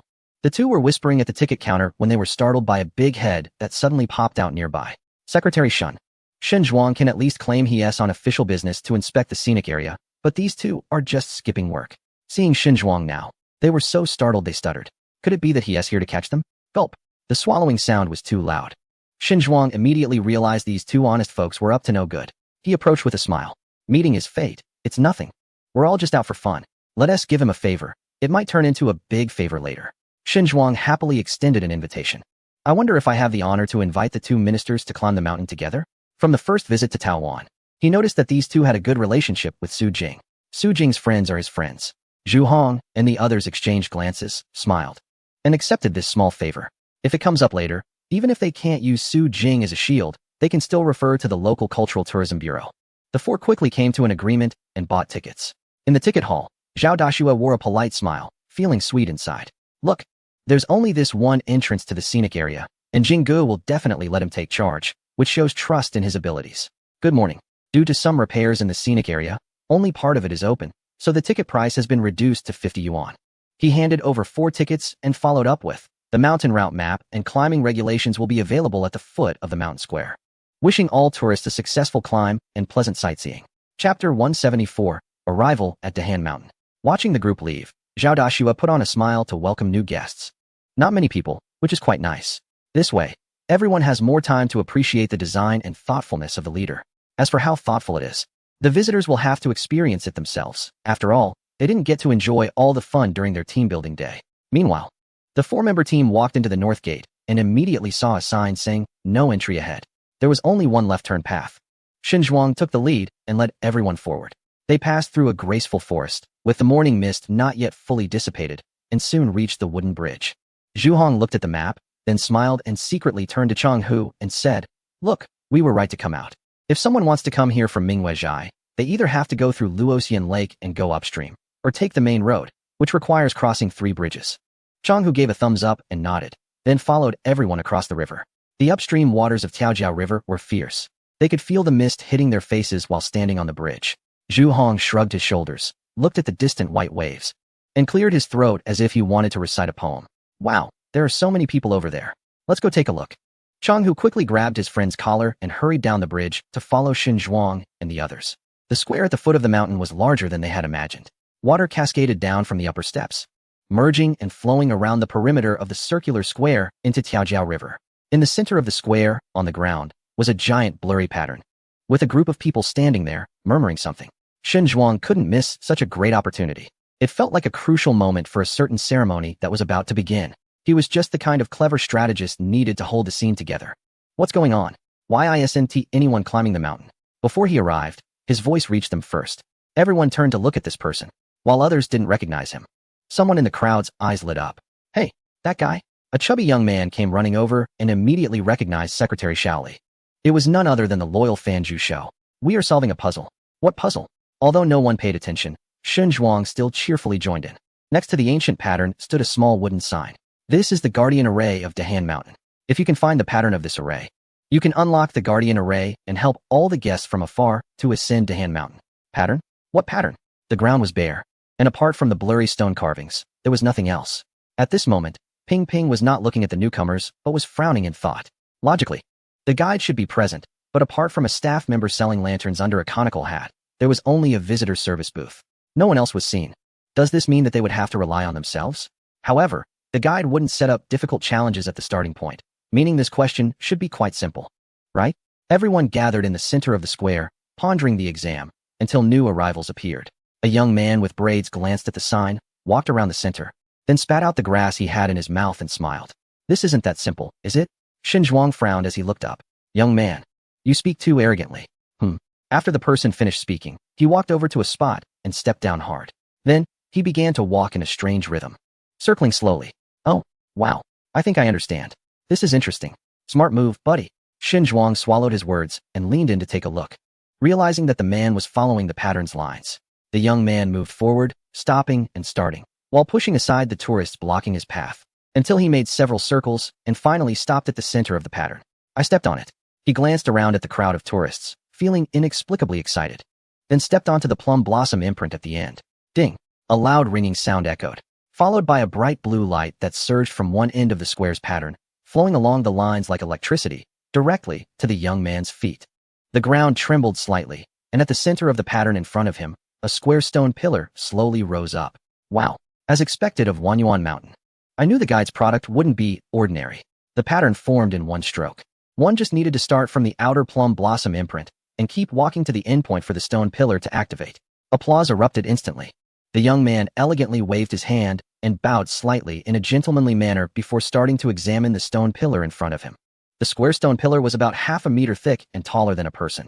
It was densely carved with clouds and mythical beasts, and at the top, there were protruding stone eyes on all four sides, with black reflective glass pupils and a black groove below that resembled a large mouth.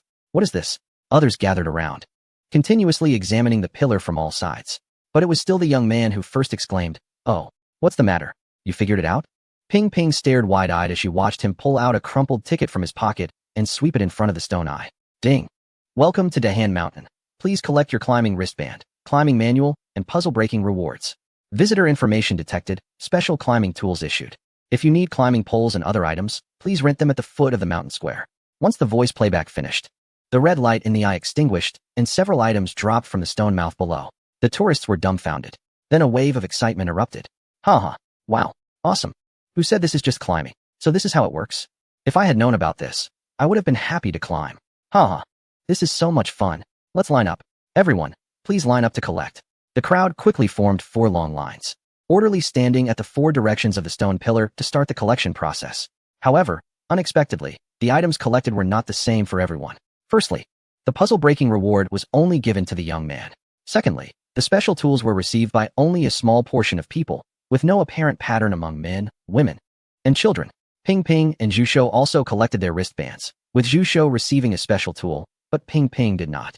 She squinted and couldn't help but glance at the guy with the little braids standing aside. They had come in a group too, with 4 or 5 men surrounding the guy with the braids, teasing him excitedly. All right, you really don't take classes seriously. It seems your intelligence is all used up on this. One of them joked. Is that what you're talking about? I really can't be bothered to study. With your brain, anything would be easy to learn. Another chimed in. But seriously, what's that reward of yours? Show us. Ping Ping couldn't hold back any longer and quietly moved closer to take a look at the wristband. Let me see. Zhou Yi stood there nonchalantly, the large metal chain on his pants glinting in the light. The special reward was a jade pendant. Zhou Yi held a small jade tablet, turning it over and over in his hands. The design was quite interesting, featuring a blooming lotus at the bottom, with an eye surrounded by mythical beasts and auspicious clouds at the top. After examining the special reward, everyone began to look at the thin card labeled Climbing Rules. Climbing rules are as follows. 1. Currently, only one route up the mountain is open at Dahan Mountain. Other areas are not accessible.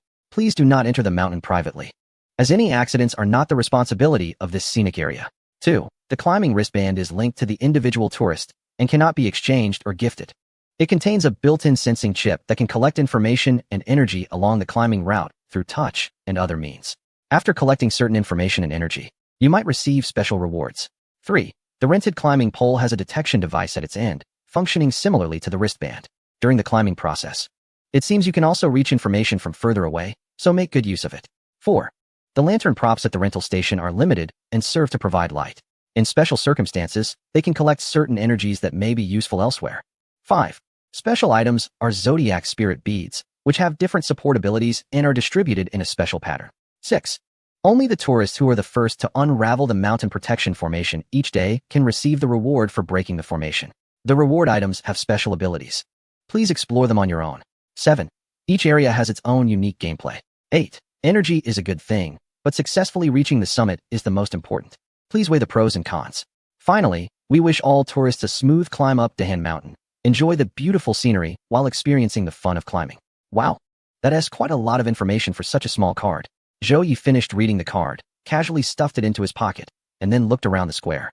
The rental for climbing poles was at the visitor service kiosk, while the lanterns had already formed a line. Let's rent the lanterns first. I feel like they might be limited. Zhou Yi thought the same as Ping Ping, and the group immediately ran to the lantern rental. It was 10 yuan each, with a 100 yuan deposit to be returned when going down. The uncle renting the lanterns kindly reminded them, it's better to hang the lantern in a visible place. As for the climbing poles, Zhou Yi rented a pair, but his friends waved their hands dismissively.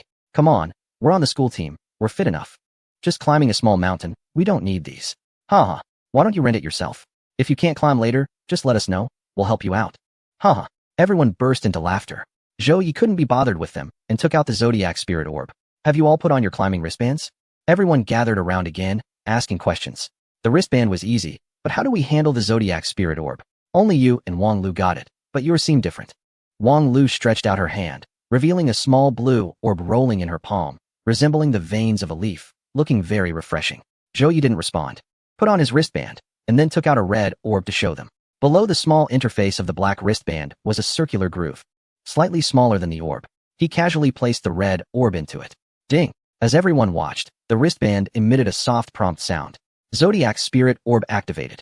Special effects will appear on certain climbing routes. Wang Lu suddenly realized and quickly put on her wristband. The others looked at the two lucky ones with envy. After finishing up, Zhou glanced at the small head peeking out beside his shoulder and chuckled, poking it with his finger. Get any closer and you'll be in my arms. What are you trying to do? Ping Ping, who had been caught, showed no sign of embarrassment and pulled Zhu Shou over. We have one too, but it's a different color from yours. Zhou Ye's friends noticed the commotion and gathered around. The chubby girl's orb was a translucent milky white, swirling with what looked like clouds. Very pretty. She puffed out her chest, finally able to show off her meticulousness. I've already checked around. The Zodiac Spirit Orbs everyone has so far are only 3 types: red, blue, and white. I'm curious about what your props can do. So can we form a team? Climb together? A group of boys exchanged glances, and then all turned to Zhou Yi. Zhou Yi shrugged. I don't mind. His friends were even happier to have a beauty join them, and immediately agreed. Then let's go? Everyone quickly packed up their things and headed up the mountain, with the chubby girl hurrying behind with her camera. Zhu Shou thought, no one cares about my thoughts, but crying aside, this way could allow him to explore more comprehensively, making for better video content later. The group quickly disappeared onto the flat climbing path. On the other side, the small team of 4 from Shenzhuang also gathered together to activate their climbing wristbands. They were in a bit of a tough spot, as only Chang who had received the blue orb, leaving the other 3 just watching. Why are you looking at me? I don't know how to get this thing. Chang who said happily as he embedded the orb into his wristband and flipped through the climbing manual. It's called a Zodiac Spirit Orb. I'm a horse. Does that mean horse people are the lucky ones today? Shenzhuang quipped sourly. Or maybe it's a bad omen. It marks you. And soon 6 demons will come to take you away. No need for that, Secretary Shun. The two realized that whenever it came to the Wan Yuan mountain trip, their old leader would act like a child, overflowing with childlike wonder. However, given our age, let's each rent a trekking pole. The manual mentions some detection features, right? The things developed by that guy are all useful. Exactly. I think we should rent a lantern too. Xiaoli watched the 3 old rascals discussing excitedly and couldn't help but smile wryly. Wasn't the purpose of today to go hiking? He glanced toward the distant mountains shrouded in mist and sighed lightly, feeling a bit regretful. Although these things seemed interesting, it would likely make the hiking route quite ordinary. The main group had already started up the mountain, so we should head out too. The 3 who were deep in discussion nodded and quickly rented the lantern and trekking poles before setting off up the mountain. The mountain mist gradually cleared, and the morning birdsong echoed around, like a beautiful melody. Chapter 176, The Flat Hiking Path. Wow. The air is so fresh. So many trees on both sides. And there are varieties we've never seen before. Come on, take a picture of me. The girls were chattering away, taking photos along the path, while Zhao Meng and a few younger guys followed behind, examining their wristbands. Boss, how about I lend you my charm? That's right, maybe Tiger's charm isn't working. You should try San Pao's. Zhao Meng rolled his eyes and slapped his hand down. How many times have I said it? When we're out, call me Director Zhao. He glanced enviously at the spirit charm on his younger brother's wristband. Among the 20 people in their tour group, only 5 had received items, and 2 of those were his own guides. Zhao Meng had already tried what they mentioned, but the charms from others didn't work when embedded into his own wristband. Unfortunately, he was the only one without an item, coming up empty-handed. The tall Zhao Meng held a trekking pole, swinging it around like a fairy wand in frustration. Even though he didn't obtain those items, he still rented a trekking pole and a lantern honestly. He even had his younger brothers rent one as well. How strange. He clearly came to earn money, but ended up spending like a tourist. Interesting. The first segment of the mountain path was a wide and flat road. Many trees and green plants were planted on both sides, and upon closer inspection, one could notice that many of the trees were quite unique and not the common local species. Tourists were constantly taking photos along the way, and occasionally a few young men and women could be seen touching the trees and mumbling about something. Zhao Meng, feeling a bit bored from the slow progress, started to stroll and look around. The giant tree in front of him looked quite different. Its trunk was smooth, overall grayish-white, with many brown patches scattered across it. The thick trunk branched into 3 limbs that extended upwards, supporting a massive crown of yellow-green leaves. This tree looks a bit ugly, huh? Zhao Meng curiously reached out to touch it, and the next moment he heard a tiny ding, and his body jolted. That sound was familiar. He quickly pulled back his arm and looked at the interface on his wristband. Successfully collected, Centennial Parasol Tree, 1, reward 5 energy points. The phoenix tree thrives in sunlight and warm, moist climates, but it is not very cold resistant. This particular tree is 103 years old and holds great value. Zhao Meng's eyes widened in surprise as he quickly scanned his surroundings like a thief. Then he excitedly discovered the number 5 displayed on the wristband that had shown the information. Wow, he had found something good. The big guy looked around with a face full of joy, but while he could hide it from the other photographers, he couldn't from Ping Ping and her group. Over there? It seems someone has noticed. Let's go over. 7 or 8 men and women immediately pretended to be casual as they walked over. And everyone's wristbands clearly showed the number 15. Another one discovered. Ping Ping was beaming with excitement. Since they had come up early, their small team had already figured out the pattern of this path. When the wristband touches a tree, it provides detailed information about the tree species, including its growth preferences, medicinal and economic value, and even its age. But all this information was just for them to look at. What truly caught everyone's attention was a seemingly ordinary tree scanned by Zhu Shou. 100-year mountain cherry tree, 1, rewards 5 energy points. When Zhu Shou discovered it, everyone quickly gathered around to scan for information. Although they still didn't know what the energy was for, having more could only be a good thing. However, these 100-year trees that could yield energy were not easy to find. With so many trees planted on both sides, they couldn't scan them all, otherwise, they wouldn't have time to climb the mountain. Rule number 8 of the climbing guide states clearly that while energy is important, climbing the mountain is the ultimate goal. Of course, on this path, every little bit of energy they could get counts. As more people began to act strangely, the tourists heading up the mountain slowly discovered this special activity and started searching as well. Ping Ping glanced back at the enthusiastic tourists behind her and then at Zhou Yi, who was ambling ahead, and asked, "Are we not looking anymore?" Zhou Yi turned around, a piece of grass in his mouth, mumbling indistinctly.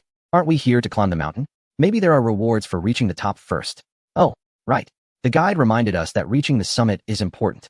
Indeed, they shouldn't waste time on the first stretch of the path. Ping Ping immediately pulled Zhu Shou to quicken their pace, curiously eyeing the guy with the braids next to her. Where did this guy come from? So clever. He even knows how to play better than a seasoned player like her. After stopping the intentional search for 100-year trees, they quickened their steps and soon saw the concrete path change to a bluestone staircase. Water cascaded down the left mountain wall, like a shimmering curtain of water, eventually flowing into the water channel beside the stone steps. The surface had changed. Ping Ping quickly took out her trekking pole and experimentally poked around the ground. Zhu Shou was also busy taking pictures with his camera. The group of unfamiliar young people chatted and laughed as they moved forward, while Zhou Yi lagged behind. Looking up at the stone steps leading up the mountain, Wang Lu, he suddenly stopped his friend and pointed to the right. "Take 3 steps to the right." "What for?" The group was filled with doubts, but Wang Lu still took a few steps as instructed. The ancient blue bricks were rustic, pieced together, and not entirely flat. However, upon closer inspection, one could notice that some bricks were slightly higher than others on the same level. Wang Lu raised her foot and looked down at Zhou Yi, who had his hands in his pockets. "This, do." As the sound of a bell buzzed, the moment Wang Lu stepped down, the entire section resonated with that sound. "What?" The chubby guy rushed forward, but, unsure of which brick he stepped on, a flute-like sound suddenly echoed through the forest. Everyone's eyes widened in surprise. Some stones on these steps could actually produce sound. This wasn't particularly sophisticated technology, but walking on such a mountain path was quite an interesting experience. Everyone immediately began to wander left and right on the blue stone path, creating a lively atmosphere until Zhou Yi led them onward, laughing. "There are still many more stone steps ahead. Let's keep moving." The group left, laughing and chatting, while beside a tree sign, a decorative lionstone pillar stood quietly, gazing ahead. As the 7 left, the larger group finally made it up after scanning the area below. Xin Zhuang had completely forgotten he was there to hike, proudly waving his handband. "My work in cultural tourism hasn't been in vain. I actually recognized so many trees." His handband displayed an energy value of 40 units, glowing faintly with golden light. Zhu Hong gave a thumbs up too. This time, Su Jing's scenic area finally sparked some interest in cultural tourism education. Whether for the activities or to collect energy, these tourists indeed learned about many new tree species and their characteristics during the process. It was a great promotional method. Interesting, not tiring, and highly engaging. Xiao Li silently noted this down, deciding to use it as a good case study when he gave lectures later. After all, Wanyuan Mountain has always lacked replicability among the current scenic spots, so it was essential to make good use of this valuable case. The group excitedly chatted until they looked up and discovered the blue stone steps before them. Oh, it's getting challenging now. Chapter 177, Blue Stone Steps. Without much hesitation, everyone immediately raised their legs to ascend. Many mountain scenic areas have such paths, which is quite normal. Of course, there were still some tourists who were not discouraged, continuing to wave their handbands and scan around the trees by the roadside, until someone stepped on a musical stone brick. Only then did the throng of tourists discover a new way to play. They quickly moved upward, trying to find different sound-producing bricks to step on. Shen Zhuang and a few others lagged behind, walking slowly with complex expressions that didn't reveal their true intentions. Su Jing finally produced something that wouldn't get reported. Xiaoli smiled to himself. At first glance, it sounded like a positive sentiment, but he knew the secretary was actually lamenting. Wanyuan Mountain became famous precisely because of its uniqueness and non-replicability. However, this kind of thing could be done by him, and others could learn to do it as well. As a few people thought this way and continued to ascend, an unexpected change occurred in the next second. A sound like a howling wind rushed through the stone walls, creating a piercing whistle. The noise was so loud that it instantly drowned out the sounds of others stepping on the scales. In the next moment, a cascade of mist, like a waterfall, rushed down from the stone steps and through the bamboo forest. It flowed between the legs of all the visitors. With a whoosh, the mist, devoid of any moisture, was as light as smoke and as thick as clouds, completely engulfing Shen Zhuang's legs. What the heck? Where did this mist come from? He had just praised this kid for returning to the scientific community, and now this happened? Other visitors finally reacted. What just happened? Oh my, I knew it. Mount Wanyuan is definitely not simple. Did we trigger something just now? Who knows? I heard a huge sound just now. Did we all step on the same scale at the same time? One visitor guessed correctly, and everyone became excited. But it wasn't easy to figure out. Not everyone had perfect pitch. In fact, most were tone-deaf singers with poor musical skills. It was even more difficult to have everyone step on the same note. Shen Zhuang, anxious, scratched his head and looked at Zhu Hong and the others. Ministers, think of a way. Zhu Hong and Chang Hu exchanged glances. We only write silly lines and paint ugly pictures. We really can't help. After some commotion, they realized they had wasted a lot of time thinking about the mountain climbing rules. Right. Climbing the mountain is the goal. What are they dawdling for? The crowd immediately spread out, but sometimes such unintentional actions lead to something unexpected. The blue stone steps trembled again, and a huge musical note rang out. As if the whispers of a great being had leaked here. The sound disappeared, and all the visitors instantly stopped moving, frantically starting to look around. Where was the anomaly? Whoosh. What was that sound? Everyone turned their heads in unison, catching a glimpse of a white shadow out of the corner of their eyes. Whoosh. Whoosh. They turned again and finally saw the fleeting figures near the cliff. In the next second, the tourists finally locked their gaze tightly on them. From the foot of the mountain, accompanied by fluttering flowers and falling leaves, several young men in white attire, resembling chivalrous heroes, quickly approached, their faces veiled in white fabric. Racing along the mountainside, some jumped high, some flipped like a hawk, and others glided close to the ground like birds. Each movement was unique, filled with vibrant energy and the rush of the wind. Within just a few breaths, they leaped from the foot of the mountain to the side of the tourists. Separated by a row of trees, the youths in ancient attire stood in stark contrast to the casually dressed visitors, creating a vivid picture of ancient and modern times. One youth turned to look over, meeting the gaze of a visitor on the bluestone steps, his bright eyes shining as he spoke with a powerful voice. Continue onward. To the cold mountain. Whoosh. His figure didn't stop, and with his words still lingering, he pressed forward. A group of people, accompanied by the sharp sound of wind, vanished at the edge of the woods along the mountain path. On the stone steps, the visitors stood frozen, unable to regain their senses. Were those real people just now? New NPCs? Were they using lightness skill? Or some kind of teleportation? When they came over, their speed felt like an F1 car zooming past, leaving my face stinging from the wind. Alright, so now no one is even pretending, huh? Zhu Hong and Chang Hu turned to the bewildered Secretary Shen and waved to wake him up. You're a professional in cultural tourism. Explain this to me. Is this what you call the scenic view along the mountain climb? What is this? Is this the project you said wouldn't get reported? What do you mean what? Can you give me a clear answer? Did Su Xiaoyu tell you if the road ahead is normal? Secretary Shen was nearly in tears. He didn't know, but his heart was filled with joy. Haha, this is exactly the vibe we wanted. He clapped his hands and excitedly shouted to the tourists. Let's go. We're continuing up the mountain. Didn't those little heroes say so? Let us head to the top of the mountain. Maybe they're waiting for us up there. His shout snapped everyone back to reality. Some still wanted to try to see if they could summon more special events. But the main group had already lost interest and quickened their pace up the mountain. After passing the cement path and stepping over the stone steps, when everyone turned the corner and reached the top of the slope, smiles instantly appeared on their faces. In front of them was a vast open space surrounded by bamboo groves, with a charming ancient and standing prominently in the center. T-Horse Ancient Post. Before Shen and the others could react, Zhao Meng and the tourists rushed through the crowd. My gosh, I'm exhausted. Let me in to rest. Director Zhao, what is going on? It's so high and grand. Why do you look so worn out? A few girls giggled as they walked inside, leaving Zhao Meng outside, looking utterly incredulous. Am I worn out? He pulled a younger associate over, who shook his head wildly, was brushed off. And then he grabbed a trusted aide. Do I really look worn out? The aide examined his dark circles and slightly protruding belly, remaining silent for a moment. Maybe it's from drinking too much beer lately. Damn it. Nonsense. Zhao Meng was no longer panting, his back straightened, and he pushed the door open and followed inside. Tonight, I'll run 5 kilometers to show them I'm not worn out. Shun and the others followed behind, stifling their laughter as they entered. Dingling. The entirely wooden structure of the inn had a dove-shaped wind chime ringing at the doorframe. Inside the lobby, the soft sound of ancient zither music could be heard. And at a glance, there were small square tables and chairs everywhere. However, several tables were already occupied, with people drinking tea quietly. Among them, Shin recognized a familiar face, the chubby guy who had greeted them when they first entered the mountain. But it seemed not all of their companions had seated themselves. Shin looked around and immediately spotted a man and a woman leisurely strolling around the inn. The guy with the braids who activated the mountain's protective array and a girl with glasses and a ponytail who seemed very familiar, as if they had met multiple times. Minister Zhu, you all go ahead and sit. I'll take a look around with Xiao Li. He gave a glance to Xiao Li and quietly walked towards Zhou Yi and Ping Ping. Zhou Yi, is this your first time here? Ping Ping asked curiously while adjusting her glasses and looking around.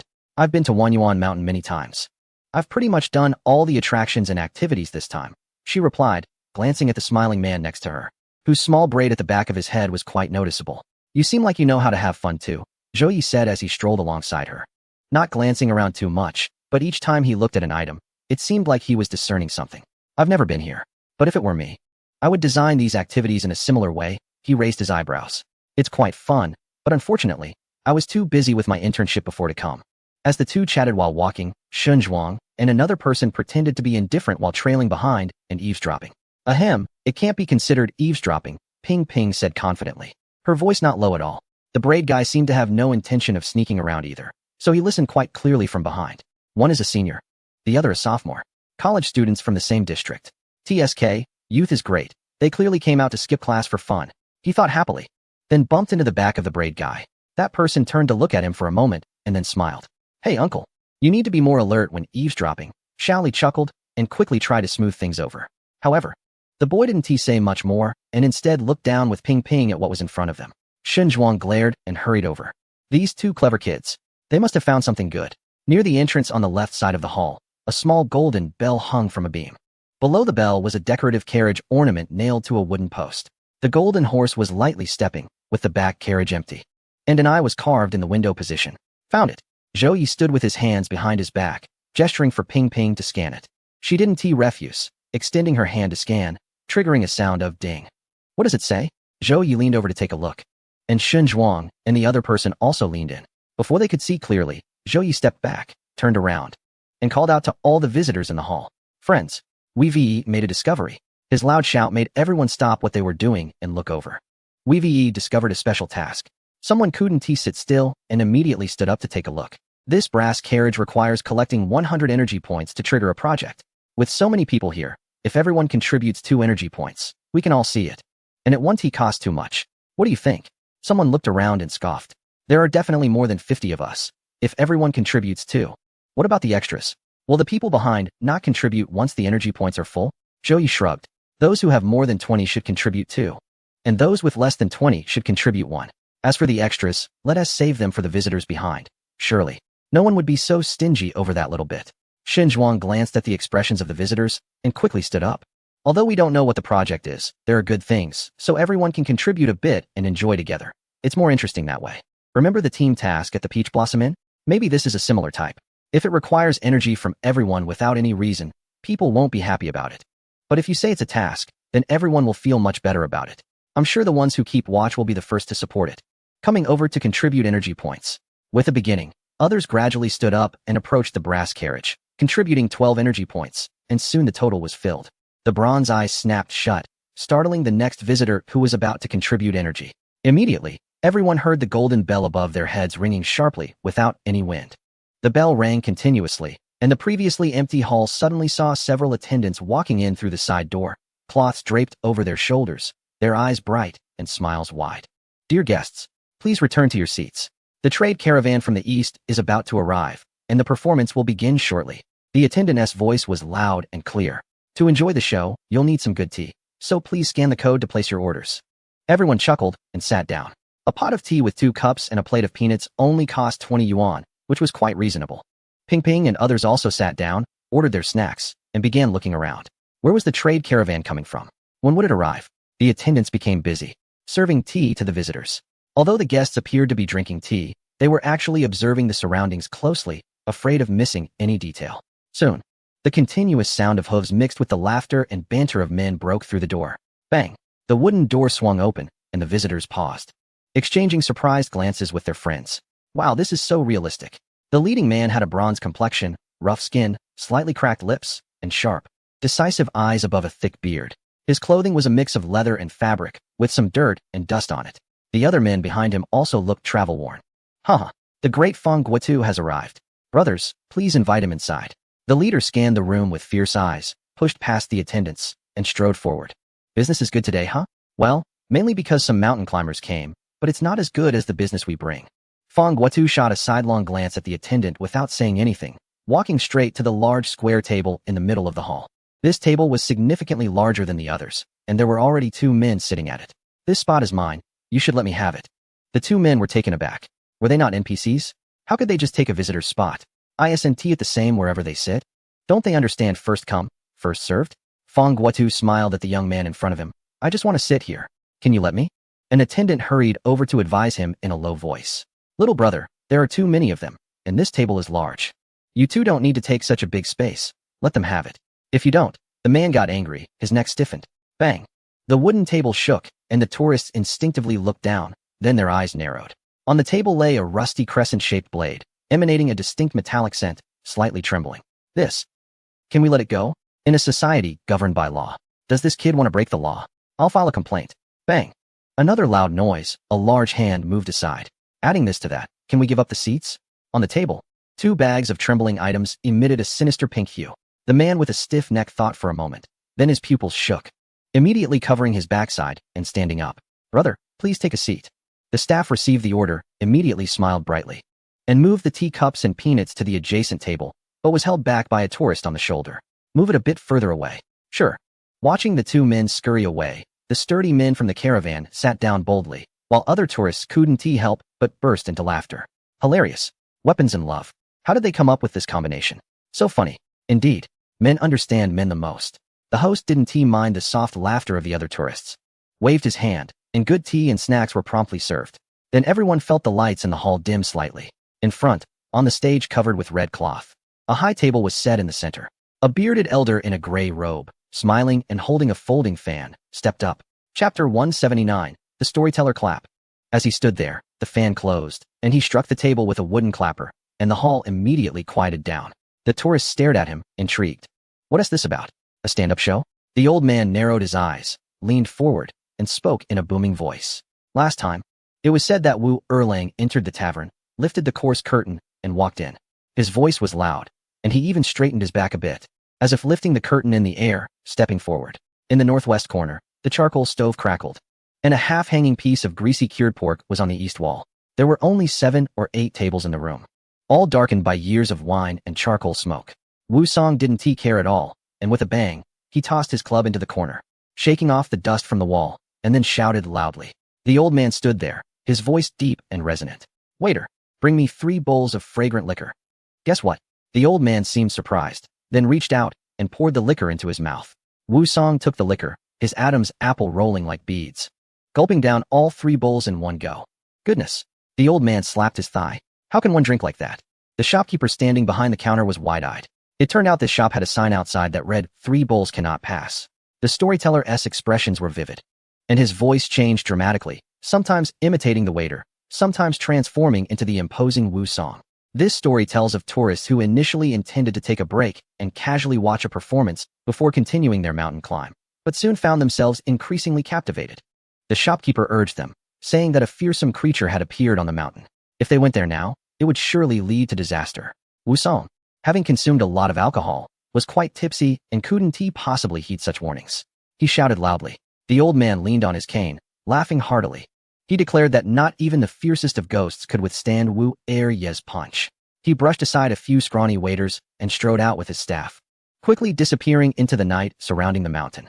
The storyteller smiled, and the crowd's eyes followed his gesturing fingers. Wu Erlang, in high spirits from the drink, walked 2 miles up the mountain before feeling tired.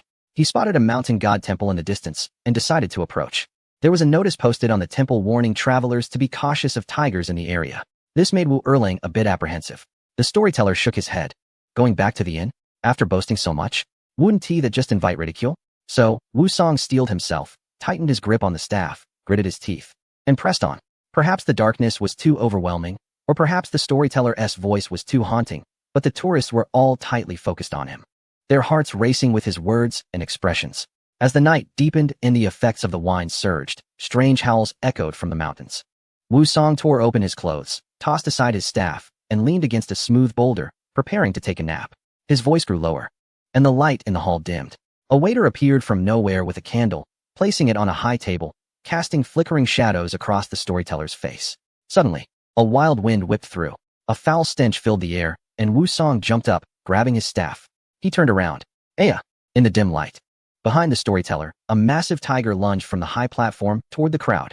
What the heck? Ah, my goodness. The enormous tiger head was fierce, drooling menacingly, causing the tourists to scream in panic. Peanuts scattered everywhere, and tea spilled on pants. The pot remained steady as a mountain, showing no signs of disturbance except for trembling heels. At that moment, bang! The storyteller struck the wooden block heavily, smiling as he spoke. To know what happens next, please stay tuned for the next installment. Silence. The entire place quieted down, and the tourists along with the caravan members finally calmed down, turning to look.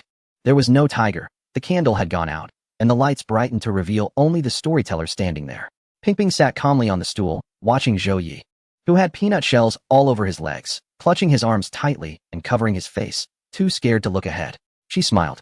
Huh, even the smartest person has flaws. Her smile widened as she mimicked Zhou Yi's earlier expression, playfully poking his head. If you shrink down any further, you'll end up in my lap. Zhu Shou peeked out from under the table, his eyes sparkling with excitement. What the heck was that just now? 3D holographic imaging? It was unbelievably real. It's hard to believe there's any projection effect at all. Those who don't know might really think a giant tiger is pouncing at them. Damn it. A few uncles at the inn huddled together, looking terrified. They genuinely thought they were about to be bitten by a tiger. The smell of the tiger's breath was practically blowing in their faces. It must have been at least half a month since they last brushed their teeth for it to smell that bad. But soon, after the initial fear and shivering, everyone started laughing at each other's bewildered expressions in the brightly lit hall. After the laughter, they erupted into applause. Incredible. Brother, what you told us was amazing. Wan Yuan Mountain is incredible. To have so much drama just from climbing a mountain. Ha ha ha, you scared the life out of me. I knew that climbing in Wan Yuan Mountain would only lead to extraordinary experiences. That tiger, how did it do that? It was so lifelike. Everyone was chatting and laughing. Except for Fang Guotu, who slammed the table. I can't believe you. Just telling a mediocre story. He stood up abruptly. And though the brothers around him didn't know what he was up to, they stood up in support as well. Last time you left me hanging. This time you stop right at the most exciting part. If a rider gets stuck, that's one thing. I can't catch him to give him a piece of my mind. But you, standing right in front of me, dare to leave me hanging? Uffed. Turns out he just wanted more. Honestly, the tourists hadn't had enough either. This was really at the most suspenseful point. What happened to Wu Song? Did the tiger eat him? Or did he eat the tiger? What on earth happened? The tourists instantly forgot they were there to hike, anxiously scratching their heads. Right. Keep going. Of course. The brothers from the caravan finally came once. It would be so boring otherwise. Even the two men who were just chased away by Fang Guotu were now passionately urging him. Fang, come on. Fang Guotu let out a cold laugh, grabbing a curved knife and a TT to place on the table. The storyteller suddenly smiled shyly, turning his head slowly, revealing half of his rear. Fang Guotu slowly retracted his hand. Damn it, this old man has no shame. The caravan members gritted their teeth in anger, and the tourists joined in urging the storyteller loudly. Just tell us a little more. Just a bit. A little 1T change anything. We can buy some peanuts. Do you want some energy? I can give you some energy. The storyteller repeatedly waved his hands, preparing to leave. But just as he was about to step away from the high table, he paused, hesitatingly turning back. However, in this ancient tea-horse road of Dahan Mountain, there's a rule. If one encounters a distinguished guest, although I cannot continue the tale, I can present another performance for the esteemed guest. Just wondering. He surveyed the crowd with a mysterious smile. Is the distinguished guest among us? In an instant, all the tourists' eyes turned to Zhou Yi, who had just sat back on his stool. Zhou Yi slumped over the table, rummaging through his pocket for a while, then pulled out a jade token and waved it in the air. This, Chapter 180, The Skilled Performer in the Mountain. Ding. The storyteller's eyes lit up, his expression becoming excited. Hey, there really is a distinguished guest. The staff were taken aback for a moment, quickly gathering around to take a closer look at the jade token, then nodding at the innkeeper. The innkeeper's face lit up with a smile. It's been a while since we've had distinguished guests. Master Fong, this time, you've certainly benefited from our special guest. He solemnly pulled out a golden toad from beneath the counter and waved it over the jade token. The toad's eyes lit up, making a few croaking sounds before settling down. All right, everyone. Since the golden toad has responded, let us quickly tidy up and prepare for the next performance. There really was one. The tourists were elated, giving Zhou Yi enthusiastic thumbs up. What a relief. We made it just in time. We can watch another performance. Master Fong was no longer as fierce as before. He glanced at Zhou Yi for a moment, then nodded at him with a smile. Although it wasn't the sequel to the story they wanted to hear, they were at least fortunate enough to experience something new. After Zhou Yi retrieved the jade token, Ping Ping had a look, and then it was snatched away by a few friends who passed it around, examining it repeatedly. This little token is quite useful. Soon, the hall returned to order and tidiness, with pots of tea being refilled, the aroma wafting through the air. The tourists chatted excitedly about the previous story of Wu Song, their eyes darting around in anticipation of the upcoming special performance. As for climbing the mountain, as long as they were on the mountain, no matter what they were doing, wasn't it still called climbing? Zhao Meng happily munched on peanuts, sipping tea, clearly enjoying himself. The next moment, the sound of wind chimes rang, and the door swung open, revealing a middle-aged man in a dark gray long coat. Wearing a small hat, and looking down as he walked in, he passed through the crowd without saying a word until he reached the stage. The stage looked different from before, featuring a table, a chair, and 2 folding screens. On the table, there was a fan and a ruler. The man sat down on the chair, holding the tea brought by the staff. He took one sip to rinse his mouth and another to swallow. Then 2 staff members pushed the screens forcefully, completely concealing the man behind them. The tourists watched this routine in silence, glancing at each other. Wasn't there supposed to be a performance? Why was he hiding? How were they supposed to see? In the midst of the stillness, the lights dimmed, and the storyteller appeared at one corner of the high platform, illuminated by a small beam of light. He surveyed the surroundings, made eye contact with Zhou Yi, slowly nodded, and began to speak. In the mountains, there are skilled performers. At the tea-horse post, in the northeast corner of the hall, behind an 8-foot barrier. The performer sits within the barrier, just a table, a chair, a fan, and a ruler. All the guests are seated, and after a moment, a sound is heard from within the barrier as if a ruler was struck. Bang! The storyteller's smooth narration began to unfold with the loud bang from behind the screen.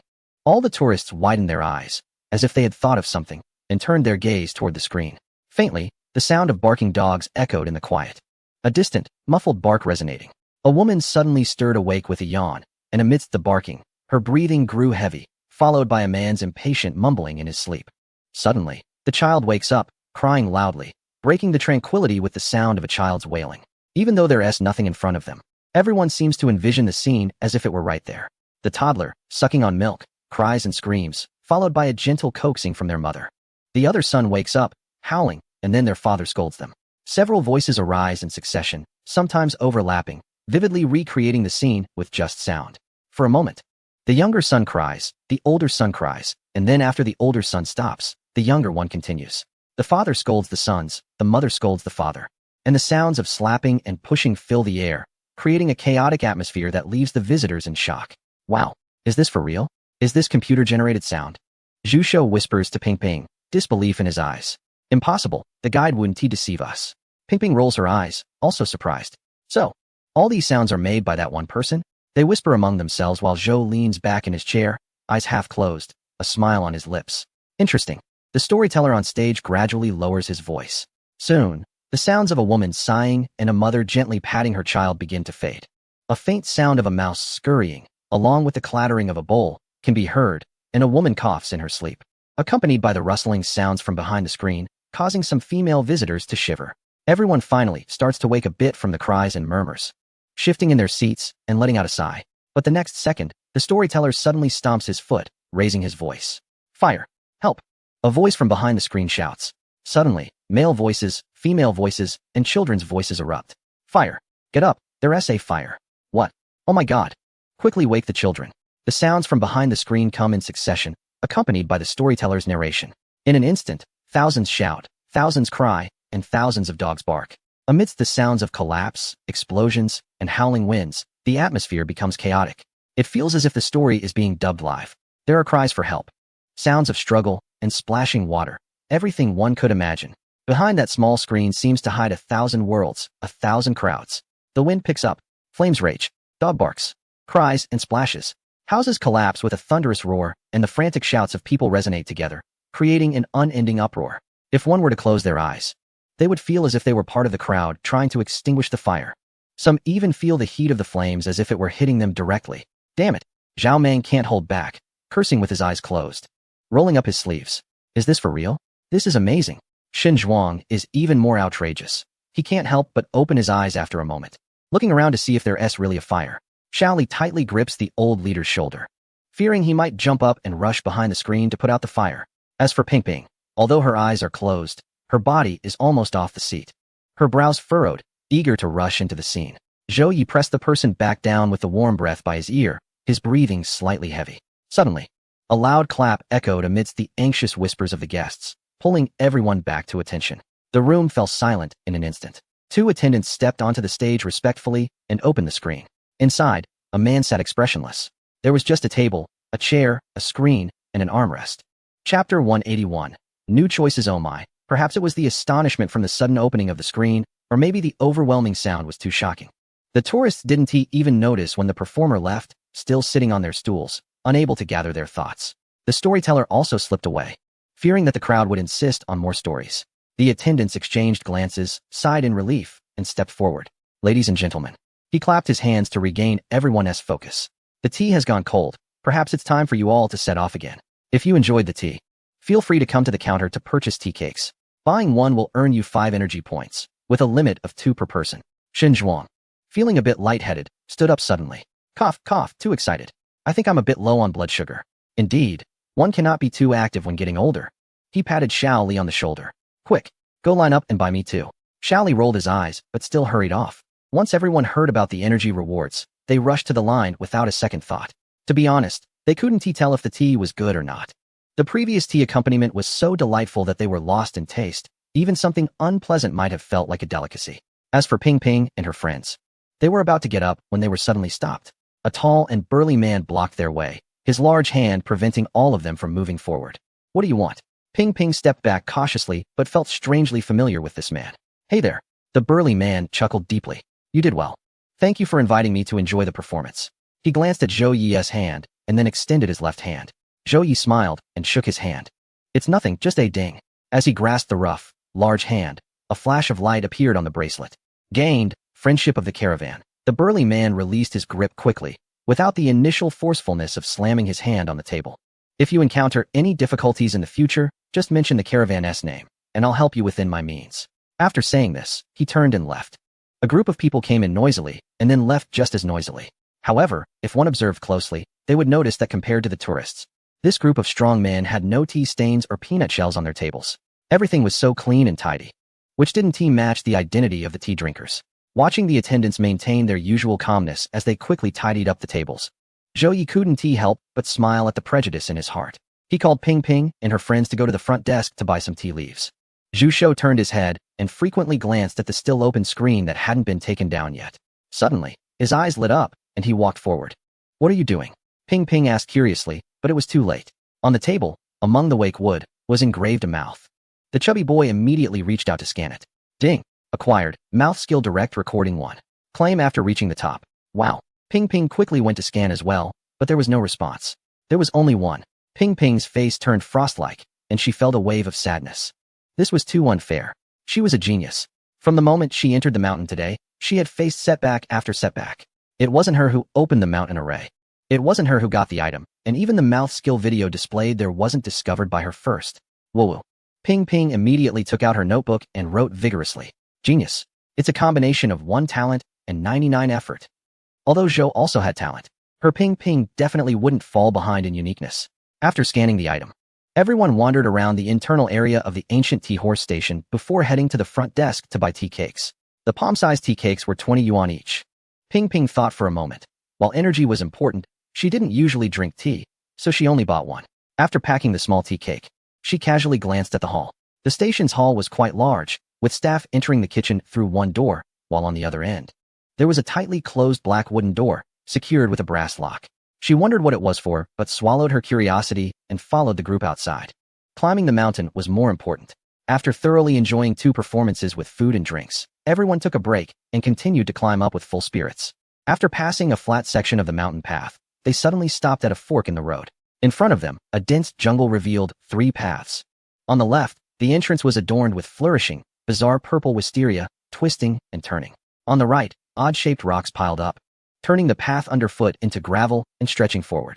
The middle path had 2 stone pillars standing on either side of the entrance, with 2 dancing stone lions on top, seemingly welcoming visitors. Wow. Tourists looked at each other, making sounds of surprise. All right, so, you're trying to entice us to climb a second and third time, huh? This stumped everyone. Originally, those who had teamed up to climb the mountain were now eager to try. I want to go right. Huh. But the left path looks more bizarre and beautiful. How about the middle? Don't you think those 2 dancing stone lions are festive? Wow. I don't want to go. I find those 2 stone pillars eerie. Then let us split up. I'm going to climb where I like. Everyone was discussing. And Ping Ping took the initiative to move closer to Zhou, curious about his thoughts. What do you think? Well, just look with your eyes. Noticing the little girl was upset, Zhou chuckled lightly and then raised his wrist. The rule says it's a zodiac spirit pearl. I'm a tiger, red. Wang Lu is a year younger than me and belongs to the rabbit zodiac, with a preference for the color cyan. You mentioned before that your friend belongs to the pig, right? Zhou also pondered while touching the little braid at the back of his head. Let's assume that the spirit beads are related to zodiac signs. Most people would think of the 4 divine beasts from the southeast, southwest, northeast, and northwest. But I believe the designer of the scenic area would use a very interesting method to differentiate them. The tiger is red, the rabbit is cyan, and the pig is white. He suddenly chuckled, as if his own idea amused him. It can't be that carnivorous animals are red, herbivorous ones are green, and omnivorous ones are white, right? Ping Ping found it funny at first, but upon reflection, it actually made some sense. Wait a minute. She darted out like a rabbit, ran over to talk to someone at Xinzhuang, and then came back looking excited. I just asked. There's an old man over there who got a cyan spirit bead and belongs to the horse. What you said might actually be true, but she adjusted her glasses. However, there's also an old man who belongs to the sheep, and according to the logic, he should be in the herbivorous category, yet he didn't obtain one. It's not that easy to guess, so let us not think about it anymore. Zhou pushed her to the fork in the road. Which way do you want to go? If they really distinguish between carnivorous, herbivorous, and omnivorous, the paths in front of them become easy to associate with. The path overgrown with vines should be the herbivorous route, while the rocky path is for carnivores. The path with a little lion dancing in the middle might be for omnivores. Based on the spirit beads obtained, it's best to choose the path that suits them. But that would mean splitting up their small group. Ping Ping was in a dilemma. Zhou and the others waited patiently for her decision. Finally, Zhu Shou broke the silence. Why think so much? We can take any of the 3 paths and still have fun. Let us go with the vine-covered path. It'll be nice for photos. The tourists quickly made their decision. Zhao Meng's tour group split into 3 routes, with his 2 companions leading 1 team each. While he took a few people down the rocky path to the right, Xinzhuang and the others pondered for a long time before choosing the middle route. The neat and orderly stone steps winding upward looked much easier compared to the uneven paths on both sides. Anyway, they could come back often in the future. And since today was a bit tiring, they opted for the middle path first. Soon, the main group split into 3 and disappeared into the jungle. Chapter 182, The Rocky Path Thud. Thud thud. Zhao Meng led his tourists deeper into the rocky path, along with others. Perhaps because the rocky path didn't look particularly special and appeared difficult to climb, it had the fewest people. But Zhao Meng didn't mind. There would be plenty of opportunities to climb in the future. He surveyed the surroundings while helping the tourists up. The steps on this stone path had a significant height difference. While the first few steps were manageable, the next step suddenly revealed a boulder half the height of a person. Tourists were jumping around, and it didn't take long before they started to sweat lightly. Only then did everyone finally feel a hint of mountain climbing. Huff. Director Zhao, how much farther is it? Zhao Meng stood on a large stone and looked back, seeing several men and women below wiping sweat and looking somewhat exhausted. I can't tell. The rocky steps stretched upwards, twisting and overlapping, making it feel more and more like entering another world. Come on, aren't we here to climb? Zhao Meng continued forward, as the strongest man in the team. He naturally took the lead, but when he jumped onto another giant rock, he suddenly felt his body sink. Wait a minute. He quickly called for the tourists behind him to stop, his eyes wide in surprise, shaking his shoulders in place. What's wrong, Zhao Guide? What happened? Zhao Meng moved his body a bit, his voice filled with uncertainty, and called a boy to come forward. Come on, see for yourself. What is going on? The boy, curious, reached out but was pulled up by Zhao Meng. As soon as he got up, his expression changed too. Did you notice? It seems a bit. The two were playing a guessing game, which made everyone a bit impatient, and only then did Zhao Meng hesitantly speak. It feels like my whole body is heavier on this rock. Moving is slightly more difficult than before. You can come up and try. Zhao Meng raised an eyebrow, looked back, and asked the boy to help keep watch while he continued to climb. After climbing a dozen steps, he checked his wrist and then stood at a height, laughing downwards. This place is interesting. The wristband displayed that he had surpassed the 12 gravity steps and earned 1 energy point. Gravity? The tourists below perked up their ears and immediately began to climb up to test it. Hey, it really is. Wow, how did this happen? The sensation in this area is indeed different. I feel significantly heavier. So tiring. A few girls wiped their sweat and swallowed as they looked at the endless stone path ahead. Wait a minute, someone weakly raised their hand. Zhao Guide, you're talking about the 12 gravity steps, right? They're 1 TB stronger ones behind. Well there? How is this done? Is it high-tech? Is there such technology now? Is this for real? Although this experience was surprising, the possibility of encountering even stronger steps made some girls nervous. Of course, not everyone was scared. A group of boys burst into laughter, their previously tired bodies now full of energy. Wow, I want to try it. Wait for me. Don't ask how it's done. I've always wanted to experience what gravity feels like. A group of tourists rushed upwards, and Zhao Meng watched eagerly. But he remembered he was a tour guide, so he restrained himself and continued to move slowly. After climbing a few steps, the girls in the group seemed to become interested as well. Especially after breaking through that section of steps, the feeling of relaxation made everyone feel great. I really gained an energy point. Ha ha ha, it's true. Let us continue. With the allure of energy points, everyone sped up significantly and soon encountered the second gravity stone path section. Zhao Meng braced his heavy body, gripping the rock tightly, and slowly climbed up. The wristband chimed immediately. Ding! Surpassed 14 gravity steps, earned 1 energy point. Wow, this only rewards 1 energy point? Zhao Meng leaned against the rock, panting. Having gravity isn't a big deal. Just think of it as carrying a load. 14 times gravity, equivalent to over 190 pounds for him. Plus an additional 80 pounds of weight on his back. This is acceptable, but the mountain path is indeed hard to climb. Since just now, the twists and turns of the path and the elevation changes have increased to another level. In many places, they need to use both hands and feet, and sometimes even require 1 or 2 people to pull each other up. It's already this difficult to get here. What if it gets tougher later? However, before they reached the third wave, they saw the group of tourists who had rushed out earlier, now crawling ahead on the path. Interestingly, the mountain path ahead had changed. The left side remained rocky and rugged, while the right side had turned into a regular stone staircase. We have a new discovery. The tourists above spotted them and waved. This gravity staircase isn't mandatory. You can choose to take the regular path beside it. One person exclaimed excitedly, dancing around. This place is really strange. I have no idea how it was created. He stood on the staircase with his hands on his hips, looking relaxed, while just a meter away. 2 men struggled to climb the rocks. Come on, don't complain. You're exhausting me. One man grabbed a nearby old vine, straining so hard that the veins on his neck popped out, finally making it to the giant rock, flopping down on the ground, motionless. The 16 times gravity staircase is so tiring. Another companion climbed up, his hair drenched in sweat, and sighed to Zhao Meng below. Brother, you should try it. This thing is not something ordinary people can climb. It's too exhausting. This should be called boys and girls charge forward. This isn't climbing a mountain at all. Zhao Meng grinned, amused, and turned back to say, come on. Our group, whoever wants to take on the next gravity path, follow me. The others can go up from that side and wait for me. At this moment, Zhao Meng displayed his fierce demeanor once again. Isn't it just gravity? Who said I was weak last time? This time, I'll show them whether I am or not. Meanwhile, climbing frantically, in the middle of the mountain path, Shen Zhuang and his group had also reached the end of the stone staircase. They leaned against the lionstone pillars on either side of the staircase, looking ahead. Did we take a wrong turn? The scenery before them certainly didn't resemble what one would expect on a mountain trail. On a relatively flat uphill path, a towering stone forest appeared. The stone pillars and walls were variously shaped, at first glance resembling grotesque creatures, seemingly eroded by wind and sand over time.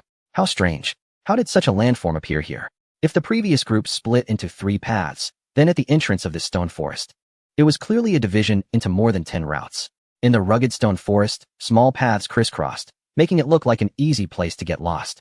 Xiaoli took the initiative to step forward, checking one of the forks before beckoning Shen Zhuang and the others to come over. Look, he pointed at the right side stone wall, where a shiny golden plaque was affixed, clearly engraved with the number 1. In addition, they occasionally noticed small grooves on some stone walls, seemingly man-made, perfectly sized to fit a hand. With the plaque marking, we can just follow the numbers normally and won't get lost. Shen Zhuang nodded in agreement, calling on Chang Hu and others to pick a junction and walk in. After some contemplation, the other tourists followed suit, and the tiny humans disappeared among the pale giant stones. Chapter 183. The strong windstone forest. The surroundings were bustling. Xiaoli was at the front of the group, but stopped after a short distance. Did you hear anything? Even though it was late June and the weather had turned warm, with the sun hanging high in the sky, they felt a chill in this stone forest. It seemed they could hear the roar of a beast. Roar. It was not an illusion. Xiaoli immediately held his breath and turned to look up. The three elderly men behind him also looked around warily. Sunlight shone on the stone wall, and somewhere it seemed to flicker, followed by a loud, beastly roar that felt like it was echoing in their ears. Xinzhuang was startled, then laughed and took a couple of steps forward. It's nothing. Just a special effect of the scenic area. Boom. Accompanied by a shrill whistle. An invisible strong wind suddenly blew fiercely from the middle of the stone wall. Xinzhuang's words got stuck in his throat, and he felt as if he had crashed into an air wall. Cough cough. Xiaoli quickly grabbed his clothes, preventing the old man from being blown over. But the other two elderly men were not so lucky. Ouch, watch out. Zhu Hong was blown off balance, his plump body crashing into the mountain wall. Chang Hu, right next to him, was painfully squeezed between Zhu Hong and the wall, nearly spitting out blood. The strong wind quickly dissipated, and the few of them stood there, their hair in disarray, looking at each other. What just happened? I don't know. It felt like I was hit by air. Why is the wind so strong here? Xiaoli hurriedly checked the old leader's condition, and after confirming he was fine, he frowned. Let's move forward and see what's going on. Bang. Whoosh. Boom. Again, the beastly roars echoed, and the wind howled. Xinzhuang spat out the sand from his mouth, refusing to move further. There's definitely something wrong. This wind must be a special phenomenon here. His old face wrinkled together as he rubbed his chin, deep in thought. Any activity or checkpoint in Wanyuan Mountain has a solution. We've only walked a few meters. Yet the wind is so strong that we can't move. If it doesn't get resolved, we won't be able to go on. At my age, if I get knocked around a couple more times, I'll be done for. Xiaoli nodded in agreement. Boss Su is an expert in managing scenic areas. The solution is often right next to the problem. I remember now. Chang Hu raised his hand, his face full of speculation. Every time the wind blows, we can hear the beastly roar, and I just saw that when the roar occurred, two beast head totem projections appeared on the stone pillars of our path. Really? I saw it too. Chang Hu nodded, and then turned to Xiaoli. You're young and agile. The next time the beastly roar sounds, you need to observe carefully. If any patterns appear, whether you use your hand or a trekking pole to tap on that totem projection, do it immediately. Once he finished speaking, everyone suddenly understood. Let us give it a try. A few people were walking forward while talking, and before their voices faded, the next wave of roars followed closely. They're here. Hit it. To the upper right. Xiaoli suddenly jumped, his black trekking pole shining with a metallic luster, the tip striking the rock wall with a snap. The giant beast totem that appeared shone brightly before bursting like a bubble. The wind howled briefly, then faded. A gentle breeze brushed their faces, bringing smiles to Xinzhuang and the others. We guessed right. A small sound came from Xiaoli's wrist. He looked down, then smiled and spoke to a few senior leaders. It really is. The wristband showed a successful hit on the hurricane beast. Xinzhuang immediately rolled up his sleeves. Let me hit the next one. Zhu Hong and the others laughed heartily. I want to join too. The bloodline of problem solvers awakened in the Huagua people. If it's just being blown by the wind, that's no good. But if it's to collect something and they encounter obstacles along the way, then it's game on. In the stone forest, more and more tourists were discovering the special features, with the echoes of beast roars and excited claps ringing out. On the far left, everyone's progress was surprisingly slow.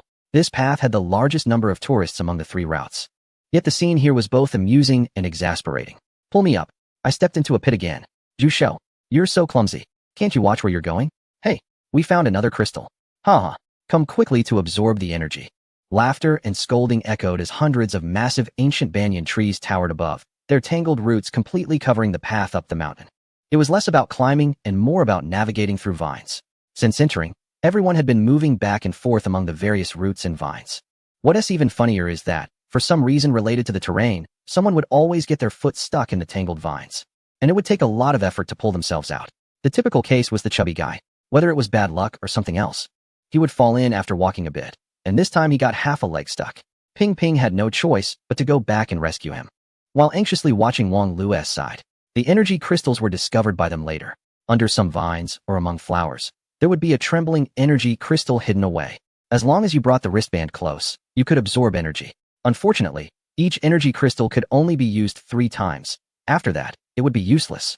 Zhou leaned leisurely against a tree, watching the chubby guy wriggle out, and said with a smile, "No need to rush. This place is quite interesting." He pointed towards Wang Lu's side.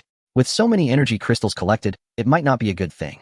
Zhou moved closer and poked the chubby guy's flesh, encouraging him to try pulling in the opposite direction while saying, absorbing so much energy might attract tree spirits to take them away. Ping Ping looked at him suspiciously. This guy seemed to have a knack for speaking nonsense. If she had heard him say that when they first entered, she would have scoffed. But now, for some inexplicable reason, she found herself somewhat believing him. Ouch! The chubby guy finally pulled his leg out with a pop, sitting there with a pitiful expression as he checked his precious camera. I feel like I've fallen in 78 times already. How unlucky. I'm afraid to take pictures. Worried I'll fall. Ping Ping rolled her eyes. If you didn't always go to those odd corners to take pictures, would you fall in? Hee hee. Let's keep walking. I'll be more careful. After a few people came out, they continued forward. These banyan trees have no idea how many years they've lived. Some tree roots are as thick as two people, and just climbing over the roots has left them sweating profusely. Wait a moment. Joe also stopped ahead. A person who opened the mountain defense formation led the way, and the group of tourists unanimously accepted his decision to lead. The small braid turned his head to look around, his expression cautious. Did you all notice the light here has dimmed? Perhaps because they've been walking slowly. They really hadn't noticed until he mentioned it. The banyan tree canopy had covered a large portion of the sky without anyone realizing, making it harder to see the ground. With only a few bioluminescent fungi emitting faint light. Everyone, watch your step, don't fall in. Before he finished speaking, they heard a few yelps from a distance, and several people suddenly shrank down a bit. Hee hee, laughter from everyone instantly eased the tense atmosphere. Ping Ping squinted her eyes and suddenly looked down at the small lantern at her waist. It seems like it's time for this thing to come in handy. Chapter 184, The Path of the Magic Vines. A small clicking sound echoed, and a faint light emerged from the dim banyan forest. The glow wasn't large, illuminating only about a meter around her, but it made Ping Ping smile. It's useful. She flashed a proud expression at Zhou, pointing at the ground formed by the banyan roots, where a patch of moss was glowing with a blue light. There's a blue glow here. As soon as the light turned on, the blue glow disappeared. She tried stepping on it. The ground felt soft and flat, with no special conditions. But that wasn't enough. She moved her body, and soon other patches of blue moss appeared ahead. After walking a few steps without issue, she turned back and shouted to everyone. Those who rented lanterns can turn them on. The blue moss illuminated by the light is the right path. Following that should avoid stepping into pits. A commotion erupted behind her, but unfortunately, not everyone had rented lanterns, and the light only illuminated the area around the renters. Some tried to walk in the light of others, but one misstep led to a foot slipping and getting stuck in the vines. How embarrassing. Ping Ping covered her mouth and chuckled, pulling the chubby boy out of the ground. He finally obediently turned on his own lantern. Hey, as they were strolling behind, a voice of surprise came from friends who had already moved ahead. Wang Lu called everyone over to take a look. Lu Pingyan's wristband changed. Everyone turned to look. The originally black interface that only displayed energy values had now turned green. Under the number 48 energy, there was a line of bold dark green text. Predator. What did you do? Lu Pingyan looked puzzled. I didn't do anything, just scan some energy. How many did you scan? He thought for a moment. 6. Zhou then looked at Wang Lu. What about you? Me? I haven't scanned that yet. I only have 5 for now. Zhou nodded, and then smiled as he spoke. Why don't you go scan 1? Wang Lu rolled her eyes, and then clenched her fist. 1 life is all it takes. Let's scan. Ding. Predator, sure enough. After exceeding 5 energy points, Wang Lu's wristband also turned into a green predator. Ping Ping was eager to try, completely unconcerned. Come on, it's a title. No matter if it's good or bad, let's get it first. Each energy entity could only be scanned 3 times, and it was already a hassle to reach 5. Who cared about anything else? She stepped forward to complete the scan, and then continued along the path marked by the lanterns. Wang Lu and the others, thinking it was just climbing a mountain, didn't rent lanterns and gradually fell behind. Those who rented lanterns quickly moved to the front with the help of their glowing lights. After another 10 minutes of walking, the lights on everyone's lanterns gradually dimmed, revealing the exit. Ping Ping walked out with a smile, but then froze. No way forward? Zhou also caught up and looked ahead. A river lay across their path. Although the stream wasn't big, the pit was quite deep, making it a bit dangerous to fall in. There was no bridge, just a huge vine standing in front of them. How do we get across? Zhou successfully took a photo after his lantern went out, just as he pulled his leg free. This tree is huge. It looks like a bunch of vines woven together, huh? He pointed at the side of the vine tree, laughing heartily. Look, it looks like a face. So ugly. After laughing, Zhou opened his eyes and looked forward. Strangely, Ping Ping and Zhou didn't smile. Instead, they looked at the tree beside him with a complex expression. He mechanically turned his head and locked eyes with the trunk that resembled a human face. In the sunken areas that looked like eye sockets, 2 red lights suddenly lit up, and then the vines below, resembling a skull's mouth, trembled a few times, producing an old and sinister voice. You fat dead guy, are you the one who said your tree grandpa is ugly? Zhou swallowed hard, forced a smile, and took small steps back, then sprinted towards the crowd. Whoa, the old tree has come to life. Of course, an old tree couldn't come to life. He steadied himself, calmed down, and re-examined the distant tree. Realizing that it was just the glowing eye sockets and the speaking mouth, it wasn't a real tree demon. Fortunately, Zhu Zhou sighed in relief. But he felt a strange sense of regret. This was Wanyuan Mountain, although it shouldn't be. Why couldn't there be a 1,000-year-old tree demon here if there was a carp god over there? He secretly thought as the tree demon began to speak.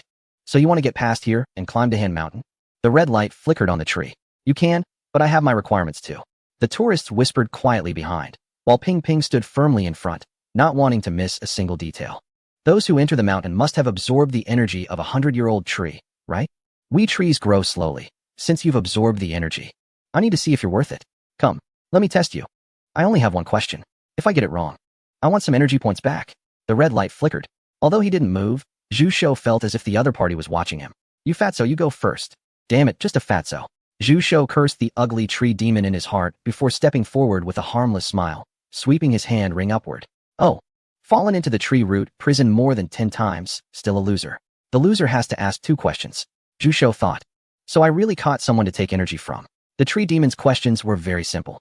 When they entered the mountain, they gathered information about the century-old trees along the flat climbing path, including their habits, preferences, and possibly even their ages. The tree demon's questions were quite random. As long as one wasn't purely collecting energy and had seriously read some popular science, they would be fine. Unfortunately, but deduct 2 energy.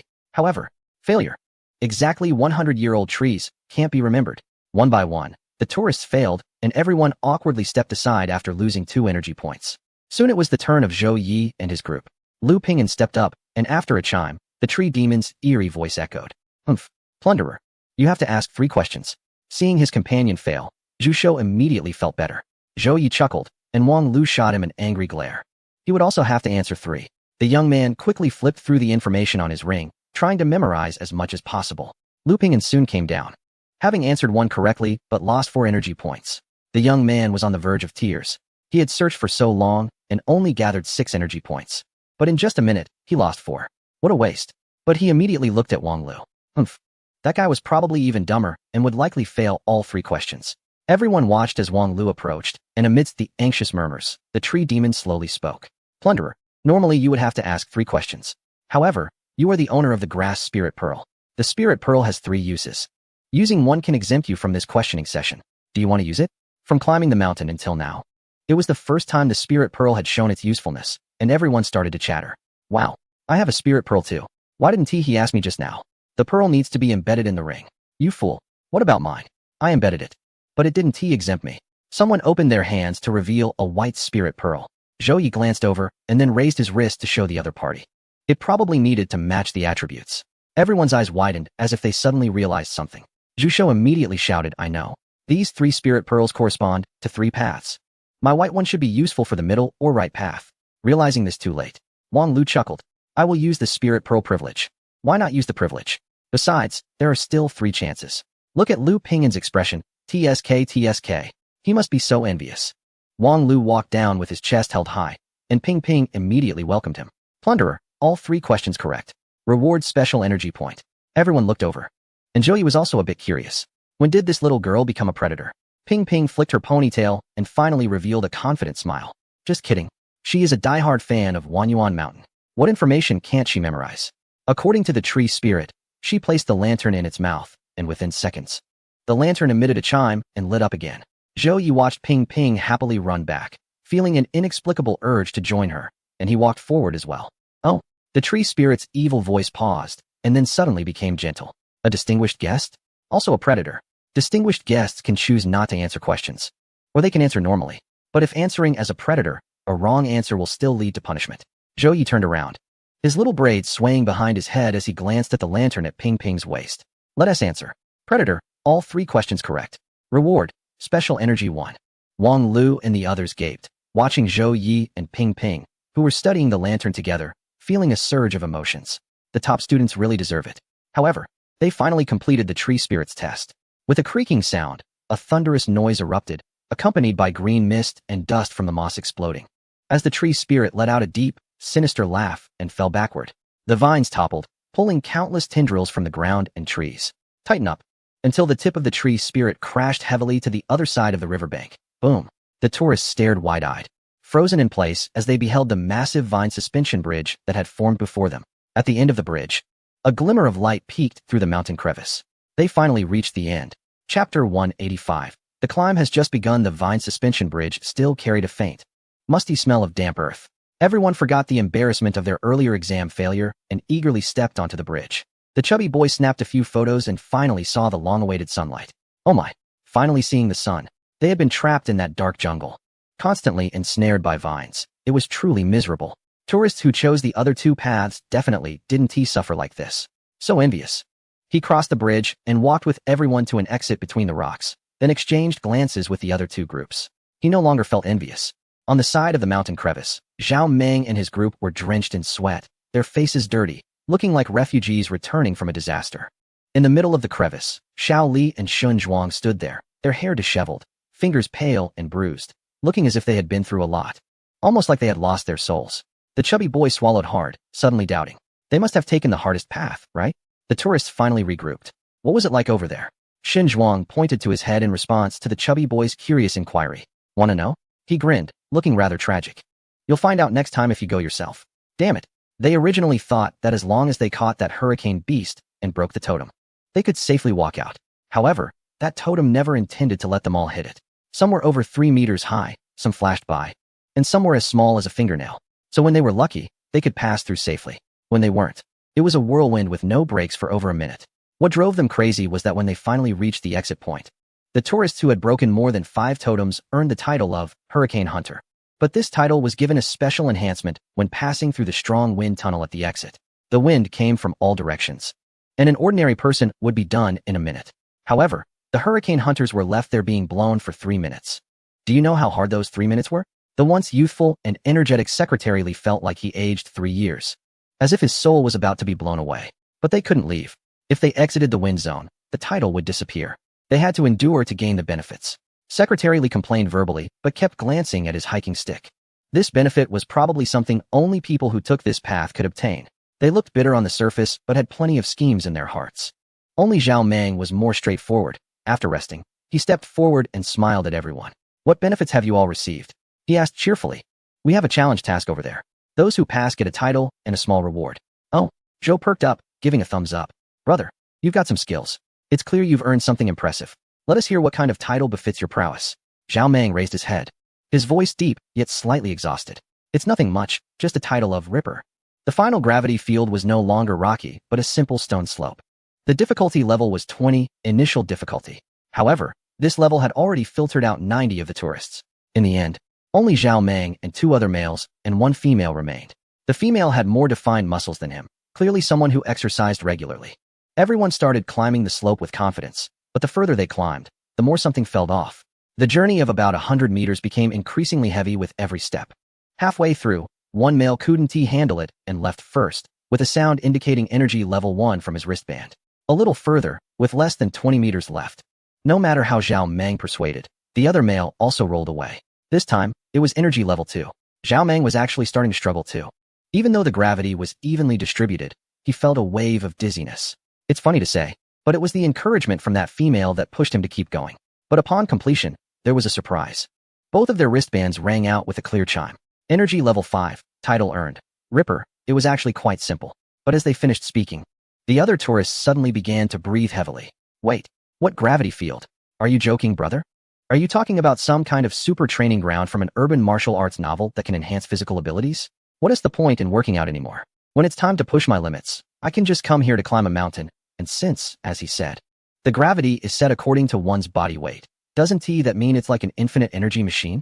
Some people had already gathered to discuss this. Dude, I now think that this place should be investigated. There's definitely something going on here. This is the power of technology. The relevant departments should not be searching the holy mountain. They should come here to see what is happening. I've already planned my training for next week. I'll just come to climb the big cold mountain and hit that path 3 times in a row. Amidst the commotion, everyone finally took a break and continued to move upward. Pingping and Zhou Yi remained at the back of the group, starting to review their findings. The title for Tangmen Road is Plunderer, rewarded with a special energy lantern. The title for Strong Wind Road is Hurricane Hunter, with an unknown reward. The title for Gravity Road is Ripper, also with a special energy lantern. But I suspect our energies might be different. Pingping's analysis was detailed, and Zhou Yi nodded after listening. then glanced at a few tourists coming from Strong Wind Road, who were holding trekking poles with strange expressions, his eyes flashing with curiosity. Remember this. I think these titles will be useful later, including the energy from the lanterns. He reminded Ping Ping to jot it down in her notebook. Along the way, he also noticed her habit of taking notes. Sometimes, what he caught a glimpse of in that little notebook seemed a bit eccentric. Now, only the wood spirit pearl is of use. The other two haven't been utilized yet, so we should observe closely later. Ping Ping nodded, noted it down, and then followed the main group upward. She glanced outward. From the scenery outside the mountain, they had probably climbed halfway. What would the rest of the path look like? Would it still be this kind of fantastical technological road? The girl adjusted her glasses, revealing a spark of eagerness, quickening her pace to pull Zhou Yi and the others to the front of the crowd. She wanted to be the first to see the new scenery. Chapter 186. Cliffside path. The mountain path narrowed, and the large group transformed into a single line, gradually creating some distance. There's someone ahead. After turning down a small path, everyone reached the end of the interweaving stone road, where they saw 3 smiling men in long coats. Behind them was a towering mountain wall, shimmering as if something was pinned to it. Ping Ping hurried a few steps forward, reaching them. And one of the men in the coat immediately spoke. "Good afternoon, dear tourists." He spread his arms wide. "It seems you have all completed the initial section of the Big Cold Mountain. Very well." Initial section? The tourists halted in the open space, looking at him. Are you saying that the grueling paths that exhausted them were just the initial section? What lies ahead? The man in the coat continued to speak. However, the mountain path ahead became much more challenging. If the tourists wanted to continue climbing, they had to be well prepared. He held a strange-shaped silver strap in his hand, with a thick rope leading to the mountain wall attached to a lock. The safety harness was produced by a certain brand. Everyone had to wear it. Ping Ping had a perplexed expression. Can we not describe safety measures in such a strange way? But she quickly stepped forward. "I'll go first." Zhou followed closely behind. Although they didn't know what the path ahead looked like, everyone immediately formed a line. Thanks to the buffer from the middle section and 3 staff members helping them put on the gear, the tourists didn't crowd together. Following the instructions, Ping Ping and the others secured the rope connecting to their waists to the rope firmly anchored in the mountain wall. Wow, once the lock was hooked, an inexplicable pressure came over them. The chubby guy behind Zhou was swallowing hard. Wait, was Ping Ping some reincarnation of a prehistoric mother dinosaur? How come she never seemed afraid? She wasn't afraid of the tiger projection, nor the tree spirit, and now she wasn't afraid of this unknown journey, including that guy with the little braid. Huh. His gaze moved down to see Zhou rubbing his fingers behind his back. Oh, understood. He recalled how Zhou had been scared by the tiger in the ancient T-Horse post station and had immediately jumped into Ping Ping's arms. He smiled and felt a bit more reassured. As long as he wasn't the most nervous, it was fine. Ping Ping didn't care what the 2 men were thinking behind her. She had already tugged at the lock a few times and continued stepping forward on the rocky path. They seemed to be positioned behind a mountain wall, needing to go around it to continue. With Ping Ping leading the way, the other tourists quickly followed, but before they could take a few steps, they stopped. What's going on? Move ahead. What are we waiting for? The shouts came from behind, and Ping Ping stopped at the front, her pupils constricting. What kind of path is this? After rounding the mountain wall, the stone path abruptly ended, and what appeared next was a path connected by several wooden planks. But what kind of path is this? Ping Ping tilted her head slightly. The sudden drop beside her made her stomach tighten, and an urge to urinate surged. Is this less than a meter-wide wooden walkway really the way up the mountain? Zhou behind her could no longer laugh. He gripped the cliff tightly, his voice trembling. Is there really only this one path? Zhu at the back felt dizzy. Should we go back? How do we walk this path? Back. Ping Ping glanced back. The main group of tourists had already surged forward. There's no turning back once the bow is drawn. She forced a smile. The attractions here must be safe for us to enjoy. She steeled her heart and took the first step. Creak. The wooden walkway immediately let out a groaning sound of old and decayed wood, making the 2 men behind her even more weak in the legs. No way. Can we really walk this? What if we just disappear while walking? Hurry up. What is ahead anyway? Why is it taking so long? The urging voices from behind started again, and a few people finally prepared themselves mentally. 3 individuals took the lead and set off, and the group finally began to move. The scolding from behind suddenly disappeared. Zhao Meng wore a long face and wondered why no one mentioned that the path was like this. His strong physique was an advantage on the gravity path, but when he reached the edge of the cliff, the narrow wooden plank couldn't even accommodate half of his body. He had to press against the stone wall, turning sideways just to barely get through. Wait a minute. As the altitude increased, the warmth of summer was completely absent here. The mountain wind howled past from the side. Even a slight shake of the chains could cause someone to scream. Below him was a sheer cliff, and the lush forest had turned into a blurred green, barely distinguishable. The few girls who had lagged behind earlier were now in much better spirits. Director Zhao, hold on to my clothes. It's fine. Director Zhao, you can walk without worry. You have a safety lock. Director Zhao? Are you scared? The repeated calls of Director Zhao made Zhao Meng straighten his back again. Scared my ass. Just then, he caught a glimpse of the cliff out of the corner of his eye, which made him swallow his words and turn into a giant lizard, slowly maneuvering his body. Of course, some were moving with ease. The strong girl who had just passed the gravity path with Zhao Meng was now looking excited, even daring to leap over a few people on that narrow wooden walkway. Don't be afraid. Just don't look down. Focus on the path ahead. Easy for you to say, Shun Zhuang grumbled as he slowly moved from the back, while Zhu Hong was almost in tears behind him. How much longer until this ends? We've been on this wooden path for 5 minutes. We've only gone around one bend, and there's still a long way to go. Chang, who tightly gripped the stone wall. Although there was nowhere to hold on the mountain, pressing against the wall made him feel a bit more secure. Whoosh! Another gust of mountain wind blew by, and Secretary Xiao Li touched his neck, realizing his back was half-soaked without him noticing. No wonder the staff said the climbing path had just begun. Compared to the previous rich and interesting mountain paths, this difficulty was indeed minor.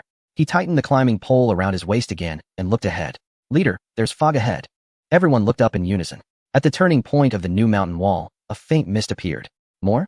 It was already scary enough to walk on this wooden walkway. Why add more difficulty? But they had to keep going.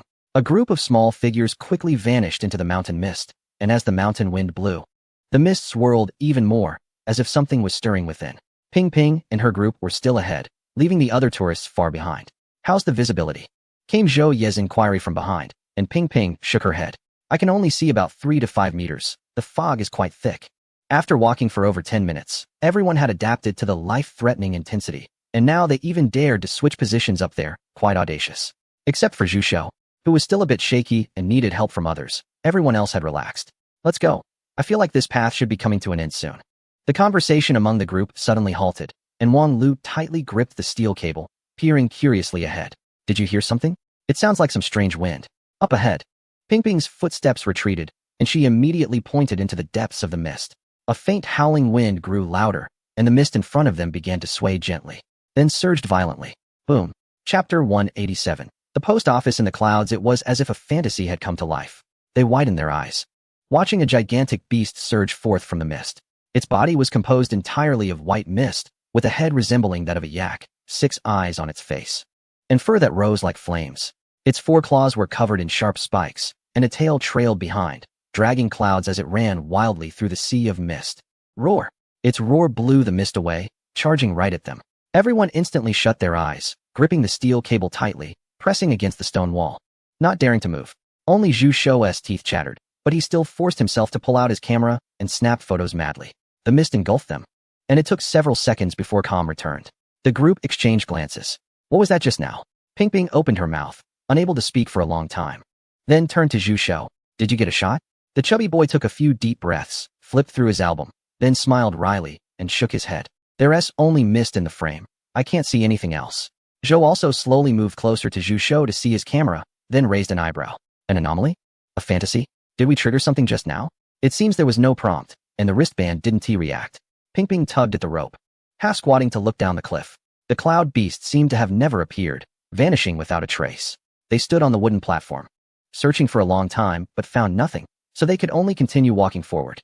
However, this anomaly did not occur just once. As Ping Ping and the others were nearing the edge of the mist, they heard faint screams behind them. I wonder what they saw? But soon, the group halted. The mist dissipated, the air became clear and dry again, and the mountain breeze gently blew, bringing with it a soft rustling sound. What is that? They looked up.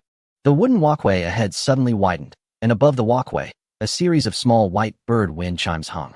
The small birds were folded paper birds with rounded bellies, swaying on thin hemp ropes in the wind, and the bells hanging at the bottom chimed with a crisp sound. The first to speak was a fitness enthusiast who had surpassed dozens of tourists and caught up with Ping Ping and the others. She seemed completely unafraid of heights, easily walking ahead and tiptoeing to play with the small white doves. The paper doves rubbed together, making a soft cooing sound. Zhou turned to look at the metal plaque on the wall.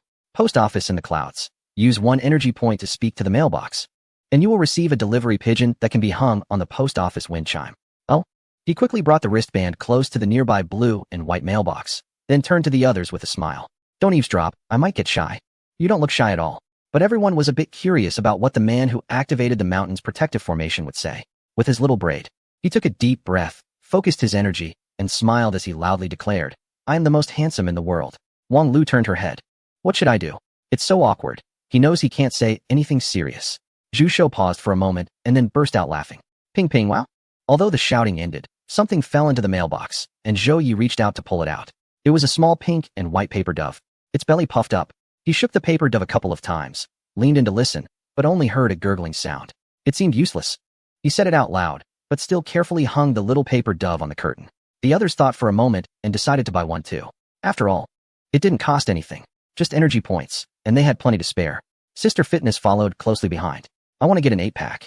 Wang Lu asked. What should I say then? Well, I hope I won't fail any courses this year. I want to find a good job. I want to bring the guiding spirit into the group chat. Everyone turned to look at Ping Ping. She had a normal expression. What? Is that not allowed? Zhou Yi chuckled. His interest in the legendary guiding spirit rekindled. He had already heard Zhu Shou and Ping Ping talk countless times about the history of this scenic area. And he had heard his friends praise the event planning here many times, saying it was exceptionally well done. Plus, from his own experience, it truly was impressive. Reviving a dilapidated mountain scenic area is not something that can be done just with money. The event planner for this area must be very clever. They continued hanging the little white doves, while the group behind them arrived slowly. However, unlike their calm demeanor, the tourists at the back were lively and animated in conversation. That scene was incredible. I told you this mountain has something extraordinary. Those 9 cloud dragons were amazing. I wouldn't believe it if you said it was an illusion. A miracle seems a bit possible, though. By the way, I'm curious about what those things were being pulled by the dragons. Square, rectangular. I don't know. I just know I didn't capture anything in my photos. Don't think about it. I heard that this place, Wanyuan Mountain, is mysterious. If it doesn't want you to reveal something, you won't be able to capture it at all. The 9 dragons? Ping Ping and the others exchanged glances. Did they see different phenomena? Zhou Yi nodded, planning to ask. But the main group had also discovered something new. The cloud post office, requiring only 1 energy point, suddenly piqued the tourists' interest, and they began the creation process in a lively manner. Of course, some with insufficient energy points could only stand by and watch. Then let's continue walking. Ping Ping tugged at her lock, giving up on trying to gather information on such a narrow path, and turned to walk ahead. This time she felt certain that the wooden plank path was about to end. And indeed it did. The group stood in awe, looking at the glass corridor beneath their feet. A 1-meter-wide, high-definition, fully transparent glass walkway was suspended over the vertical mountain wall. As soon as he stepped down, he already felt like he was about to wet his pants. Ding, ding, ding. The bracelet on Zhu Shou's wrist emitted an alarm. The visitor's heart rate has exceeded 140. Please adjust your breathing. If it exceeds 180, you will be forcibly sent down the mountain. Zhu Shou looked up, his face filled with despair. I don't want this either. This is too thrilling. If only this glass walkway were a little dirty. At least it would feel like he was stepping on something. It's too clean, making him feel like he was walking in midair, and he could fall at any moment. Behind him, Wang Lu sighed. Dude, you really can't handle this. He took the initiative to grab the little chubby boy's hand, putting on a brave face. From here on out, I'll lead you. Zhou Yi's expression was also grim. He wasn't afraid of heights, but he couldn't control his rising panic. With Zhu Shou's heart rate over 140, he figured his was close to that too. Ping Ping turned to look at him, her eyes squinting with laughter. What? Do you want me to hold your hand too? No need. I've been through a lot, and no matter the challenge, I'm as calm as a still lake. Buzz. A sudden change. The walkway beneath them shook violently, and then the piece of glass Zhou Yi stepped on let out a sharp sound. In just an instant, huge cracks spread across the glass. Oh no. Crack. The glass shattered instantly, and Zhou Yi let out a terrified scream, gripping Ping Ping's hand and the cable tightly, wailing in despair.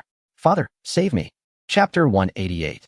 The path of the brave. Zhou Yi held on tightly to the other person's hand, closing his eyes and waiting for the terrifying feeling of falling. Unexpectedly, he waited for a long time, and nothing happened beneath his feet. Wow, this is too realistic. It startled me. What are you saying? Zhou Yi opened his eyes, and in front of him, Ping Ping adjusted her glasses, smiling and urging him to look down. The previously cracked and shattered glass walkway was now as good as new. Intact beneath his feet, a special electronic voice sounded. You've been tricked, right?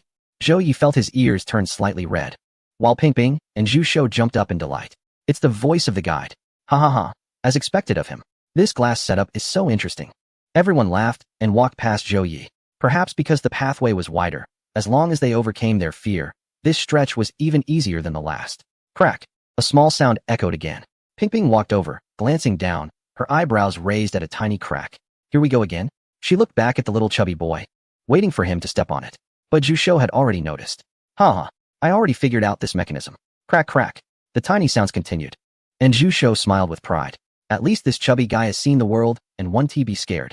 Crack. Whoosh. The exuberant chubby boy suddenly vanished from everyone's sight, plummeting down like a meatball. Ah! The terrified scream instantly shattered the silence of the valley, and everyone behind immediately looked up with wide eyes. Oh no! Wang Lu looked at the shattered piece of the glass walkway, her fingers trembling as she whispered, "It's over. I'm really going to be a dead weight this time." The wailing continued, and after taking several deep breaths, Ping Ping managed to suppress the horror in her heart and looked down. The little chubby one was now hanging by a rope, swaying heavily under the glass. "Help me. Hurry." The little guy was crying, hearing only a voice that he alone could hear. He got you again. Guide woo woo. I'm not a son anymore. This is terrifying." He felt like his soul was about to fly away. A few people above were gathered around the big hole, pondering for a long time before shouting down. "Look at the rope around your waist. There's a retractable button near your safety pants. That's for extending." After going through quite a bit of hassle, he finally returned to the ground. This time, the little chubby one didn't dare to say a word. If it were all fake, then everyone would just treat technology as a joke. But if a real thing appeared among the fakes, that trust would completely collapse. At least for Zhu Shou, that was the case. He looked at the big hole on the walkway and the companions who hadn't come over yet, scratching his head. "How are you all coming over?" He didn't need to think about this question because Su Jing had already thought it through. Buzz. Zing. Crackle.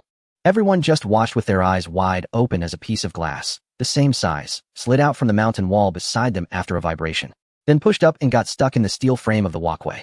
Who dares to say this place doesn't have high technology? What is this in front of us? The glass was restored, but everyone hesitated again. The little chubby one had just fallen down here. Although he knew there was a safety rope, no one wanted to experience that terrifying feeling of weightlessness again. Wang Lu and the others hesitated, but Zhou Yi strolled over directly. "Wow, brother. Awesome. Aren't you scared?" Even Ping Ping looked over curiously. "How did your courage suddenly grow?" "It's not that my courage has grown." Zhou Yi shook his head. "Based on my understanding as the designer of this scenic area, it wouldn't let the same piece of glass break twice in such a short time. We are safe now, let's move forward." Just as he said, until they had walked most of the glass walkway. Despite the screams echoing through the valley behind them multiple times, they didn't encounter a second glass breakage. Wang Lu came over, a bit curious. "Bro, didn't you get a title of a jinx? Could it be because of that title?" "Don't say it. It really might be." Ping Ping covered her mouth and giggled, poking the glass in front of her with her trekking pole, confirming it was safe before daring to move forward. Wait a minute. Leading the way this time was the fitness sister. She turned her head, her short hair swaying neatly. "There's no way forward." She hesitated for a moment. "Not that there's no way, but ladies, step aside. Let the others come over and take a look." Zhu Shou's breath caught, and he sat down on the ground. "I'm not playing anymore, I want to go home." Wang Lu swallowed hard. "Are you sure this is a path?" In the rugged mountains, weeds were overgrown and old vines intertwined. Several U-shaped steel bars are violently embedded in the mountain rock, extending upward and downward, disappearing at the bend of the line of sight. Can this be called a road? The initial wooden path was bearable, and I managed to endure the subsequent glass path. But now that there are steel bars, if this mountain is hard to climb, it feels like we're just facing hardship head-on. However, the fitness enthusiast clearly seems more excited. "I've always wanted to experience a more challenging outdoor climb, and I didn't expect to achieve that in this scenic area. Amazing." She scanned the surroundings, reached for the steel bar, and stepped up with one foot. The grip feels decent, quite non-slip, and there's writing here. Upon hearing there was writing, several men who had previously looked disheartened perked up again. "Quick, read it out." The fitness enthusiast nodded and began to recite for everyone. "Welcome to the path of the brave. You brave souls have already traversed the wooden path and the glass path, and now you have finally arrived at the steel bar path. This section of the cliff is quite rugged, and the path upward may be a bit complex." "A bit complex, huh?" Everyone listened to the fitness enthusiast, feeling sweat forming in their palms. The steel bar path, as the last segment of the cliffside walkway, consists of 9 twists and 18 bends. Here, everyone's gear can come in handy, and those who successfully navigate the final deadly turn can earn the Brave Medal 1. To be collected at the summit. You are almost at the top of the mountain, so please keep pushing forward. The fitness enthusiast turned her head, a bit startled by the excited expression. The earlier panic, fatigue, and despair had vanished completely. In their place was a smile identical to hers. "Got it." The fitness enthusiast extended her hand, giving a firm slap to the hand of her companion behind her, then turned to the boys behind. "Let us go. Then let us walk this path of the brave." Chapter 189, The Deadly Turn Few. The mountain peak howled. Occasionally, small chunks of soil would fall, and the weeds swayed in the wind, scratching the skin and causing irritation. As the view widened, a few tiny silver glimmers moved imperceptibly among the giant boulders on the uneven mountain surface, like little ants. Have we passed several bends? Now everyone has to shout to communicate. The reason is simple. This path is limited to one person at a time. and everyone has to use several steel bars to assist in climbing, so the distance between them stretches out significantly. A few seconds later, a voice came from ahead. 7. There's a vertical gorge ahead. Pay attention. Here it comes. Wang Lu wiped the sweat from his face. Having often skipped class to play, he was longing for the warm little seat in the classroom for the first time. Even the professor's bald head seemed friendly. What does 9 twists and 18 bends mean? They had climbed a little more than halfway and figured it out. 9 steep ascents and descents, basically at a 90-degree angle, with a gaping cliff below. If they fell, they'd probably lose more than just their skins. The 18 bends represent the 18 corners of the cliff they would pass. If they're lucky, it might be an inward concave corner, making it easier to find footholds. But unfortunately, Wang Lu looked at the 120-degree bend in front of him. From this side, he couldn't see where the next foothold was. He could only try his best to step on the tip to catch a glimpse of the next rebar. It was already so difficult. He couldn't even bear to think about what the final death corner would be like. Ding! The man looked down at his wristband, which had already beeped for the second time. Detected that you have stayed in one place for too long. Would you like to use the Wood Spirit Pearl's road ability? 23 uses remaining. No. Wang Lu gritted his teeth. He had already used it once, and even if he had to use it again, it would have to wait until the last few bends when he truly couldn't go on. A few people in front were climbing vigorously, and the main group behind had finally arrived at the steel nail path after enduring various scares and hardships. Shen Zhuang turned back. By now, 7 or 8 people from the main group had dropped out, all of whom had given up climbing when they saw how difficult the path was. There was also an elderly man whose heart was racing too fast and was taken away by the staff. They were doing relatively well, after all. They were older but strong, and usually could squeeze onto a bus or grab eggs at the market, so they still dared to continue. However, this steel nail path was indeed challenging for them. In fact, it was possible to continue, with a retractable buckle on their waists. Even if they couldn't get past a certain spot, they could choose to drop down and find another place to climb up. But even so, the level of this mountain path finally made everyone feel a sense of awe. The tourists who had previously shouted that they were just climbing a small hill were now silent, biting their lips and walking with a sense of grievance. At this moment, Xiao Li also stopped moving forward and turned to ask several leaders, "Are we still going?" He extended his arm and sighed softly. It was still uncertain how long it would take to reach the summit, but it was already past 2 p.m. Even if we reached the top, it might be very late, and going down wouldn't be safe. "Leaders, I suggest we stop here." Zhu Hong and the others hesitated but didn't speak up. After all, everyone was in their 40s or 50s, not young anymore, and this level of mountain climbing was indeed a bit tough. But Shen Zhuang shook his head. "I want to continue." He looked at Zhu Hong and the others. "We've climbed so many dangerous paths already, and the sign says the summit is near. Don't you want to give it a shot? Such a challenging mountain path would only have meaning when they reach the top. If I stop today, to be honest, Shun, we'll be thinking about this for a week." "Well, that's true." Xiao Li observed the tourists passing by them. Secretary Shun is quite stubborn. No matter how difficult it is, he will try his best to accomplish what he wants. Otherwise, he wouldn't have been so anxious for over half a month because of the poor performance in cultural tourism in Yong'an City, personally visiting various places for inspections every day. If he doesn't climb Shaosu's mountain, he would definitely lose sleep for several days. "Then let's go?" This time, Xiao Li didn't wait for Zhu Hong and the others to respond.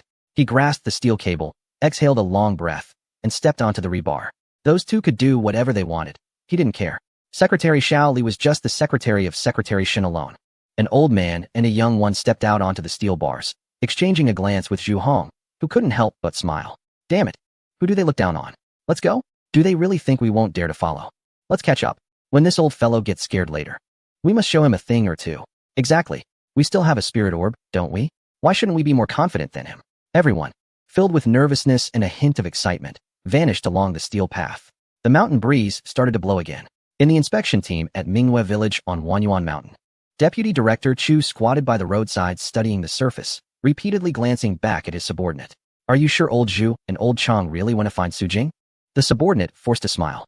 "Absolutely. It's strange. Why haven't they returned after such a long time? They aren't answering their phones either." The subordinate smiled on the side, already wanting to scold the two of them. "Didn't they say they'd just climb a mountain and come back? Why aren't they back yet?" "Zhu Hong, is it that we don't want to come back?" "Chang Hu, we have no way back now." The last tourist had just stepped onto the steel path, while Ping Ping and her group had already reached the end. "I see the path," Ping Ping shouted excitedly. After turning who knows how many bends, another mountain path faintly extended ahead, disappearing among the rocks and trees. This discovery instantly lifted everyone's spirits. A few more bends? There should be 3 left. Phew. Wang Lu immediately relaxed. He sat on a steel bar, tightened the rope, and took a short break. "Comrades, The group of 8 paused on different steel bars to regain their strength. Ping Ping looked at him, already guessing what he wanted to say. Everyone should still have their spirit orbs unused, right? It's almost over. Let us try them at that death corner. Zhu Shou nodded vigorously. Thanks to the care of his younger siblings, he made it this far. Otherwise, he probably would have been unable to go on. Now, besides that death corner, he was most curious about what the spirit orbs were actually for. Zhou nodded and smiled. Indeed, our small team has 3 spirit orbs. We should all try them out and see the effects. Fitness Sister turned back. Wow, you guys are a versatile team. Ping Ping said sourly. Go ahead. Anyway, we don't have any, so we can only rely on our own strength to be true warriors. Everyone burst into laughter and soon set off again. The last bend quickly approached, but this spot was unlike any before. Beside the bend, a cave about a person's height appeared, just enough to crawl through and bypass the turn. A small wooden sign beside it was clearly visible. Last bend, difficulty too high. Not mandatory. How high can it be? Everyone twisted their wrists, relaxed their hands, and the leading fitness sister stepped forward, standing on the steel bar, tiptoeing to look out, then retracted her head with a dark face. It's a corner less than 90 degrees. Huh, are you kidding me?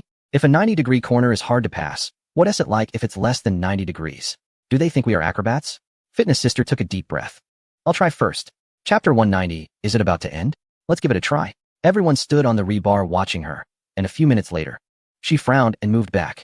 Can't get through. The only way to get across is either to be extremely flexible or have long arms and legs. She gritted her teeth. Mustering her courage, she decided to jump over. Jump? How to jump? Anyway, there's a safety rope, so I'll give it a shot.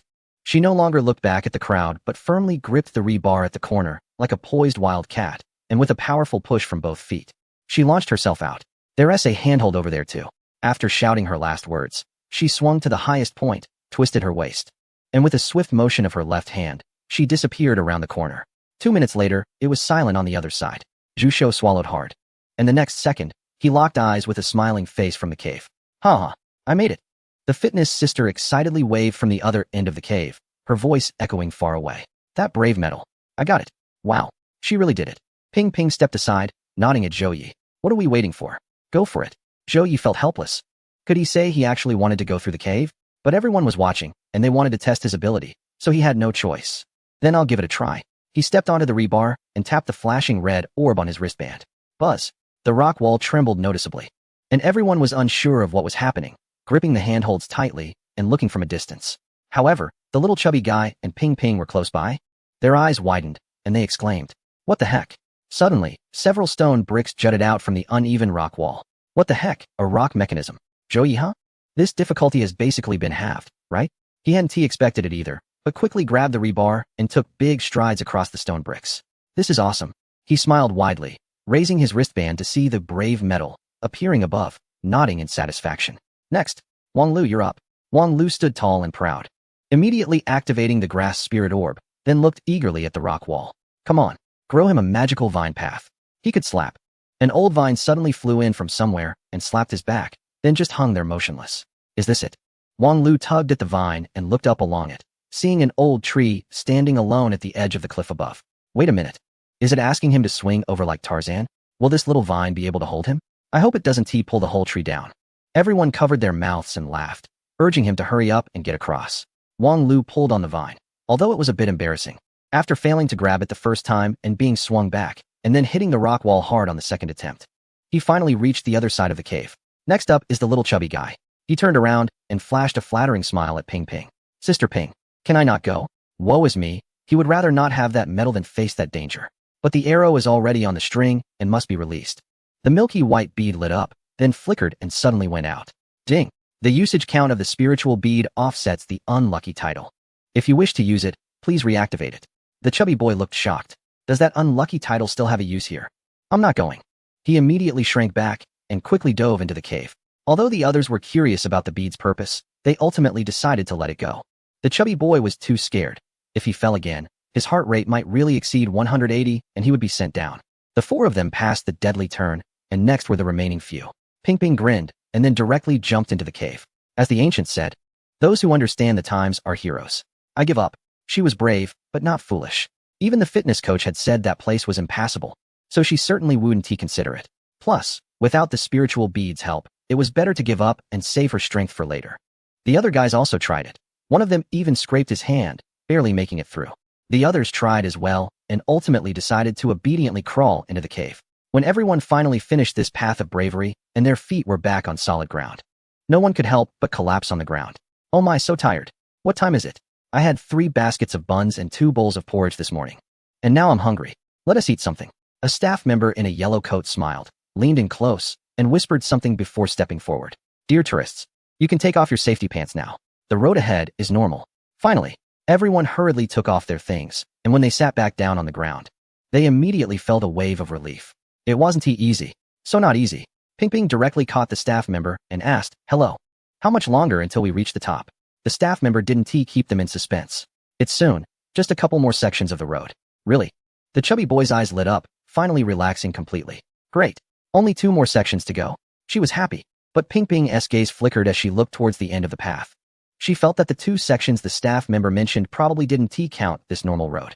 This mountain path was far more difficult than she had imagined. It was already past 3 p.m., and the sun was starting to slant in the west. At this pace, would they make it to the top before sunset? What would the way down be like? Ugh, she didn't dare to think. But Ping Ping smiled again. After this day, Wanyuan Mountain had fully proven its climbability and fun. Along the way, they had seen countless strange sights. Who wouldn't want to climb such a mountain? Surely anyone who had climbed it once would remember it fondly. Almost done. After resting, she stuffed the bread wrapper into her backpack and stood up.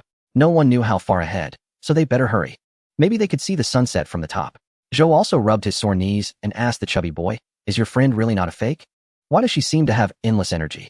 Zhu Shou answered seriously. She is certainly not a fake person, because she is a prehistoric female Tyrannosaurus. She is a top presence in her group.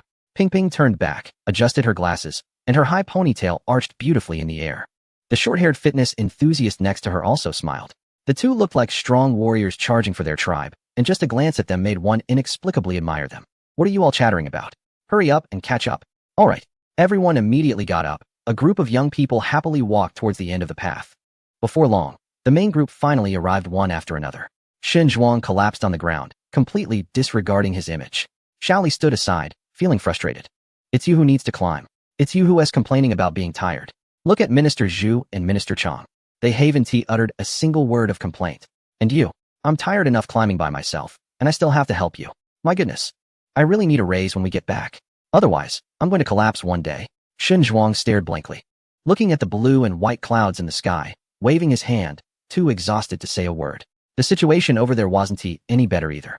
A group of men and women surrounded Zhao Mang, who was lying on the ground, anxiously giving him water.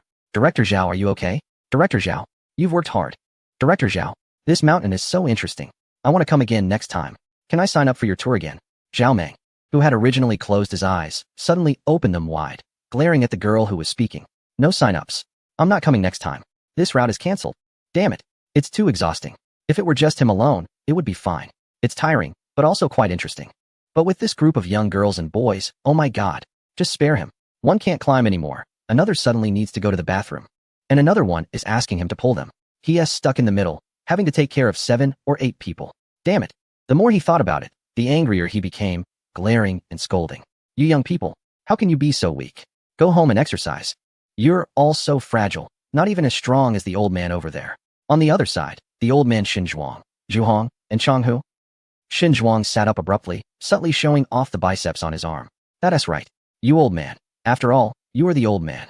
He turned to look ahead, where a light mist spread at the end of the mountain path, but most importantly, they had finally seen the mountain peak. The lush mountaintop revealed a bit of gray-white stone. Let us go.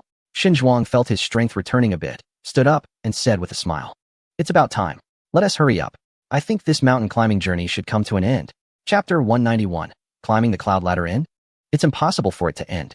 This time, under Zhou Yi's suggestion, the group did not continue climbing but waited at the next intersection for the main group of tourists. There is no other reason.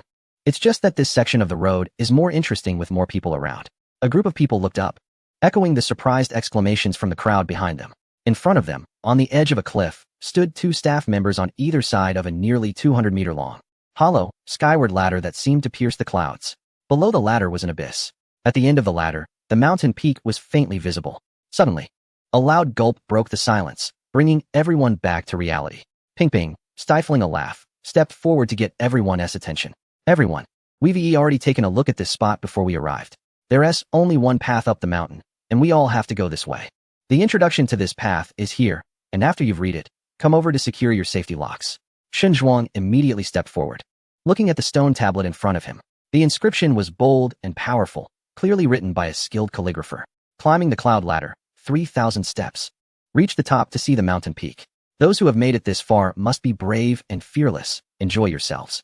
Endless joy awaits above the cloud ladder. Wow. Shen Zhuang then glanced at a nearby stone platform, which was smooth and bare except for a metal plaque in the lower right corner, featuring an eye symbol and a line of text. You can leave 1 energy point to provide a supply for some climbers. Energy points. 8,100. What is this? Ping glanced at Shen Zhuang and quickly added, I don't know what this energy point supply is, but I think 1 energy point shouldn't be too much for everyone.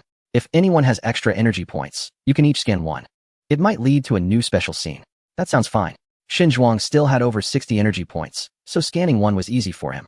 Compared to the ancient T-horse road down the mountain, the tourists no longer felt reluctant. As long as they had enough energy points, everyone directly scanned 1 in. Soon, their energy points surpassed 100. All the tourists waited in place, but after several minutes, nothing happened.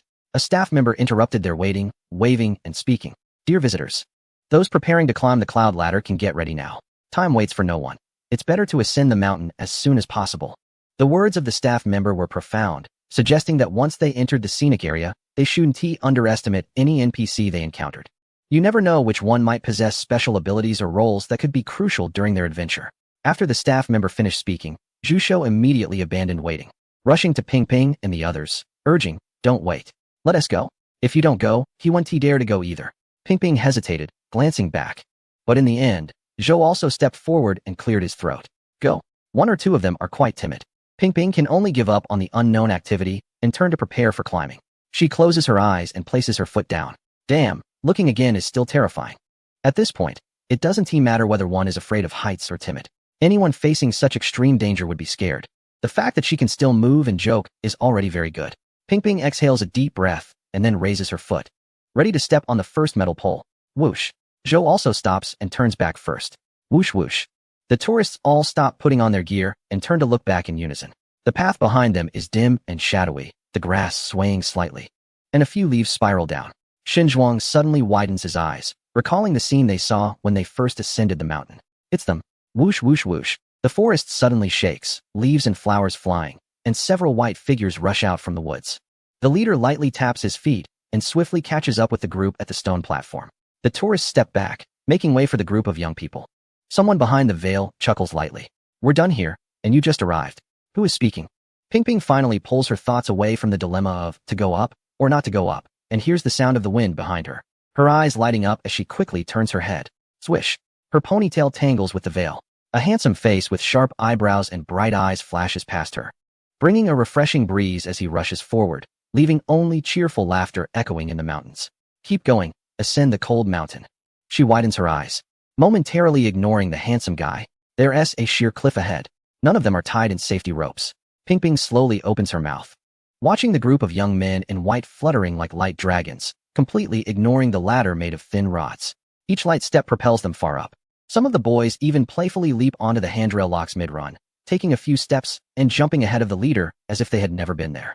As the strong wind weakens, the group of white figures disappears into the white mist at the end of the ladder. Ping stands suspended in midair, mechanically turning back. Are those even human? Zhou shares the same thought. They hadn't seen this scene when they ascended the mountain, and now looking at it, their hearts pound like drums. Blood surging. What are those? Martial arts masters? Immortals? Spirits of the mountain? Zhu Shou puts down his camera, looking furious. Can't get a shot. This means these people are no different from the misty phenomena before. They are confused, but the tourists behind them burst into laughter. It feels good to have seen the world. The old man, hands on his hips, looks at Zhou and Ping's bewildered expressions, his nose almost tilting skyward. See, it's not just about moving fast to see all the good things. The good things they've seen might be even more than what they have. Let us go. After laughing, everyone encourages the few leading the way. Didn't they say so? Keep going. Ascend the cold mountain. Let us hurry up. The timing might just be right. Ping walked at the front, followed by the smiling Zhou Yi. Taking a deep breath, she looked at the nearly vertical ladder leading to the mountain peak and stepped forward again. Let's go. Up the cold mountain. Chapter 192. The fun of the cloud ladder. The latch slid along the iron chain with a clatter. Up in the high altitude, a gentle mountain breeze could cause the cloud ladder to sway. Rows of tourists ascended, The brave stepped boldly upward, while the timid found themselves stuck on an iron bar, their legs trembling uncontrollably. No matter how lively the shouts were from below, only those who climbed knew the terror of the height. The wristband's alert sounded one after another. Ding! Heart rate exceeds 140. Ding! Heart rate exceeds 160. Ding! Heart rate exceeds 180. Forced removal from the cloud ladder. The commotion drew everyone's attention. A woman on the ladder, trembling uncontrollably, let out a sharp scream as she saw the iron bar beneath her suddenly retract, causing her to plummet down like the earlier unfortunate soul. Oh! The woman dangled beneath the cloud ladder, her eyes rolling back, wishing she could faint on the spot. This was even scarier than before. But no one else showed any sympathy. Even Zhao Meng, the leader of the tour group, merely craned his neck in curiosity to see how she would be forcibly removed. Click! It seemed something had unlocked. The woman's screams were sealed in her throat, and then she smoothly slid down the iron chain beneath the cloud ladder, as if riding a cable car slide. Wow! Everyone's gaze followed intently, and the woman's voice transformed from fear to excitement. The wind rushed past her ears. The ground below was a dizzying height above lush forests, and above her were pairs of legs trying hard to maintain composure. In that moment, she became a free bird, shouting joyfully as she returned to the starting point of the cloud ladder. Changhu's eyes widened, nudging Zhu Hong's back. He got it immediately, glancing at his wristband. Heart rate. Let me go up. They also wanted to ride that high-altitude sliding cable. Not just the two of them. Everyone's eyes were fixed on the woman as she was unlatched and led by staff in yellow uniforms toward another direction, disappearing into the dense forest. Where were they going? Was there another path up the mountain? Or were they being sent down? How would they descend? Would it also be on such a slide? That must be exhilarating. In an instant, everyone's thoughts were racing, but it was Shun Zhuang who reminded them loudly. Don't forget what we're here for. Climbing. Climbing. Still climbing. We've come this far.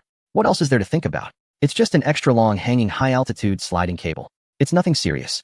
You hear that? Just listen. Secretary Xiao Li supported the old man's slightly trembling body from behind. We know you want to play, but do you really have to describe it so vividly? Ping Ping, at the front, looked back at the line of heads behind her, resembling a trail of little ants. Feeling a bit tempted herself. Zhou Yi, what do you think? If we reach the top and want to come back down to play again, will that work? The guy with the little braids tightly gripped the iron chain, feeling both amused and helpless. Big sister, can we go up first and talk later? He was currently hanging in the middle of the ladder, unable to go up or down, and was almost scared to the point of losing control. It should be fine. Let's go up first, he said. That makes sense. Ping Ping suppressed her excitement and turned to continue climbing, but the next moment, she heard a playful voice of a mischievous boy echoing through the mountains. Congratulations to all tourists. You've formed a group of 80 people. Achievement unlocked for heart rate below 140. First fun on the ladder. Strong wind mode activated. Please hold on to the ropes tightly. If you're blown off, you'll have to climb back up from the beginning. The boy's childish yet wicked laughter faded into the mist. The tourists were still in shock when they suddenly saw the fog at the end of the ladder swirling violently. Then boom, a massive gap opened in the fog, as if the sky had torn open and a strong wind rushed in. What the heck? How is this possible? I can't hold on. Don't shake it. The ladder is too unstable. Ping Ping, standing at the front, was the first to be hit by the strong wind. Her ponytail flew high, and then the wind whipped it wildly against Zhou Ye's face. Wow. Zhou Yi felt a sharp sting on his face and quickly abandoned the idea of hiding behind her for shelter, retreating obediently to grip the rope tightly. Wrap your legs around the chain. I've got it. Wow. Someone was blown off and heard the childish wicked laughter again. Hee hee. Off you go. Whoosh. A chain sent a tourist sliding down the mountain, who stood at the starting point of the ladder, excited but paused, since he had to climb again anyway. Why not wait for the wind to die down? A guy in a yellow coat approached with a smile. Tourist, are you still climbing? If not, you can take another route. Unexpectedly, the person waved his hand dismissively. Despite falling, he was still full of enthusiasm. Of course I'm climbing. His eyes sparkled with an inexplicable light. Didn't you hear? The first fun on the ladder means there's more exciting stuff ahead. Only a fool wouldn't climb. Whoosh. Several more people were blown down. Aside from a few who were genuinely weak and panicked and left with the staff, everyone else was still waiting at the starting point of the ladder for the wind to stop. Wang Lu glanced back and struggled to speak to the chubby guy. Fat brother, why don't you go down? Zhu Shou was already quite plump, and with the wind blowing, he couldn't stand firm on the swaying chain. His thighs tightly wrapped around the iron chain, turning purple from the pressure. I won't go down, Zhu Shou shouted angrily. If I go down, I'll have to climb again. I'd rather die than go down. Ding. Amid the strong wind, the chubby guy perked up, glancing sideways at his wrist. The milky white bead was glowing faintly. He raised an eyebrow. Does this mean I can use it? My bead is glowing. I'm using it, he shouted, and seeing Ping Ping turn her head, immediately activated the milky white bead. Boom. Zhu Shou blinked, then showed a shocked expression as he relaxed his hands and legs. Standing back on the walkway. Wow. Fat brother, are you crazy? Hold on tight. Others still wore fierce expressions, struggling against the swaying chains and the fierce wind. However, Zhu Shou, in a daze, raised his arm to smooth his hair that was still flying about, and asked blankly, "What do you mean there's no wind?" Wang Lu, equally confused, suddenly saw the chubby boy excitedly shaking the chains. "It's the spirit pearl. I just used the spirit pearl. The strong wind has been cancelled out." "Is that really possible?" Zhou Ye's eyes widened immediately, turning to point at the slightly glowing red pearl. But in the next second, the wind stopped. All right. So you really can't help it all." Ping Ping laughed heartily, and amidst the busyness, didn't forget to take out a small notebook, flipping it open and scribbling on it. Zhou Yi watched from behind, dumbfounded. "Sister, recording is really more important than life." With the strong wind over, at least 20 people were missing from the cloud ladder. Dozens of people gathered at the starting point, laughing heartily as they climbed back up. This time, everyone was much faster. To put it this way, if you have been thrown down from a great height by a fierce wind once, after experiencing such ups and downs, you wouldn't be afraid anymore. 1/3 of the journey was already completed, and the height of the cloud ladder was noticeably steeper. Everyone finally adapted somewhat to this difficulty, and their climbing speed increased. The sounds of children in the mountains finally echoed. Detected that the journey is halfway, and all tourist stay time during the process did not exceed 1 minute. Achievement unlocked, unstoppable. The second part of the cloud ladder is now open. The children's voices carried a sense of innocent yearning. Crane arrival. Chapter 193, Crane arrival caw. A clear and ethereal cry echoed from the valley, followed by swirling clouds and mist above the ladder. As a group of enormous flying cranes gracefully swooped down, the playful voices of children sounded simultaneously. Take a complete and clear photo of the celestial cranes to exchange for cloud ladder souvenirs after reaching the top. Please pay attention to safety while taking photos. Wow, this can be photographed. Zhu Shou immediately took out his camera, not even realizing that his hands had left the ropes. The others were also energized. A task had arrived. Taking a complete photo of the cranes should be quite simple, right? The flock of cranes raised their long necks and spread their wings, starting to glide and soar around the cloud ladder. Initially brimming with confidence, the tourists, ready to take dozens of photos, suddenly gripped the iron locks tightly, their bodies swaying violently. Who said cranes fly gracefully and leisurely? Have you ever felt the force of wings over a meter long flapping vigorously beside you? Do you know what a gust of wind feels like a knife? Crane dance. Sounds beautiful and elegant, but try spinning around next to you. It's even sharper than the sword dance of the Peach Blossom Temple Master. The cloud ladder stretches across the green forest, amidst the mist. The white beings soar and call out. Meanwhile, humans can only cling tightly to the ropes, suspended in midair, resembling ants, filled with awe, gazing up at the sky. The trembling cloud ladder continued upward, and Wang Lu gritted his teeth. He had one last chance to use the spirit pearl. Perhaps it was time to use it. The young man raised his wrist and tapped the softly flickering blue bead. The ropes and steel frame around him also flashed with beeping signals. Until the other rope nodes finished flashing, the one closest to him remained lit. After a soft click, a hole popped open in a steel frame node, and several ropes shot out with a whoosh. Good stuff. Wang Lu immediately secured the ropes around himself, which seemed to tighten on their own, binding him tightly to the handrail of the cloud ladder. Lu Ping'an watched from the side and chuckled. I didn't expect you had this hobby.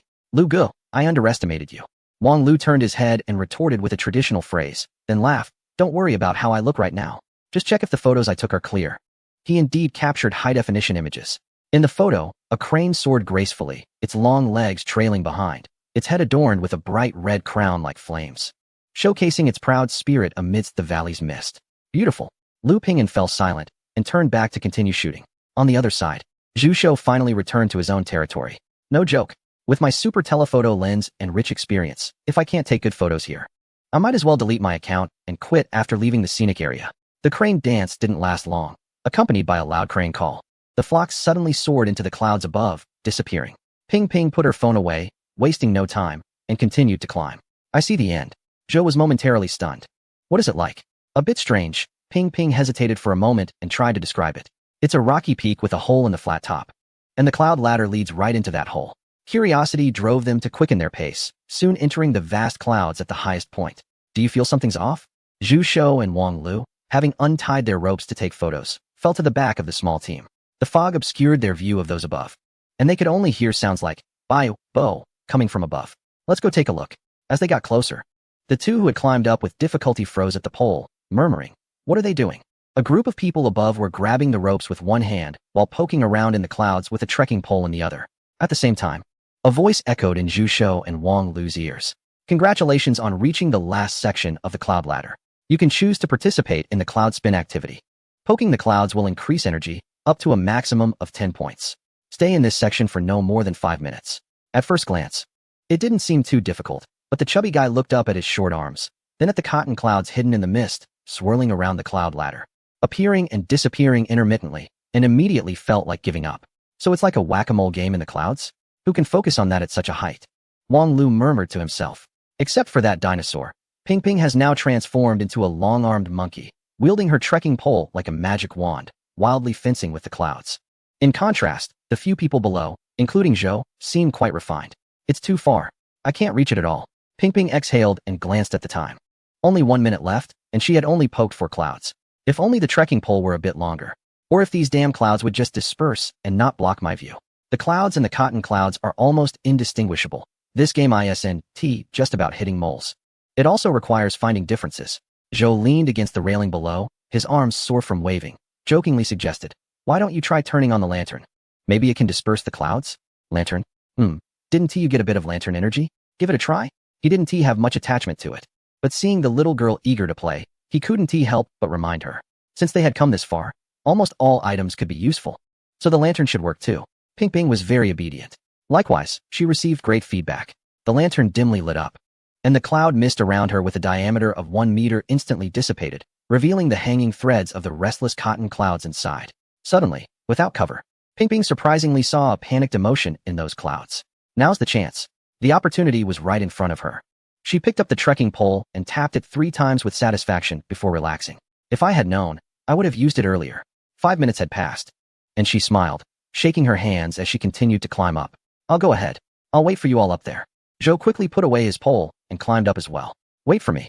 Zhu and the others watched their companion leave and began their own cloud-catching operation. The little ants on the cloud ladder moved upward in an orderly fashion, and finally, Shun Zhuang and the others climbed over. Phew, I'm exhausted. His stamina was almost depleted. After poking 2 clouds, he was out of energy and leaned against the side to watch Xiao Li in action. Huh, why is your trekking pole different from ours? Xiao Li smiled mysteriously, pressed a button, and the front part of the trekking pole suddenly extended. Poking at the trembling cotton cloud. Pop! The cloud quivered, flashing blue and white electric light, then quickly disappeared into the mist. Hurricane Hunter's reward. Xiao Li's smile widened, looking very pleased. Unlocking the trekking pole length. Several others also received the reward. Wow! Shun Zhuang and Zhu Hong looked at Xiao Li's retractable pole, suddenly enlightened.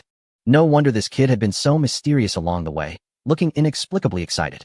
It turns out there were special rewards. He thought. Why did other paths have obvious rewards for tourists, while theirs had nothing? It turns out their reward was even more special. Pop! Xiao Li retracted his hand. Calm and composed. 10 completed. His gaze was bright, finally revealing the excitement buried deep in his heart. Let us go. We're almost there. The older gentleman behind looked at the energetic Xiao Li and also smiled. Being young is wonderful. Passing through the clouds. We ascended vertically through a stone cave at the top. Tourists were pulled up one by staff, either lying down or sitting on the rest chairs of the viewing platform, gasping for breath. Even this lively group of young people, including Ping Ping, had trembling calves and weak legs, stopping to rest in place, not daring to move forward. It was already past 4 o'clock.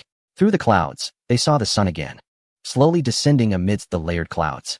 Below them was a grayish-white giant rock, mostly obscured, and a winding staircase leading upwards. They were hidden in the lush jungle, silently calling to the tourists. Keep going. I will wait for you here. Chapter 194. The 999 Steps walking through the lush forest path. The group finally saw the mountaintop at the exit. What was that? Without the cover of tall trees, a small part of the giant cave at the mountaintop revealed itself, standing there like an arched stone door. The path leading to it was a staircase that was hard to see clearly. The staircase was about 10 meters wide, enough for many people to walk side by side. On both sides were railings pulled by iron chains, and there was not a single platform to rest along the way. Ping Ping stood on the ground, looking up at the sky, while an old man beside her smiled and extended his hand. Young lady, would you like a cucumber? At his feet was a basket filled with spiky cucumbers and another with ripe tomatoes. On the spacious flat ground before the staircase, besides the old man selling fruits, there were many vendors selling water and bread. As with the rules of Wanyuan Mountain, these items were not overly expensive. Ping Ping spent 20 yuan to buy 4 cucumbers, broke them to share with everyone, and leaned close to Zhou Yi, whispering, Actually, I think they should charge a bit more. Zhou Yi was puzzled. It's so difficult to climb this mountain. It must be tough for them to carry their goods up here, right? He gave a thumbs up. Good-hearted woman. But he did not believe that the owners of the scenic area would make their employees walk up the mountain. Anyone who could design a mountain climbing experience like this had likely considered many things. Tourists just needed to enjoy themselves. Everyone sat below, eating and drinking, until the first person stood up and walked over. One by one, everyone threw their trash into the bins and followed. Beside the steps stood a wooden sign introducing the last segment of the path. 999 steps, the final stretch before reaching the top. I don't know how many steps there are, I just think 999 sounds nice. Ping Ping raised her eyebrows, seriously doubting that this sign was written by the guide in charge. This path is straightforward, dear tourists, just focus on climbing. Wishing you happiness. Zhou Shou's head popped out from behind the camera, looking confused. Who would describe their mountain path as straightforward? What about the previous paths? Not serious at all. Now his legs felt sore, his back was drenched in cold sweat, his fingers felt like those of a centuries-old corpse, and his throat felt like a worn-out bellows. He felt anything but happy. But most importantly, what does it mean to think that 999 sounds better, so it's called the 999 ladder? How many steps are there, really? After reading the sign, everyone felt a bit speechless. In the end, Zhao Meng rubbed his shoulders and led the team out. Are we going? Continuing? Everyone slowly stood up, turning to look at the peak, inexplicably feeling like soldiers marching to their doom. Ping Ping also rolled up her sleeves and shook her trekking pole. Let's go. With a step forward, the crowd surged up the steps, climbing towards the summit. At the end of the steps, on top of the mountain, Su Jing sat by a rock, smiling as he watched the moving black dots below, while Jiang Tsong munched on a steaming sweet potato, exclaiming in wonder. These people are really impressive. He gave a thumbs up. How did you design this mountain path? I couldn't make it halfway, yet they actually persisted and came up. Su Jing chuckled. You just need to practice more. Do you think they are all like you? These people are all here with a strong desire for exploration. Zhu Hong retorted. Are you talking about me? What the hell is exploration? They just saw this mountain path and simply don't want to walk back the same way. The two stopped talking. Su Jing watched the little ants below getting larger, satisfied as he opened the system interface. Left 3 peaks. Unnamed 32. Attractions, Peach Blossom Dock 1. Great Cold Mountain 1. Attraction items, Sensory Amplifier, Low Level, 1. Mysterious Veil 1. Material Imaging Device 3. Gravity Stone Set 1. Hurricane Force Field 1. Magic Flying Paper Birds 3000. Mind Mirror 20M. Light of Illusion. Special Climbing Equipment 500 sets. Projects. Bluestone Piano Steps, 2 stars. T-Horse Ancient Post, 3 stars. Three-Way Intersection, 3 stars. Cliffside Plank Road, 3 stars. Cloud Ladder, 3 stars. 999 Ladder, 2 stars. Cold Sky Gate, Permanent Staff, Fong Gui and other residents of Mingwe Village, Mule Team members. Grandpa 2, Physical Quality C, Skill, Vivid Description, Intermediate, Loyalty 100. Sun Ju, Physical Quality B, Skill, Vocal Mimicry, Intermediate, Loyalty 100. Qingyun Acrobatic Troupe, Golden Sun Dance Troupe, Temporary Staff, None. Service Facilities, Specialized Item Distribution Center 1. Specialized Tea House 1, Specialized 3-Section Plank Road 1, Specialized Visitor Service Center 1, Specialized Restaurant. Evaluation. The integrated mountain has finally started development, and the first section seems to be completed. Looking forward to the host's subsequent development methods for the mountain. The A-level transformation is indeed more expensive, but it is significantly better, right? Su Jing enjoyed the slightly cool mountain breeze, watching his good review count drop from 100,000 to 30,000, and sighed. The A-level transformation was indeed good, but similarly, various items needed to be matched accordingly. There are many ways to play on this mountain path. He estimated that the tourists who climbed today might not have even discovered 15 of them, but that was enough. After all, not everyone likes climbing or has the stamina for it. In a few days, when everything is fully open, everyone will be able to choose other routes to climb. As for now, he changed his sitting position and raised his eyes to the towering stone cave, waiting for everyone to reach the summit. Phew, so tired. Zhu Shou stopped on the steps, breathing heavily, feeling faint. If the previous treacherous paths were challenging, that kind of difficulty kept them on edge, both nervous and excited, eager to see what lay ahead. But these simple steps only tested everyone's willpower. Ping Ping tugged at him for quite a while, but couldn't he budge his hefty frame. Panting heavily. Stop complaining. We're already a third of the way up. Put in more effort. Everyone leaned on their trekking poles in front of the iron chain. Gazing outward, the mountain wind was slightly chilly, blending trees and rocks, with layers of deep blue and gray, resembling an ink-wash landscape painting in the thin mist. Zhou Yi breathed in the cool air, his gaze shifting slightly, raising an eyebrow. That woman Ping Ping and a few others gathered to see where he was pointing. Wasn't she the one who fell from the ladder earlier and was taken away by the staff? They scrutinized her closely, nodding in agreement. The woman, who had looked exhausted and disheveled earlier, now appeared lively, walking up confidently with her staff. How did she get up here? Ping Ping and Zhou Yi exchanged wide-eyed glances. Was there another way up? They both felt a renewed curiosity about the summit. The climbing manual had been emphasizing reaching the top, and all the signs along the way kept mentioning it. Even the young adventurers they encountered were urging them to reach the summit. What was at the top? Suddenly, Ping Ping seemed to have an epiphany, glancing at her watch and then at the sun, which was getting lower in the sky. It's 5 o'clock. Let us hurry up. Ding! Along with her words, a loud bell rang out, echoing through the vast expanse, causing all the visitors to look up in surprise. What happened? The source of the bell was unknown, but it instantly calmed the tourists. The impatience, anxiety, and fatigue from climbing quietly vanished. In the next moment, from beneath the thin mist on the cliff, a faint rustling sound of paper could be heard. Puff! The sound of the paper gradually grew louder, turning into a chaotic rustling mixed with wind and friction, finally bursting through the clouds and appearing in the tourist's view. Wait a minute. Zhu Shou looked through his lens and clearly saw the white objects flying high in the sky, stunned. Those were the letters we wrote at the post office in the clouds. Those paper birds flew into the sky. The stone steps erupted in chatter.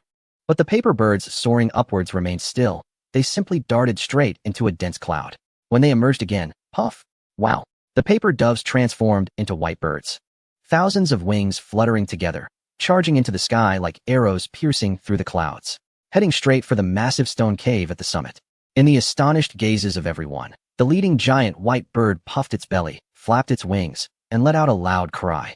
I am the most handsome in the world. Chapter 195, The Summit of the Great Cold Mountain. Was that your voice? Ping Ping and the others turned back in shock to look at Zhou Yi, whose expression was calm. He shook his head. That's definitely not me. Are you sure it's not you? It absolutely is not me. Zhou Yi's ears turned red, her waist no longer ached, and her legs felt fine as she turned her head and continued to climb the stone steps. The leading white bird in the sky called out, spun gracefully in a circle, and continued to soar high. Behind it, the flock of birds chirped in succession, echoing the beautiful wishes quietly shared among the tourists at the cloud post office, all of which were loudly announced at the top of Dahan Mountain. Everyone was stunned, and amidst the cacophony that sounded like a quarrel, a male voice distinctly mentioned he would date 12 people this year. Wow. Cloud post office. I keep you in my heart, and you kick me into the ditch. After investing this precious energy, this was their return. Everyone felt shy, only to realize later. Weren't those paper doves? How did they turn into real birds? Perhaps those birds had already been hiding in the clouds, and after the paper doves flew up, they switched places. Are you saying those wild birds were trained to hide in the clouds just to convey sounds to us? Hee, that seems unlikely. So, what is going on? Everyone fixed their gaze on the flock of white birds, watching them flap their wings and rush toward the enormous cave at the mountain's peak. And then, poof, they disappeared. It was as if they passed through an invisible membrane. The birds indeed flew through the cave and vanished. Wow. Ping Ping adjusted her glasses, instantly igniting boundless energy. I'll go ahead. You all take your time. Here they come. Another masterpiece from Wanyuan Mountain. The divine bird transformed from the paper dove wind chime disappeared into the cave, which seemed like an entrance to another world. The young men in white with light skills chased ahead to the top of Dahan Mountain. The strange phenomena in the mist and the different expressions at the fork in the road. What else could be at the end of this marvelous and endless climbing journey?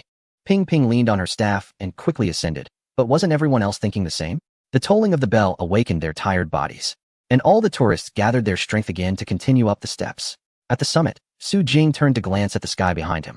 The sun was about to set, casting its last warm orange light. We need to hurry up, otherwise, we won't see the good stuff. The tourists thought the same.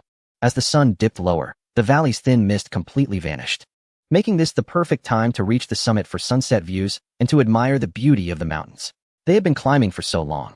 This beautiful scenery was what they deserved. Xinzhuang's group was spirited. They had taken a whole day off, and they couldn't be let off the hook now. But since they were here, they might as well enjoy it. The expedition team wouldn't stop just because 2 of them were missing. But this experience of climbing for the first time would never come again. Zhao Meng's staff had turned into a relay baton, connecting him to the throngs of tourists. This time, no one could say he was slacking. Not only could he climb, but he could also lead everyone else. Now that's a real man. The fitness sister looked up at the end of the steps, and then at the exhausted Ping Ping and the others, quickly walking over to offer a hand.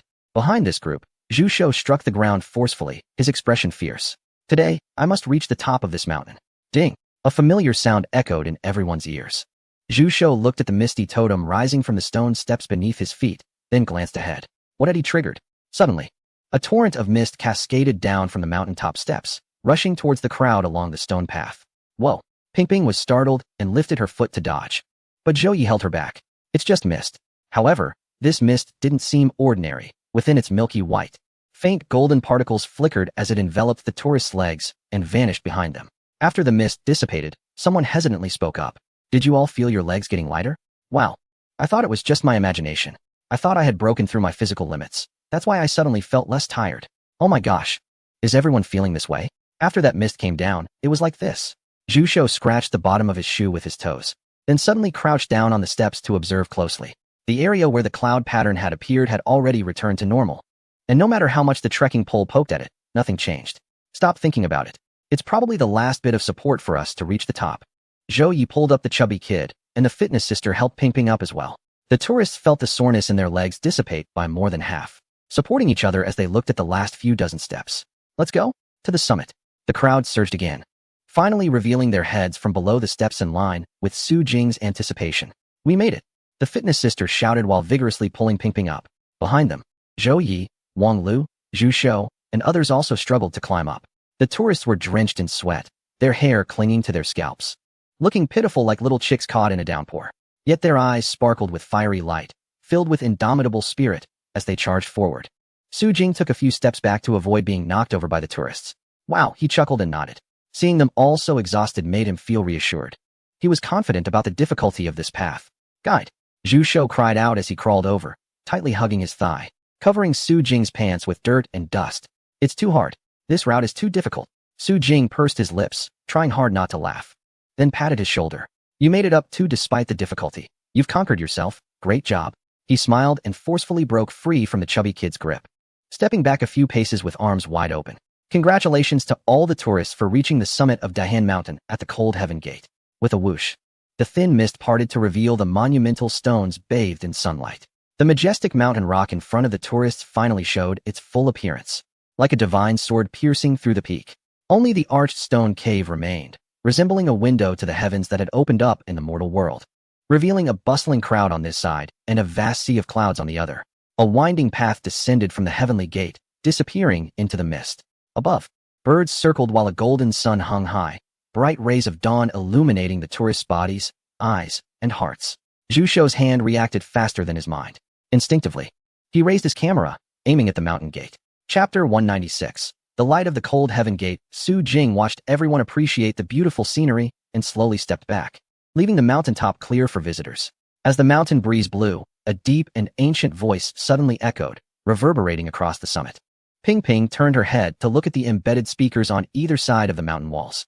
It is rumored that within Wanyuan Mountain, there exists a unique realm, and this Cold Heaven Mountain serves as a trial ground for the Heavenly Gate. When the Heavenly Gate opens and the clouds roll, it will attract celestial phenomena. At that time, passing through the Heavenly Gate will lead to divine temples and blessed lands. Thus, people come here, sincerely making wishes, hoping to one day enter the Heavenly Gate and ascend to the divine realm. And here is Cold Heaven Mountain. Ding! The ancient bell chimed once more, as the sun was about to sink below the clouds, casting its last rays of light. Above the enormous Heavenly Gate, sunlight poured down, and the visitors squinted, witnessing a glimmer of golden light amidst the resonating bell tolls. Unlike the setting sun, that golden light shone brightly, sitting atop the mountain gate, growing ever more intense, almost blinding. Countless golden particles swirled and slowly filled in, making the golden outline more distinct, ultimately forming a massive golden wheel. In front of that huge ring, the barely visible shape revealed only a pair of enormous, elongated, half-closed golden eyes. Buzz! As the golden eyes slowly opened a crack, an indescribable murmur echoed across the summit of Cold Heaven Mountain, resembling the harmonious chanting of thousands, yet it felt anything but noisy. Instead, it brought a profound sense of peace. Boom! One person suddenly knelt down, murmuring to themselves, "The Buddha has manifested." Ping Ping, who didn't believe in Buddhism, felt her legs weaken, not out of reverence, but simply because she witnessed such a colossal and extraordinary sight. Could the legends be true? Was this Heavenly Gate truly a passage to blessed lands and divine temples? They had only climbed a mountain, yet they had summoned the divine. Zhou Yi, who usually remained calm and felt he had a firm grasp on the design of Cold Heaven Mountain, also took a step back, his mouth dry. He had underestimated the person in charge of this scenic area. He wondered who designed this. More importantly, who could create such a phenomenon? Could this place really be so mystical? He nudged the chubby guy beside him. Did you get that on camera? Zhu Shou swallowed hard, battling thoughts of, is this disrespectful, while instinctively snapping photos. However, after reviewing the pictures, he shook his head. There was a halo, but it was unclear what it was. Zhu Shou sighed, uncertainty in his eyes. He could convince himself to accept the strange things the previous guide had shown. But today's sight made him prefer to believe it was indeed a celestial phenomenon. Otherwise, he couldn't explain it. Did Wanyuan Mountain invite the carp deity, settle the monkey king, send off the dragon, and now summon the great Buddha? Was that reasonable? The chubby guy watched as the golden light gradually dissipated, then glanced at Su Jing, who was smiling amidst the crowd. This all made perfect sense. After all, it was his doing. Anything is possible. The halo dimmed, slowly dissipating above the mountain gate, and the glow re-emerged, illuminating the unusually quiet visitors.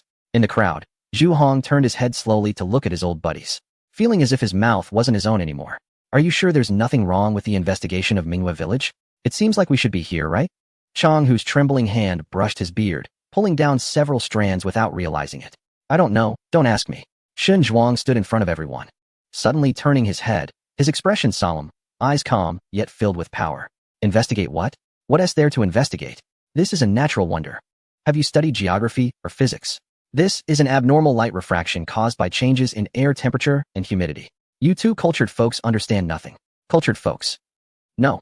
Just a moment ago, while climbing the boardwalk, they said those two were carefree and bold scholars. After seeing a big Buddha, their status dropped to 1. Shen Zhuang chuckled, patted their shoulders, and turned away without saying a word. Xiao Li quickly laughed along to maintain relations with the old leader. Ministers, please don't take offense. The secretary believes in Buddhism, so his emotions are a bit volatile. Xiao Li's voice gradually faded as Shen Zhuang looked towards the horizon, lowering his eyelids. It wasn't just about believing in Buddhism. After all, he wasn't particularly devout, with desires still lingering in his heart.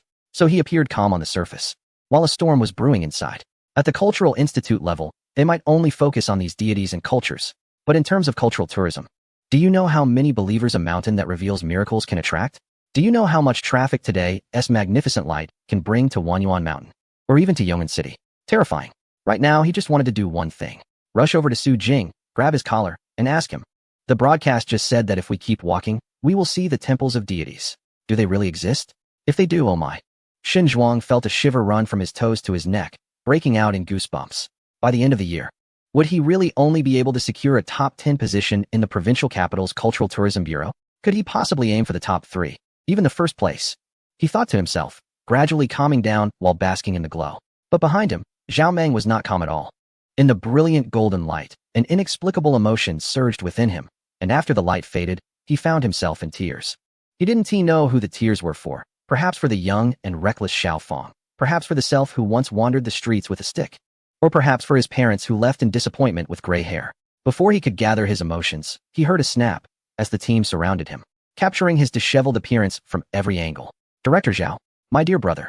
A group of men and women at that moment had bright eyes, tightly holding his hands. I have to come back. You must continue leading the team. There is still more to explore, right? You are the only officially designated tour group for Wanyuan Mountain. You must know the inside scoop. Please. You said the earlier phenomenon was fake. Come on. It's over. I've witnessed a miracle this time. It's truly a miracle.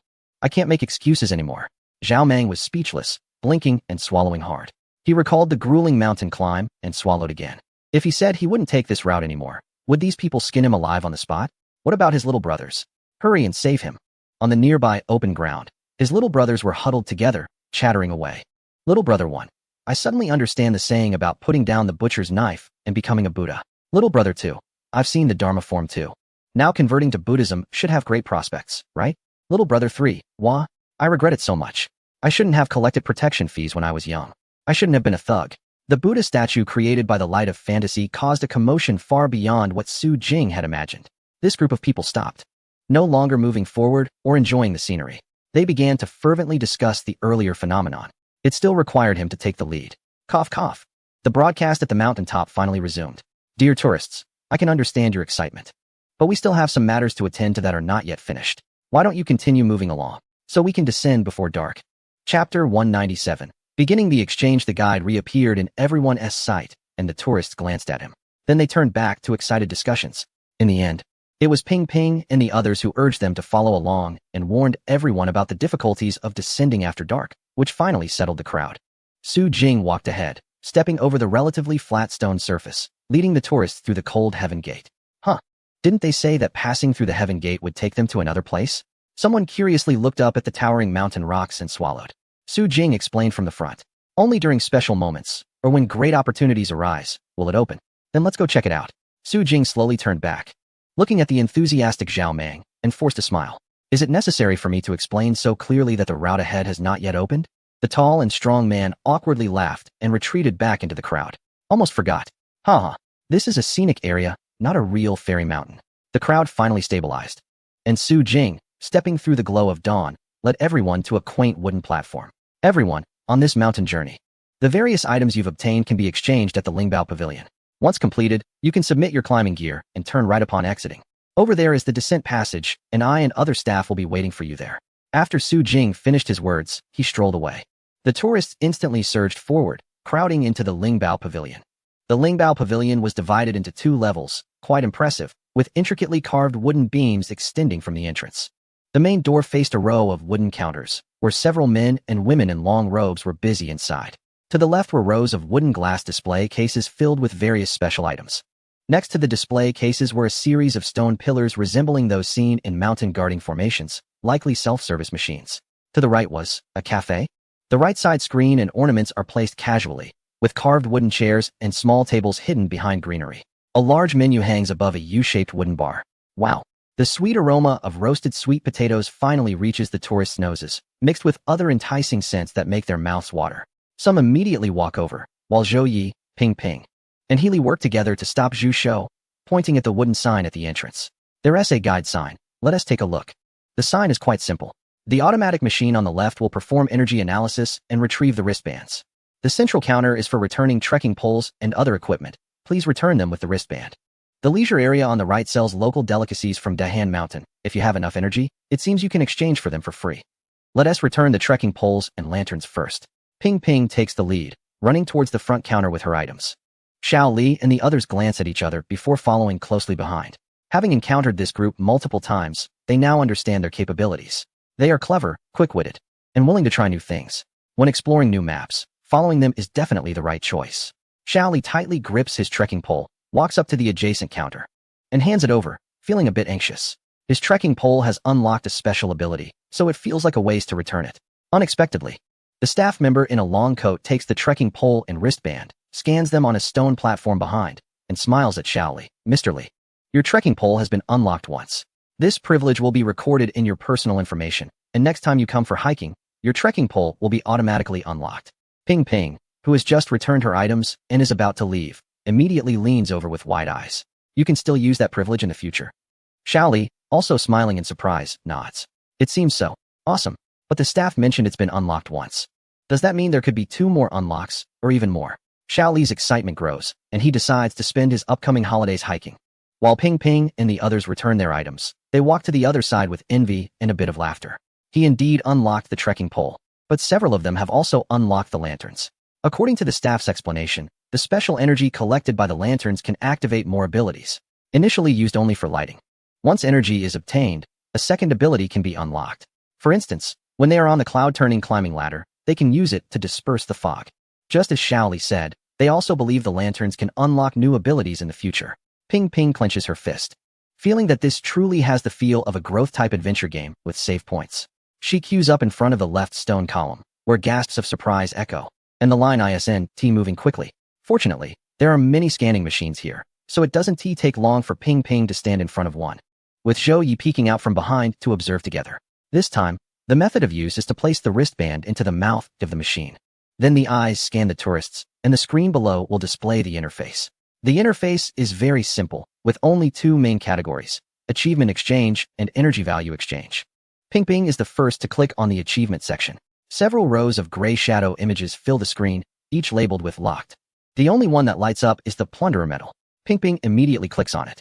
It describes in detail that the medal can be kept or exchanged for a souvenir at the exchange point. Medal characteristics: slightly reduces difficulty on the same attribute routes. Other attribute routes will trigger unique reactions. Entering the same attribute route with the medal more than 3 times will unlock Hell Mode. Ping is dumbfounded. Has she really crossed into a game? This is too astonishing. Is this really happening? She quickly closes the exchange confirmation window and clicks on the other side.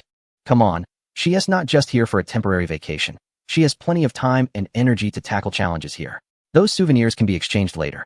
The other option, energy value exchange, is straightforward. Ping has 79 energy points. Energy value resets to 0 upon leaving the mountain. Below are various exchange items. 30 energy points. Exchange for a special path down the mountain for free. 20 energy points. Exchange for a cup of cold mountain tea or coffee for free. 20 energy points. Exchange for a cloud cotton candy or a roasted sweet potato for free. 100 energy points. Exchange for any metal souvenir. 30 energy points. Exchange for one item. Not yet unlocked. She doesn't have many items to exchange right now, but there are a few she definitely wants. She quickly exchanges for a path down the mountain. Then thinks for a moment and turns to Zhou Yi. What else should she exchange for? Zhou Yi is taken aback. Of course. Since it says the energy resets to 0 upon leaving, it must be for food. Aren't you hungry? He happily helps Ping exchange for 2 types of meals, then waits for the wristband to be collected. Suddenly, the interface flickers as if it has caught a virus, and a window pops up. It is rumored that there is a unique scenery in this mountain, but due to insufficient energy, it cannot be opened yet. Would the visitor like to contribute some energy points? Divine Light Cave, 42? Locked, wow. Ping raises her chin, opens her camera, and starts taking pictures.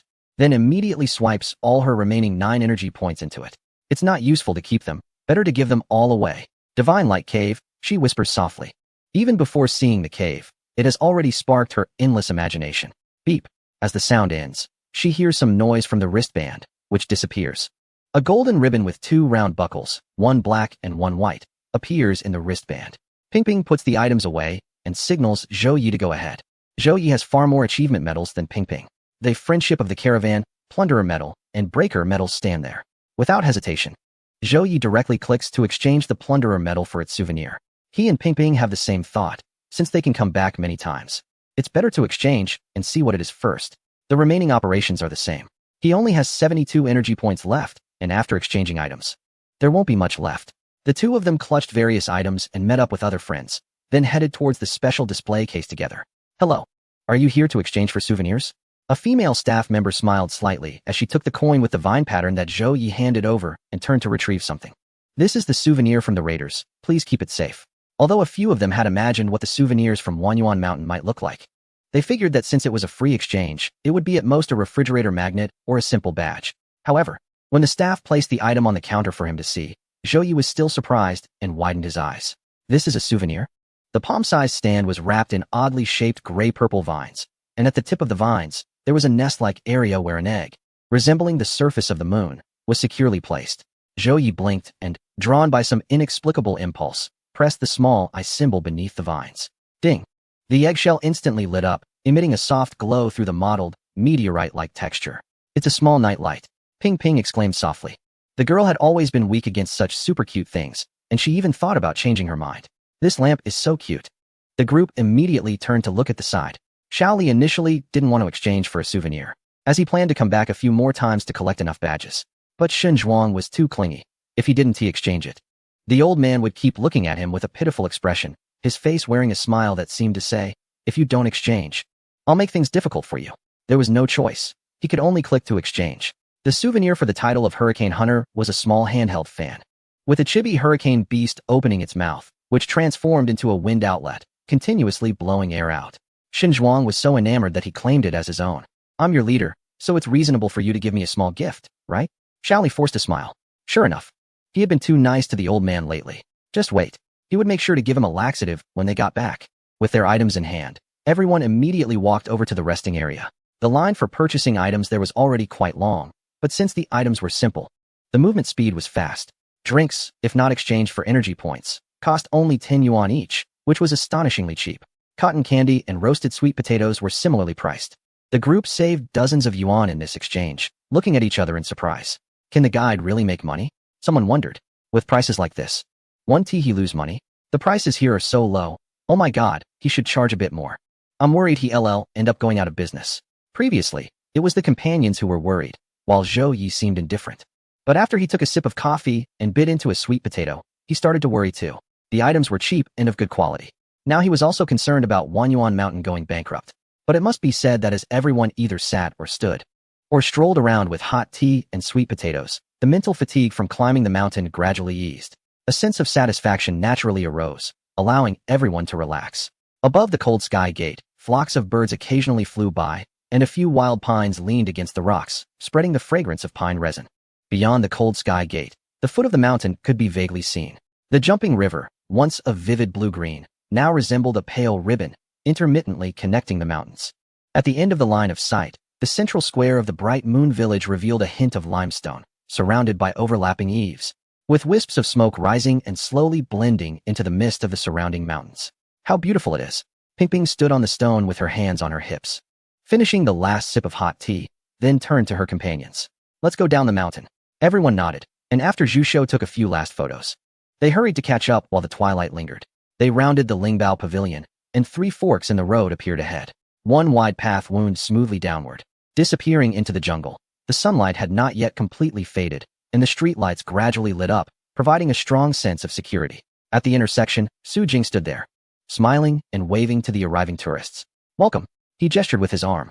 The normal descent path is this way. It has varying slopes and takes about 3 hours in total. For those who have exchanged for the special descent path, please go this way. Currently, only one special segment is open. For those who lack enough energy points but still wish to take the special route, you can purchase a ticket for 30 yuan on-site. The tourists expressed their confusion. Wait a minute, why does the special path require payment? Is there something special about it? 30 yuan isn't too expensive. Someone raised their hand to ask, how long does it take to go down on the special path? Su Jing smiled mysteriously. A few dozen minutes? He didn't clarify further and simply lifted his leg to leave. It's up to you. Feel free to choose, he joked. Many had already exchanged energy for the descent path. Everyone immediately set off excitedly, curiously heading toward the entrance of the special route. Not long after about 3 to 5 minutes, the group slowed down, staring in awe at the enormous roadway before them. Isn't it normal to build a road up the mountain? The dual-lane road was blue, with yellow markings and a white grid starting line. A row of colorful small cars in yellow, blue, purple, and green was densely parked in the left side parking area. They seemed to have traveled from ancient times to modernity, gazing in astonishment at the staff wearing yellow caps and holding small flags. What the heck is this? A sunset racing track? How could anyone build a racetrack up here? Zhu remained silent, obsessively taking photos. The staff smiled and spoke. Tourists without tickets can purchase them at the ticket hall over there. Those who have exchanged for the yellow ribbon can come here to take the vehicle. Please fasten your seatbelt. There is only one brake on the vehicle. The person laughed happily. Have a great descent. Enjoy. This was just too much fun. At this moment, Ping finally understood why the descent only took about 30 minutes. The winding track is built over the mountain roads and jungles, providing a direct route to the foot of the mountain. How could it not be fast?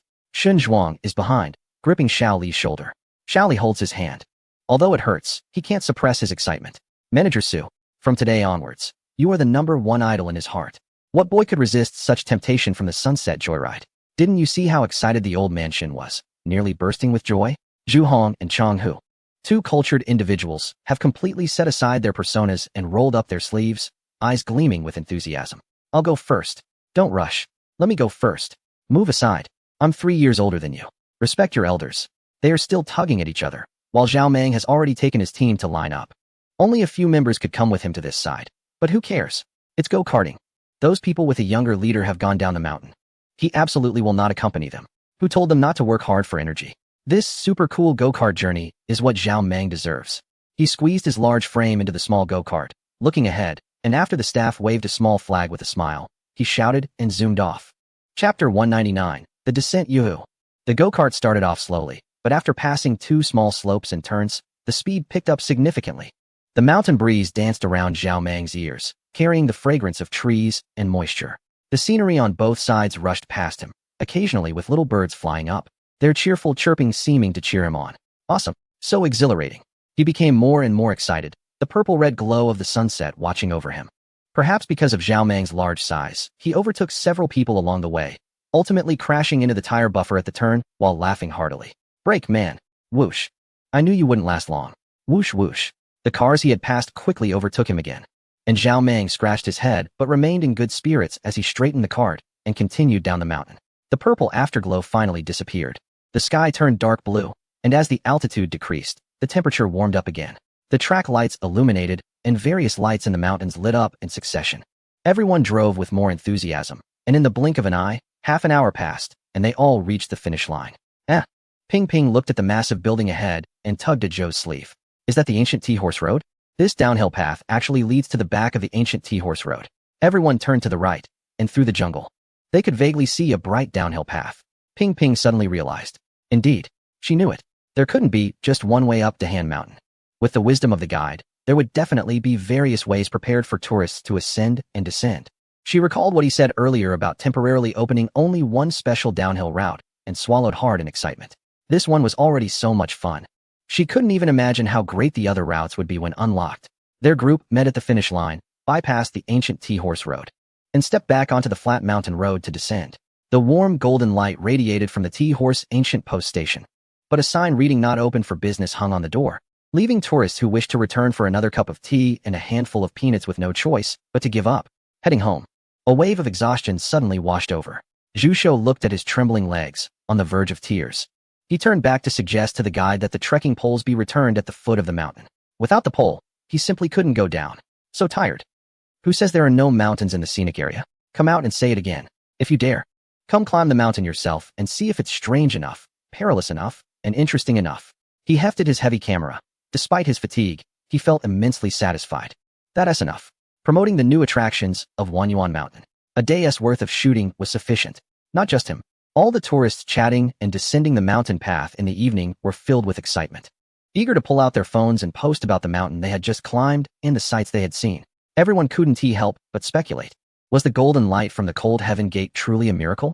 If it was indeed a manifestation of a saint, was there really a temple or paradise beyond the mist-covered path? And what about the caravan in the mountains, the young men climbing up? What were they there for? And where were they headed? When retrieving the equipment at the summit, the reminder about the divine light cave led to more questions. Where was it? What was it like? Some expressed their amazement. Wanyuan Mountain is still ahead of its time. A friend chuckled, rubbing his forehead. Just from today? I doubt I could fully explore Wanyuan Mountain in my lifetime. Explore? It's endless. Another tourist chimed in. Our pace here can't keep up with how fast they update things. For the first time, I envy the locals who can casually come by to check in and track their progress. Exactly. The entertainment interest in Dahan Mountain is too high.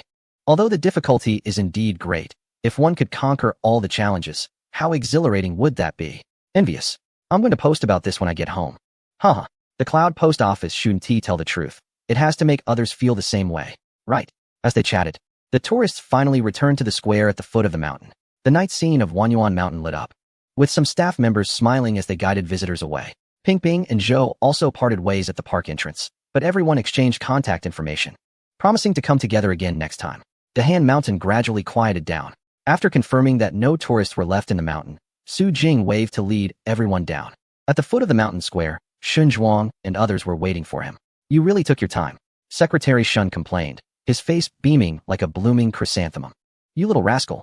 I think those research teams shouldn't be investigating the attractions. They should dissect your head to see what's inside.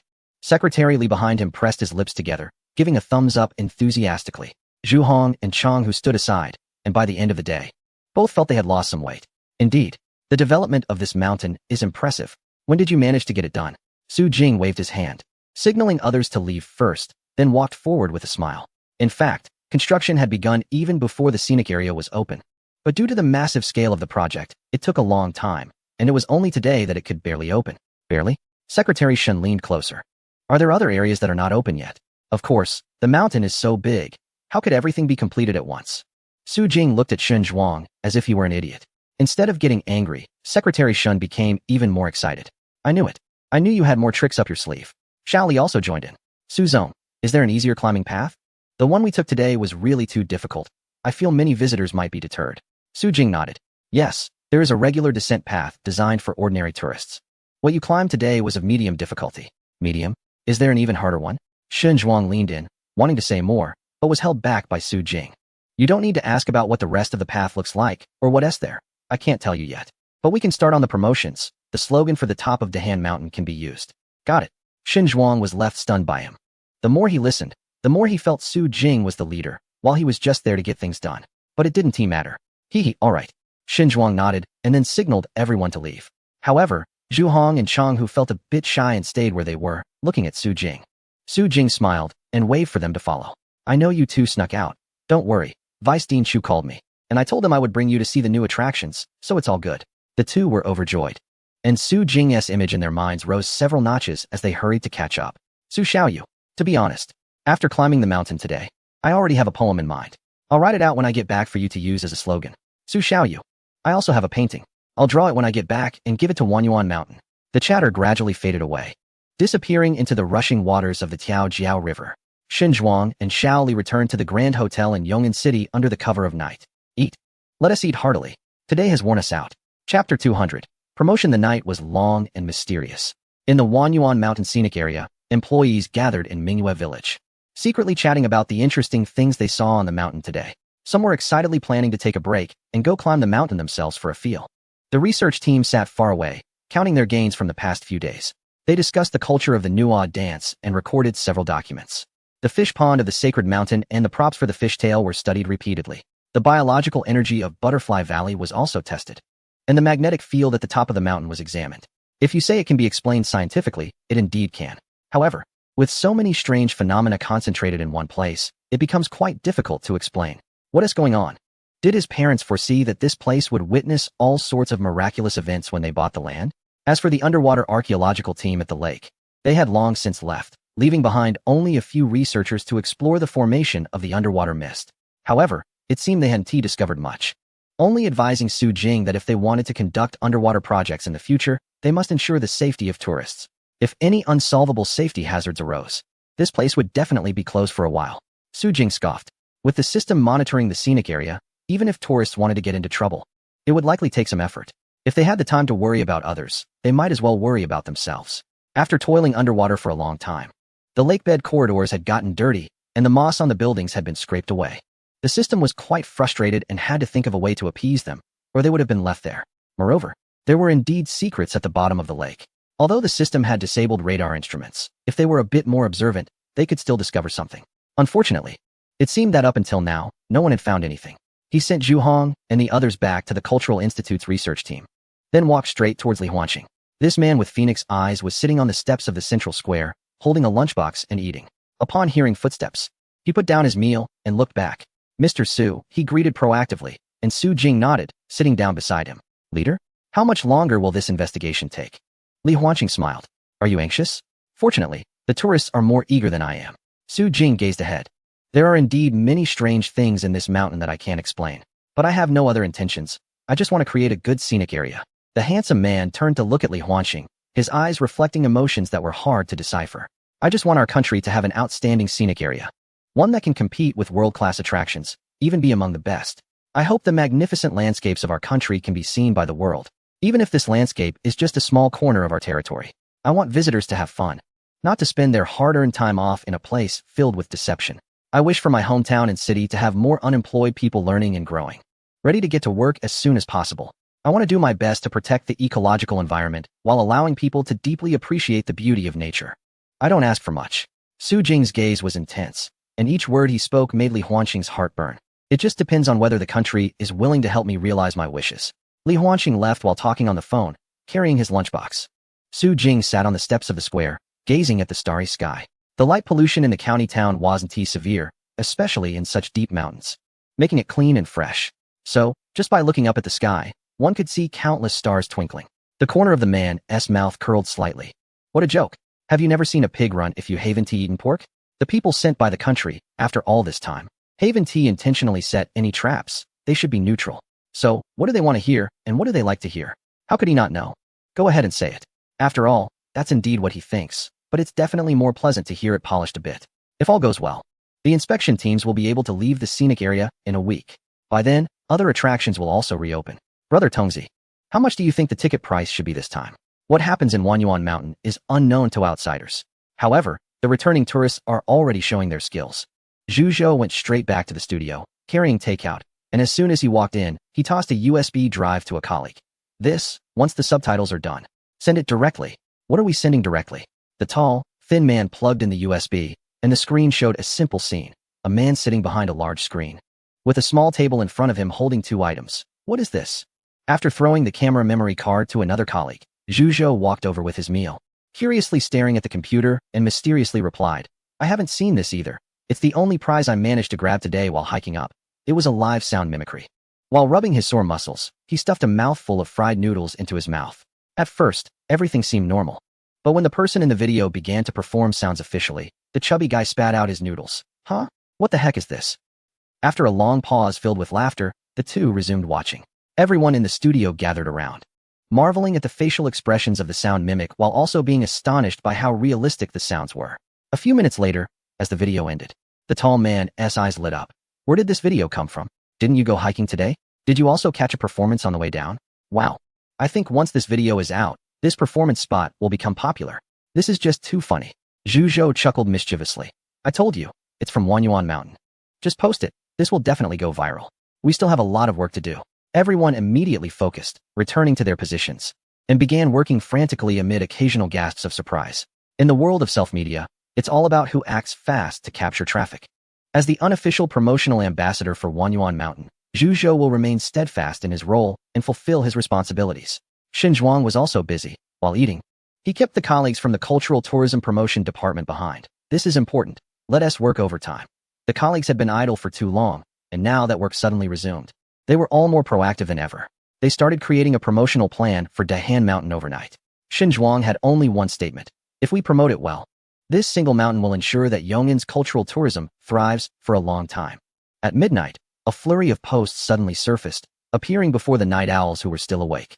Among them, one post gained rapid popularity. Wanyuan Scenic Area, Cold Mountain Heavenly Gate, Buddha Light Descends. Chapter 201, Approaching Science. Due to the eye-catching title, even though many felt it was just a gimmick to attract traffic, they couldn't help but click in. The post was not just simple images and text, but a complete video. After the video host climbs to the mountain peak, a deep voice introduces the scene. Once the introduction of Dahan Mountain is completed, the camera suddenly tilts upward, revealing an unusual halo above the massive stone gate.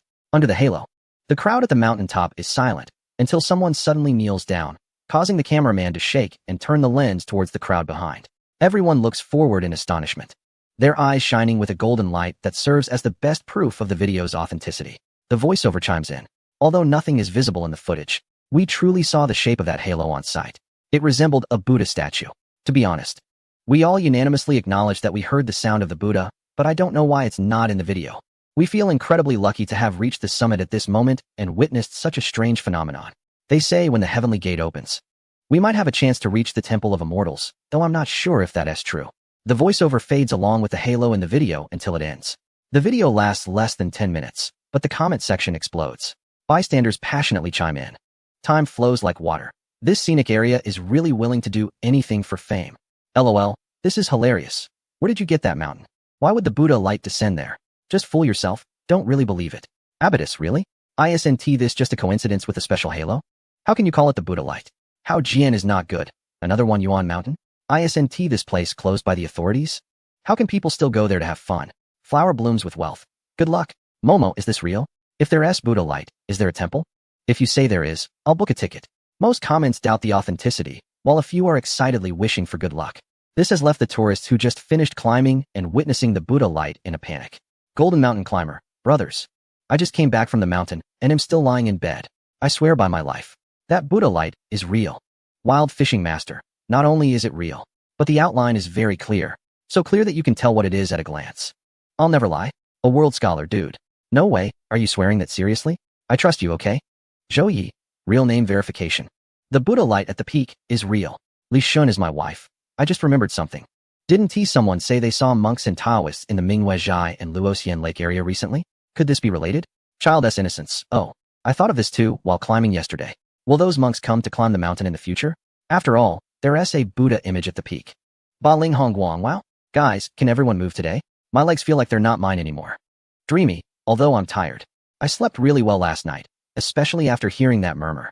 I feel great all over. Ping Ping has a secret. Slept well. Zhou Yi, anyone up there? I slept quite well too. The comment section was flooded with people explaining frantically, leaving me a bit confused. These few who swore it was true were so intense. Could there really be something unusual happening there? Bystanders, not believing the hype, started discussing it wildly again. Furthermore, the second hottest topic wasn't the thrilling and steep climb, but rather real version, sunset racing. This topic had a plethora of posts, images, and videos. In the twilight's pinkish-purple glow, the huge, winding track on the Green Mountains looked like a dragon's body rushing down the hill, accompanied by the whistling wind. Photos and videos taken by tourists sitting in small go-karts spread like wildfire. Is this for real? Such a long go-kart track costs only 30 yuan. Plus, with the stunning scenery and views, it's simply a natural paradise for photos. This time, regardless of age or gender, everyone rushed in. The atmosphere in the posts was different from the previous tense one. Here, it was warm and cheerful. The only complaint everyone had was to warn those who wanted to visit. Hey, everyone, please be cautious while traveling. It's easy to come down the mountain, but going back up can be tough. Let us put it this way, starting tomorrow, those who have climbed the mountain should at least take 23 days to get out of bed.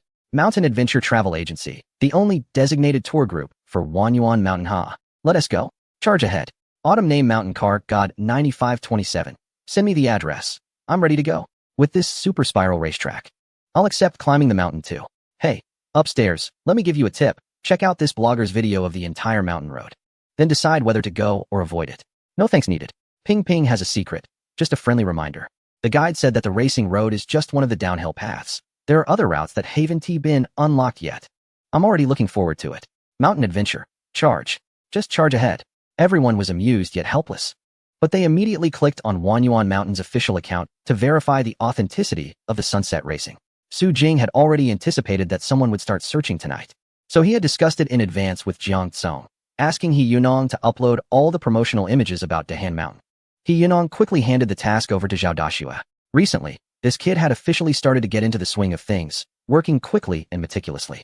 She even thought about asking the boss for more help and bringing Zhao Dashue over to work. Ticket checking felt a bit beneath his talents. Zhao Dashue was very efficient. Before everyone started searching, he had already published various information, causing tourists to find exactly what they wanted as soon as they rushed in. But were these things real? After silently browsing through the promotional images of stubborn stone cliffs, mountain mist, flying birds, and clear streams, everyone exited and reopened apps like Dole and Xiaohongshu to start searching again. It wasn't that they didn't trust the official promotions. It was just that these attractions nowadays were getting better and better at photo editing and misleading people. What clearly was a big rock on a small slope could be shot from an angle to look like a cliff. It's clearly a lavender plantation of less than half an acre, yet the photos make it look like a grand lavender kingdom. It's just an ordinary small stream. But with good lighting, it appears like a magical river winding through a maze. They simply can't believe the official promotion. It's better to check out the videos posted by netizens. However, when everyone clicked on the video posts, they were taken aback. An overwhelming urge to use the restroom surged suddenly. Is this for real? In Chapter 202, the more you fear, the more you want to go. The person filming was visibly trembling, yet insisted on extending the phone to show viewers the sheer cliffs beneath the wooden walkway. That is not all.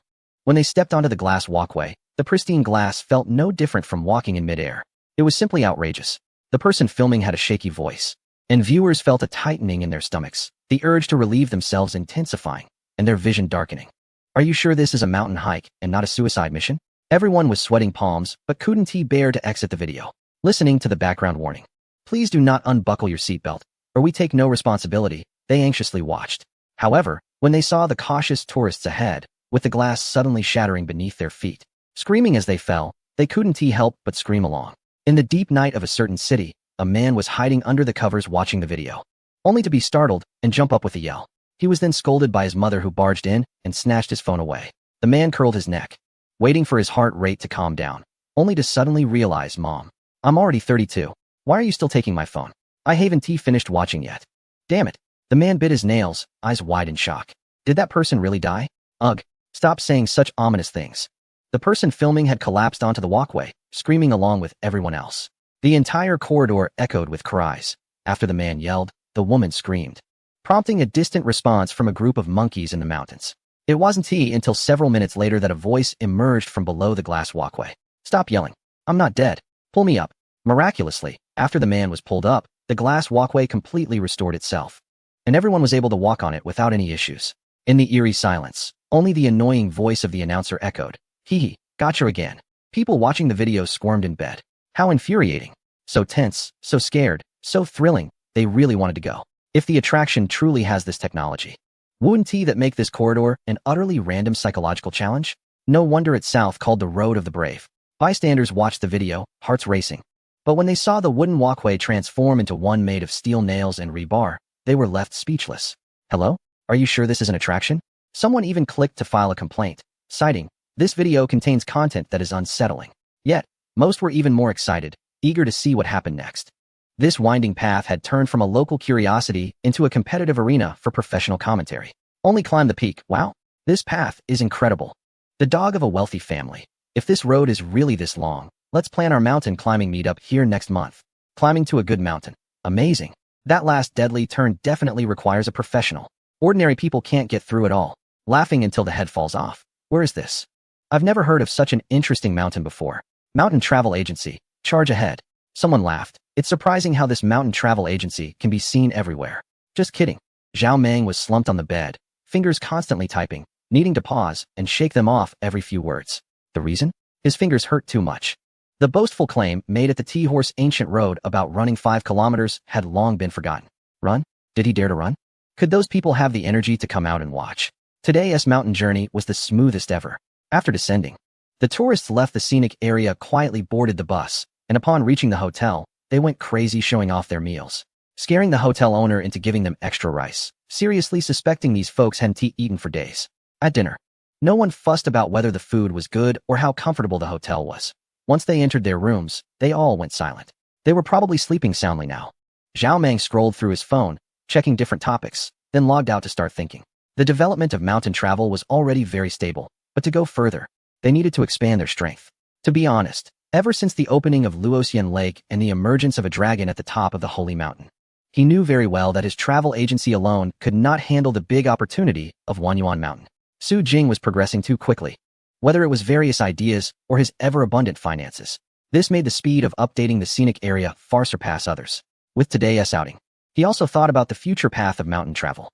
Firstly, they needed to continue cultivating the physical fitness and professional abilities of their employees. Secondly, they had to expand recruitment and strictly control their partners in hotels, ensuring they didn't lose face for Wanyuan Mountain and Yong'an City. Lastly, he needed to consult with CEO Su about potential collaborations. The kind of snobbish travel agency like Dottie Travel had already suffered significant losses, so there was naturally no need to consider them. However, there were many small travel agencies within Yong'an City and the subordinate Qingshan County. He could send people to investigate. If the quality and capability were up to standard, collaborating with them wouldn't be a bad idea. The once brawny man, who only knew how to use his fists, had grown rapidly in just 2 months. Tourists were unaware of what changes the travel services in Yong'an City would undergo in the future. After watching thrilling mountain climbing videos, they were excitedly looking at climbing guides when they unexpectedly came across a unique special video online. Dahan Mountain T-Horse Ancient Road Whistle Performance. Whistle performance? Curious passersby clicked in. Was it like beatboxing? But within a minute of the video starting, everyone in front of the screen was laughing uncontrollably while holding up their phones. If you see this, remind me to drink water. Ah? Do you know how painful it is to hold back laughter in the dormitory? Inyao Master. Haha. Just a casual clip, and it turns into a meme. Xiaoyu. How can a person have so many expressions? Haha. Donggo. No wonder they had to block it with a screen. Looking at that expression makes it impossible to listen. Ha. Confused River. Really amazing. I listened with my eyes closed. It felt just like being there. Everyone was commenting wildly, and the post quickly gained traction. In the middle of the night in Wanyuan Mountain, Sun Yu was awakened by a flurry of urgent message notifications. Colleagues and friends were sending him the video link. And even Fang Gui reached out to compliment him. Buddy, your vocal skills recording went viral. Sun Yu clicked in, somewhat skeptical. At the time, the small boss had said he wanted to record it, and he didn't mind, thinking it would be a fun little quirk. Unexpectedly, when he watched the video, he couldn't help but laugh at his own expressions. The flood of compliments in the comments section excited him immensely. He actually only knew a bit of beatboxing. But after intense training from the boss, for some reason, it felt like a door had opened in his mind, and he could really produce those sounds the boss had mentioned. Thankfully, it turned out quite well. He flipped over and went back to sleep, no longer paying attention to the noise online. As night passed, new visitors arrived at the foot of Dahan Mountain. The online buzz about Dahan Mountain had completely taken off. Chapter 203. Strike while the iron is hot as daylight broke. Yong'an cultural tourism officially entered a busy state. Their scenic area had already been reported and inspected by national authorities. But this time, Shen Zhuang vowed to protect Su Jing. Dahan Mountain is a purely scientific attraction. It absolutely cannot be shut down again. Zhu Zhou was making a fortune, and the fan group at Wanyuan Mountain, where Ping Ping was, after hearing the news, started promoting madly in their respective fields. In no time, the public's curiosity about the previously quiet scenic area was reignited. They clicked on the official website and started buying tickets like crazy. Unfortunately, most were too late. All pre-sale tickets for the next 7 days were already sold out, and the later dates had not yet been released. The reason for the delay was that Su Jing felt Li Huaxing might not stay here long, possibly leaving in about a week. He followed Jiang Tsong and others to the office area and closed the door. How's the recruitment situation we discussed earlier? Jiang Tsong immediately turned around and took out a stack of papers from the drawer, placing them in front of Su Jing. It's difficult to find diverse in Qingshan County, but there are a few in the city, though they'll be more expensive. Su Jing waved his hand. Money is not an issue, but they must be experienced and responsible. He currently had ample liquid funds. The person who had previously attempted to extort him for millions had suddenly called him a few days later, respectfully providing their account information. And after exchanging the money, they completely disappeared. The remaining funds were public debts. During his last trip to Yong'an, he had paid back several million. And the rest he kept in the account for emergencies. The Wanyuan Mountain Scenic area is thriving, and the staff there greet visitors with smiles, even proactively asking if they need to borrow a bit more. It's a world of difference from before. Jiang Tsong continued, interrupting Su Jing's thoughts. As for the preparatory employees for Dahan Mountain, I've been looking for more talent. The talent market in Qingshan County is currently focused on supplying our scenic area. And from what the county head mentioned last time, we've alleviated a significant portion of the employment pressure in the county town. Yes, hiring about 30 to 50 people should be fine. You can decide how to proceed. Jiang Tsong nodded. With the increase in visitors, the business of the scenic area has also expanded. Many functional departments here are quite busy, so I've hired a few more people. He had discussed this with Su Jing since the beginning of the scenic area's operation. They are not unscrupulous entrepreneurs and do not intend to have employees do the work of 3 people. Each person should fulfill their own role. And doing things well is the best outcome. So when it comes to hiring, he carefully considers it, and Su Jing never questions it too much. However, there's something I want to discuss with you. What is it? Su Jing took the paper he handed over. It was an employee capability assessment form. But he was surprised to see the employee's name was Zhao Dashue. Dashue? The evaluations in various areas on the form were extremely high. Recognition of corporate culture, development potential, work completion, work attitude, etc. all received high scores. What was particularly notable was the recommendation comments at the bottom, written in various handwritings. You know, Dashue's enthusiasm is the strongest I've ever seen. Every time there's a holiday, he comes to the office to learn about various operational tasks and software. His abilities have matured to the point where he can handle many basic operational tasks. Sun Huohua, Dashue has a great talent for finance, and most importantly, he is very meticulous. Every time I check the general ledger, he comes to help me organize the accounts whenever he has free time. He is an indispensable assistant in my opinion. Feng Gue, Zhao Dashue is impressive. Perhaps it's because he is familiar with the scenic area. After work in the evening, when we chat, Dashue often brings up personnel arrangements for NPCs and special tasks, including daily activity routes. He has many ideas. The operation of Mingwe Village is already very complete, and I need an event planner to adjust the arrangements for each period. Lu Qingyun, we also need to adjust the event planning for Towu. Having Zhao Dashue here is great. Zheng Hong, the ticket office can't be without Dashue. With him around, we can maintain excellent discipline and motivation every day. Please don't transfer him away. Su Jing carefully read all the comments, and then his gaze landed on the large S at the bottom, letting out a breath. Wow. This kid seems to have a system better than his own. How could he grow so fast in just 3 short months? Jiang Tsong laughed from the side. Isn't it amazing? I was also surprised the first time I saw this form. At first, we all thought he was just an uneducated ticket seller. But now it seems we were too superficial. This kid is genuinely learning. Su Jing put down the evaluation form, amazed. Well done. You should inform the university. Within the scenic area, he can choose any job he likes. I'll assign him to whichever he wants, and the salary will be determined accordingly. After settling the staff issues, Jiang Tsong took out a new form.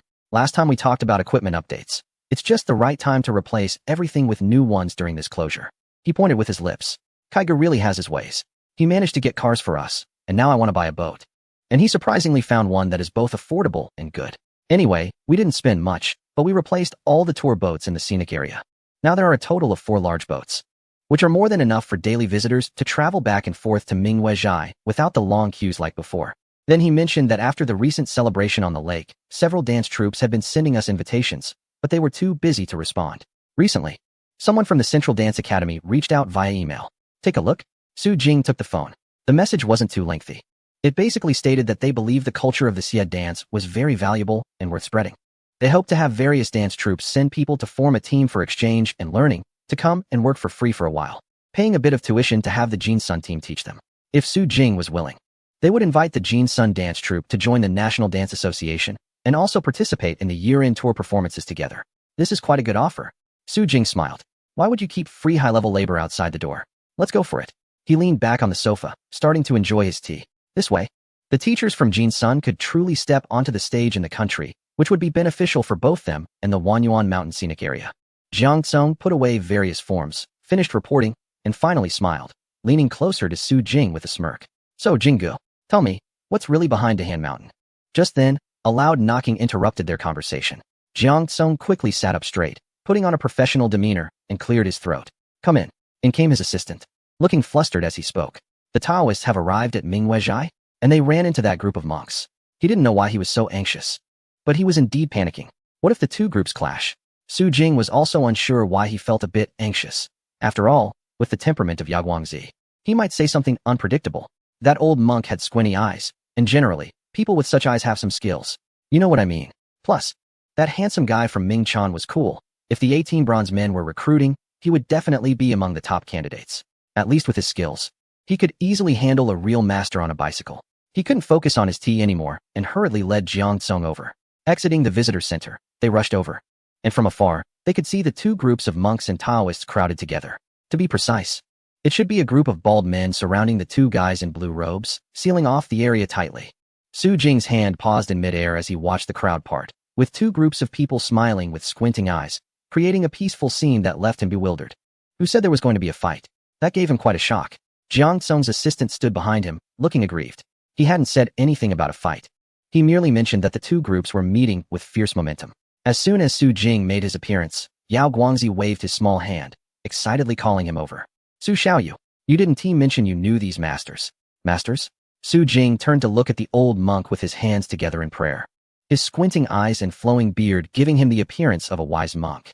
The old monk nodded at Su Jing. Indeed, young benefactor, you should have informed us earlier. He waved his hand, smiling. Yao Guangzi's profound abilities greatly impressed the old monk. His disciple was also bright and perceptive. Su Jing turned to Jinjunzi, wondering who this brother was putting on such a demeanor of detachment for. How pretentious.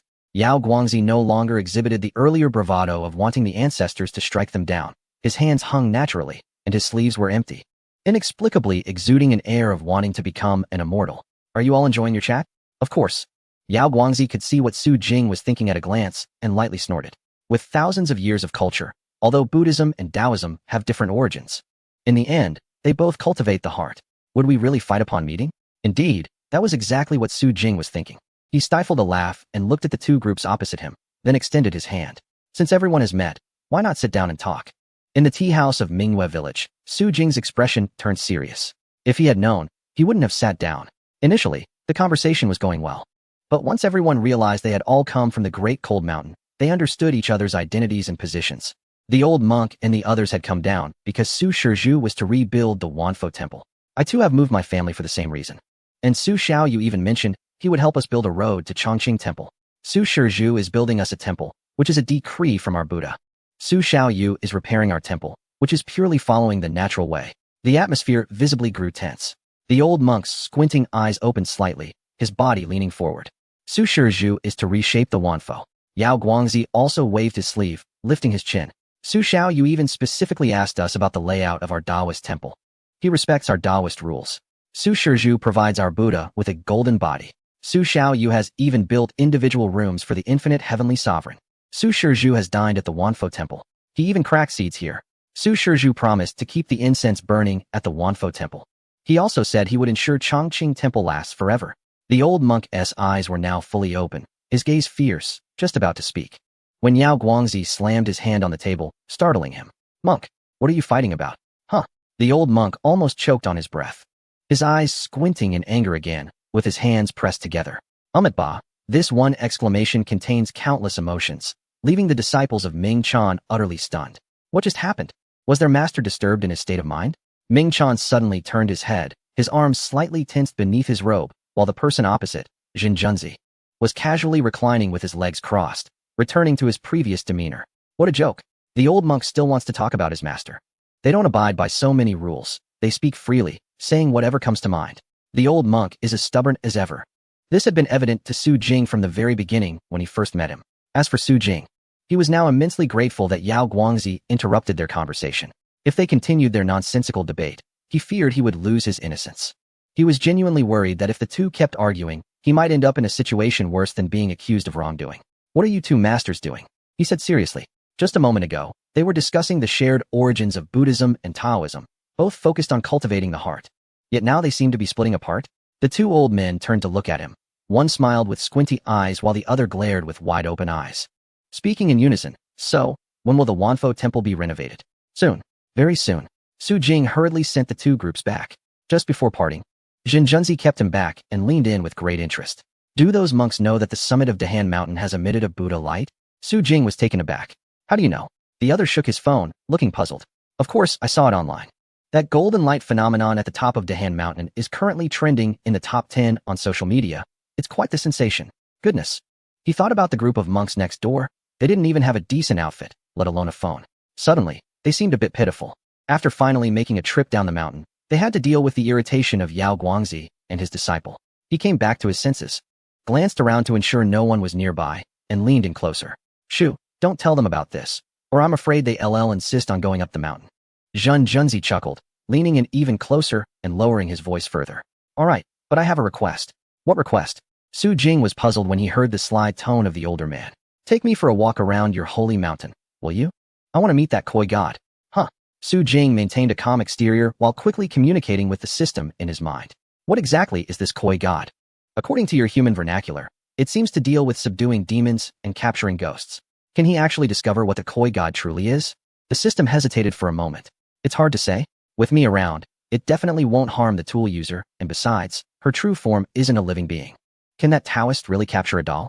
Perhaps Su Jing took too long to think, as Jin Junzi softened his tone and spoke again. I won't do anything. I just want to communicate with her. He glanced sideways at Su Jing. What are you afraid of? Setting aside my little job. Even if it's just as you think, I might not even make it back alive. Goodness. Su Jing swallowed hard. You really can subdue demons and capture ghosts?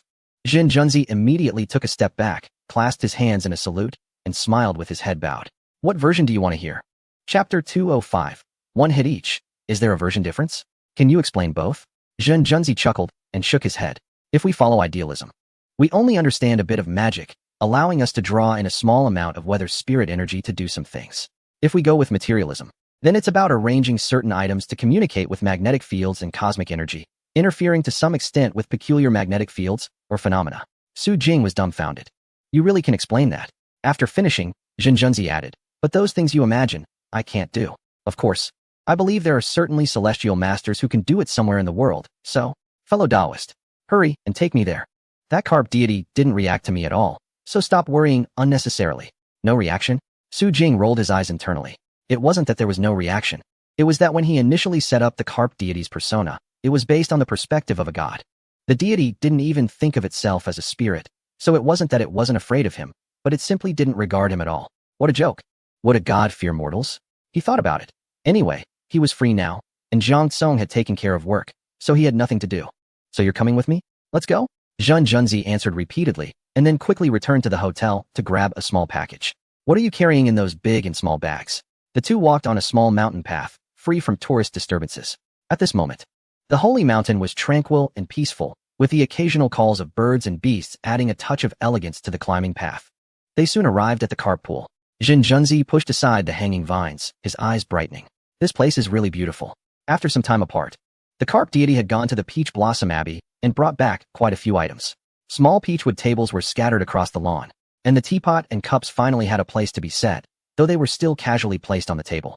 The Abbey Master's golden silk soft couch was also moved over, placed inside the cave, with tassels half dipping into the pool. In the distance was an easel, specially prepared by the system for the Peach Blossom Abbey, covered with high-quality Shin paper, currently laid out haphazardly with drawings of round turtles and big toads.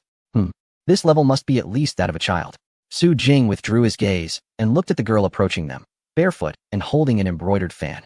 He turned to introduce her to Jin Junzi. This is the Taoist brother who was just confused a moment ago, now standing tall like a pine, wearing his hat properly, with a serious and dignified expression, exuding an aura of celestial grace. Are you the carp deity? The girl's big eyes narrowed slightly, completely unafraid of him, as she leaned closer to examine Jin Junzi. Taoist? What are you here for? Jin Junzi instinctively wanted to say that line. To take you in. Cough, cough. He cleared his throat and expressed directly, are you human?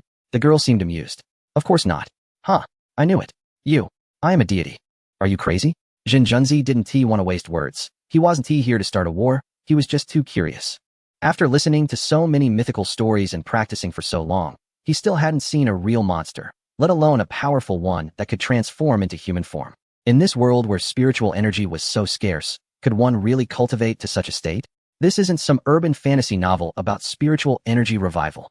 He quickly moved his lips, his fingers swiftly forming a gesture in his sleeve, then rubbed his eyes and looked at her again.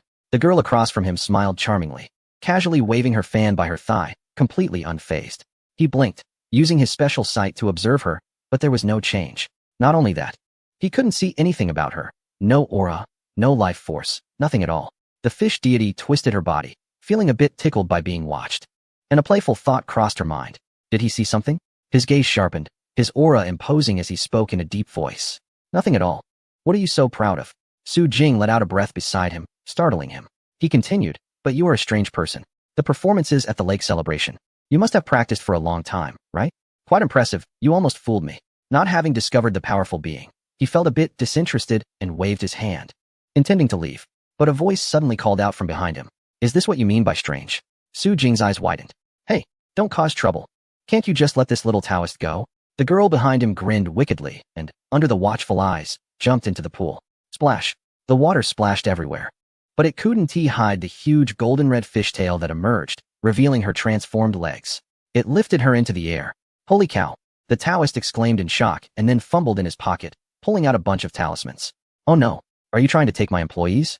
Su Jing rushed forward and grabbed his talismans, his expression fierce. What are you doing?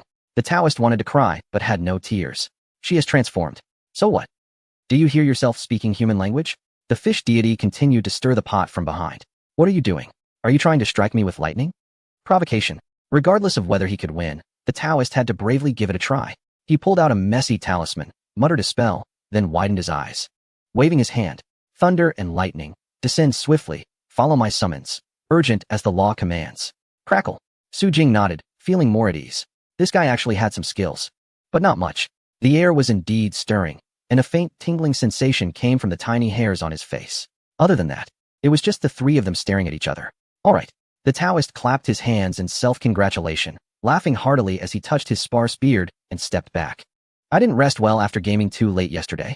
Let us meet again another day. The fish deity smiled with crescent-shaped eyes.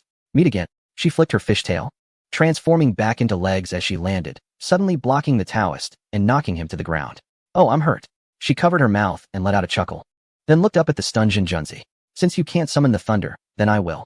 The girl's pink lips moved slightly, and Su Jing's mind was filled with the system's frantic notifications. Urgent command, strike, crack. A purple-white lightning bolt suddenly appeared, breaking through layers of trees, and struck right by Zhen Junzi's feet. Zhen Junzi exclaimed, don't come over here. Su Jing slapped his forehead, looking at the notification in his mind that read, under attack, begin punishment, his eyes going blank. Now, it truly couldn't be explained clearly. Zhen Junzi stood on one leg, slowly turned around, revealing a standard smile with 16 teeth. We're on the same side. Please be merciful. Chapter 206. Resolving trouble. The purple lightning quickly restored calm to the carp pond. The three sat by the clear pool again, and the girl played with a big fat carp with her foot, listening to their conversation with a nonchalant expression. Anyway, just treat her as an ordinary person. Little carp will always be an employee of the scenic area. Nothing will happen. Exactly. I just want to make everyone happy, Zhen Junzi said, forcing a smile while watching them harmonize. Whatever you say goes. Anyway, he can't defeat her. With that skill just now, even if he called over his master, it would only end up being cannon fodder. After all, this carp god hadn't caused any trouble. She was only doing things to make tourists happy. They at Chongqing Temple would just ignore worldly matters and stay wherever it was comfortable. Letting things take their course is also a form of cultivation. Zhen Junzi let out a long sigh, quickly convincing himself, and smiled as he clasped his hands and left. As for Su Jing, he watched him go down the mountain, then turned to look at the carp god. What is up? The girl thought he was going to blame her and pouted in displeasure. I'm about to suffocate here. And a fun person shows up, but I can't even relieve my boredom, she added. Besides, I didn't kill him, did I? Su Jing chuckled. I'm not blaming you. In fact, he really wasn't. To be honest, no matter what little carp did, she was still an employee of Wanyuan Mountain. Someone under his care, and in his heart, she was like a little sister. He was inherently protective, especially when he looked at the girl across from him, puffing her cheeks and crazily pulling at the grass. A poor little fish that couldn't go anywhere was quite pitiful, so it was no problem to give Zhen Junzi a little scare. After all, The system hadn't let the lightning actually strike him. It had already shown a lot of consideration. I came today mainly to discuss something with you. What is it? The girl's golden red ear fins twitched as she leaned closer. Do you remember the falling immortal lake we visited last time? I remember. That lake is huge. Talking about falling immortal lake clearly made the carp god more animated. Her eyes sparkled slightly, as if reminiscing. If in a while, I'll let you spend some time at falling immortal lake every day, would that be okay? Of course. Why wouldn't it be? She exclaimed excitedly. She hadn't gotten a good look at the bottom of the lake last time since they were in such a hurry, and if given the chance, she would definitely enjoy herself. But what Su Jing wanted to say was far more than that. The lake bottom is indeed quite fun. When the time comes, you can help our other employees with some performances. It won't take too long, and you'll have plenty of time to enjoy yourself. Besides, Su Jing's gaze seemed to have a magical quality, accompanied by a hint of a tempting smile as he spoke softly. After a while, I will take you to see a place. After chatting with the koi god and having some tea, it was already afternoon when we left the sacred mountain. It was rare for him to take a break, and he was planning to invite Jiang Tsong and Wang Kai out for a drink. However, before they could leave Mingyue village, they were stopped by Li Huaxing. The young leader with phoenix eyes showed a clear expression of shock for the first time. The mountaintop of your scenic area has appeared with a Buddhist light. Su Jing was confused and tentatively nodded. Everyone is saying that. But I think it's just ordinary light refraction. However, the man across from him was not so calm. What the promotional video said about the existence of temples and deities within the mountain is indeed true. Su Jing had no intention of deceiving him this time. The leader must have seen some activity from the monks in Mingyue village recently. They were the wild temples I discovered while developing Dahan Mountain. In addition, there is a small Taoist temple, and I have invited the high monks and Taoist priests there to come down. His expression was sincere. Although the ownership of this mountain is with me, they have stayed here for many years. So I thought I would help them repair the temples and let them return to live there. It's not finished yet, but it's almost done. Li Huaxing hesitated and nodded. Well done. He suddenly patted Su Jing on the shoulder and smiled. What you said that night, I discussed it with the higher-ups as well. It's truly impressive that a young entrepreneur like you can achieve this and have such a mindset. We have almost completed our assessment during this time, and everything is normal. Su Jing also smiled, listening to him continue. The day after tomorrow, we plan to return, so you can prepare to resume operations. He expressed their apologies for the impact on Wanyuan Mountain during this time, and later, Xinzhuang would discuss follow-up matters with him. Work hard and develop Dahan Mountain well. We all have high hopes for you. This person inexplicably said a lot and then left. But not long after, Su Jing received a call from Secretary Shun. Haha, you really have the higher-ups spinning around. I heard they are leaving in a few days. Old Shin's voice was very excited. Do you remember I mentioned before that if nothing comes up, you can make a request? Su Jing's eyes widened slightly. Have you thought about what request to make? Su Jing stood at the dock of Mingyue village, with the shimmering river in front of him and the rolling mountains behind him. In this vast expanse, it seemed like only his voice existed at that moment. Yes, Su Jing said loudly with a smile. I want a high-speed train. On the other end of the phone, Xinzhuang's eyes widened slightly. Then he smiled and gave a thumbs up to Secretary Li, who was confused about what was happening. Secretary Li asked, what is this old guy up to again? Xinzhuang put down his hand and nodded in response to Su Jing. I will report this. And you can start preparing to resume the operation of the scenic area. The two hung up the phone, and Su Jing immediately called Jiang Kong. After discussing work matters, he directly called him out. Let us set aside work for now. It's fine to open a couple of days later. Come on, let us go have a drink with Kai Zi. It's been a while since we last met, and I miss him. The two laughed, linking arms as they left the scenic area and drove away in an old pickup truck. Thousands of kilometers away from Wanyuan Mountain, in major cities like Beijing, S-City, Fog City, and Nanzhou City, special notification sounds began to ring out in succession. The music stopped, and the dancing figures all came to a halt. Whether it was young ladies, serious young men, or kind-hearted ants, everyone gasped in surprise, rushing into the leader's office with a piece of paper. Team leader. Someone excitedly placed the paper on the desk, speaking rapidly. Wanyuan Mountain has agreed to our exchange request. Moreover, their reply indicated that after going there, not only will we learn the Xie dance, but they will also teach some other dance styles, so they hope we can send some talented and smart participants. The person reporting suddenly hesitated. However, they have a special suggestion. They said the participants should ideally know how to swim. Behind the desk, a composed middle-aged man smiled. I'll draft the personnel list right now.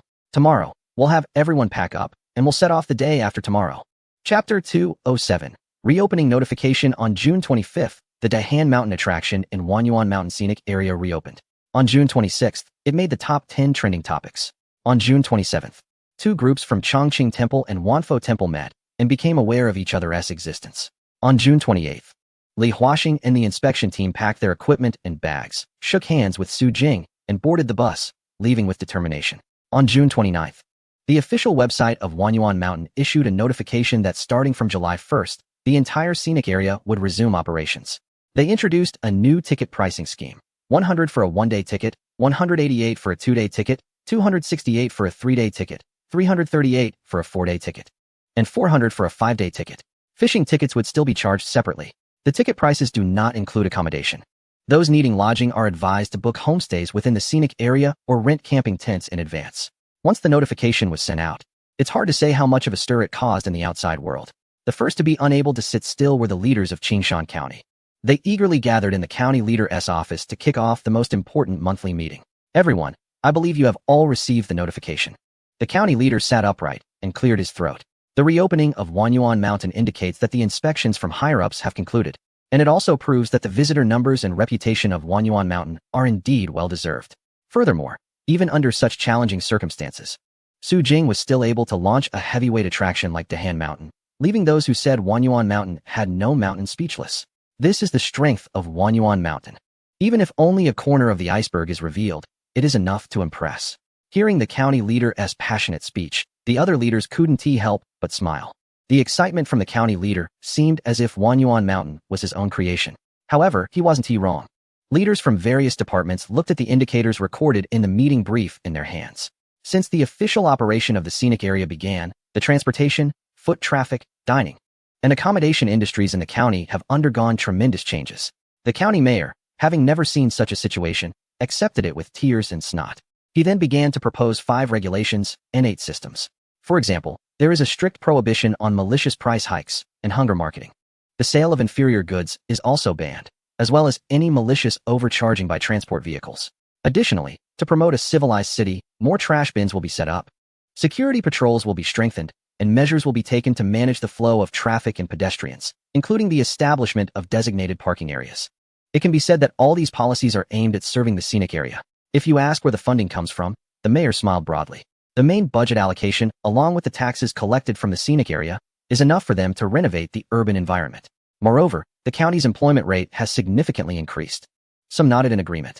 Indeed, as businesses thrive, departments get busier, naturally requiring more manpower. Even their administrative department started special recruitment last month. The mayor nodded. With more people, training and learning must keep pace. The county has finally gained attention, and they must seize the opportunity. With the scenic area growing so large, it must also provide good service at affordable prices. The county cannot afford to lose face. While the words may sound a bit rough, the meaning is quite clear. Searching online for the scenic area yields a flood of posts that could take days and nights to go through.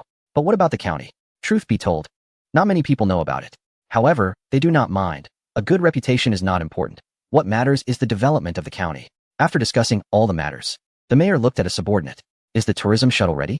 When tourists arrive at the station, they should be taken directly to the scenic area for just 20 yuan. With no extra steps. Once they finish at the scenic area, the bus will take them directly to the county center, allowing them to enjoy wherever they like. The sounds in the office gradually faded away. Outside, it was bustling. There was no need to look for news about the scenic area reopening. Just the visitors over the past 5 days hiking at the nearby mountain had already brought it into the public eye. Even more, some had begun to compile an incomplete hiking experience guide. Among them, a few enthusiastic repeat visitors provided excellent tips on how to gain the most energy and where to unlock special tasks. The most frequently mentioned advice was to remember the information about the trees on the first section of the trail, as there would be a test later. Su Jing was leisurely flipping through materials by the pool. Oh, if you ask where his pool came from, well, with such a large villa, could he not have a heated pool in the mountains? The handsome man submerged in the water had finally developed a layer of muscle after days of training. Clearly a regular athlete. It's been 5 days, and the title for the first level hasn't appeared yet. Su Jing shook his head. Failure. Utter failure. The title that can be obtained by collecting 10-century-old plants. He simply turned a dead century-old tree trunk into a trash can. Just a casual glance, and it could be found easily. TSK. Still not putting in the effort. He changed his posture and continued to look at their strategy guide. Yesterday, he had drinks with Jiang Tsong and Wang Kai, and Wang Kai shared some good news. Recently, he quietly contracted the tourist line in the county town and got a bunch of brand new buses, with ink wash paintings of Wanyuan Mountain on the sides. Looking quite impressive. Last night, the few of them looked at it and were very satisfied. Although Su Jing had mentioned to Shun Zhuang his request for a high-speed train, that thing wasn't something he could get the system to arrange, so the speed surely wouldn't pick up, even if they really agreed to him. With all the procedures and policies being implemented quickly, plus the fastest construction speed, it would probably be around the end of the year before it's completed. So having a direct tourist bus to the county town was definitely the best option. Once these matters were settled, he could let the scenic area operate on its own for a while. The renovation of the 10,000 Buddha temple and the snow waterfall area wouldn't be completed until July 15th, and before that, he had other things he wanted to show the tourists. Su Jing lowered his head and dialed a number. Hey, Songzi, has the delegation from the Huagua Dance Academy arrived? He had heard that the group had set off quickly a few days ago, and they had already successively arrived in Yong'an City over the past few days. On the other end of the phone, Jiang Song seemed to be eating something sticky, speaking unclearly. Have they arrived? Can they be called over? Sure, let them come. Since they've paid to learn, we should get started quickly. Today just happens to be free for me to assess the students' qualifications. After all, there is so much to teach. Chapter 208. The dance delegation arrives. A phone call went out, and within 2 hours, the bus for the exchange delegation stopped at the entrance of the scenic area. As soon as the door opened, Feng Cheng, who was strolling at the entrance, was stunned. My goodness. Although the scenic area usually receives many young tourists, it was his first time seeing such high-quality young people. Each one, both male and female, not only looked good, but had long legs. Their figures were great. Just standing there, they looked like stars or models. What kind of team is here to visit? Feng Cheng immediately put on a smile, patted his pants, and went to greet them, only to be pushed back by a rough hand. He turned his head to see Zhao Dashue, wearing black-framed glasses, smiling as he approached, leaving him puzzled. Wait, you're an old employee. What are you doing competing with him for work as a ticket seller? Clearly, you're standing out. Feng Cheng tilted his head and called out to him. Why aren't you honestly staying at your ticket booth? What are you doing here? Go aside. If it were before, with Zhao Dashue's honest nature and his background just released, he would have immediately stepped aside. But now it was different. Zhao Dashue stopped, slowly turned around, and adjusted his glasses. Still the same plain face, still that humble and polite smile. But it seems that something has changed. Brother Feng, it looks like your information isn't very up-to-date. Zhao University smiled and nodded. Although he was eager to head back to pick someone up, he still stood in place, watching him finish speaking. 2 days ago, General Su reassigned me. My current position is the person in charge of Wanyuan Mountain and General Su's secretary. He pushed his glasses up again, and the inexplicable aura around him dissipated, returning to his previous inconspicuous demeanor with a smile. If there's nothing else, I'll go greet General Su's guests. Under the stunned gaze of Feng Cheng, Zhao University quickly stepped forward to join the group. Indeed, a sincere smile graced his face, and he felt warmth in his heart. That day, after learning that Brother Jing had made him this promise, he thought about it all night. To be honest, although he knew that Sister Yunrong, Sister Huahua, Brother Fangui, and Uncle Lu Qingyan all liked him, he was also aware that he had only put in a bit more effort, been a bit more serious, and learned more vigorously. However, when it came to that position, he wasn't sure he would perform well. But he also wanted to keep learning and help Brother Jing. So he stayed up all night and finally took a deep breath, gritting his teeth to call Vice President Jiang. He wanted to be Brother Jing's secretary. Jiang Song was surprised, but 10 minutes later, he called back with a smile. General Su agreed. Come to the visitor center to report tomorrow. Zhao University looked at the group of talented young people in front of him, feeling quite pleased. As expected, being close to the young General Su made a difference in how people viewed him. The young men and women before him, with their heads held high and impressive demeanor, would have been seen as geniuses in his previous perspective, people he admired. But now, he represented General Su's status. And these people were merely guests here to learn and communicate. Dear representatives, I am General Su's secretary. You can call me Xiao Zhao. I'll take you inside. His gaze swept across the room, and soon someone hesitantly stepped forward to shake hands. I am Zhang Ruyun, the team leader. Hello, Secretary Zhao. Zhang Ruyun discreetly assessed him. Is this the secretary? So plain. It's no wonder her words were blunt. The young man before her wore simple black-framed glasses, a regular plaid shirt, and somewhat worn-out sneakers. He looked too ordinary. Anyone on the street would not think he was the secretary of a currently popular scenic area owner. However, she still put away all her doubts and completed her self-introduction honestly. Zhao University maintained a calm demeanor, smiling as they shook hands before turning and leading everyone past Feng Cheng into the venue. What we see now is the entrance to the 4A level Wanyuan Mountain scenic area. The group moved in a grand manner, chatting and laughing as they disappeared through the gates. Feng Cheng stiffly turned his head and then gave himself a hard slap. No way, is he serious? They are all old employees. How did this kid suddenly rise to such heights? Su Jing had no idea what kind of blow Feng Cheng was experiencing. He was sitting in Jiang Tsong's office, sipping tea. Jiang Tsong holds a high position and has many responsibilities, so he cannot greet every important visitor personally. Therefore, sending his secretary to welcome them is quite a respectable gesture. Right?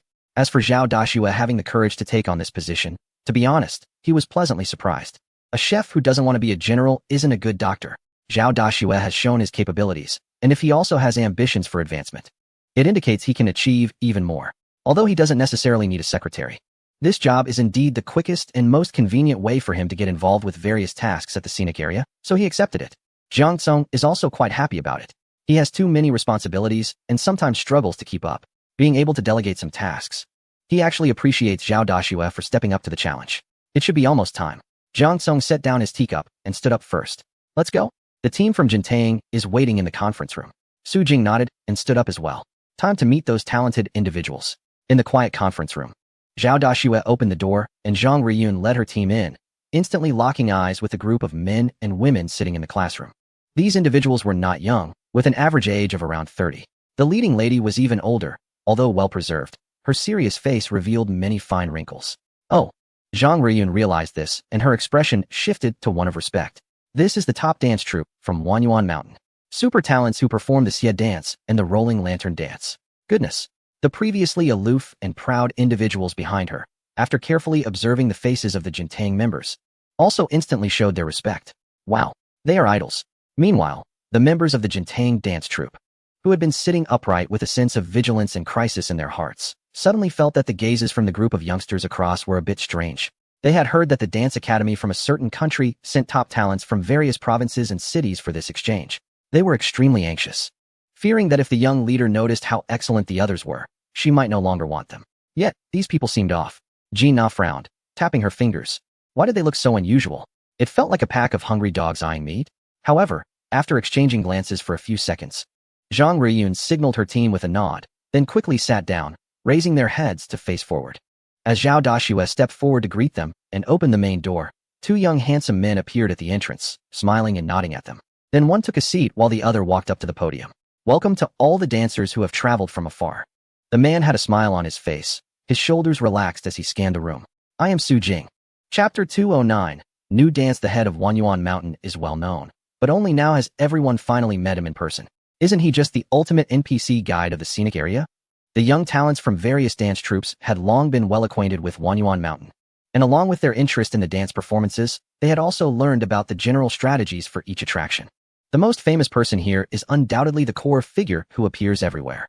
Of course, this is just a nickname everyone has given him. In reality, no one knows who he is or what his name is. But now they know. Is he really the head of Wanyuan Mountain? How approachable.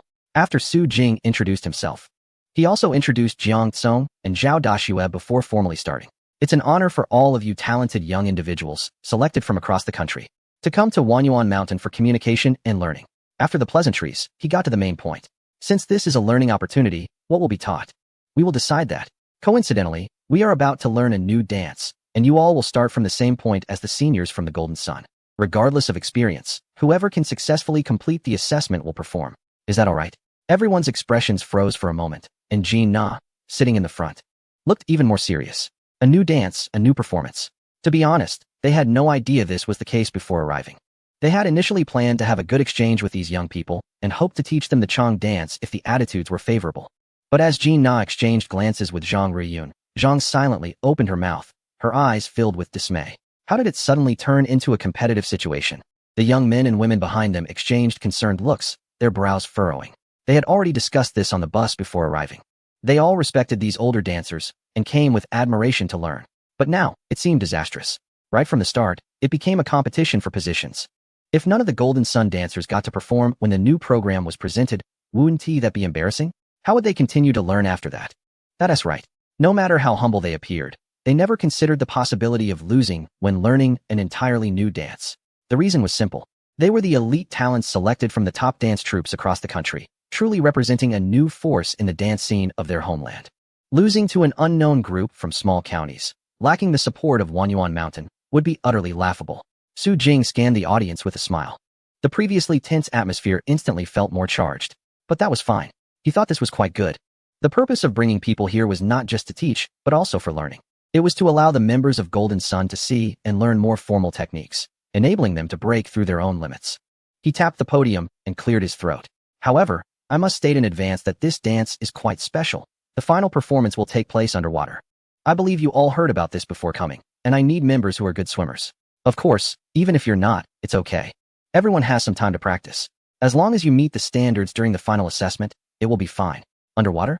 The classroom instantly erupted with chatter as the young men and women huddled together, discussing excitedly, their eyes filled with curiosity and enthusiasm. Most of the people who came this time have some foundation in classical dance, but the styles they excel in are somewhat different, which makes them a bit anxious. If it completely contradicts what they are good at, that would be troublesome. Su Jing didn't waste time. The introduction stopped there, and before starting the teaching, I would like to take a quick look at everyone's skill level. Is that okay? Upon hearing this, the young men and women all smiled. This is absolutely fine. Zhao University immediately called for the area to be cleared, and the visitor hall was emptied.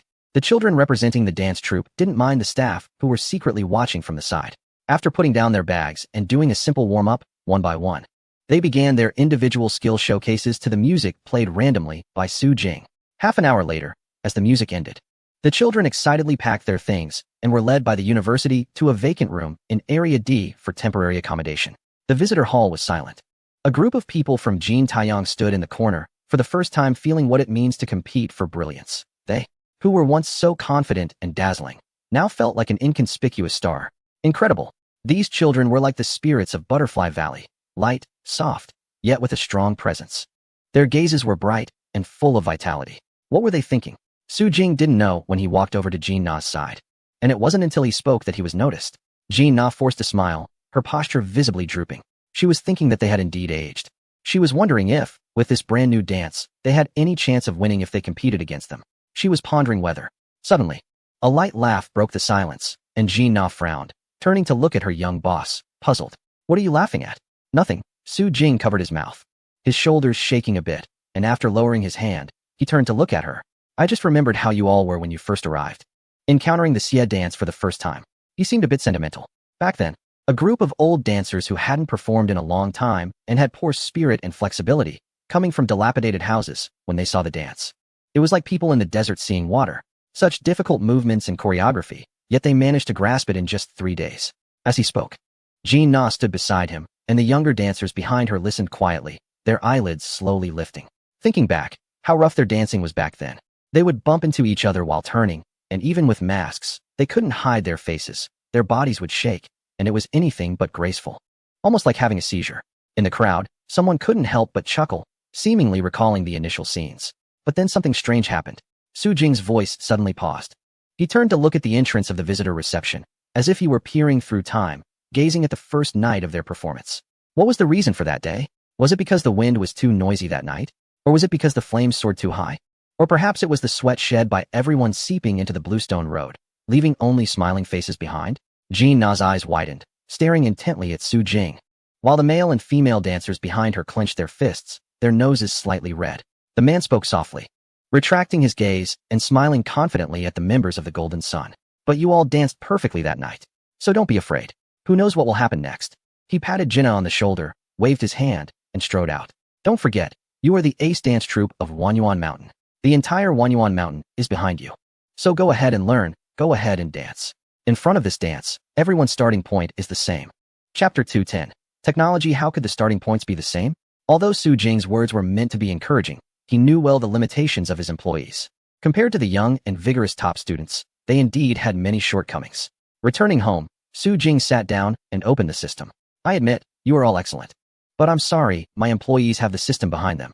The system interface unfolded in his mind, finally displaying the information he had neglected for a long time. Achievement update. Received Lucky Roulette 1. After the ups and downs of June, his personal attributes finally presented such results. Personal attributes. Host. Su Jing. Male. Physical fitness. B. Scenic area achievement. Renowned. Scenic area renovation speed increased by 30. Enhanced recruitment of talented individuals. Scenic area reputation. 13.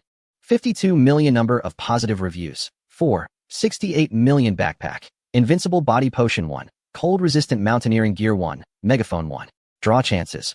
One-time evaluation. The scenic area you built has become renowned, and more tourists are interested in it. More people bring more trouble. Please manage all aspects of the scenic area carefully, ensuring that service matches the attractions. The harder you work, the luckier you become. The information finished displaying. And perhaps due to the system's loud complaints, a new message appeared. Since the reputation value has been exhausted each time, it is recommended to save up to 5 million. which will bring unexpected surprises. Su Jing thought, has he spent too much? There's no way around it. There are always places that need upgrading and renovation.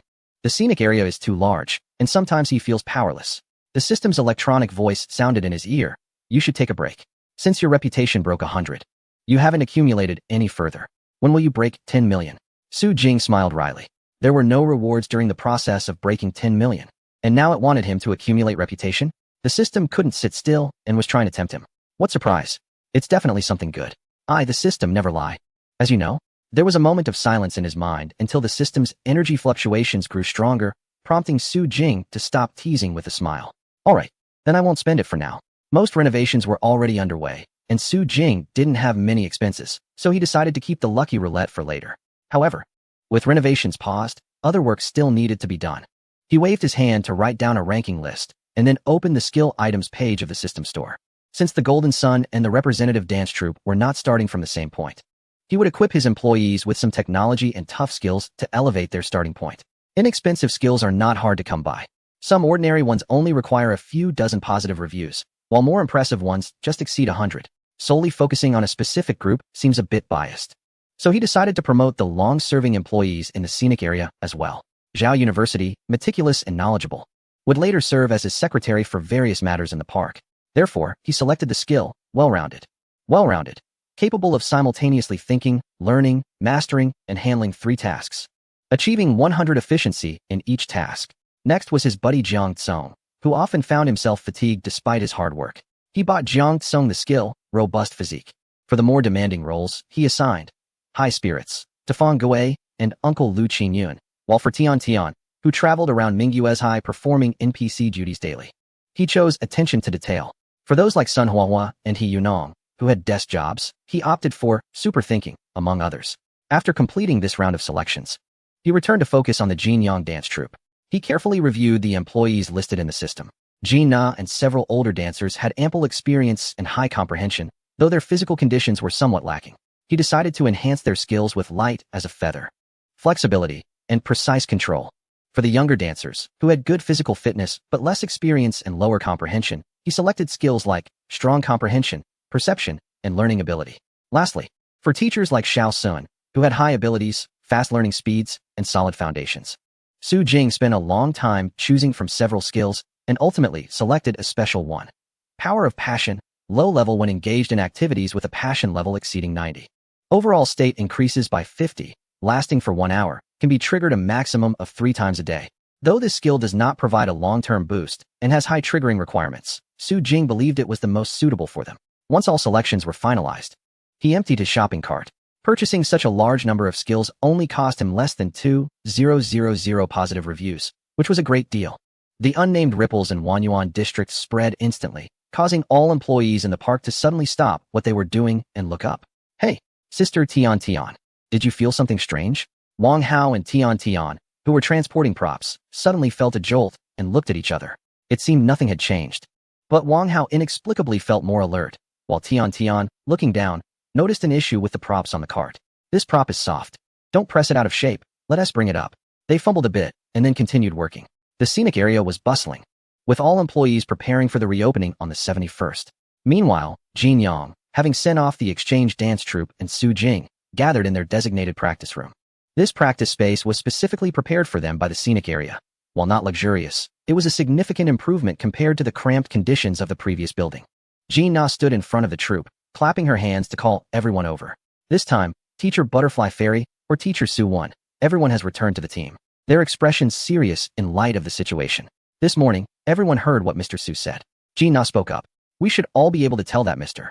Su has great expectations and trust in us. He believes that we can secure some spots for this dance. Before she could finish her sentence, a slight murmur of discontent arose from the crowd. If they really wanted us to perform, they should have taught us the dance in advance. Or just not let those people participate. Seeing everyone looking at her, the girl quickly waved her hands, a bit nervous. I'm not complaining about Mr. Su. I just don't understand why it has to be like this. Gina urged everyone to turn back and thought for a moment before continuing. Do you all remember when we first arrived? From that time, Mr. Su clearly told us. He provides the dance and the platform. How much we learn depends on our own abilities. Perhaps during this time, everything has been smooth sailing, with no competition, making everyone accustomed to the lifestyle where benefits naturally belong to us. That's wrong. Over the past 3 months, Wanyuan Mountain has transformed from being overlooked to a hotspot. Do you think the dance troops he can choose from only include US? Moreover, this job comes with free housing. As long as Mr. Su is willing, there are plenty of people eager to collaborate with him to enhance Wanyuan Mountain. Yet he continues to work with us. One reason is that he is a sentimental and loyal person. Another is that he wants to give us, the people from Qingshan County, a chance to work, and thirdly, he believes in us and hopes we can do better. So what should we do? Jean Na spoke passionately, yet her face remained calm. She was somewhat surprised by her good state today, and then continued in a serious tone. Regardless of whether we win or lose, even if we don't secure any spots for this dance, we must do our best to learn and be the best we can within our scope. Let Mr. Su know. His judgment is not wrong. The doubts among the crowd subsided, replaced by a strong sense of conviction. Everyone nodded vigorously and clenched their fists. All right, starting tomorrow, we will give it our all. The crowd dispersed and began their daily basic training. Su Wen quietly leaned over to her side, curious, and asked, Sister Na, why do you have such confidence? What if we don't get selected? Wouldn't that mean all our practice was for nothing? Jean Na turned her head, and a sudden smile appeared on her usually serious face. Practice for nothing? How could that be? The exchange dance troupe will leave after they finish, but we, Jin Taiyang, will always perform at Wanyuan Mountain, whether early or late, it will be ours. So just give it your all and learn well. Chapter 211. Dance teaching. The night quickly passed. In the stillness of the night, Wanyuan Mountain welcomed the morning of June 30th. Two groups of people, as if connected by a silent understanding, left earlier than the agreed time and stood early in the central square of Minghua Village. Hello, Teacher Zhang. Good morning. Jin Jia and all the teachers. Zhang Ruiyun took the initiative to lower her stance and greeted the teachers, worried that the people opposite might have emotions. To her surprise, the teachers were very easygoing, smiling and greeting her, asking if they were comfortable with their accommodations. The young boys and girls had bright eyes, nodding enthusiastically. Perhaps it was because they hadn't been out to play for a long time, or maybe it was the quiet air of the deep mountains at night. They had all slept exceptionally well, their state of mind off the charts. When Su Jing arrived at the square on time, he saw that the two dance troops inside had already started warming up. It looked peaceful. Su Jing clapped his hands and placed two laptops in front of them. Then he stood in place and began to stretch. Everyone was momentarily stunned. What was he doing? Jin Na was also confused. All of Jin Taiyang's dance learning had been through videos provided by Su Jing, practicing the movements in front of the mirror over and over again. Was this your different? Don't look at me, look at the computer. First, watch the video a few times. This is the dance you will be learning next. Since you will be performing underwater, we will start with a simplified version. This dance requires high control over your body, so you can practice a bit first. I will teach you in a moment. As soon as he finished speaking, not only Jin Taiyang but even the group of young people led by Zhang Ruiyun were confused. Su Jing was personally teaching? They had never heard that he could dance. Moreover, seeing him standing there yesterday, relaxed and slumped, didn't he look like someone who could dance? Jin Na froze for a moment, and then suddenly turned to look at Zhang Ruiyun and the others. Her eyes filled with an inexplicable emotion. Su Jing had never personally taught them, and now that this group had come, he was. Su Jing had no idea what Jin Na was thinking, otherwise, he would just tell her that she was overthinking it. The previous dances had all been on land, and they could learn those on their own without needing to reach an extraordinary level, so he could just watch quietly. But this time was different. First, they needed to learn the dance and see how it looked underwater. Who would judge it? How would they evaluate it? How would they adjust? Someone definitely needed to step in personally. Second, since nobody knew this dance, even if they watched the video, the results might not be good in the short term. Thus, our great scenic area manager, the sole owner of the reception system, Su Jing, pondered last night and ultimately gritted his teeth to purchase a high-level dance skill for himself. He only chose one dance type. After all, the all-around advanced skill of a dance master was just too expensive. The all-around one required 8,000 good reviews. His only needed 15,000, which was still within a reasonable range. According to the system's explanation, it was originally borrowed from another system. So a small handling fee was reasonable. It was expensive, but he figured if he didn't buy it, that was fine too. So now he was a genuine high-level dancer, and this high level referred to the system's perspective, easily surpassing these young people in front of him. Although he had never been in contact with dance before, the system's ability was to turn the impossible into possible. So when Su Jing finished his warm-up and stood before everyone again, his aura was instantly different. Zhang Ruiyun put down her computer, her eyes sparkling. This dance is somewhat similar to our regional dance, but it seems to convey a stronger charm. Beside her, Jin Na remained silent, repeatedly watching the video. Su Jing glanced at everyone's expressions and nodded. It indeed resembled something familiar, so let us consider it a variation. The full version of the dance would certainly be more challenging. One girl in the group exchanged a smile with a young man nearby. It's settled. They excel at the regional dance. They will definitely be chosen for this competition. On the other side, however, the members of the Jin Taeyong group were frowning one by one. They had only seen the regional dance on television and heard about it. They had never seen it in real life, let alone learned it on the spot. Could they really perform this dance? Ji Na also looked worried, glancing up at the young Master Su, but was taken aback. What was he doing? The handsome man in front of her had taken off his shoes and socks, standing barefoot on the bluestone surface. He rolled up his pants and pushed his sleeves up to reveal a layer of toned muscles. I will first demonstrate the dance for everyone, and then we will start learning, he said, placing his phone aside as the music began to play. From 6 a.m. to 4 p.m., the employees of Mingwe Village moved around, glancing more than once at the stunning scene in the middle of the square. Young Master Su stood among them, moving back and forth, seemingly smiling and saying something. How blissful. Tian was striding ahead with 3 bags of rice, an envious expression on her face. If only Jingge could work with us and chat for a while. Jin Na and the others must feel so happy to chat with Jingge after such a long time. No. Jin Na's serious face was now drenched in sweat, beads dripping to the ground. The teammates beside her sat down in pain, shouting loudly that they were cramping. No one responded in the air. Only Su Jing's cheerful voice floated around. Is this how you pluck? Is your hand a chicken claw? This is how you send it out. Not like you're holding a dagger to stab someone. Little Luo, right? That looks terrible. Bend your 3 fingers. Not like you're cracking melon seeds. Your hand looks like a butcher cramping. There's no aesthetic at all. Your feet. Keep your bow tight. Extend your thighs. If you can't even stand on the ground, you can only be a water ghost in the water. The young boys and girls of the exchange dance group were no longer the confident and youthful figures they were when they first arrived. This dance is too difficult. It's hard enough. The key is that the dance instructor really knows how to dance. And dances really well. Zhang Riyun was doing the moves while secretly sizing up Su Jing as he passed by, still unable to believe it. Damn, this is really not some folk master level dancer. Doesn't he want to go out and show himself, but prefers to hide here? The graceful yet powerful movements from earlier made her feel an inexplicable divine presence. How could he be so strong? Everyone was convinced, and the Jin Taeyong members were going crazy with jealousy. Young Master Su is so strong. No wonder he looked down on them at first. He had hidden his talents for too long. They had really thought that Xiao Su was always an outsider. However, such a master had never personally taught them before. Were they really that inexperienced? Jin Na gritted her teeth and once again moved her hands gracefully, sending them out like gentle waves. She had to practice well. She wanted to earn praise from professionals. But the practice didn't last until the evening. As the sun began to set, Su Jing clapped his hands, signaling everyone to take a break. Today's practice ends here. Most of the moves should be familiar to everyone by now. Practice on your own for the next few days, and I will check in 3 days. We have something more important to do. He walked outside with his hands behind his back. At 5 o'clock, everyone gathered at the Lake of Fallen Immortals to try the water one by one. Chapter 212. The night before the reopening after 5 o'clock. This group of people quietly entered the Lake of Fallen Immortals, secretly practicing whatever they had been doing. The staff at Wanyuan Mountain had been busy all day preparing for the reopening of various attractions. Yao Guangzi and Zhen Junzi had moved to Mingwe Village, partly for convenience and meals, and partly because Zhen Junzi had been frequently visiting the carp pool to chat with the carp god. As long as the carp god didn't chase him away, Su Jing allowed him to go. It was said that this guy had recently unlocked a new map, and after chatting with the carp god every day, he would go to play with the monkeys and the great sage and Xiao Xia, keeping himself occupied. As for the monks like Ming Chan, ever since the two families met and talked that day, they had been sitting quietly in their rooms meditating and practicing, rarely coming out except for meals and training. He Yunong walked home to take a shower, as she had to return to the office later. She had a special task to complete tonight. The young girl lay on her bed with her half-dry hair, her feet swinging in the air. Although it was her break time, her long-standing professional habit made her unable to resist checking her phone and browsing various forums and social media, searching for news hotspots.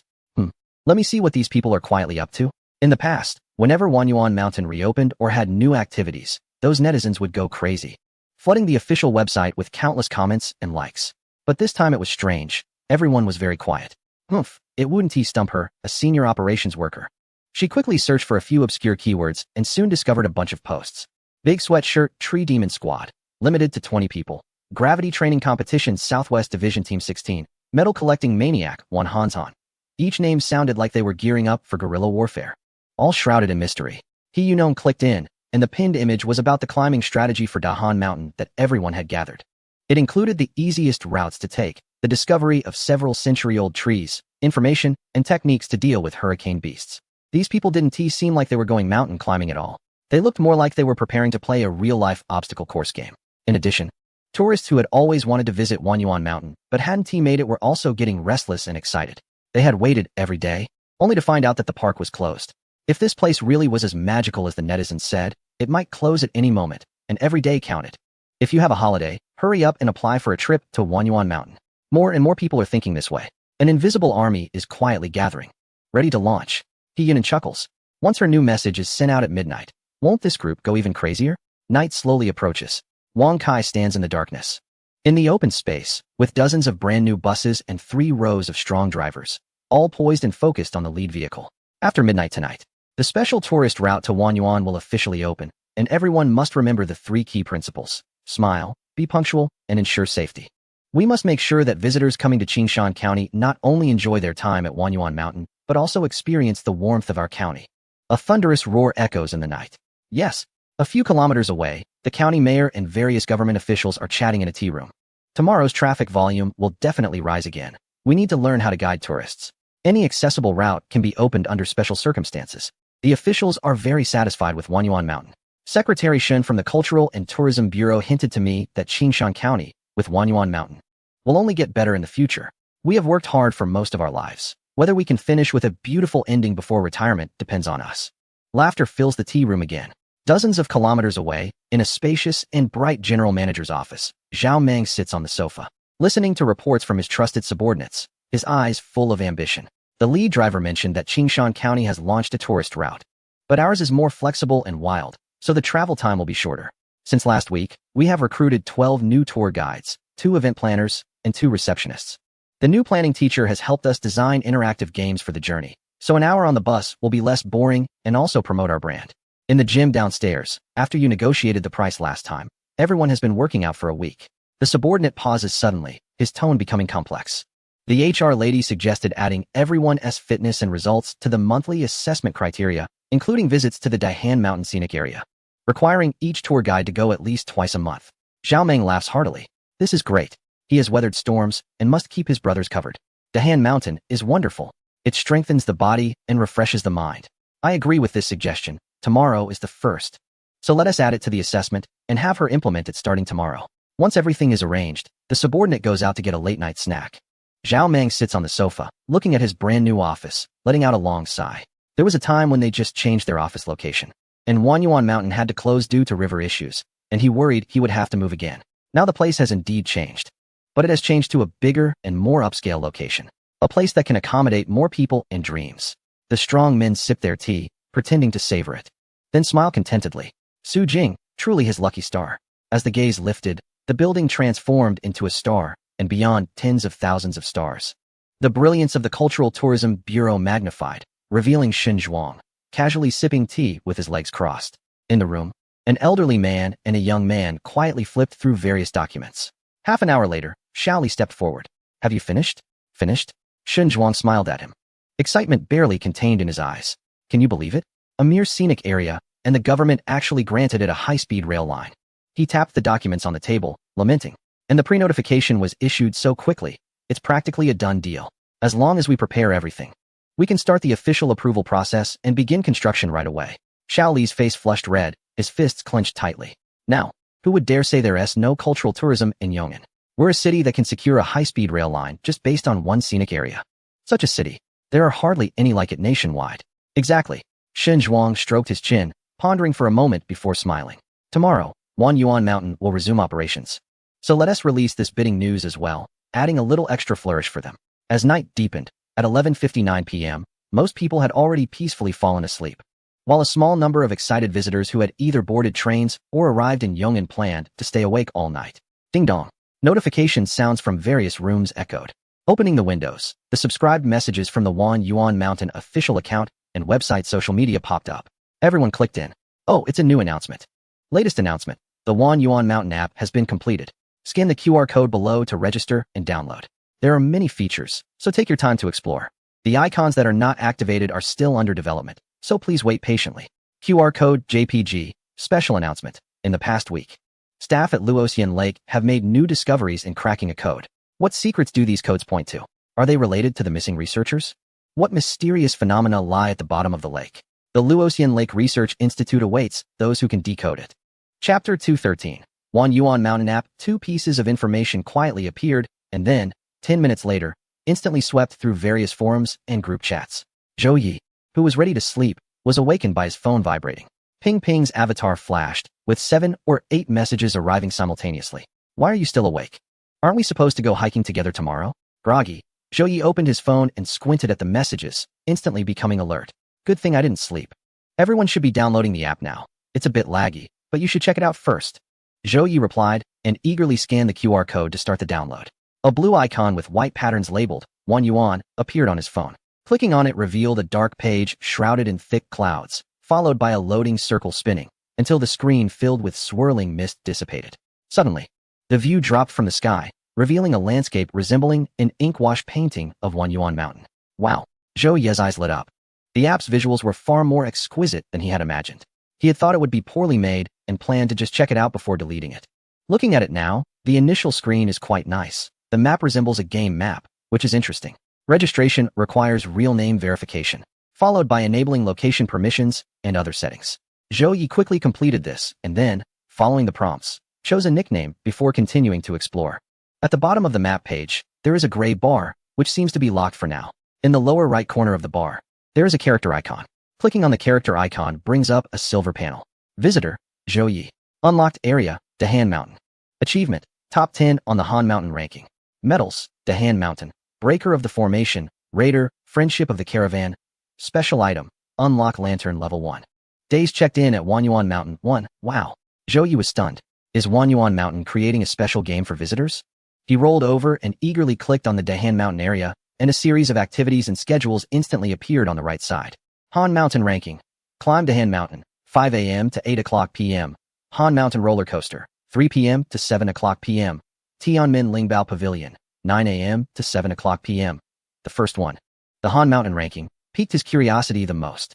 Zhou Yi clicked in, and after a brief loading, the page refreshed. Wow! A huge golden blue list appeared on the screen, displaying a total of 100 participants, starting from the top. No wonder they asked for nicknames. Zhou Yi chuckled as he immediately spotted his name at rank 8, the handsomest in the world. Behind his name was a list of climbing medals and his accumulated energy value of 72 points. Above him, many had energy values over 100, likely repeat visitors. But in terms of achievements, he was indeed among the highest, especially with the medals for the Friendship of the Caravan and Breaker of the Formation, which probably boosted his score significantly. But that is not all. The previously gray window at the bottom suddenly lit up on this page. A flurry of messages flashed through it. Gray life, wow. Yuan Mountain is amazing. They even created a regional chat window. Fell in love with Auntie. Aw. Chat window. Wow. Real-time chatting. A day of the exiled. Incredible. This app is really well made. Rock Emperor. This ranking is impressive. I only collected 26 energy points last time I went, and the big shots up there have already surpassed 100. Wow. First big fat carp under the carp god. Damn it. I haven't been yet. Who is the top scorer? Wind Whispers. How many visits does it take to get such a high score? Wind Whispers, 2 visits. Zhou Yi was taken aback. Getting 172 points on a second visit means they probably earned quite a few medals too. This is addictive. He completely ignored that he also intended to go for a second visit and joined in the fun. The handsomest in the world. Just arrived, a newbie. Don't understand anything. Can someone explain what this is? Suddenly, there was a brief silence, and then a flurry of messages appeared. World Ruler. I'm dying of laughter. Could this first handsome guy be the one who shouted when the first divine bird activated? Heavy tank. It should be, just look at his medals. He has the Breaker of the Formation. It must be him. Little Fish 66. Big shot. Please let me cling to you. You can get so many in just one go. The meaningless chatter continued, and Zhou Yi glanced at it before exiting. On the left side of the map, near a lake, there was a flickering star symbol. Clicking on it, an announcement appeared, followed by an ancient and mysterious voice. Recently, the staff at Luoxian Lake have discovered some new clues in the Research Institute. Zhou Yi quietly listened, raising an eyebrow. This announcement should be another message from the official source. As the announcement disappeared, Zhou Yi tried to click on the Luoxian Lake icon, but it was unresponsive, only reminding him that this area had not yet been unlocked. He exited and saw a screenshot of his personal attributes sent by Ping Ping. Zhou Yi chuckled. This girl finally seized an opportunity to show off. Ping Ping's interface was far richer than he imagined. It was clear how many times she had been to Yuan Mountain. Visitor, Meng Wanping. Unlocked areas, Holy Spirit Mountain, Luoxian Lake, Peach Blossom Dock, Dahan Mountain. Achievements, Blessing of the wind god messenger, collector of the 12 flower gods. Friendship of the monkey king, guest of the peach blossom abbot. Medals, Dahan Mountain, plunderer, special items. Unlock lantern level 1. Days checked in at Wanyuan Mountain, 21. He didn't need to look at anything else. Shoyi directly sent a question mark. Sister, do you have something to say? Do you treat Wanyuan Mountain like your home? How long has it even been open? You've been here almost a month.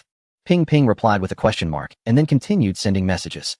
Do you think we can get down the mountain before 4 tomorrow? I still want to visit the research institute. It would be a pity not to participate in the new activity. Zhou Yi touched his weak old legs and gritted his teeth to agree. Ping Ping was giggling under the covers.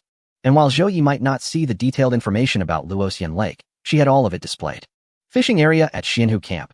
Open 24 hours. Luoxian Lake Research Institute. 9 a.m. to 7 o'clock p.m. Luoxian Lake Exploration Action. 9 a.m. to 5 o'clock p.m. Illusion of Lushan Village. 5 p.m. to 7 o'clock p.m. B2 level limited to 500 people. Lake Celebration. Not yet opened. According to the display above, activities at Luoxian Lake could indeed start tomorrow. So she must enter the Research Institute before 5 p.m. She carefully studied the app for a while, then chatted with Zhu Shou. Zhu Shou, it's strange. When we entered Wanyuan Mountain before, we didn't have wristbands or positioning. How did they determine achievements and unlock maps? Ping Ping, how would I know? Could it be surveillance? Anyway, I checked, and they all matched. Zhu Shou, impressive. The guide really is amazing. Ping Ping, are you going hiking tomorrow? I'm ranked 23rd on the leaderboard. I need to earn some points. Are you coming? Zhu Shou sat in front of the computer, looking miserable. Zhu Shou sis. Stop bugging me. I really can't climb that mountain. You guys go ahead. I'll check out the situation at Luoxian Lake first. Ping Ping, useless.